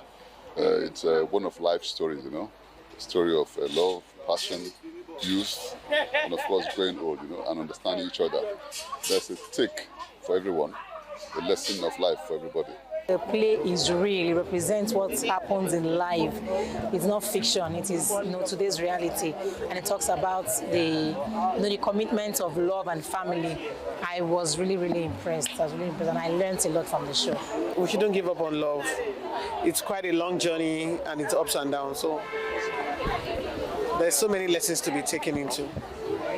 I enjoyed every bit. You can see how we are all brimming with excitement, and that should tell you how exciting this is, both in terms of the artistic, expression, in terms of the messaging, in terms of everything. Take it easy, man. We really have come a long way, haven't we? Yes, we have, and I am glad we're here, babe. This stage play delves into the lives of Dolapo and Osas, a retired couple enjoying each other's company as they reminisce about their past, surrounded by miscommunication and emotional retreats as secrets unravel. Missed dinner. Oh, welcome. I sat at La Maison restaurant for 2 hours, Osas. 2 long hours. The waiter kept refilling my glass of water like I was some pathetic desperado. And you have the guts to come here and tell me, babe, I know I missed dinner. Look, babe. Abeg. It was a busy day at work, and we had an unplanned meeting with the partners. See, don't you dare tell me that, Osas. I'm evading the question. What question? You told me you called off a wedding with your ex because she was pregnant with someone else's child. Exactly what happened. So why is your sister Rukewe now casually mentioning in a phone conversation that you have a grown-up child studying in Canada? This emotional journey prompts the audience to contemplate the complexities of self-preservation, lies, and avoidant behavior in a relationship. Tell me that! Why are you to tell me what? A love story about the trials and tribulations of relationships and marriages, and secrets and lies, and what that can do to a relationship, but how relationships endure with good communication. And I have to say the dance was also wonderful this evening. It was a lot. Being that I had to be physically, emotionally, and spiritually intertwined with the character I was playing, and being that I had to love, it's romance and all that. It was very challenging because of the rush of emotions, the switch of emotions as well, and also having to show or build a level of intimacy with someone that you're not really intimate with, and so that the audience can be able to connect with what we are trying to put out there. So I would say that has been the most challenging part. I've been lying to you, Sas. What do you mean? I didn't work in a mental health facility. I was admitted As with every production of C3 Media Theatre House, the performance incorporated dance as a vital element to enhance the emotional depth of these captivating narratives. Keep me grounded. I know the phone could only keep me humble. They've always had this medley of drama and music, very hard musical shows, imbibed in the drama, and that for me is therapeutic. I would say the play itself informed every choice of music because it has to connect. You can't go out and just pick any song and then use. It has to connect. So the song has to connect with the dance as well as the play, and then the acting, of course, that comes up next should flow all together. That's what happened. The tough one, I won't lie to you, because we had to look for people that understood the character. We had a whole retinue of actors, so we had to really dig deep to look for those two actors that we know could fit in. And by the time we got the two actors, they were actually not friends, so we had to build chemistry for them to understand what they were doing. So it was really tough, but I'm glad to see what we just saw. I wrote the play with Mr. Shola, my director. He co-wrote it with me. We wanted something different. We wanted something about love and real life. Love is complex, love is deep, love is interesting, love doesn't give up. So we wanted to just portray that, and I think we were able to do so. With standout performance, poetic dialogue, and a raw emotional pulse, Echoes of Yesterday is a gripping meditation on the cost of silence and the courage it takes to confront the truth, not just in others, but in ourselves.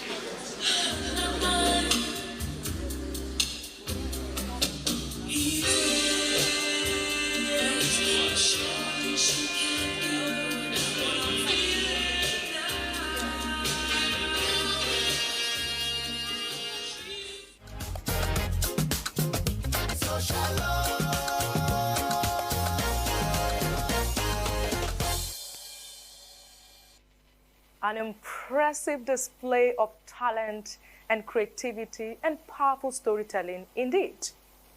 We now turn our attention to the world of creativity and expression through art. Stay with us. I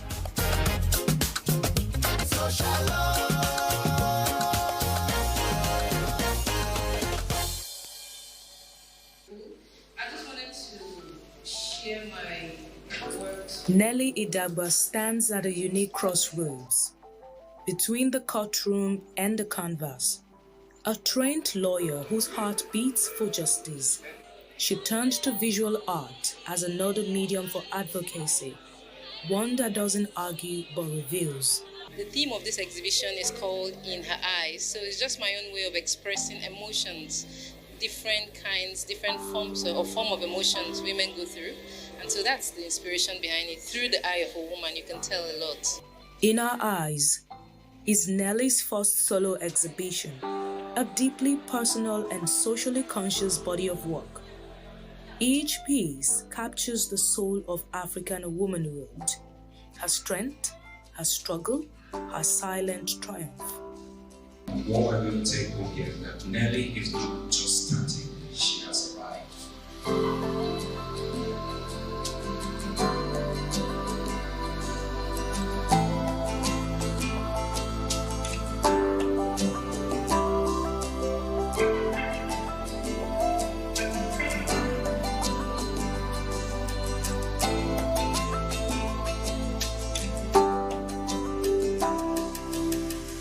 This is called The Widow. Some of the cultures in Nigeria, when a woman loses her husband, she has to cut off her hair, she has to, go through a lot of rigorous, styles and ways to prove that she's not behind her husband's death and all of that. That caught my eye in one of these cultures I saw, one of these traditions I saw. So I thought I should put it down in my piece because it was really emotional. And obviously, as you can see, I am an emotional painter, so I had to express myself through that. So this title is called The Widow. I found her art most intriguing because there's many female portraits, and they all come with a very intriguing looks. So these portraits interrogate you a lot, and they seem to have lots of layers to uncover, also about the condition, the living condition of women in this country. And these paintings don't quite give away the mystery at first glance, and you really need to take some time to unpeel those mysteries. In a world that often demands women to be seen but not heard, Nelly paints a different truth, that silence does not mean weakness, and struggle does not steal elegance. Her work honors the millions of women whose stories live in the details, in folded hands, tired shoulders, and eyes that have seen too much but say very little. Nelly decided to stay away from legal practice or from everything about law, but don't forget law is into everything.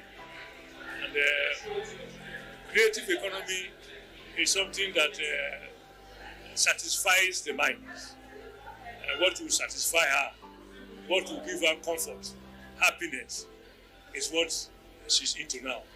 And I think she's deriving joy from what she's doing. And with what I'm seeing here, I'm happy that she decided to veer away from legal practice to do what she's doing. So long as there's happiness, she's deriving from it.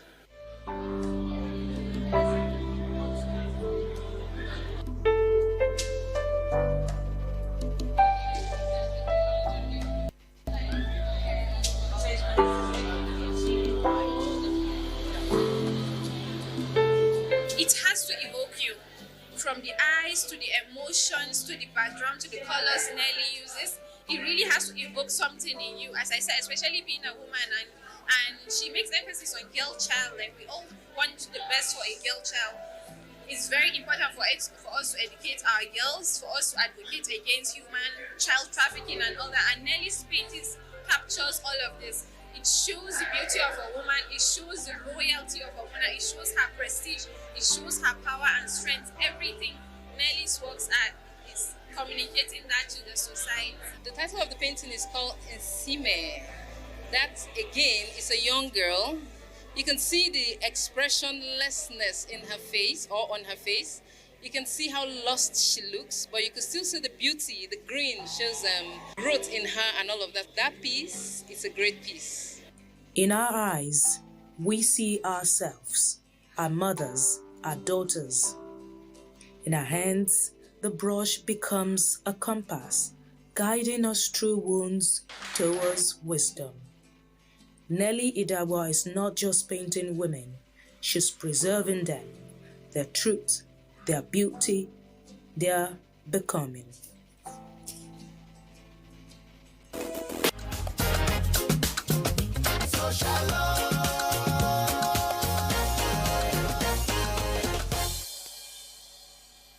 Closing the program today is a birthday celebration all the way from Port Harcourt. Let's say it.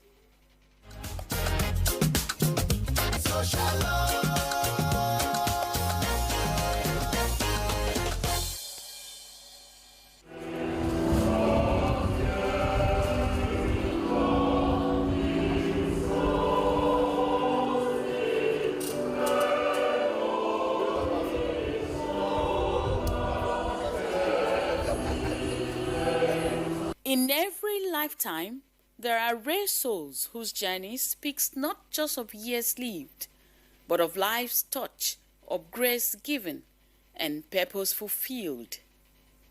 Today, we celebrate one of such souls, a woman of strength, warmth, and unwavering faith, Mrs. Boma Gogo Ogan.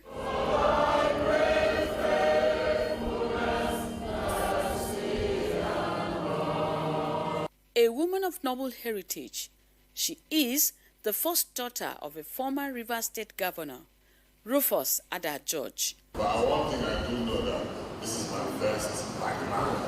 This is my first project. Woman that I know is a wonderful person. Most of what I do is spawned from the time I spent with you. The lessons you know, it's His grace all your life. I will sing His praise. Her life reflects grace, not the absence of challenges, but the strength to rise above them.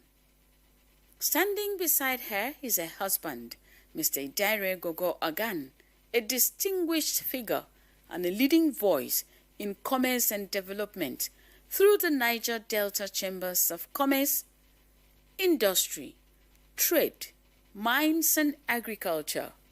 Boma is a very special lady to me.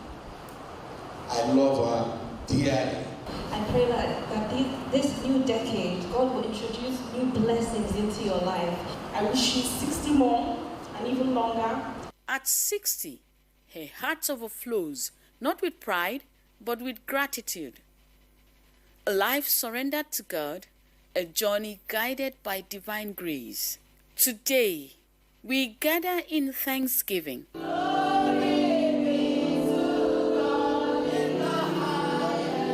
As family and friends assemble, one truth remains clear. This is more than a celebration of age. It is a celebration of life well lived. Every song, every prayer, a reflection of a journey sustained by grace.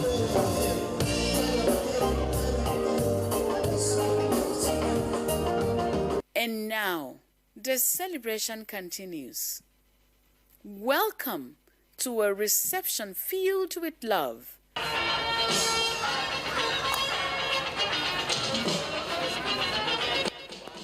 And then, the moment everyone awaits.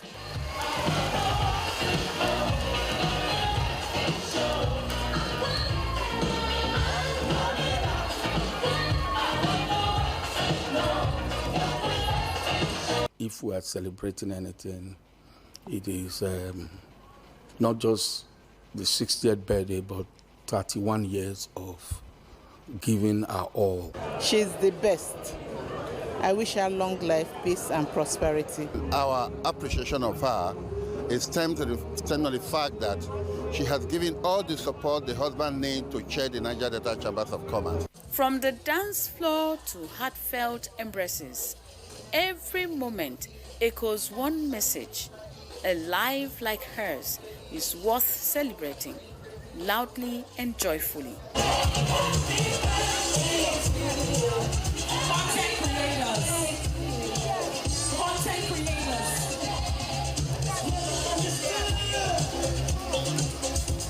I love life. I love people. I love cooking. I love hosting. So I always have people in my home. I'm very grateful to be 60. I'm thankful to God. 60 years of grace. 60 years of resilience. Happy 60th birthday, Mrs. Boma Okan. Your story is still being beautifully written.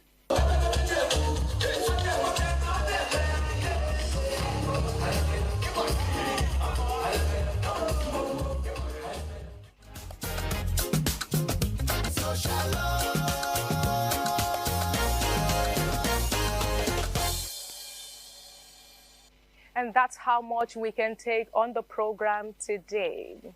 Remember, no matter where you are, never stop believing in your dreams. See you again next week. Stay safe and God bless.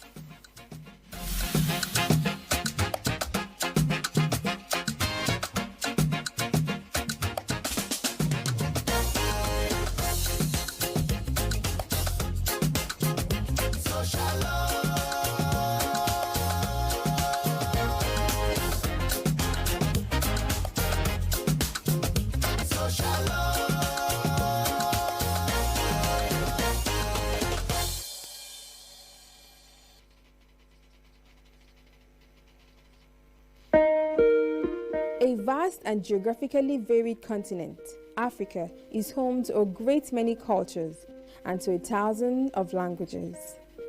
Although no single set of myths and legends unites this diverse population, different cultural groups and regions share some common elements. Myth from other parts of the world and those of African people reflect beliefs and values. But while the mythologies of many cultures are carefully preserved relics of ancient times, African myths and legends are still a meaningful part of their everyday life.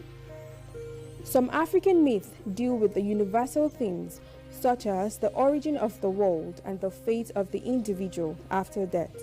Yet, many spring from the continent's settings, conditions, and history. The people of Africa did not use written language until modern times. Instead, they possessed rich and complex oral traditions, passing myth, legend, and history from generation to generation in spoken form. In some cultures, professional storytellers called griots preserved the oral tradition. Or the storyteller at that time of pre-literate society was when one uncle or one auntie sat down at twilight or under the moonlight to entertain, educate, inform, or enlighten society, made up of the young, old, and even the children as it were. But essentially, I think they had a way of making children come out at that time because of the impact it had on children, because they were mainly or the major target at that time. So like I said, it was storytelling that has not been affected by civilization, modernization, and then what they call technological invasion. So it was a time where things were handed over by word of mouth from generation to generation. The written accounts of African mythology began to appear in the early 1800s, and present-day literary writers labor to record the continent's myth and legend to ensure the safety from cultural change. There are clear interactions between the deeply rooted oral tradition and the developing literary tradition of the 20th century. The interaction is revealed in the placing of literary works into the forms of the oral tradition. The impact of the epic on novels, poems, and drama continues to influence writers today.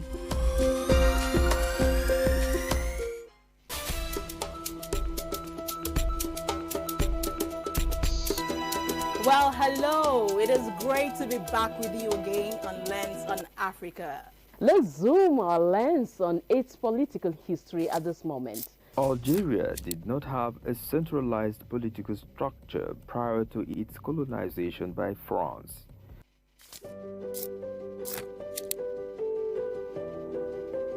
It is now time for our weekly roundoff of African history.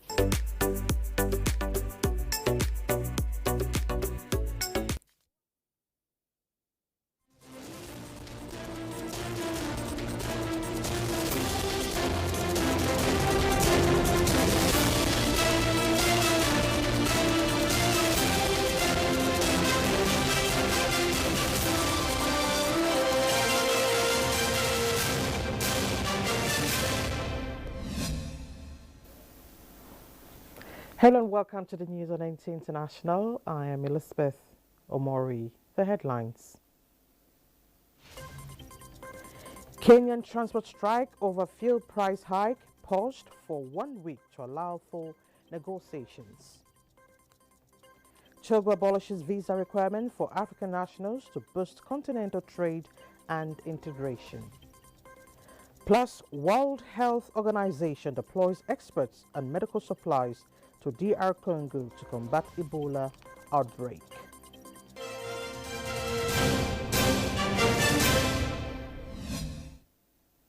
Now the news. Nigeria has acknowledged a global leader that exhibited courage to ensure the unity of the nation using military strategy, peace building and entrenching conflict resolution mechanism. This man is General Yakubu Gowon, who today unveiled the book My Life and Duty and Allegiance, his autobiography witnessed by President Bola Tinubu, represented by Vice President Kashim Shettima and other stakeholders at the Bola Ahmed Tinubu International Conference Center, Abuja. State House correspondent Abdurrahman Jibrila reports.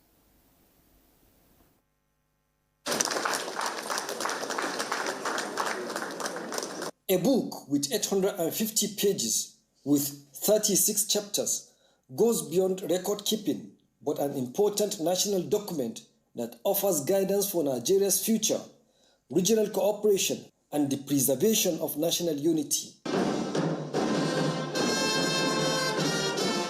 Honoring a lifetime of service and the power of written word, celebrating legacy, literature, and leadership of the book My Life of Duty and Allegiance, as President Bola Ahmed Tinubu called for wide circulation of the memo across the country, noting that it is a civic inheritance for all Nigerians. That is one of the reasons General Gowon's story remains indispensable. He understood that unity cannot be sustained by speeches alone. Unity must be given institutions. It must be given rituals of encounter. It must be given roads, schools, service, federal balance, and shared experiences that persuade citizens to see one another as partners in destiny. The National Youth Service Corps, for instance, stands in that tradition. For generations, young Nigerians have crossed the rivers of language, faith, and culture through that program. Many discovered, sometimes for the first time, that a stranger from another region could become a friend. General Yakubu Gowon said he only needed to tell the truth, not join issues with anyone or sit in judgment over what is right or wrong. The book is not celebration of me. Rather, as I wrote, it is my modest attempt at expressing gratitude for the opportunity to serve Nigeria and to dream alongside individuals and groups that share a boundless faith in our nation's future. Though many of them are no longer with us today. The years of the Civil War from 1967 to 1970 remain among the most painful chapters of our national experience. Yet, history also records his commitment to the preservation of national unity, and perhaps most importantly, his magnanimity at the end of this conflict, embodied in the enduring declaration of no victor, no vanquish. As Nigerian head of state during one of the most turbulent periods in our nation's history, General Gowon exhibited immense courage and sterling qualities in steering our beloved country from the brink of disintegration to a united, stable, and strong nation. But from the very beginning of the book, the author says, I want, and I quote, I want to emphasize that I'm telling my story without access to my crucial personal records. Since many important documents taken from my desk after my removal in July 1975 were discarded by those who succeeded me. The general's autobiography is a reflection of leaders who witnessed defining moments in the nation's history and remains essential to strengthening democratic stability and national development. In Abuja, Abraham Jibrila, NTA News. Talking health now. Opened this Monday at the Palace the Nations, bringing together delegations from the more than 190 countries to define global health priorities and advance discussions on some of the world's most pressing health challenges. This year's assembly takes place amid growing attention to pandemic preparedness, sustainable financing for global health, and efforts to reshape the global health architecture. Health leaders from across the globe will participate throughout the Assembly week-long event with discussions on strengthening health systems, advancing universal health coverage, tackling the growing burden of non-communicable diseases and mental health conditions, accelerating disease elimination efforts, as well as reinforcing preparedness for future health emergencies.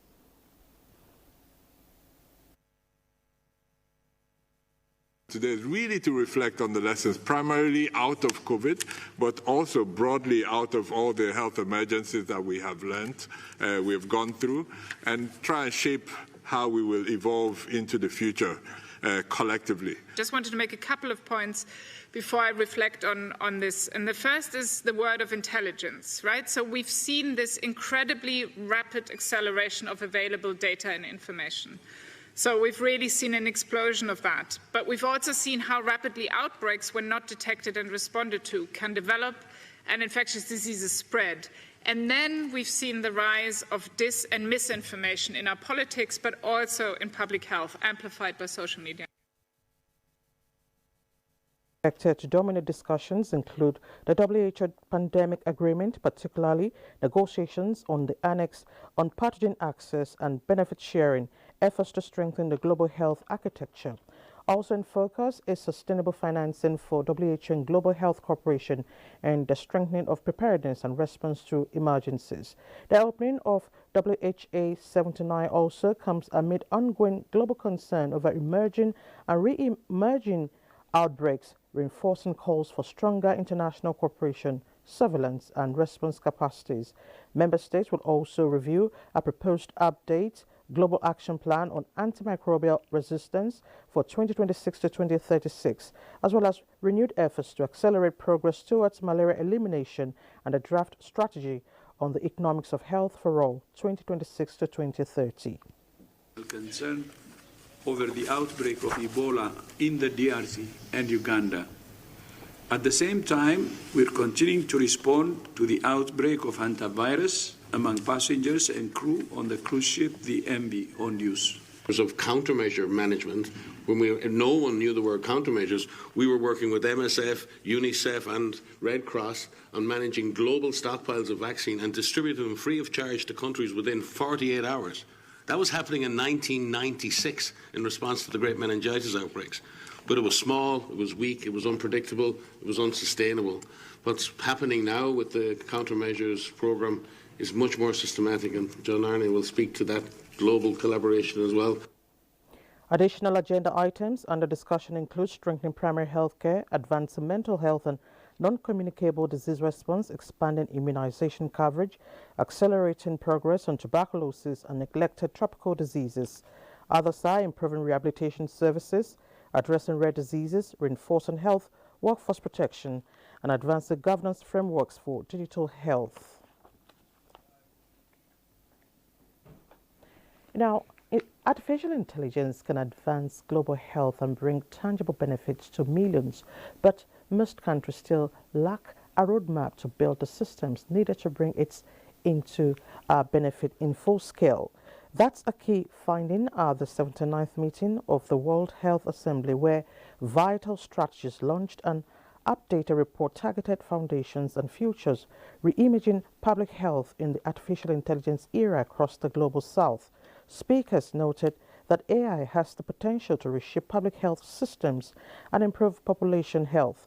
The new report provides answers to how projects in AI-ready systems improve public health, stating country-level examples from Rwanda, India, Brazil, to illustrate what becomes possible when foundations and use cases align. Reimaging public health in the artificial intelligence era across the global South shows a readiness scan of 83 countries across Africa, South and Southeast Asia, Latin America, Middle East against 5 key indicators: AI policy, connectivity, health data availability, and digital health framework capacity. Futures and foundations draw inputs from ministers of health, intergovernmental organizations, and global thought leaders across Africa, Asia, and Latin America, as well as publicly available data from sources including the International Communication Union, the WHO SCORE framework, and the Global Digital Health Monitor. With the use of foundations and features, every country in the Global South can now find out where they stand on AI readiness, learn from peers who have solved similar problems, and make deliberate choices about which use cases are right for their context. The future of AI in health will not be determined by technical innovation alone. It will be determined by how well countries prepare their local systems and institutions to integrate AI, and the work starts now. Meanwhile, the World Health Organization has sent medical supplies and dispatched experts to Bunia Airport in Ituri province in DR Congo to address Ebola outbreak in that country. Francis Odojo brings us details. WHO official says more than 5 tons of emergency medical supplies, including personal protective devices, tents and hospitalization beds, as well as several medical experts, arrived to support the response to the outbreak of Ebola in the African country. The WHO has declared the Ebola outbreak in the Democratic Republic of Congo an international health emergency after more than 120 suspected deaths and hundreds of possible infections linked to the highly contagious virus. So far, 30 cases had been confirmed to be Ebola in the DRC's northeastern Ituri province. The World Health Organization chief says the province of Ituri is highly insecure, pointing out that intensifying conflict in recent months had seen more than 100,000 people newly displaced in the region. Information revealed that the total number of confirmed and suspected cases will change as field operations are scaling up, including strengthening surveillance, contact tracing, and laboratory testing. Francis Udojo, NTA News. In other news, a Kenyan transport strike over fuel price hike driven by the Middle East war has been pushed for 1 week to allow for negotiations. 4 people were killed and more than 30 injured nationwide, while over 700 people have been arrested during the violent protests. As a result, the strike has been suspended for a period of 1 week to provide an avenue for consultations and negotiations between the government and stakeholders.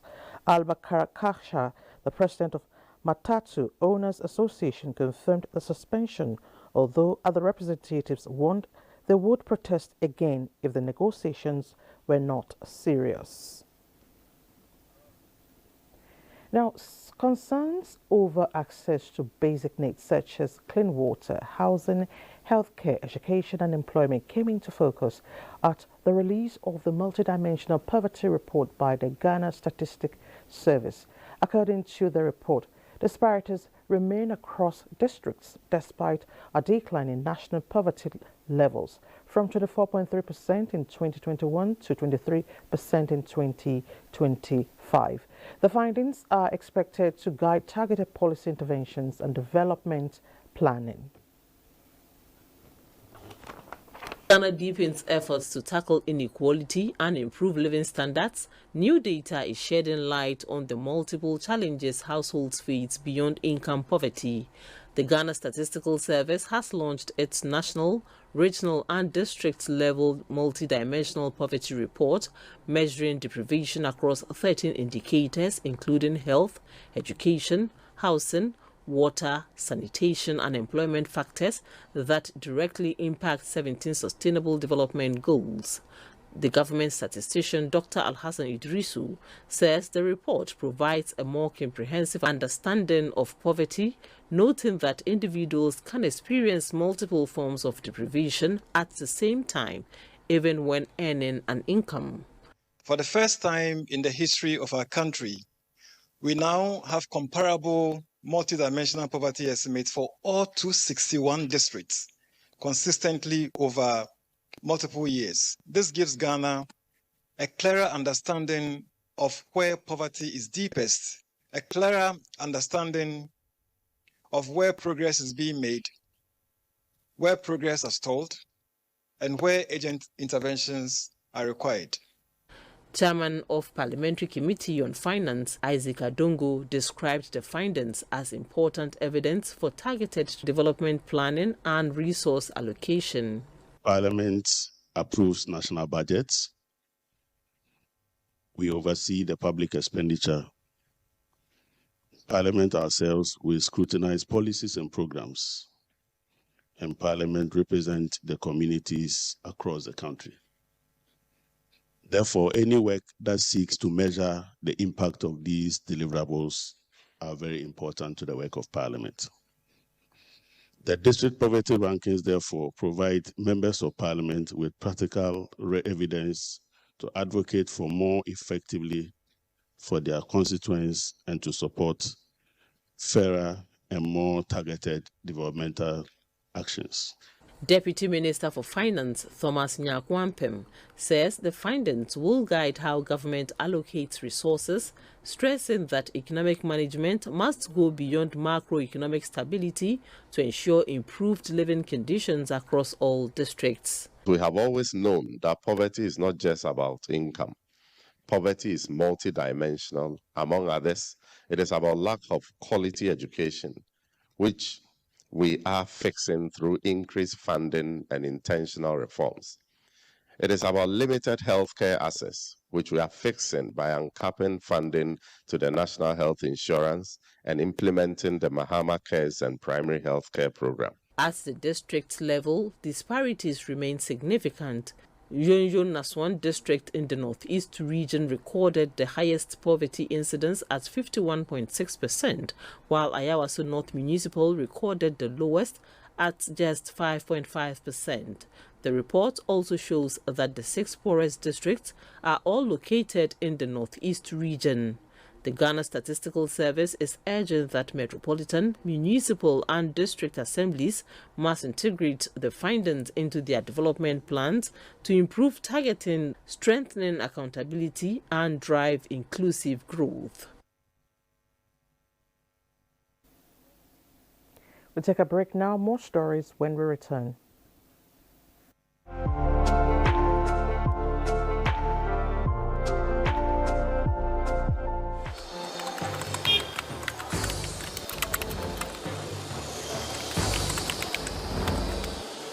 You have no better friend and partner than Nigeria. Let this unveiling today be a call to conscience. Let our practitioners hold the line of truth. To the media, please inform with integrity and with a deep sense of patriotism. To our public officers, communicate with transparency. To citizens, please let us speak with empathy. Let us come together to become the voice of responsibility, the voice of the world that heals division, that inspires hope and drives development.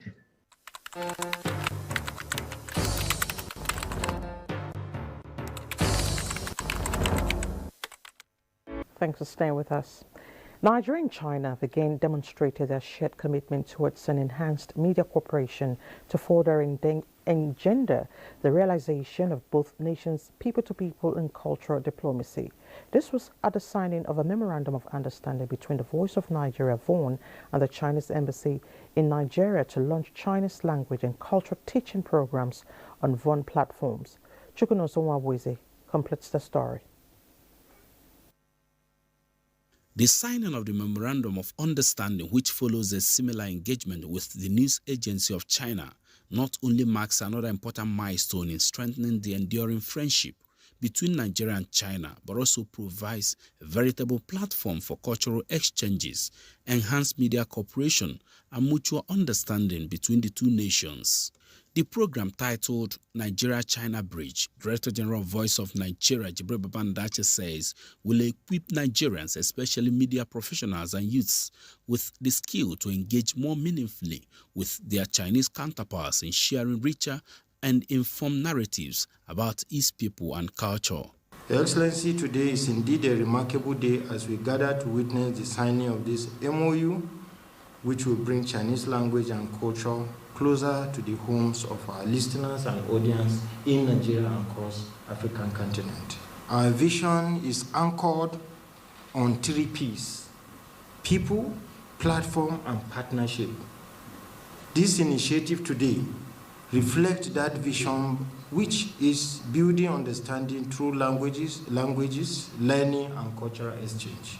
The Chinese ambassador to Nigeria, Yu Junhai, described the initiative as timely and strategic in view of the flourishing collaboration between Nigeria and China. The Chinese language teaching program, Nigeria-China Bridge, is a testament and an important driving force of the deepening cooperation, the coordination between China and Nigeria. The program is emerged at the right time. Since the successful convening of the Beijing Summit of the Forum on China-Africa Cooperation in September 2024. Ambassador Yu, while lauding the vision of Vaughan's leadership in initiating the program, which he emphasized will provide the bridge for people in Nigeria and other African countries to share the benefits of China-Africa cooperation, as well as lend more vigor to China-Nigeria joint modernization advancement. Chukwunonsonwa Bweze, NTA News. Now, the Nigerian ambassador designate to China, Abdurrahman Bello Dambazao, has reiterated President Bola Tinubu's support of the One China policy to promote human capital development in the area of security, infrastructure, health, education, and agriculture. Speaking with the chairman, Nigerian Diaspora Commission, Abike Dabiri Ewa, the ambassador opined that working in close relationship with the Commission will further boost economic growth, as it hopes to maximize the benefits of the relationship between China and Nigeria. Taken seriously.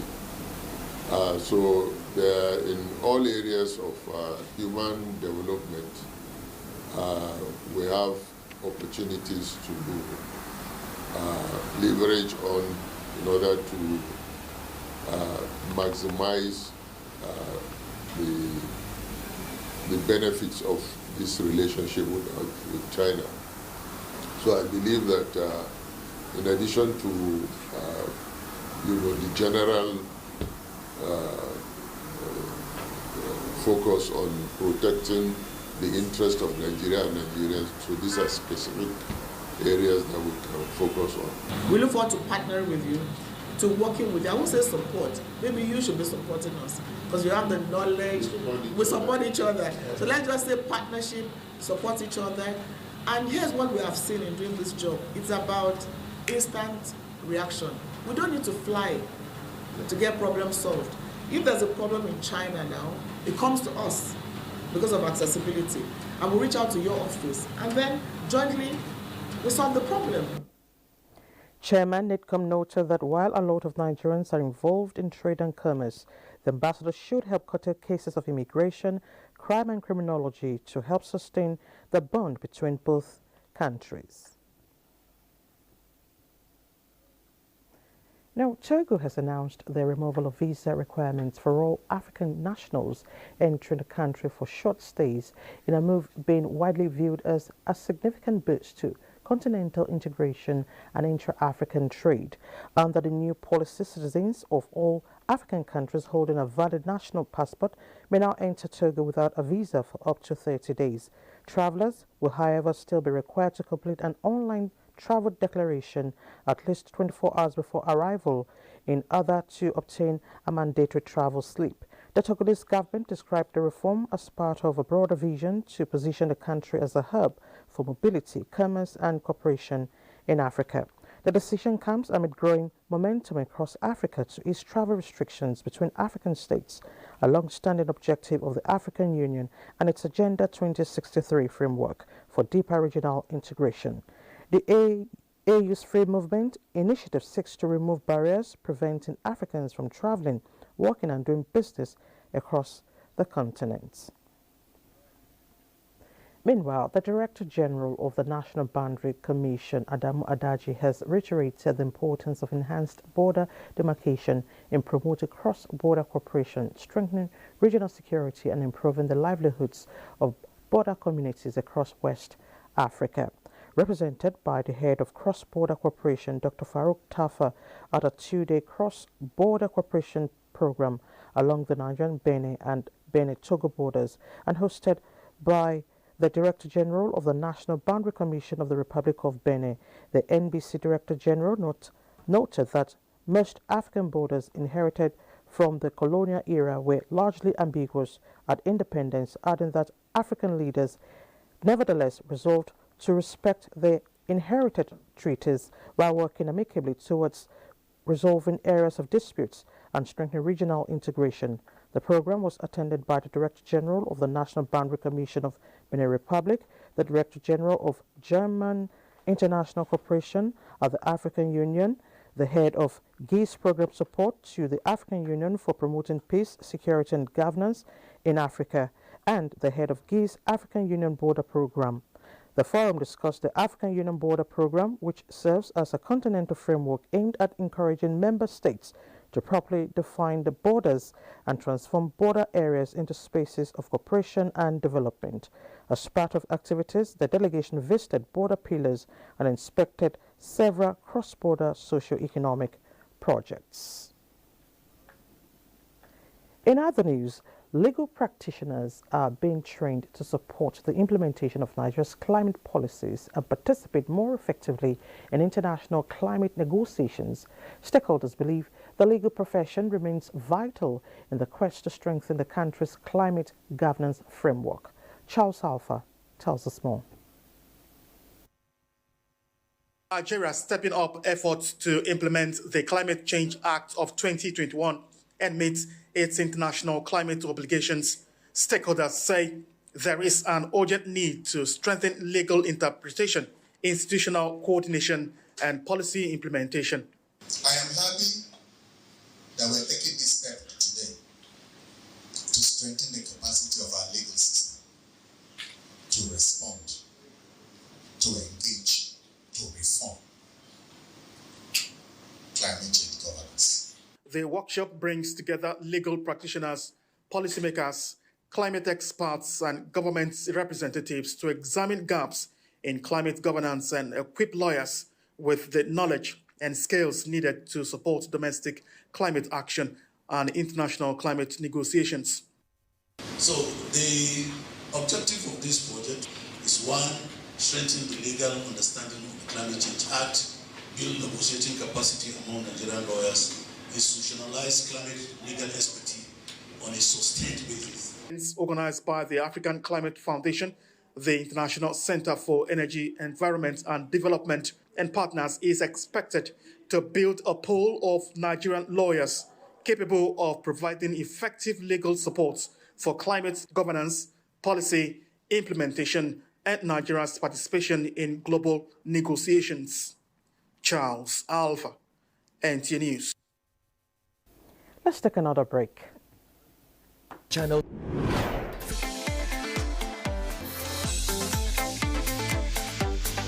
You can also see us on Facebook and YouTube for quality content on the go. This is the news on NTA International. Now to defense. The chairman, Defense Industries Association of Nigeria, Major General Ibrahim Alaya, is advocating urgent and sustained efforts to strengthen Nigeria's local defense industry capabilities to enhance national security and reduce dependence on foreign military hardware. Major General Alaya re-echoed this at a high-level general meeting of members of DIAN held in Abuja. In a statement, the General Secretary of DIAN, Engineer Kola Balogun, says the defense manufacturing sector is reviewing ongoing reforms and strategies aimed at accelerating the full implementation of the Daikon Act 2023 and strengthening Nigeria's emerging military-industrial complex, stressing that developing indigenous capacity in defense production is a strategic necessity for Nigeria's security architecture. The statement notes that a strong local defense industry will improve operational readiness of the armed forces of Nigeria, ensure timely availability of critical military equipment, and enhance supply chain resilience in support of ongoing security operations nationwide. Major General Ibrahim Alaya, who also serves as Director General of the Defense Industries Corporation of Nigeria, DICON, reiterates that the effective implementation of the Daikon Act 2023 remains central to achieving a self-reliant defense industrial base. Now, through the judiciary, Omoyele Sowore has failed to enter defense in his ongoing trial before a federal high court in Abuja on cyberbullying-related offenses. Sowore is being prosecuted by the Department of State Services, DSS, for allegedly making false claims against the person of President Bola Tinubu by referring to him as a criminal in a post he made on his X and Facebook accounts. Correspondent Austin Aebe reports. During proceedings, the prosecution played a 43-minute interview granted by El Rufai on Arise Television where he allegedly stated that someone had wiretapped a conversation involving the National Security Advisor and forwarded it to him. In an interview, El-Rufai was also said to have defended the act by arguing that governments routinely monitor communication. The prosecution witness told the court that following the broadcast, investigators interviewed the National Security Advisor, who verbally confirmed that the conversation referenced by El-Rufai had indeed taken place between him and the chairman of the ICPC. According to the witness, the ICPC chairman also confirmed having such a discussion with the NSA after portions of the interview were played to him. The witness further testified that the anchor of the program, Charles Anagolu, alongside activist lawyer Deji Adeyanju and a cameraman were invited for questioning. The prosecution tendered statements obtained from Charles and Adeyanju, which were admitted by the court as exhibits. The witness added that the investigation team considered the act capable of undermining national security and subsequently recommended prosecution under cross-examination by defense counsel Paul Erokoro, senior advocate of Nigeria. The witness acknowledged that investigators did not examine any communication devices belonging to the NSA, obtain IP addresses, or conduct forensic analysis of the alleged interception. He maintained, however, that such steps became unnecessary after the NSA reportedly confirmed the authenticity of the conversation referenced in the interview. The witness also agreed that El-Rufai never specifically stated during the interview that he personally carried out the interception, but insisted that the former governor repeatedly stood by the claim that the conversation had been tapped and forwarded to him.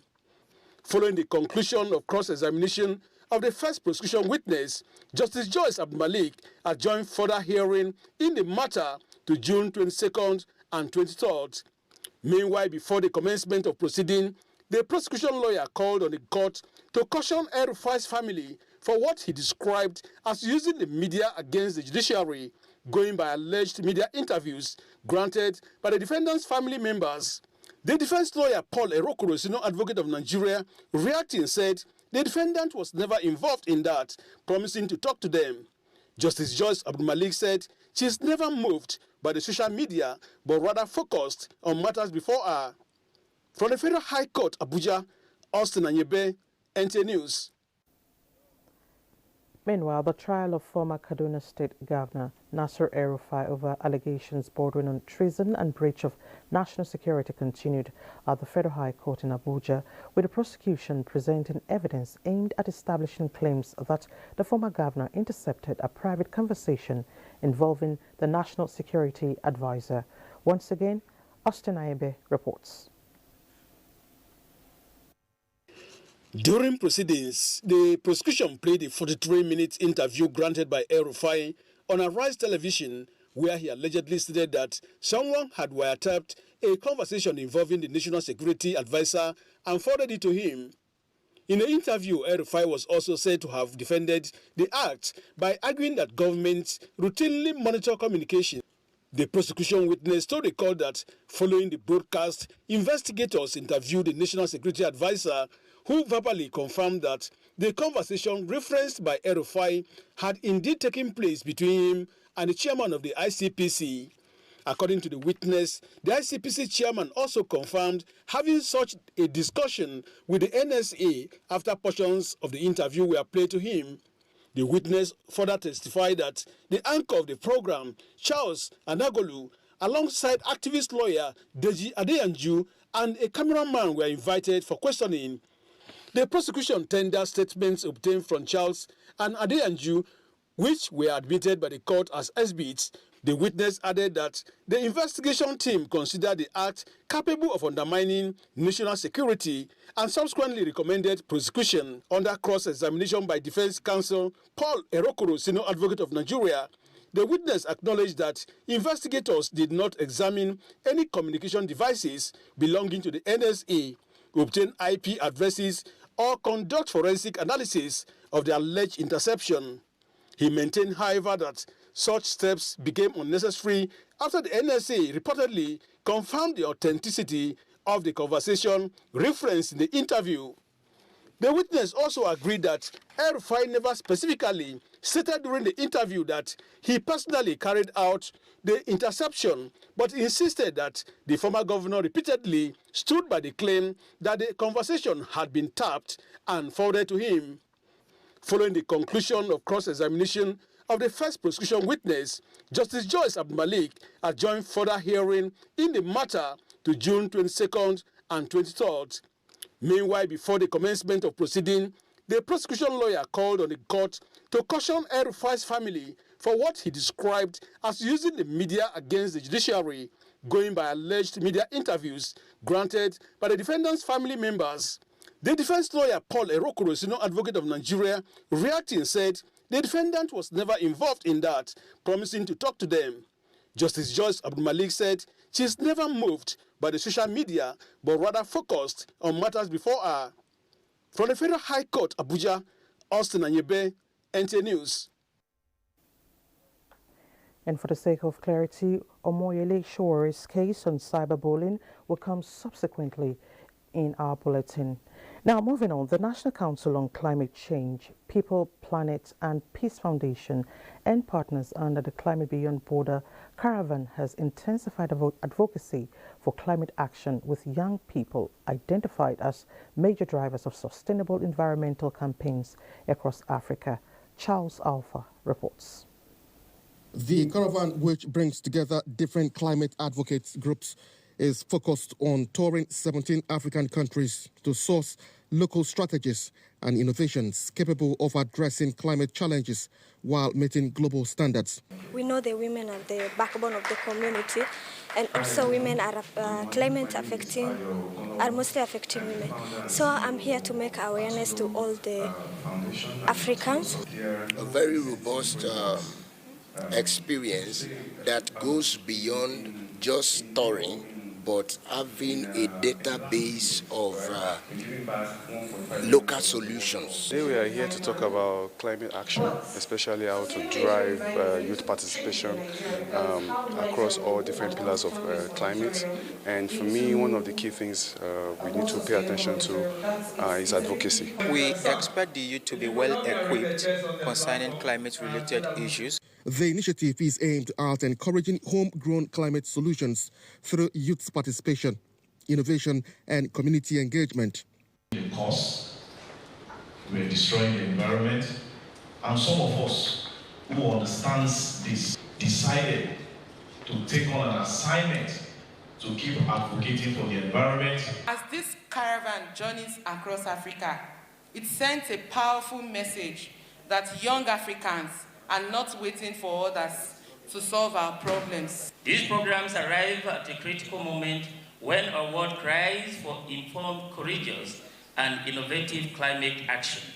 They also emphasize the need for greater support for individuals and organizations involved in recycling, renewable energy, and other environmentally friendly ventures, with attention on advocacy, commercialization of climate action, government policies, and utilization of local resources to ensure climate initiatives become sustainable and beneficial to communities across the continent. Charles Alpha, NTA News. Convergence of diverse criminal actors operating across interconnected illicit markets are mainly responsible for instability in Nigeria. This is the submission of a roundtable on the crime conflict link, key trends in illicit markets and instability in Nigeria, organized by the Institute for Peace and Conflict Resolution. The roundtable identified international arms and drugs trafficking, kidnapping, cattle rustling, and illicit gold trade as some of the key trends fueling instability in Nigeria and across Africa. The Institute says the dynamics not only undermine governance and economic stability, but also erode social cohesion and deepen insecurity at the community level. The insights from the roundtable are therefore intended to guide policymakers and law enforcement stakeholders in tackling instability in Nigeria. Crime management, they all go hand in hand. And that is why the appeal for good governance at local level, is very high, because that is where the people are. And that is where governance needs to take place. But as we speak, it's still very weak, across the nooks and crannies of Nigeria, and that is why the vulnerability, towards crime is a bit on the high side. Nigerian authorities need to pay attention to is the interlink between crime and conflict. And addressing conflicts and instability requires understanding its link with criminality, because most conflict actors actually draw revenue from criminal markets. And to address conflict, you also have to first of all, address criminality by disrupting the criminal markets that these actors draw revenue and resources from. Global initiative against transnational organized crime. Improving digital innovations and cooperative collaboration approach have been suggested for consideration by housing experts as the most possible means to massive delivery of affordable housing in Nigeria. This was at a two-day Africa Cooperative Housing Summit holding in Abuja. Housing correspondent Francis Udojo has more. The presence of high-caliber policymakers, including the Minister of Agriculture for State, representatives of the Ministers of Housing, that of Finance, as well as the Director General of NTA, portrays determination towards reducing housing deficit in Nigeria and in Africa.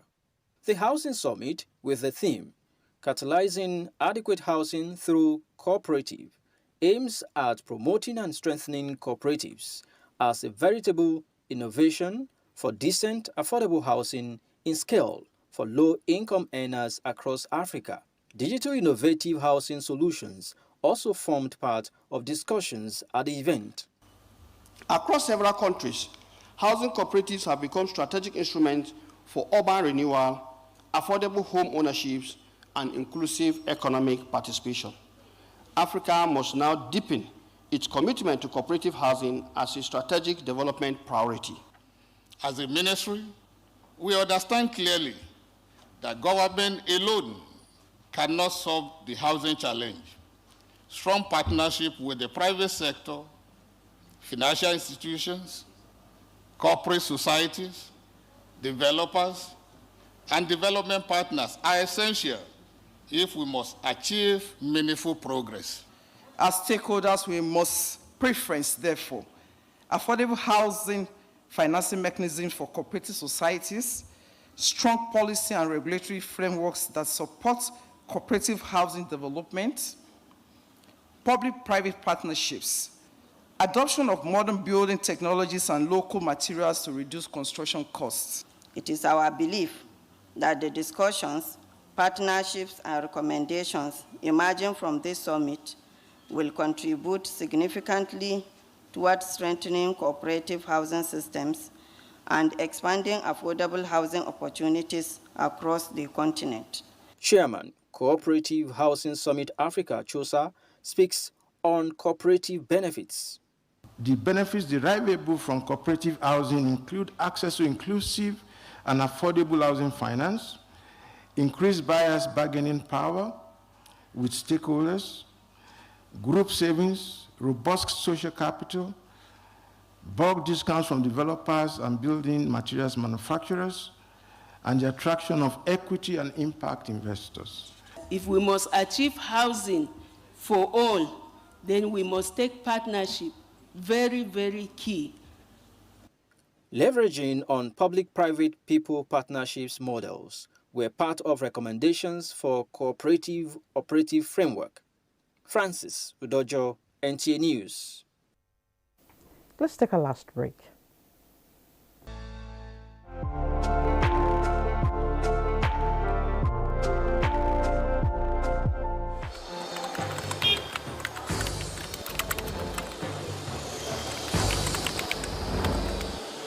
You have no better friend and partner than Nigeria.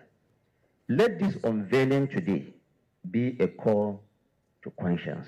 Let our practitioners hold the line of truth.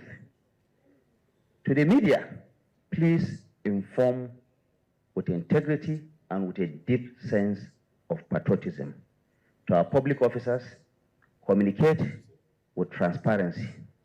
To citizens, please let us speak with empathy. Let us come together to become the voice of responsibility, the voice of the world that heals division, that inspires hope and drives development.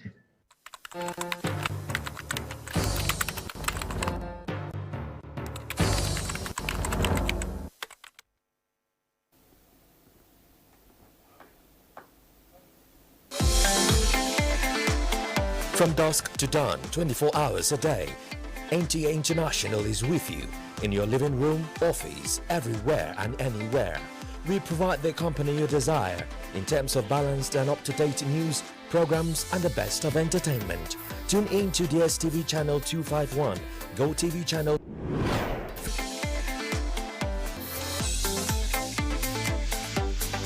You can also see us on Facebook and YouTube for quality content on the go. NTA International, Africa's window to the world.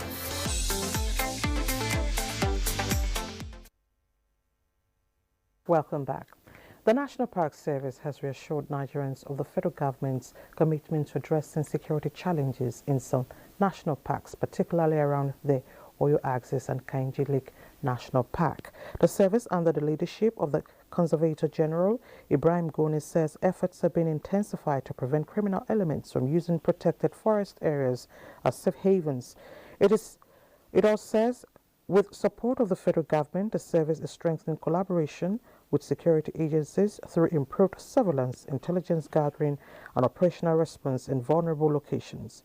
A concerned group, the Unity Advocacy, praised frontline park rangers and security personnel for their sacrifices in protecting Nigeria's ecological assets, saying that the National Park Service remains resolute in safeguarding the country's protected areas, while urging communities around national parks to support security agencies with useful information.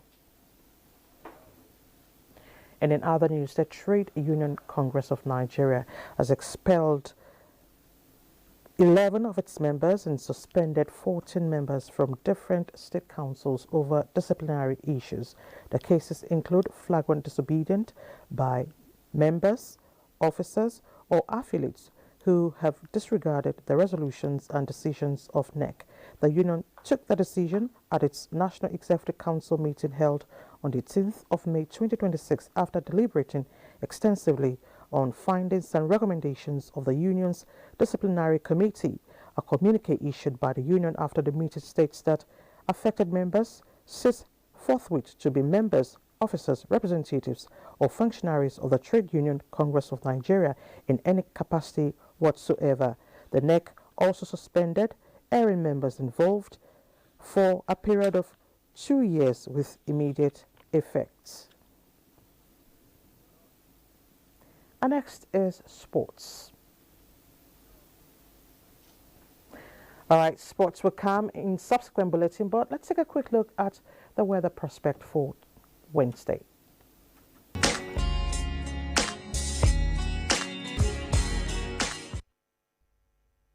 And that's the news. Thank you for your time.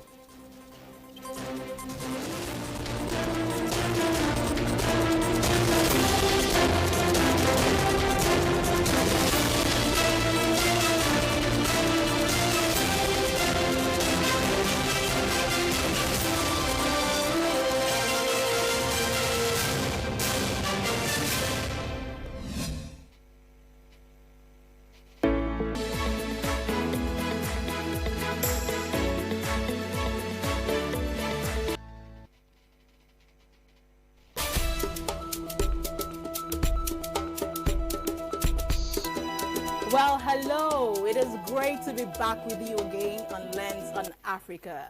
Let's zoom our lens on its political history at this moment. Algeria did not have a centralized political structure prior to its colonization by France.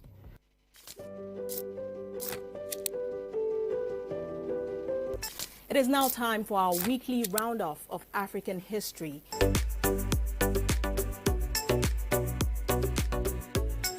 Welcome to the interview segment on Lens on Africa. Examines its relevance, the pathways to achieving it. to sustain productivity, there must be continuity.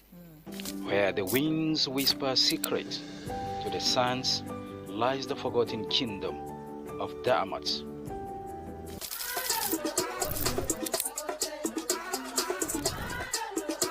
It is on this note that we conclude Lens on Africa today. Thank you for spending your time with us.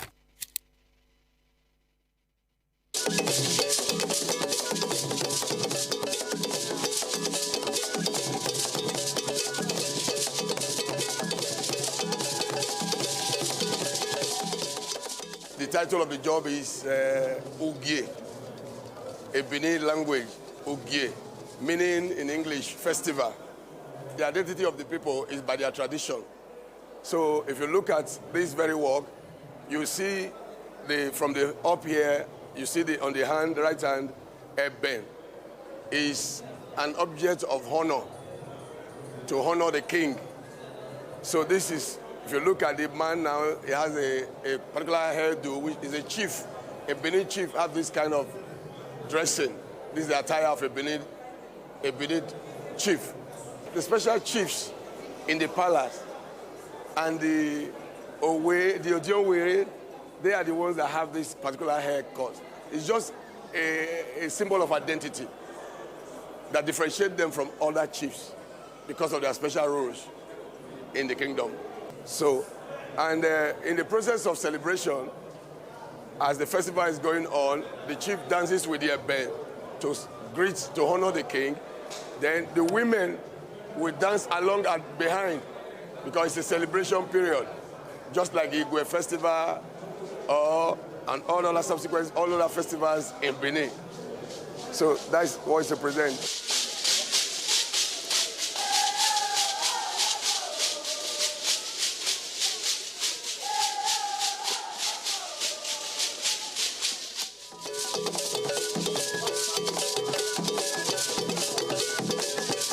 This is made of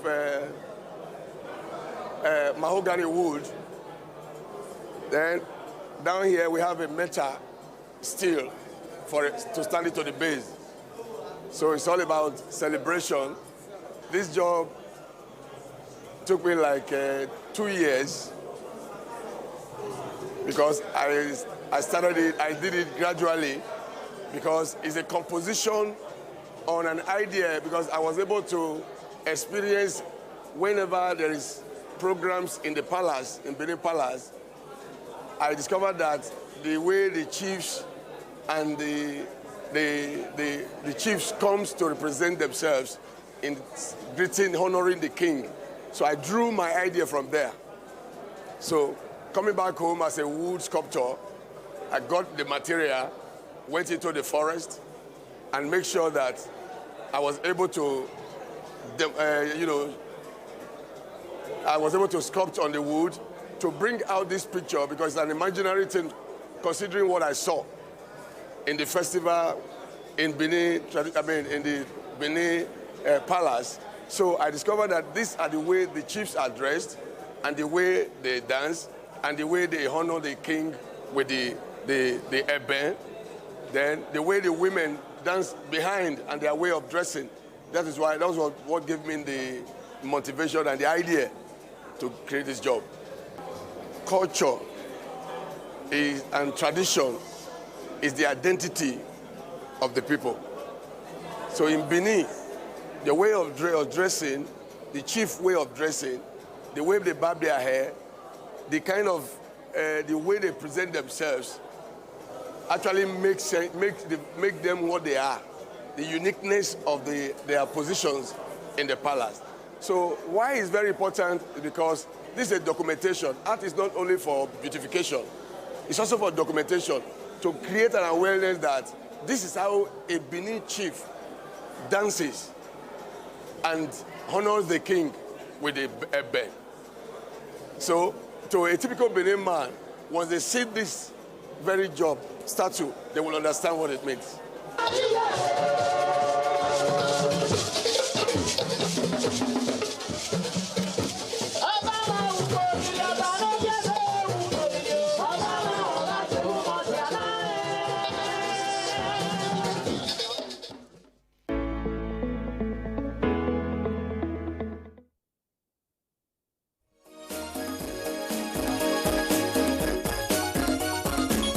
Hello and welcome to Insight, everyone. I'm Nnamdi Odigbo. And I'm Elizabeth Omori. Thank you for joining us.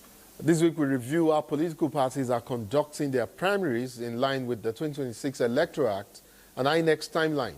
Hamza Aliu, Executive Director, Initiative for Grassroots Advancement in Nigeria, INGRA, is on hand to discuss how the law intersects with the reality. And we'll also examine the Renewed Hope initiative hinged on pillars and how it is translating to individual and national growth. And Dr. Rufus Ebegba, Grand Patron, Team Senator Oluremi for Tinubu 2027, will speak to us.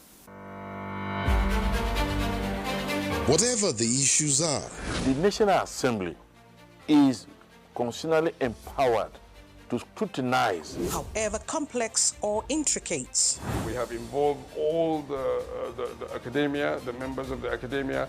We have involved the academies. Be it government policies or in fact any issue of public concern. Our job is to help you gain clarity and make sense of it all. This is not really healthy for our democracy. There's a lot of agreements in terms of who has been in power longest and who becomes the governor of the state. It's also in the quality of food being consumed. After all, perception is insight. And gaining understanding is also getting insight.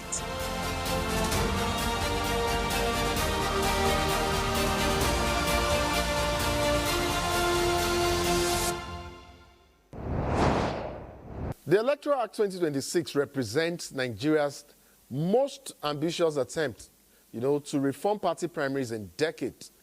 By abolishing indirect primaries and mandating either direct primaries or genuine consensus, the Electoral Act 2026 seeks to democratize candidate selection and reduce the influence of money in politics. Yet, there are unfolding issues, especially this primary election season. And we're saying that it is not Uhuru yet. And this is in terms of internal party democracy in Nigeria. Of course, going by claims and talks of imposition and all sorts that we're hearing, within and from political parties, even now, as they walk around the issue of consensus in selecting preferred candidates ahead of the 2027 elections. Let me bring in my guest, Hamza Aliu, Executive Director, Initiative for Grassroots Advancement in Nigeria, INGRA. Hamza is our regular customer. Hamza, good to have you on Insight as always. Good to see you once again. Thank you for having me again, Nnamdi. It's good to be here again. Fantastic. So we currently have a well-intentioned reform, and that's speaking about the Electoral Act 2026. And you and I know it may not be the perfect piece of legislation, but it appears to have shown the shift, some positive shift, towards where we should be headed to as a country, and that's democratically. But drawing from some of the early experiences that we're gleaning from the field, from some of the primaries being held so far, and I'm not referring to any of the parties, I'm saying generically, whether it's SDP or APC or whichever party has held its primaries, we're hearing just about the same thing. We're seeing progress, genuine progress, like I've talked about. Yet we appear to be seeing some of those challenges that we seem to have carried over from the 2022 Electoral Act. Hamza, since our focus is basically on restructuring of the party nomination processes, I'd like your thoughts. First and foremost, so now you think this whole reform process for party primaries positively intersects with our attempt as a country, as a democracy to engender internal democracy within parties, or, generally in Nigeria, politically, of course. Well, thank you, Nnamdi, for that question. It goes to the heart of what political parties represent in Nigeria's democracy. It's not just a special purpose vehicle for leadership selection, but it also embodies our desire for active participation of the components that make up our community. And so it's this attempt by us to try to engender internal democracy of political parties is a form of acknowledgement that we have failed as a people to have political parties that are built on value system that embodies what we represent. And so this attempt clearly shows that we are trying to change the status quo. Yes, we wanted to look at how can we engender internal party democracy, internal participation internal acceptance by people that make up the political parties, because political parties are made up of people, not of animals or non-humans. They are humans. And so it is important that if these special purpose vehicles that we are going to use for elections, for selecting our leaders, is going to be participatory, we want to see it begin within the political parties. And yes, like we said, our changing of the electoral law to ensure that what we have now, which is a consensus agreement or a direct primaries where members of the political party take part in selecting who becomes the candidate, because at the end of the day, it is the candidates that we, the electorate, are left with to choose during elections, because we're actually electing political parties and not the candidates themselves. So whoever stands on the platform of the political party automatically gets our vote. And so we need the political parties to be able to select the best amongst the aspirants and provide and bring them to the election day. And so that is why you're seeing this attempt. But like you said, we're looking at deja vu all over again. We're still seeing the same issues, the same challenges we were running away from. That is godfatherism, big political money bags. Are they still there? The answer is we're beginning to hear the same cries we heard before the changes came up are still being there. Imposition of candidates. People are still being felt, people are still feeling that they are being marginalized out of the system. It is because the parties, the way they are structured, are not meant to be participatory in nature. It is the big wigs that form political parties. If you look at all the political parties that we have in Nigeria currently, you can count the people who form those political parties. And because of that, you're seeing the same problem playing out. If you say you want consensus, it's the same political money bags and big wigs that will sit down and form consensus. Even though the Electoral Act says it has to be consensus by the aspirants, and there must be a signed document to that arrangement. But you're not seeing it play out. None of the political parties is going for direct primaries where the members of political parties take part in selecting the aspirants. No, Hamza, we've seen direct primaries play out in some states, in some cases, and not specific to any of the parties now, but I can assure you that we have also on our own as NTA monitored some direct primaries. But let me just take a couple of steps back, and in your opening remarks, I think essentially what we are seeing play out, or what we've seen play out, especially with regards the 2026 Electoral Act, is an acknowledgement by the system, for a need to shift, to move. That is the system acknowledging that, look, it is not essentially the result of election that is the cross, that is the all and all. But the process that leads to the selection of candidates, that leads to that end result also matters. And that is why a lot of people, in spite of what critics say about the 2026 Electoral Act, opposition parties, you remember they quickly and easily dismissed it. But I think generally the system in itself acknowledged that, look, there is something that we need to fix. But then, like you've rightly said, and just like we've noted, there are cries and claims and allegations, being as this election season unfolds. I'd like to know, what do you say about this rather persistent tendency to treat consensus, and this is since you've raised the issue of consensus already, to treat consensus as a euphemism for imposition of preferred candidates. I was talking about what critics and our critics of the Electoral Act argued that, what we now have as a law, as an Electoral Act, at the moment, is a situation where the elite may successfully capture the entire process. Do you think that there's logic in that argument? Do you think that when you talked about, for instance, you talked about getting the written consent requirement for consensus, do you think that is enough as a legal recourse for those who think consensus is not working here? And what might just be working is elite capture or elite-driven imposition of candidates? Yes, Nnamdi, it goes back again to that same thing we're talking about. Who owns the political party? Unless we're able to define who owns the political party, we're going to keep coming back to this same issue consistently. Because it's the people who own the political parties that determines how the selection should be. Ordinarily, political parties are supposed to be autonomous.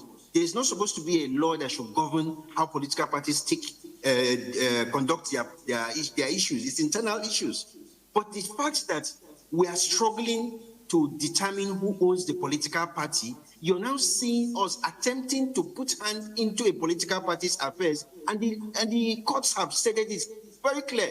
But it presupposes that whoever owns the political party and set up their own internal mechanisms for conducting their activities will control the political parties. Ordinarily, it should be the people who form the political parties. But this in Nigeria, the people who form political parties are a few people.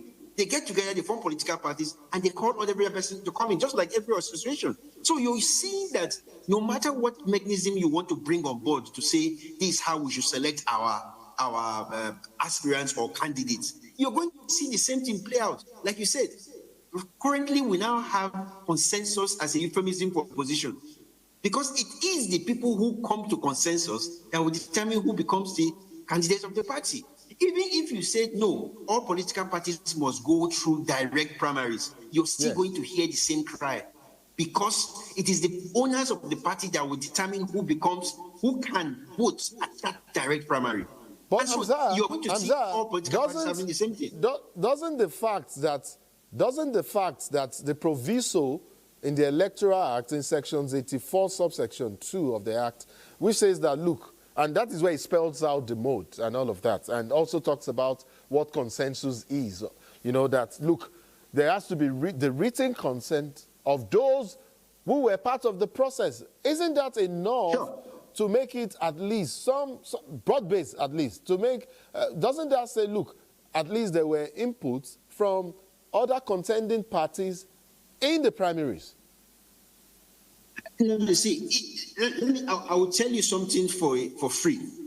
If we try to tighten what happens in political parties, we try to tighten it as much as possible, politicians will go to court to claim that you are infringing of their rights to freedom of association. They have not gone to court yet because they still know that the consensus arrangement can still give them the outcome they're looking for. That's why you can hear that all of them are all agreeing to it.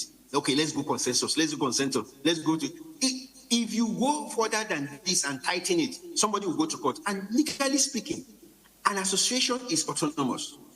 It is left for those who are selecting, who are voting, to vote one political party over the other.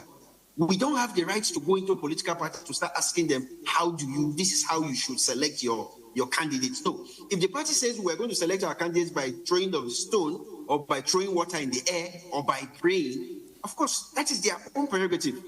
But now we are struggling, like you said, we are trying to make the system better. We have tried many formats and it's not working. We need to try something else, but there's a limit to which we can push. We have pushed to the level where we said consensus. Fine. Let's see what that consensus is bringing up.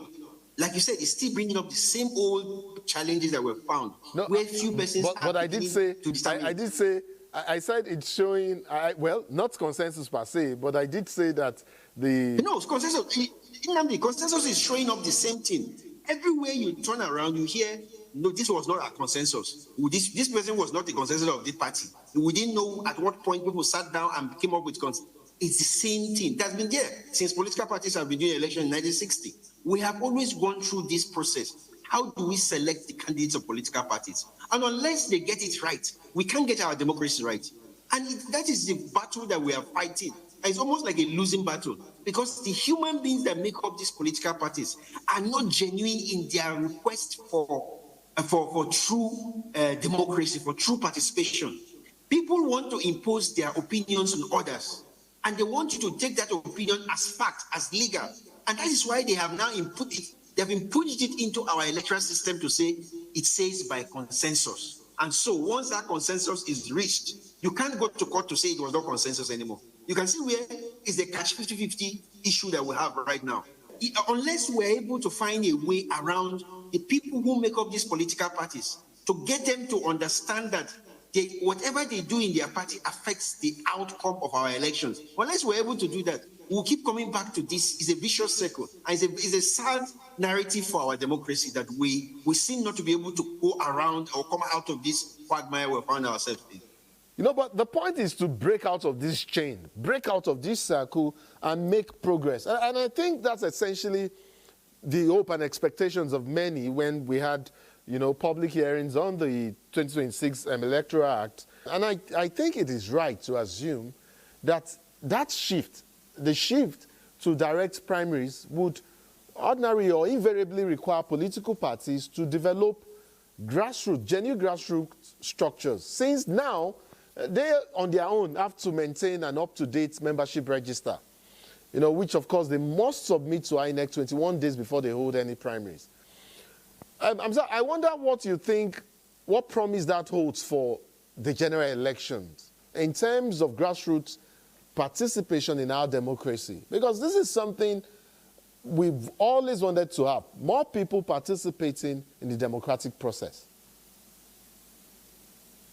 Like you said, this is what we wanted to have. So this is the ideal situation we wanted our democracy to look like.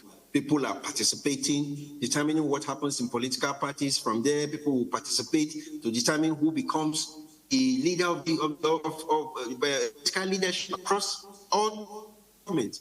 That is the ideal situation. But because we have missed one key ingredient, we've forgotten that it's people that govern these spaces. Unless we get the character of the people correct, get the process correct, people that form these political parties are not, lack of a better phrase, they are not there to do justice to democracy. They are there for their own personal interest. And so unless we begin to reorientate our people that whatever we do in our small spheres, in our small areas, in this political dispensation that we are practicing, we're able to get the mindset of the people who go to political parties and the democratic space. Unless we've gotten them to that level where they understand that whatever they do has a repercussion for our electoral process, we're still going to be going around in circles. Like you said, political parties are supposed to have brought in or sent in their voter or their membership list. Digital membership list. As we speak, many political, digital membership list, 21 days before they hold any primaries. Yes. Can you hear me now? Clearly, please go ahead. Yes. So I say, as we speak, many of them have not been their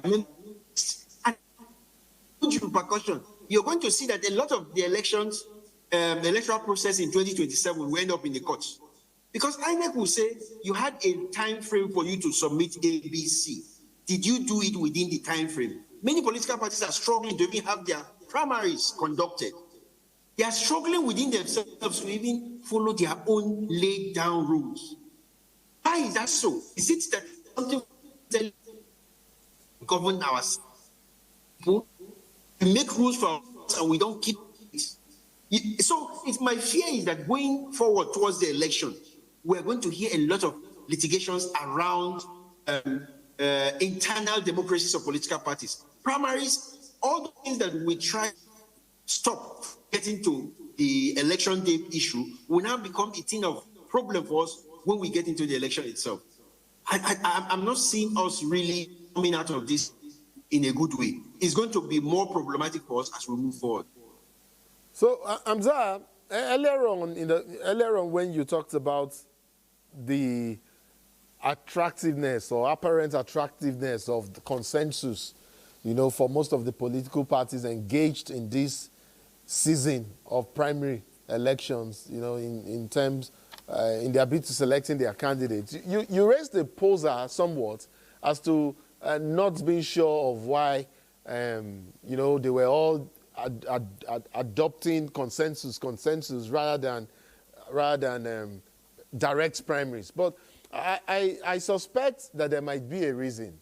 And I'm not speaking for the parties, but I know that direct primaries, for instance, which is supposed to expand the franchise within political parties, noble in itself. But, you know, I don't know if that is easily achievable. I think we all get that, yes. It would reduce the ability of a small group of delegates to be captured by the highest bidder like we used to have with indirect primaries in the past. And, you know, it would also force aspirants to appeal to ordinary party members, you know, rather than a handful of powerful godfathers. But, you know, in principle, direct primaries aligns with the ideas that we all want. Those normative ideas that democracy should begin with within the parties before it extends to the general electorate. But like you have said here, ideals vary from realities, particularly when you reflect one, and I am, again, not speaking for the parties, but if you think of the near logistical impossibility of holding direct primaries, if you think of the cost of holding one, if you think of, we've just talked about this digital membership register and how that in itself is also a challenge. I mean, do you not think that, look, all of this put together, doesn't it make consensus, you know, the logical and apparently attractive way to go? You know, in spite of all we have to say, whether consensus is a euphemism for cohesion or not, doesn't that just make it attractive? The cheapest thing to do is direct primaries. It's the cheapest thing to do. Really? It doesn't cost anybody any amount of money to do it.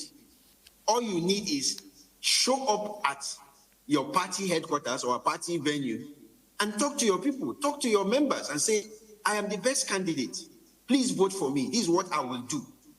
The only cost it will cost to you, transport yourself to that place. Your party members will transport themselves to that place and you will do elections. But because we have agreed that there'll be ballot papers.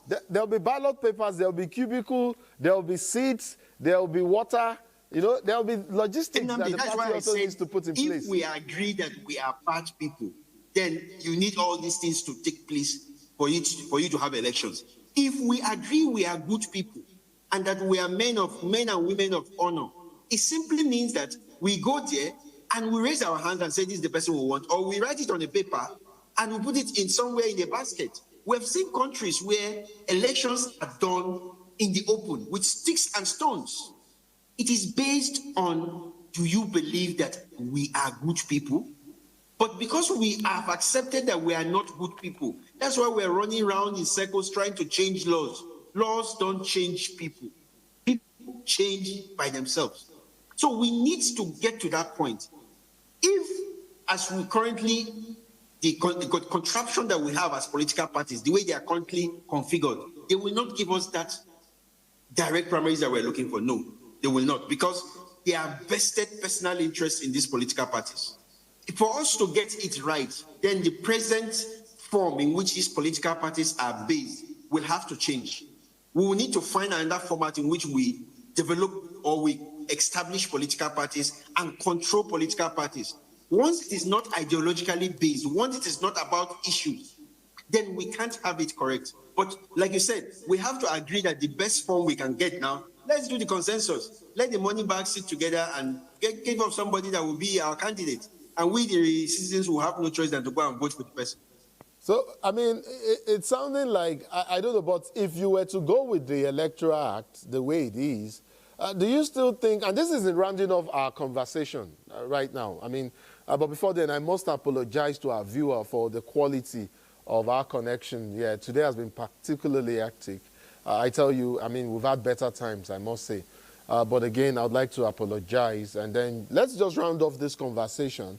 I was saying, going by what we have on ground right now and seeing from all that we're seeing play out in this season's primaries, in this primaries and political party primary season, how best do you think INEC, maybe even political parties themselves, and persons like you, civil society, can work collaboratively to ensure that, you know, Sections 84 sub 2 of the Electoral Act ends that practice, the practice where we see party leaders, whether they are governors or call them godfather or whatever we want to call them, and pick candidates and present them as the party's nominee. Is that still in line with the same thing you're saying about the formation or the, you know, parties, you know, monitoring parties from their formative state and making them more organic rather than having just a single individual forming a party and hijacking the entire structure. Because otherwise, which other structure can we have at that level that can genuinely throw up a competitive process for selecting candidates, to represent these parties in elections? Well, Nnamdi, on that particular note, we have seen there are consequences for political parties that do not follow these guidelines, whether it is their internal policies or the Electoral Act. We've seen severally these political parties that lose out completely in the electoral process. They go to court and court will squash every election. We saw it happen in Zamfara. We saw it happen in Rivers. So we know that there are consequences. Now the question is, do the politicians understand these consequences? Do they believe these consequences applies to them? We've seen political parties that are busy hounding INEC for trying to sanitize the process. That is a very negative way for politicians to look at our system. And it shows clearly that the mindset of the people are not aligned to what we want as politicians. So we need to understand that it is going to be difficult for us to have the system correct if the people who are today's politicians not take into consideration the effect that their actions have on Nigeria as a nation. Our nation comes first before political parties. And we must not allow individuals who want to control political parties to go ahead and disrupt our electoral process. Let's begin to look at the systems that make up political parties, at the after effect of the political party. I think this is a good place to end our conversation because our connections has not been fantastic, I must say. At all. Yes, it does, and that is quite regrettable considering, the gravity, and importance of this issue that we're discussing. But of course, the primaries are still on. I mean, we're in this season. We would reach out to you again and see if we can reenact this conversation. If not reenact, have another conversation bordering on some of the issues that we've talked about here today. Hamza Aliu, Executive Director, Initiative for Grassroots Advancement in Nigeria, INGRA. Thank you so much. And I would like to apologize to our viewers once again. We're sorry for the poor network connectivity. It's Hamza and his Lokoja network. Hopefully he gets a better network next time when he joins us from Lokoja to be part of this conversation. Hamza, thank you so much. Thank you very much for having me again. Fantastic. Elizabeth Omori is up next. She will be talking about the Renewed Hope Initiative, a pet project of Nigeria's First Lady, and how it's impacting lives and changing the narratives. Elizabeth Omori is up next. The Renewed Hope Initiative is a Nigerian social investment program spearheaded by First Lady Senator Oluremi Tinubu. Its mission is to uplift vulnerable groups through economic empowerment, education, healthcare and social welfare projects. Established in 2023 as part of President Bola Ahmed Tinubu's broader Renewed Hope agenda, it is dedicated to improving lives across Nigeria's 36 states and the Federal Capital Territory, with special focus on women, youth, persons living with disabilities, the elderly, farmers and other targeted groups. On this segment, we will examine 4 of the interventions and how they are impacting lives. And my guest, Dr. Rufus Ibegba, Grand Patron for Team Senator Oluremi Tinubu for 2027, will speak to us. Sir, thank you so much for joining us on Insights. Thank you. My pleasure to be on your platform. Thank you very much. And I'm happy to know that you are very familiar with the Renewed Hope initiatives and the agenda of Mr. President. Now, let's begin. What are your thoughts on the Renewed Hope vision? You see, the Renewed Hope agenda initiative is basically to refocus Nigerians, to give the reawakening that Nigerians are the focus of this administration. Okay. In the area of social, needs, and also ensuring that those who are hopeless have hope. And there's a future for all.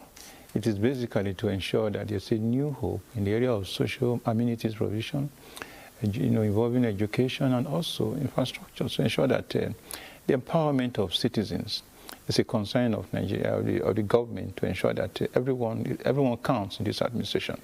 And I think so far, Nigerians are beginning to understand the need for them to really support this administration for the Renew Hope initiative to be attained.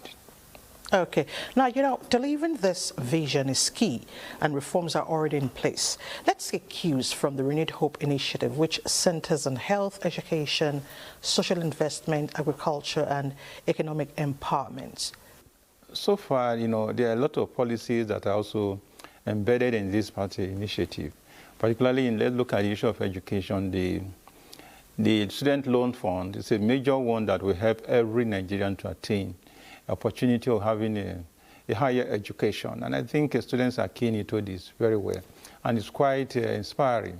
Then you look at the issue of agriculture. The federal government has also come up with a scheme of adopting mechanized farming to ensure that the agricultural sector is more viable and also made as a business, and to ensure food security for Nigerians. It will also serve as a means of economic prosperity for the country and also employment for a lot of people.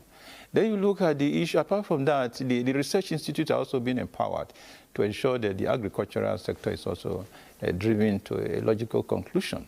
Then you look at the issue of the less privileged in our society, women and the vulnerable groups, those who are not properly, have some health challenge or the other. The other initiatives towards ensuring that they are seen as part of the citizens so that everyone will count in the Nigerian state. Then the issue of security is key. And the federal government recently appointed a special advisor on homeland security. This is a very novel initiative that will ensure that security, internal security is assured. And apart from that, if you look at the service chiefs, have also been given so much opportunity to encourage them to see that the war against terrorism and other vices is brought to a logical conclusion. Then you usually look at the issue of infrastructure, which also contributes to economic system. And I think government is not doing badly. The issue of road, you have the road from Calabar to Lagos, which the government is saying going to be another major economic boost. And also the loans that the federal government is also obtaining is to ensure that these loans are also used legitimately in a way to enhance the economy and to provide social services and economic services in the system that will boost the economy in the long run. So the issue of loan that has been talked about, I'm not here to defend that, but I think obtaining loan really is to expand the economy and for investment, and also to cater for very serious and important sectors of the nation. Okay. In all of this, which would you say is more important? So I can say the most important, I will look at the issue of security, the issue of health, and education. They are also very, very critical, and also the issue of food security in the agricultural sector, because we must combine all this together. We cannot say we just need only security. If there is security, people will be able to farm in the areas that are currently being dislodged. Farmers will now go back to the farm, and apart from that, everybody can invest and be sure that, look, my investment is secured and I can also move freely, my life is safe, and people will also, the productivity will also be enhanced, because there's enough security for people to go to work and to do what they need to do. So security is very important, health is very important, education is very important, agriculture is also important. I also want to address the issue of infrastructure, not just the road alone. We also look at the issue of power. It's very critical to the economy. Power must be addressed, because the issue of power is very critical to all sectors. Of course.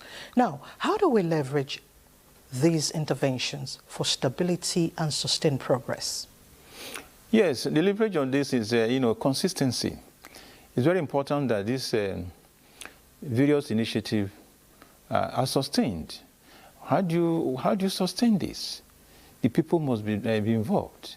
It must be people-driven and people-accepted programs. So if the people have accepted this program, you must also key them into the system to monitor, to ensure that what they have been assigned to do, they are done. So it's very, very important. Also monitoring and the evaluation of this process is very key. Okay. Now, talking about continuity, your platform for the First Lady, how do you intend to drive grassroots support and mobilization for these interventions to thrive? You see, the grassroots, what the grassroots need is economic sustenance. Okay. And if you look at this Renew Hope agenda, it is a lot of initiative towards, economic prosperity of the people, the grassroots. And that's what the people need, empowerment, providing them with the basic, tools for them to be able to earn their living. And with that, I think the people will feel that, look, I'm part of the beneficiary to this government program. And as such, they will be more committed and also show some level of patriotism and say, look, this government has done well for me. It has provided me a means of livelihood to be able to take care of my children, to go to school, to be able to afford medical bills. And also, the government is also looking at the issue of health insurance. And I think with this, it is not only restricted to government workers now, but it's restricted to everybody, private sector and citizens. I think these are major, steps the government is taking. And one other thing I also want to suggest that for us to really have a permanent health system, there's need to establish very high-tech medical, hospitals, high-tech hospitals in all the senatorial districts in this country. So if we're going to contract this to experts to manage for some time so that we can have this sector, it's very, very key because we cannot keep on going abroad for medical. But I think government has such initiative already on ground, and I think those who are driving the process need to also show some level of patriotism, commitment, and also gratitude to government that they have been given opportunity to drive this sector. Okay, I'm glad you mentioned health because health is one of the pillars of the initiative. But really, if you look at the WHO target for 2030, do you see us with this initiative meeting this target before 2030? We have maternal health, we have several reducing the prevalence of HIV and AIDS, many of them ending malaria. Do you see us meeting this target before 2030 with such initiative by the First Lady? I think this is achievable, and I think Nigeria has also put in place the issue of HIV/AIDS.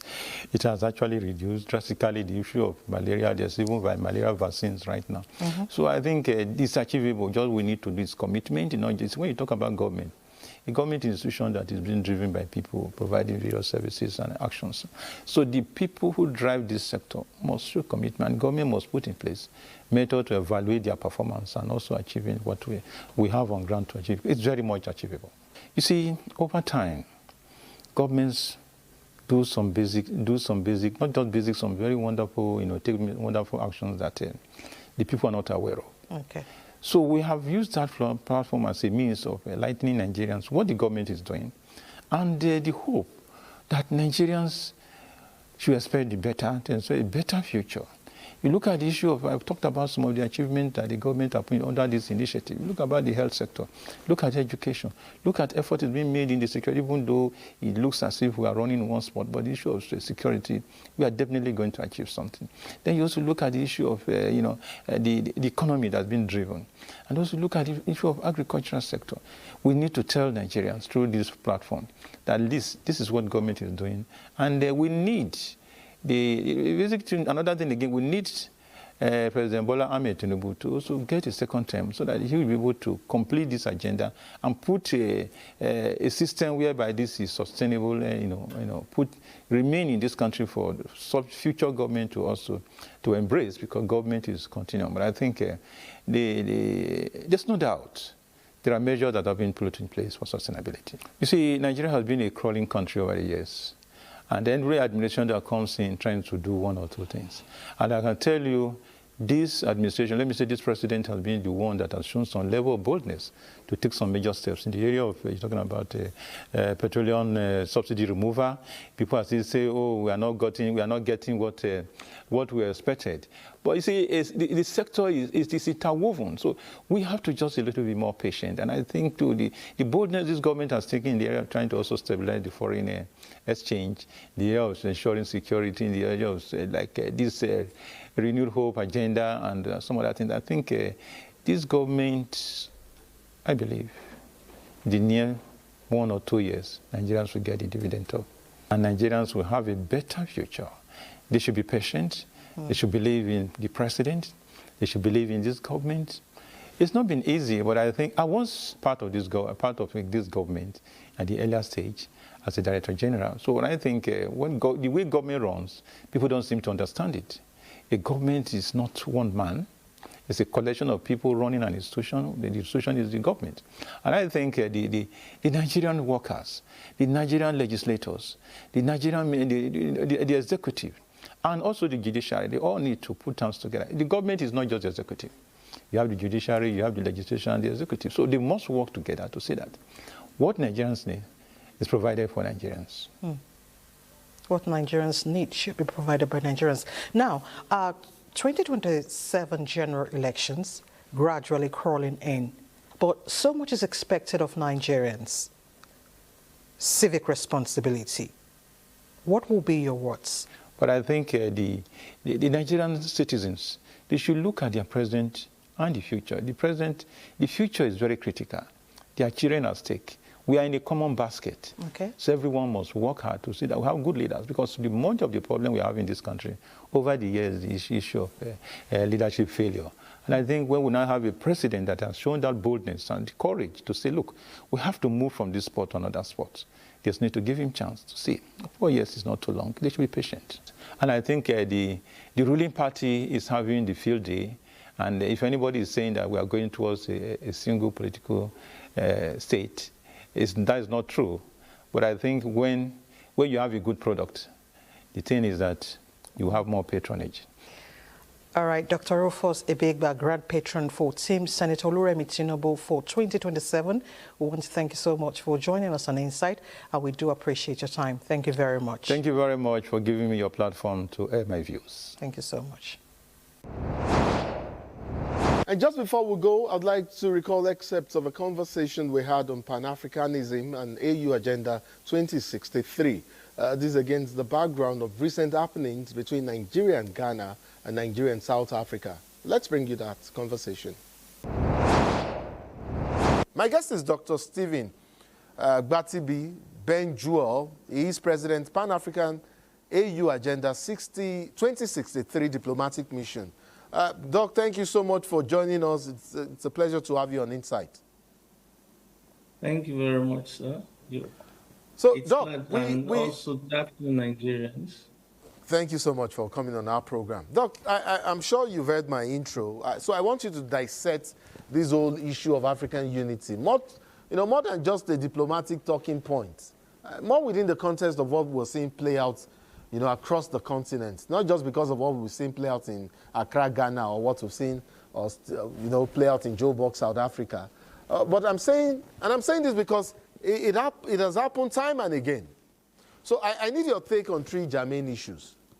First is the issue of migration, intracontinental migration, and now we think there should be a shift in that conversation from migration, being reframed now as a right and not a concession. Second, I'll need your take on this whole concept of protocols of free movement that we have across the continent, whether it's ECOWAS protocol on free movement and all of that, and and SADC and all of that, but more about its compatibility with public order. And then we'll talk about how violence and divisions, violence as a response to some of these issues, is causing division and self-inflicted wound on the continent, as it were. So, Doc, three issues that I want you to respond to.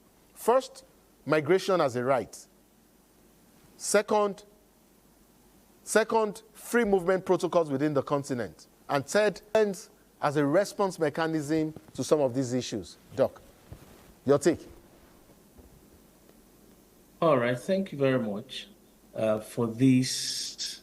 To start with, I'm glad when I see a foremost television agency like NTA concerned about this subject matter. As we all know, that Africa unity has become a major subject, and unfortunately, some of the key people who pushed the agenda of Africa unity are no longer alive, like the Muammar Gaddafi, the Kwame Nkrumah, and the rest of them. If you look at it from some angles, you'll find out that somehow Africa's unity has always become a subject matter of threat to the global system, the global world, and somehow whoever tries to to champion Africa's unity completely also becomes a major enemy of the global world. Let me just use it that way. But unfortunately, they said when your enemy is the enemy without, you know what you're fighting against. But when the enemy is the enemy within, then it becomes more deadly. We all know that Aspiration 2 of Agenda 2063 talks about an integrated continent where every trade can take place, free movements of people, you understand completely. What unfortunately is the saddening reality that we have today is the fact that within ourselves, Africans, there is this complex issue. The other time we knew how the Ghanaians were agitating that Nigerians should leave Ghana. But the most troubling part of this is what is currently happening in South Africa, where the xenophobic attack, where the average South African, the native South African wants not just Nigerians, but every other Africans to leave, you know. We all see this from different angles. It has a lot of political undertone. The elections are close, and somehow Nigerians are trying to using it to see how they can buy votes. That's why there has been we don't know this for a fact, but we know that some of what we see playing out is actually impacting the supposed African unity that we preach. That's the agenda, AU Agenda 2063 intends to achieve. And that's why I mean, doesn't it amount to mere rhetorics when we say we're adopting an agenda for the continent, and then in practice, we're seeing continents or countries within regional blocks and you know, regional blocks, whether it's West Africa, whether it's the Southern Africa, you know, not adhering to some of these treaties and binding treaties, I dare say, that they have, especially on free movement. Exactly. That's why, you know, I was trying to build up some things to address what you are saying. That is why it is troubling. And for us from the Pan-African EU Agenda 2063 diplomatic mission, just last week, I was at Addis Ababa. I went with about a 15-man delegate to Addis Ababa, and we had several meetings. We were privileged to be with the number 3 person in the AUC, in the person of Ambassador Bankole Adeoye of the Political Affairs, Peace and Security, is the commissioner, you know, and we spoke about some of these things. We came up with a solution, because what is happening right now is that our unity is being threatened. Yes. The first 10 years in African Union was designed to silence the gun, but we are not silencing the gun. We're in the 13th year already. That gun. So that's why from our diplomatic mission, we work towards creating what we call the Community Peace Monitor, because we realize that peace in itself starts from the community. It starts from escalating matters. We have noted, because we're trying to do what we call evidence-based. What is happening within the continent right now is that several factors trying to undermine the treaty that leaders came together to keep. Political factors, some persons that will choose to make sure that things are frustrated, and so that their failure should not be seen, they instigate the populace to tell them, the foreigners amongst you, I mean, calling an African a foreigner, you know, on the African soil is even an error in itself, based on the free movement. And, you know, unfortunately, we are carrying out several activities to speak to this. We are doing a press conference in just about 2 or 3 days from now on the intra-Africa road expedition, which we are talking about free visa movement amongst Africa. All Africans should be considered as one. Africans. You understand? That is the stand of the African Union. But unfortunately, that's not what we are seeing playing out. And there are reasons. Different states.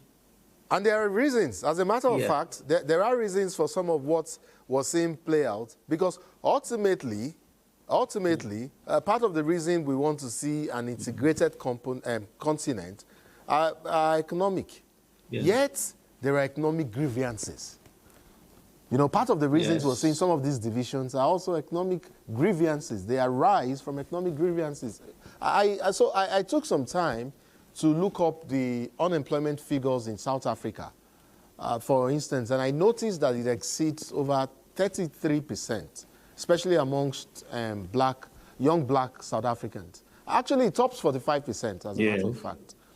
You know, some have argued that xenophobia is a rational response to genuine scarcity, and that immigrants, that, you know, even if they create jobs overall, that they compete for the same informal sector opportunities as the desperate locals. You know, others argue, there are other arguments, and I'm not saying there are others who do not argue on the other side.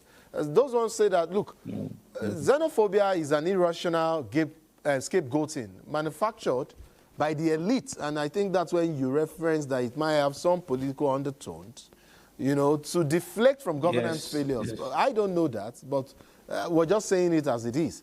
Where do we draw, Doc, where do we draw the line between economic grievance and xenophobic prejudices? You know, specifically, can a country with severe unemployment, do you think a country with unemployment issues, maybe as the figures we've mentioned earlier, do you think such a country can truly embrace free movement? Do you think, I mean, do you think that is even possible to play out in a country battling on its own with scarce economic resource, and then you have people supposedly creating more jobs or coming to struggle for the same small resources that they have? Isn't that like a landmine as it is? Yes, I agree with you. The average South African, for example, South African labor law is one of the strictest and toughest labor law. As a matter of fact, it is designed in such a way that before a foreigner can get a job, all the options to make sure that it's just like what happens in Nigeria. I don't know how much it has changed, where they have different catchment areas. Some areas are seen as educationally less advantaged or whatever state. So educationally less advantaged states, and all of these things, what happens is their cutoff mark is lessened. That's what South Africa has done. Specific skill set and every other thing, and job options, especially in their public sector. An average South African it's until they don't find a South African that can fit into that space before they open it up to other people. But what is now happening is that, let's not forget that a lot of foreigners have come into South Africa. Like I said last time when I was at NTA, still NTA morning show, I said one of our senators talked about we should give them fire for fire. We should, all South African organizations should be stopped. I said, if we do that, Nigerians will be worse hit, because now, whenever you talk about South Africa, the only thing that comes to people's mind is ShopRite, which is not existent as far as I'm concerned. What do they call it now? Multi-choice, which a lot is happening. But and I challenge people to say, go around the street, just be picking out South Africans for me. They really don't travel out so much to places, setting up things. But Nigerians, other parts of Africa are very ingenious. They are the ones that have infiltrated their microeconomic space with different organizations, companies, and every other thing. And somehow, these people are very important to the economy. And now, I don't know how much they adhere to that South African labor law. But to start with, people that must be employed must be well trained. Just like we have an aspect of it in every country, including this country. Like I tell people, I'm an employer of labor. I know what I'm saying. A lot of Nigerians are not ready to work. They are not ready to. Everybody's trying to hammer. And people no longer want to learn skills anymore. And that's it on this episode of the program. Do join us same time for more on Insights. My name is Nnamdi. And I'm Elizabeth Omori. Be that change you want to see. We'll see you next week. Bye for now.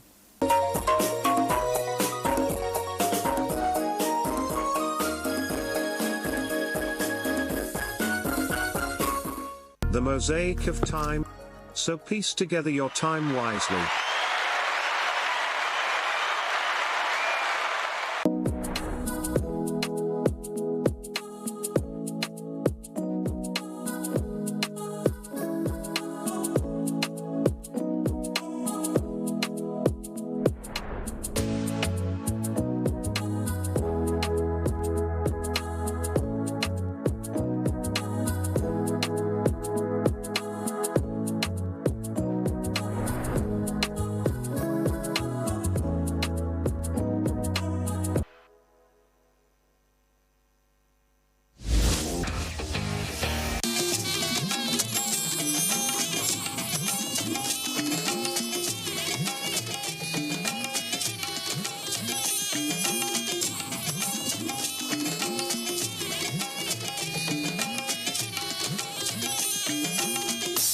This is the network service of the NTA.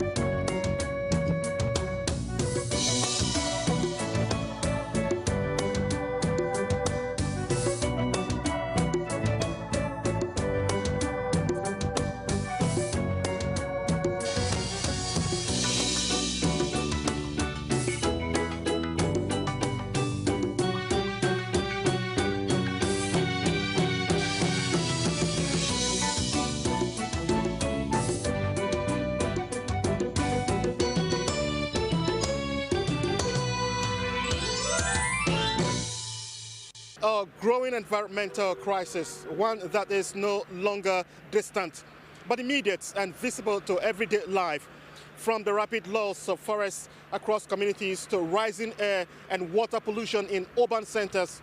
The signs are clear. On Environment Matters this week, we will be drawing attention of the National Assembly to the urgent need for the quick passage of the Environmental, Social and Health Impact Assessment Bill into law. And now for many that believe the proposed legislation is critical to addressing the growing environmental challenges facing Nigeria. I am Charles Alpha, welcoming you to this week's edition of Environment Matters.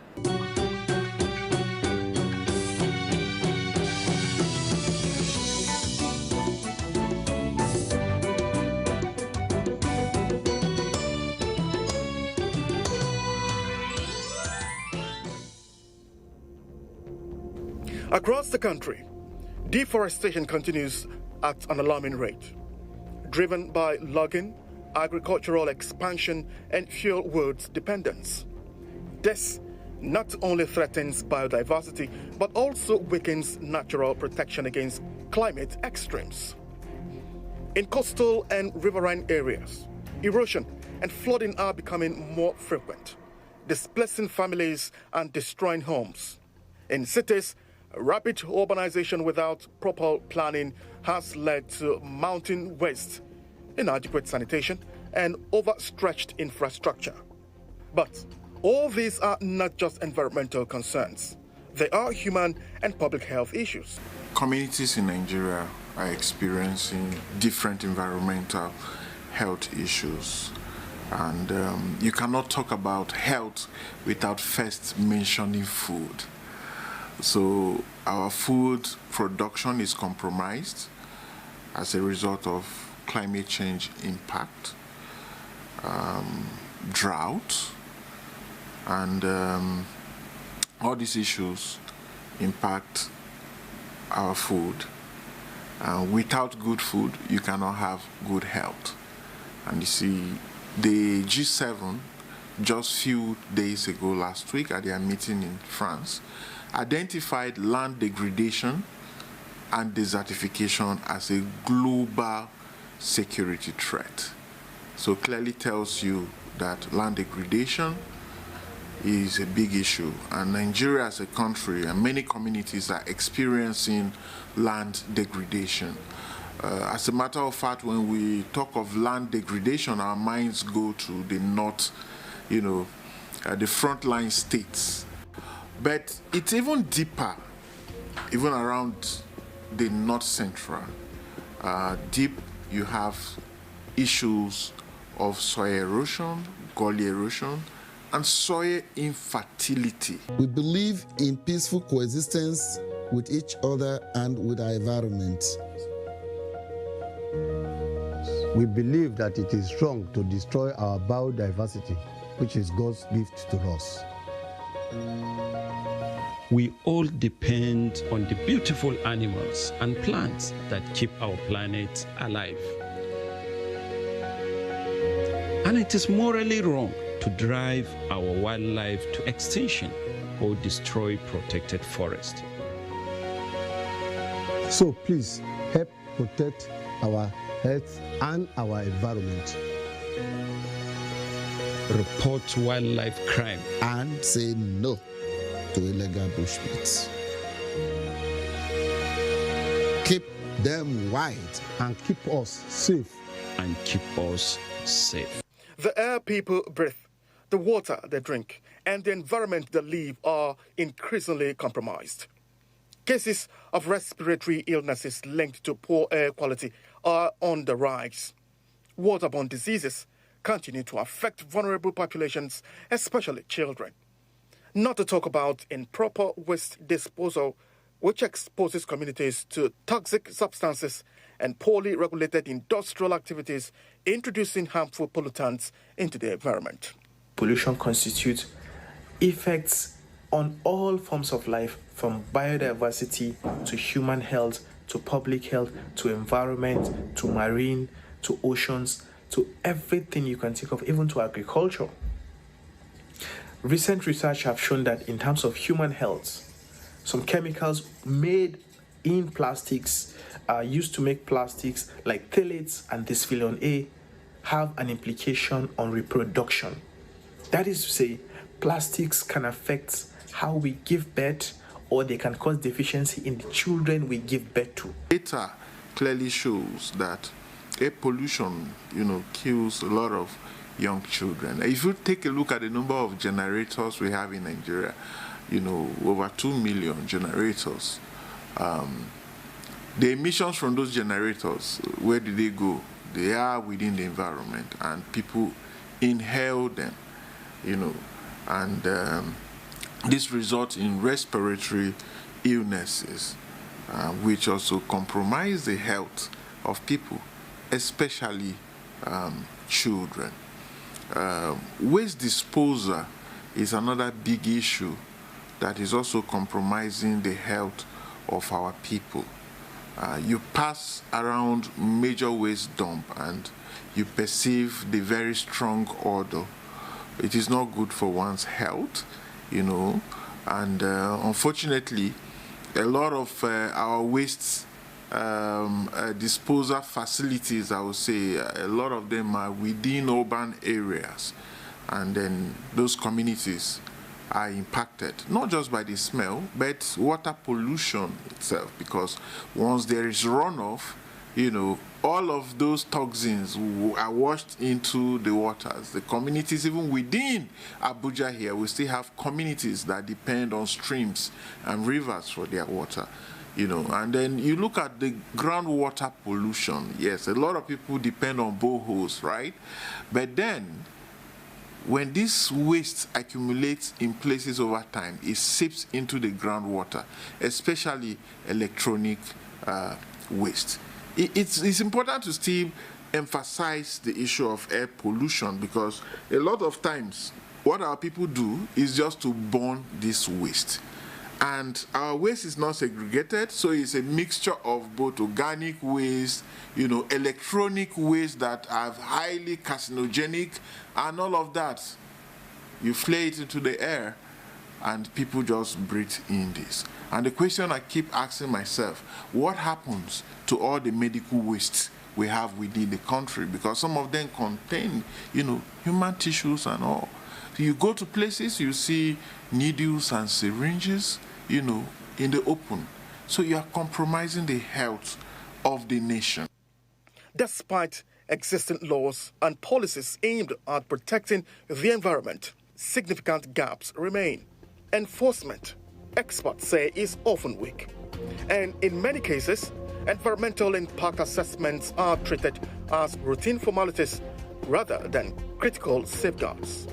Yes, we have many environmental laws. Unfortunately, the enforcement have been a very big issue. Nearly every state in this country have the State Environmental Protection Agency or the State Waste Management Agency, Ministry of Environment. Even at the national level, we have, the Ministry of Environment, we have NESRA, and all these other agencies. But what does it take to get an EIA, Environmental Impact Assessment, in this country?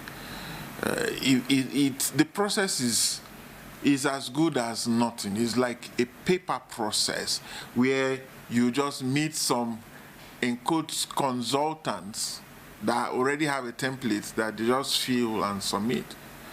People don't get to participate in this process, and that's why anyone can establish any factory anywhere, and then you see the discharge of affluents into community streams, into the community, and no one follows up. There is no monitoring, there is no follow-up, and this is the issue.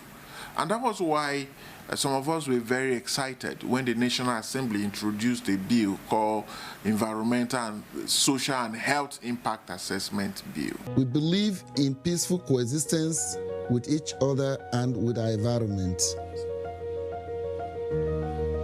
We believe that it is wrong to destroy our biodiversity, which is God's gift to us. We all depend on the beautiful animals and plants that keep our planet alive. And it is morally wrong to drive our wildlife to extinction or destroy protected forest. So please help protect our health and our environment. Report wildlife crime and say no to illegal bushmeats. Keep them wide and keep us safe. And keep us fossil free now. Fossil free now. We're here to say, don't gas Africa. Yeah. We're here to say we care about our continent. We care about our children. We care about our people. And if you do not care about our people, please do not come. It is within this context that the call for a more comprehensive and modern legal framework has grown louder, an urgent call to strengthen how environmental decisions are made and implemented in Nigeria. The Environmental, Social and Health Impact Assessment Bill represents a critical step in that direction. The proposed legislation seeks to go beyond the traditional scope of environmental assessments by integrating social and health consideration into a unified framework. It recognizes that development cannot be measured by economic gains alone, but must also account for its impact on people and the environment. If passed into law, the bill is expected to provide clearer guidelines for assessing the full implications of development projects before they are approved. Experts believe it will improve transparency, ensure accountability, and promote inclusive decision-making processes that take into account the voices of affected communities. That's the very first reading. It has not even gone to the second reading. And I took a look at the bill to compare with what we currently have. The bill was coming to address some of these issues, putting the people first, the people and the environment first, which is critical for environmental protection. You are protecting the environment because of the people.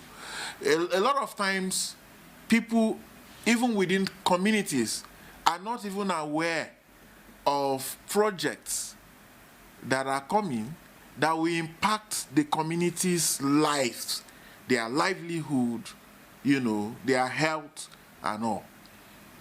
They just wake up and then a company is coming to site, a factory in their place, and they don't know all of the impact.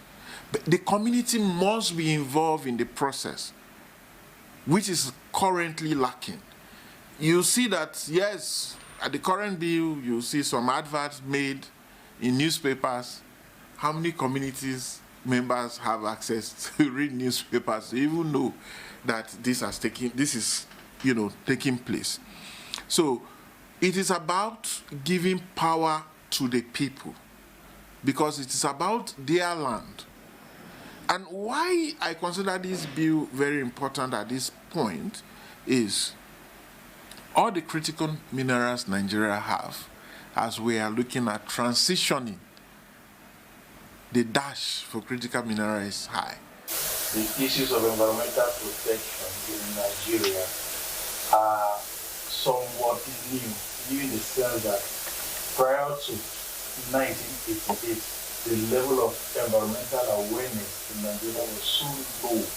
It was a cocoa incident, that's the dumping of waste by an Italian firm in a community called Cocoa in Delta State that fired Nigerian curiosity towards environmental protection.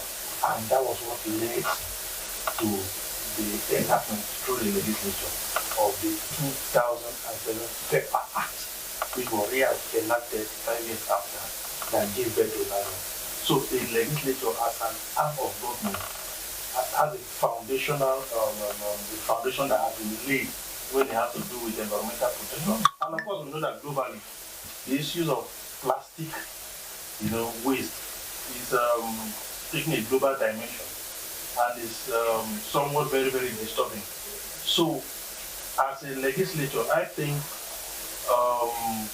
there is a role that the House is playing by trying to encourage some of these NGOs that are coming up with ways of managing the plastic waste in our society currently. I might not give you exactly those legislatures that have been put in place already when it has to do with management of plastic waste, but I think as a house that is responsible for lawmaking, we are putting in so much, our principals are putting in so much. We believe in peaceful coexistence with each other and with our environment. We believe that it is wrong to destroy our biodiversity, which is God's gift to us. We all depend on the beautiful animals and plants that keep our planet alive. And it is morally wrong to drive our wildlife to extinction or destroy protected forest. So please help protect our health and our environment.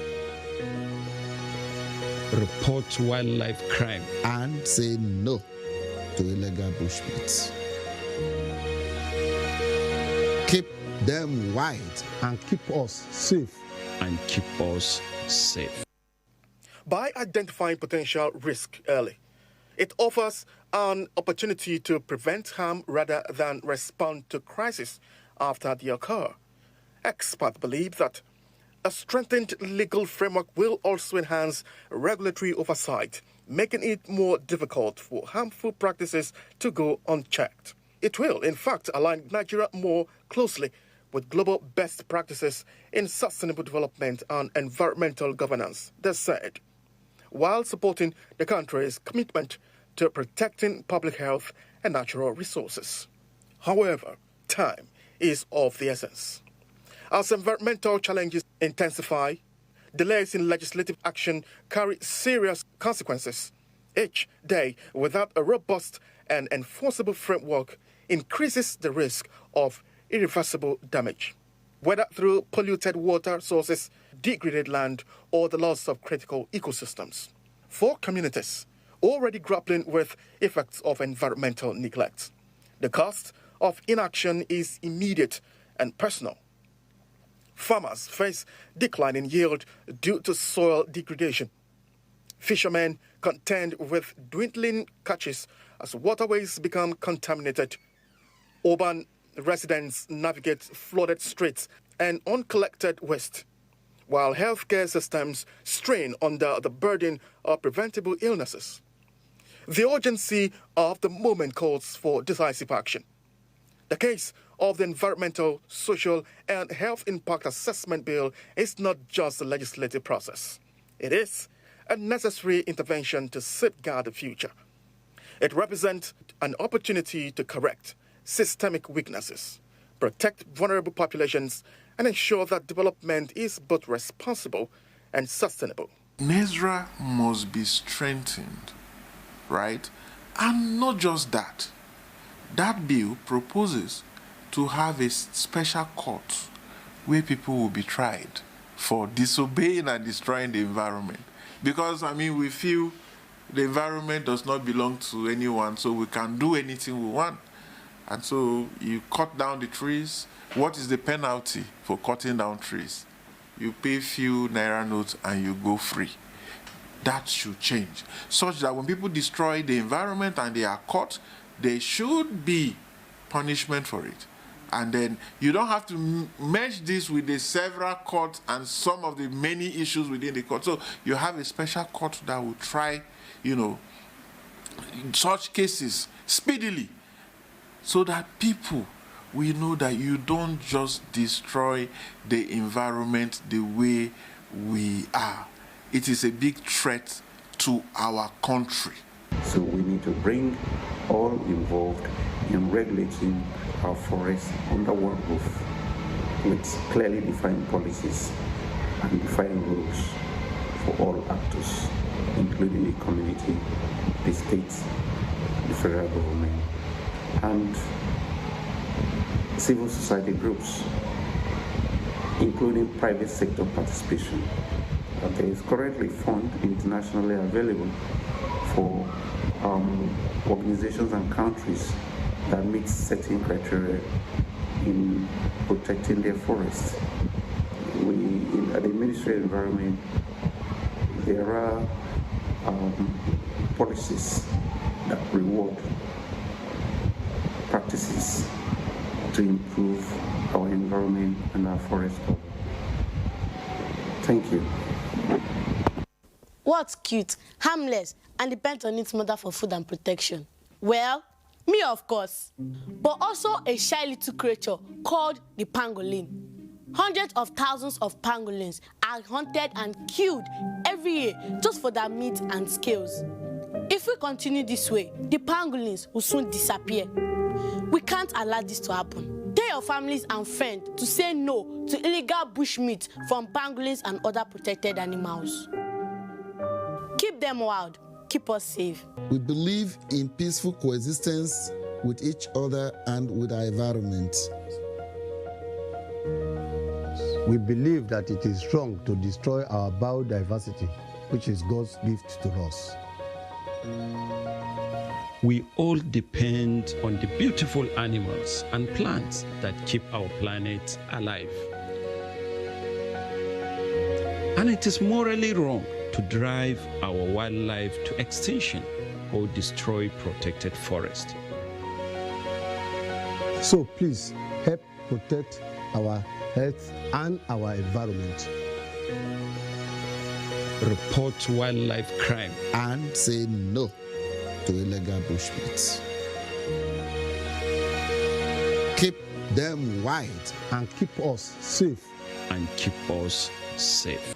The call to action is drawing attention to the realities on the ground and the risk of continued delay. It underscores the need for lawmakers to act swiftly in passing the bill, recognizing that the health of the environment is inseparable from the well-being of the people. Because in the end, the question is not whether action is needed, but whether it will come in time. Once again, I am Charles Alpha. Thank you for watching.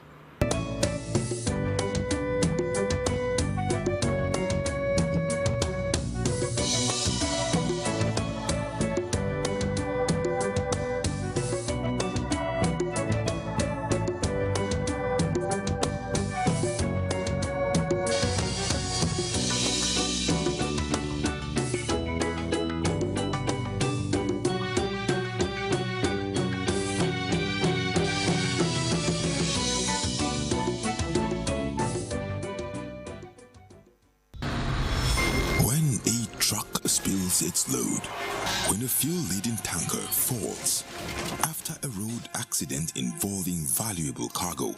Let's not see this as time to steal or loot. Stealing or looting in the face of disaster isn't just illegal. It is a betrayal of our shared humanity. Let's come together in times of disaster, not to take, but to give. Our focus should be on helping the victims and reporting the incident. Choose empathy. Be the light in darkness.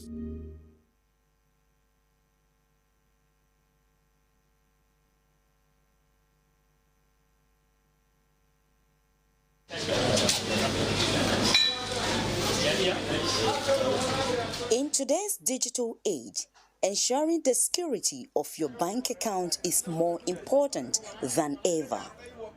Let's explore essential tips to help you protect your finances from unauthorized access and fraudulent activities.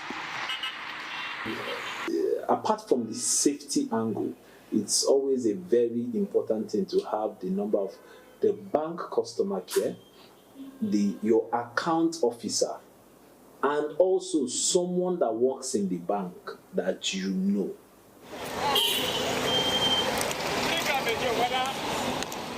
It's advisable you don't use one number for all your banks. Because if they get that number, now you are using one number for your NIN, you use that same number for your BVN, you use that same number for 3 of your banks. And your wallet now lost, or somebody now steal your phone. Somebody that has the technical knowledge. If you drain your account, it's just a matter of time. Sometimes they will call your number. If they have your BVN and your NIN, you can call your number and tell you, that this is from your bank. Wait.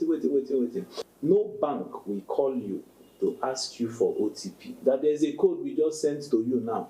That is the biggest fraud. But a lot of people fall for it. They just call you and say, confirm this code now. And you just say, okay, 0041121.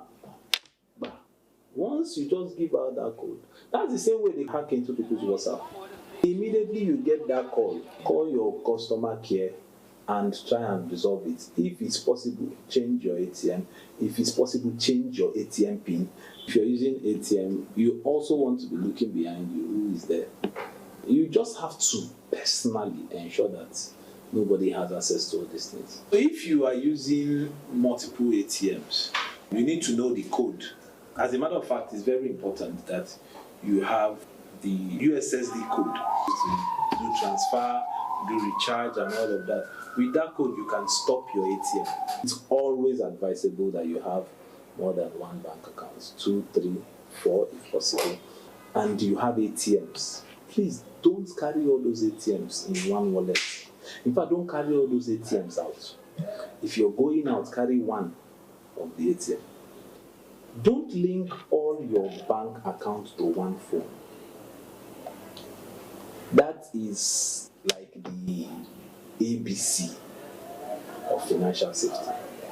Because if that SIM card is gotten by a fraudulent person, one, he can just dial star something, something, something, get your NIN. He can dial star something, something, something, get your BVN. Once they have your BVN, have your NIN, and have the number that you use to register the bank, the account doesn't belong to you. So all they may need to do is just to get your full name and your date of birth, and every money in your account can go in one day. If you want to use passwords, don't use your date of birth. All these things are basic. You don't use your date of birth, because when somebody wants to guess your password, the first thing we try to put is first your phone number, then your password, your date of birth, and routinely change your password. By following these essential tips, you can secure your bank account and safeguard your finances. Stay vigilant and be proactive in protecting your financial well-being. So piece together your time wisely.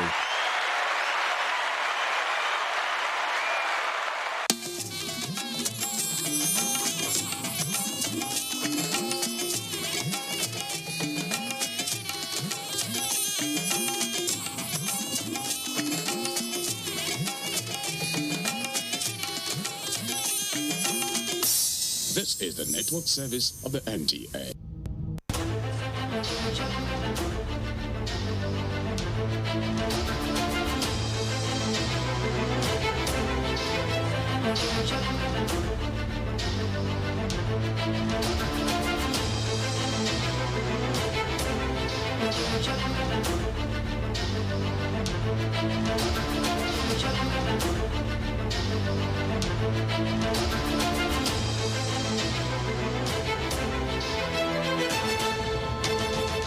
Today we welcome you to a world where words are few but paintings allowed. The world of Oye, an autistic artist whose painting speaks louder than words. Creative, imaginary, and beautiful. Autism is definitely not a challenge.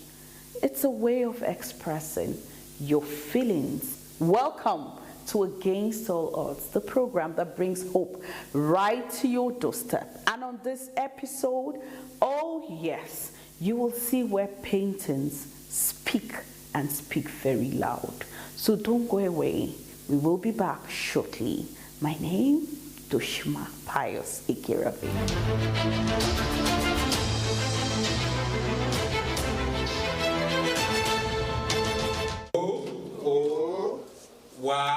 Y-E.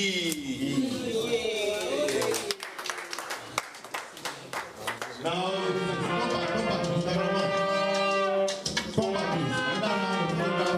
Daddy is here.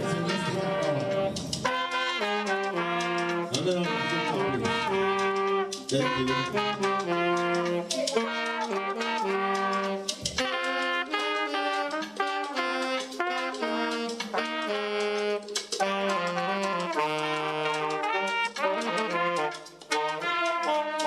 The works a lot. It's like it's done by a really matured artist, and I like the, his improvement, from the works that we saw from the beginning up till the ones we're looking at here.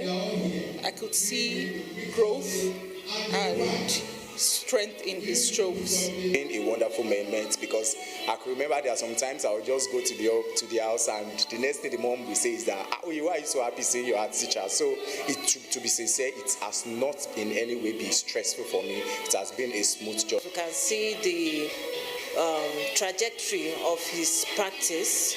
We can see the growth. We can see the stories and the influences that has come in his life.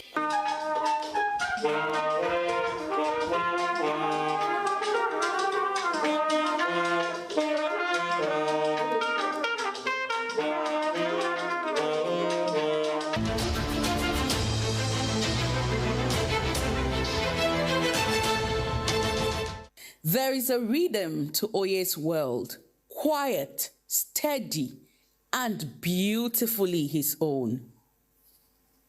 At 14, Oye doesn't just create art, he communicates through it.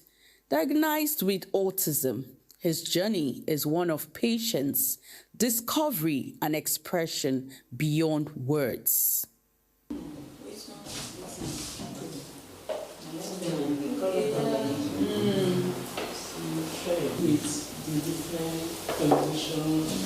Okay, no, I don't want to look at. Yeah, united in storm, like in the midst of it all, we're still united. Yes. See that one, they said emerging together. Wow. The program, of course, is still against all odds. And right here with me, Oye's parents, and Oye is here with us. Oye, how are you? How you doing? Fine. You're happy? Yeah. You're happy we're here, right? Yeah. Okay. So yes, Oye is happy that we're here. And I'm sure you're also happy that you've met him and you've met his parents. Thank you for coming on Against All Odds, ma'am. Thank you. Thank you, sir, for coming on Against All Odds. It's good to have you on our show. My pleasure. So we've seen so much beautiful paintings everywhere, and this was done by Oye. Talk to us about this. How does this journey start? Oye enrolled in St. Saviour's School at Abuja, Lagos, and after a while, the head teacher, who happened to be a white woman, called my attention to his challenge. Before then, I never knew. And from there, we left for our family doctor, from there to Lut to see Dr. Lesh, who is a neurosurgeon. And from there, the journey started. Along the path, Oye had to leave St. Saviour's School for Patrick's speech in Ikeja. After a while, we were advised to go back to a proper school that does inclusion. And we left for Heritage School at Yaba. At Yaba, Heritage School at Yaba, we observed that Oye loved to spend extra time in art class. He doesn't really like to leave the class. So the shadow called our attention to that. At a point we needed to even pay for extra class. Wow. Where I had to befriend the art teacher. And that is just how the journey started about 12 years ago. And this is where we are today. All we're doing as parents was just to make him happy, do what he loved to do most. Wow, interesting. Interesting to know that this was actually an innocent childhood hobby that you noticed in your child and you actually encouraged him. You know, that is where a lot of parents differ. You know, some would just feel, no, this child shouldn't do this, but you were able to encourage him and you brought him this far. Daddy, what part did you play when you noticed that your little boy had interest in the brush and color? Later I realized that you can read your book and still become whatever you want to be. Yeah. So the desire is for him to achieve his talents and also take it to greater heights. So that was the support we are giving him. All the financial assistance, all the encouragement to try as much as possible to put on the table. The fact is, he has limited ability to learn like any other normal child. Yeah. With that, at the back end, we do not see any reason why we should not encourage him to acquire more skills and do what he knows how best to do. It will interest you that Oye has visited OCAD, which is a specialized school for art in Canada. Wow. And just like Daddy mentioned, anything, everything that we as parents can do to support him, we would not mind doing that. As we walk through his collection, each piece reveals a fragment of how he sees the world. There is intention here, care, a language built in color and form. Every painting neatly labeled, every stroke deliberate, a style that belongs to only him. Where words may not always come easily, color speaks, texture speaks, movement speaks. Each piece he creates is not rushed, not forced, but shaped in his own time and in his own way. Honestly, if you ask, I really have no idea. Because I cannot figure out what or interpret what he's even doing, to be sincere with you. I can't. It doesn't make so much meaning to us. But thank God that we have a guide that keeps saying, no, he knows what he's doing. As a matter of fact, even when the engagement is ongoing, he at times loves to direct him on what to do. And you see always saying no, meaning he deliberately knows what he intends doing or what he wants to do. As against all odds, he will make sure that what he intends to draw is what he ends up achieving, not even what the director is trying to tell him to do. I just keep peeping and seeing what the interaction between both of them. I'm sure he's also been able to participate in some competitions. Will you tell us about this too? Yes, Oye he won in his category in 2024 at Enugu in Life in My City Festival.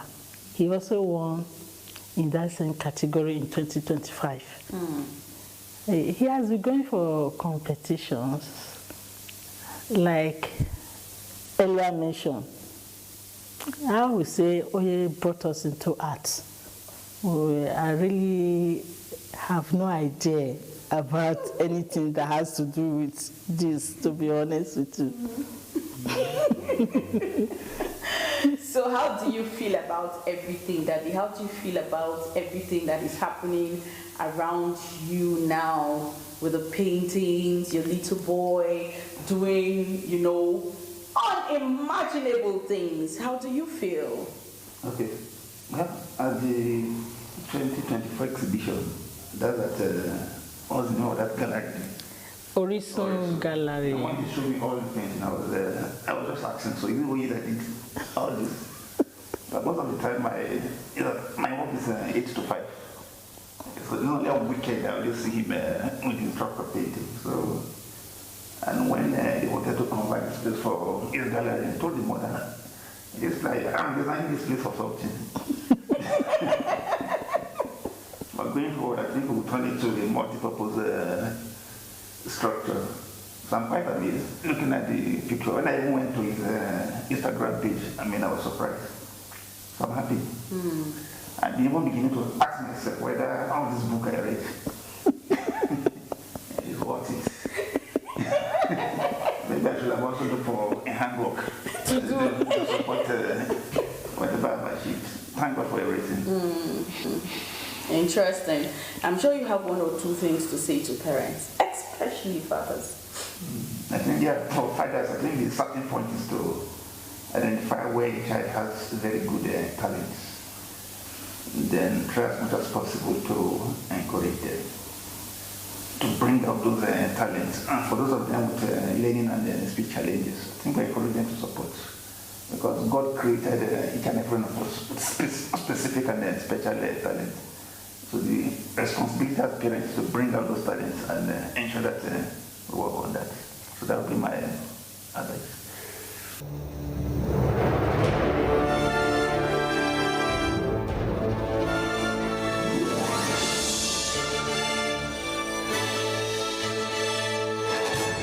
Cube is available in beef, chicken, jollof, and crayfish flavors. In 50 cubes, Saver Pack, and 100 cubes, Super Saver Pack. Terra Cube, unwrap joy, unleash taste. And then, in the middle of it all, Oye shows us something important. He rises, leaves the conversation behind, and returns to what feels most natural, his canvas, his space, his voice. Oye, what are you doing? Okay, so Daddy, we'd like you to talk to us, especially to fellow daddies, okay, on the need to stay and to walk this walk. You've been able to stay, you've been able to watch your baby boy grow, and now he's doing amazing things that even amaze you. But of course, the journey hasn't been very smooth. The journey hasn't been a walk in the park, like drinking ice cream and all that. It came with a lot of efforts. So talk to us about this. Share your experience with us. I think the major area of support is basically regularly I always find out how is he progressing in his activity. And even up till now, on a monthly basis, I analyze the reports that they should always give me. And then as time goes on, I think I even call for a meeting for us to rub mind and know what we need to do best, both at home. I think there was even a time we always go to the football pitch together. When I realized that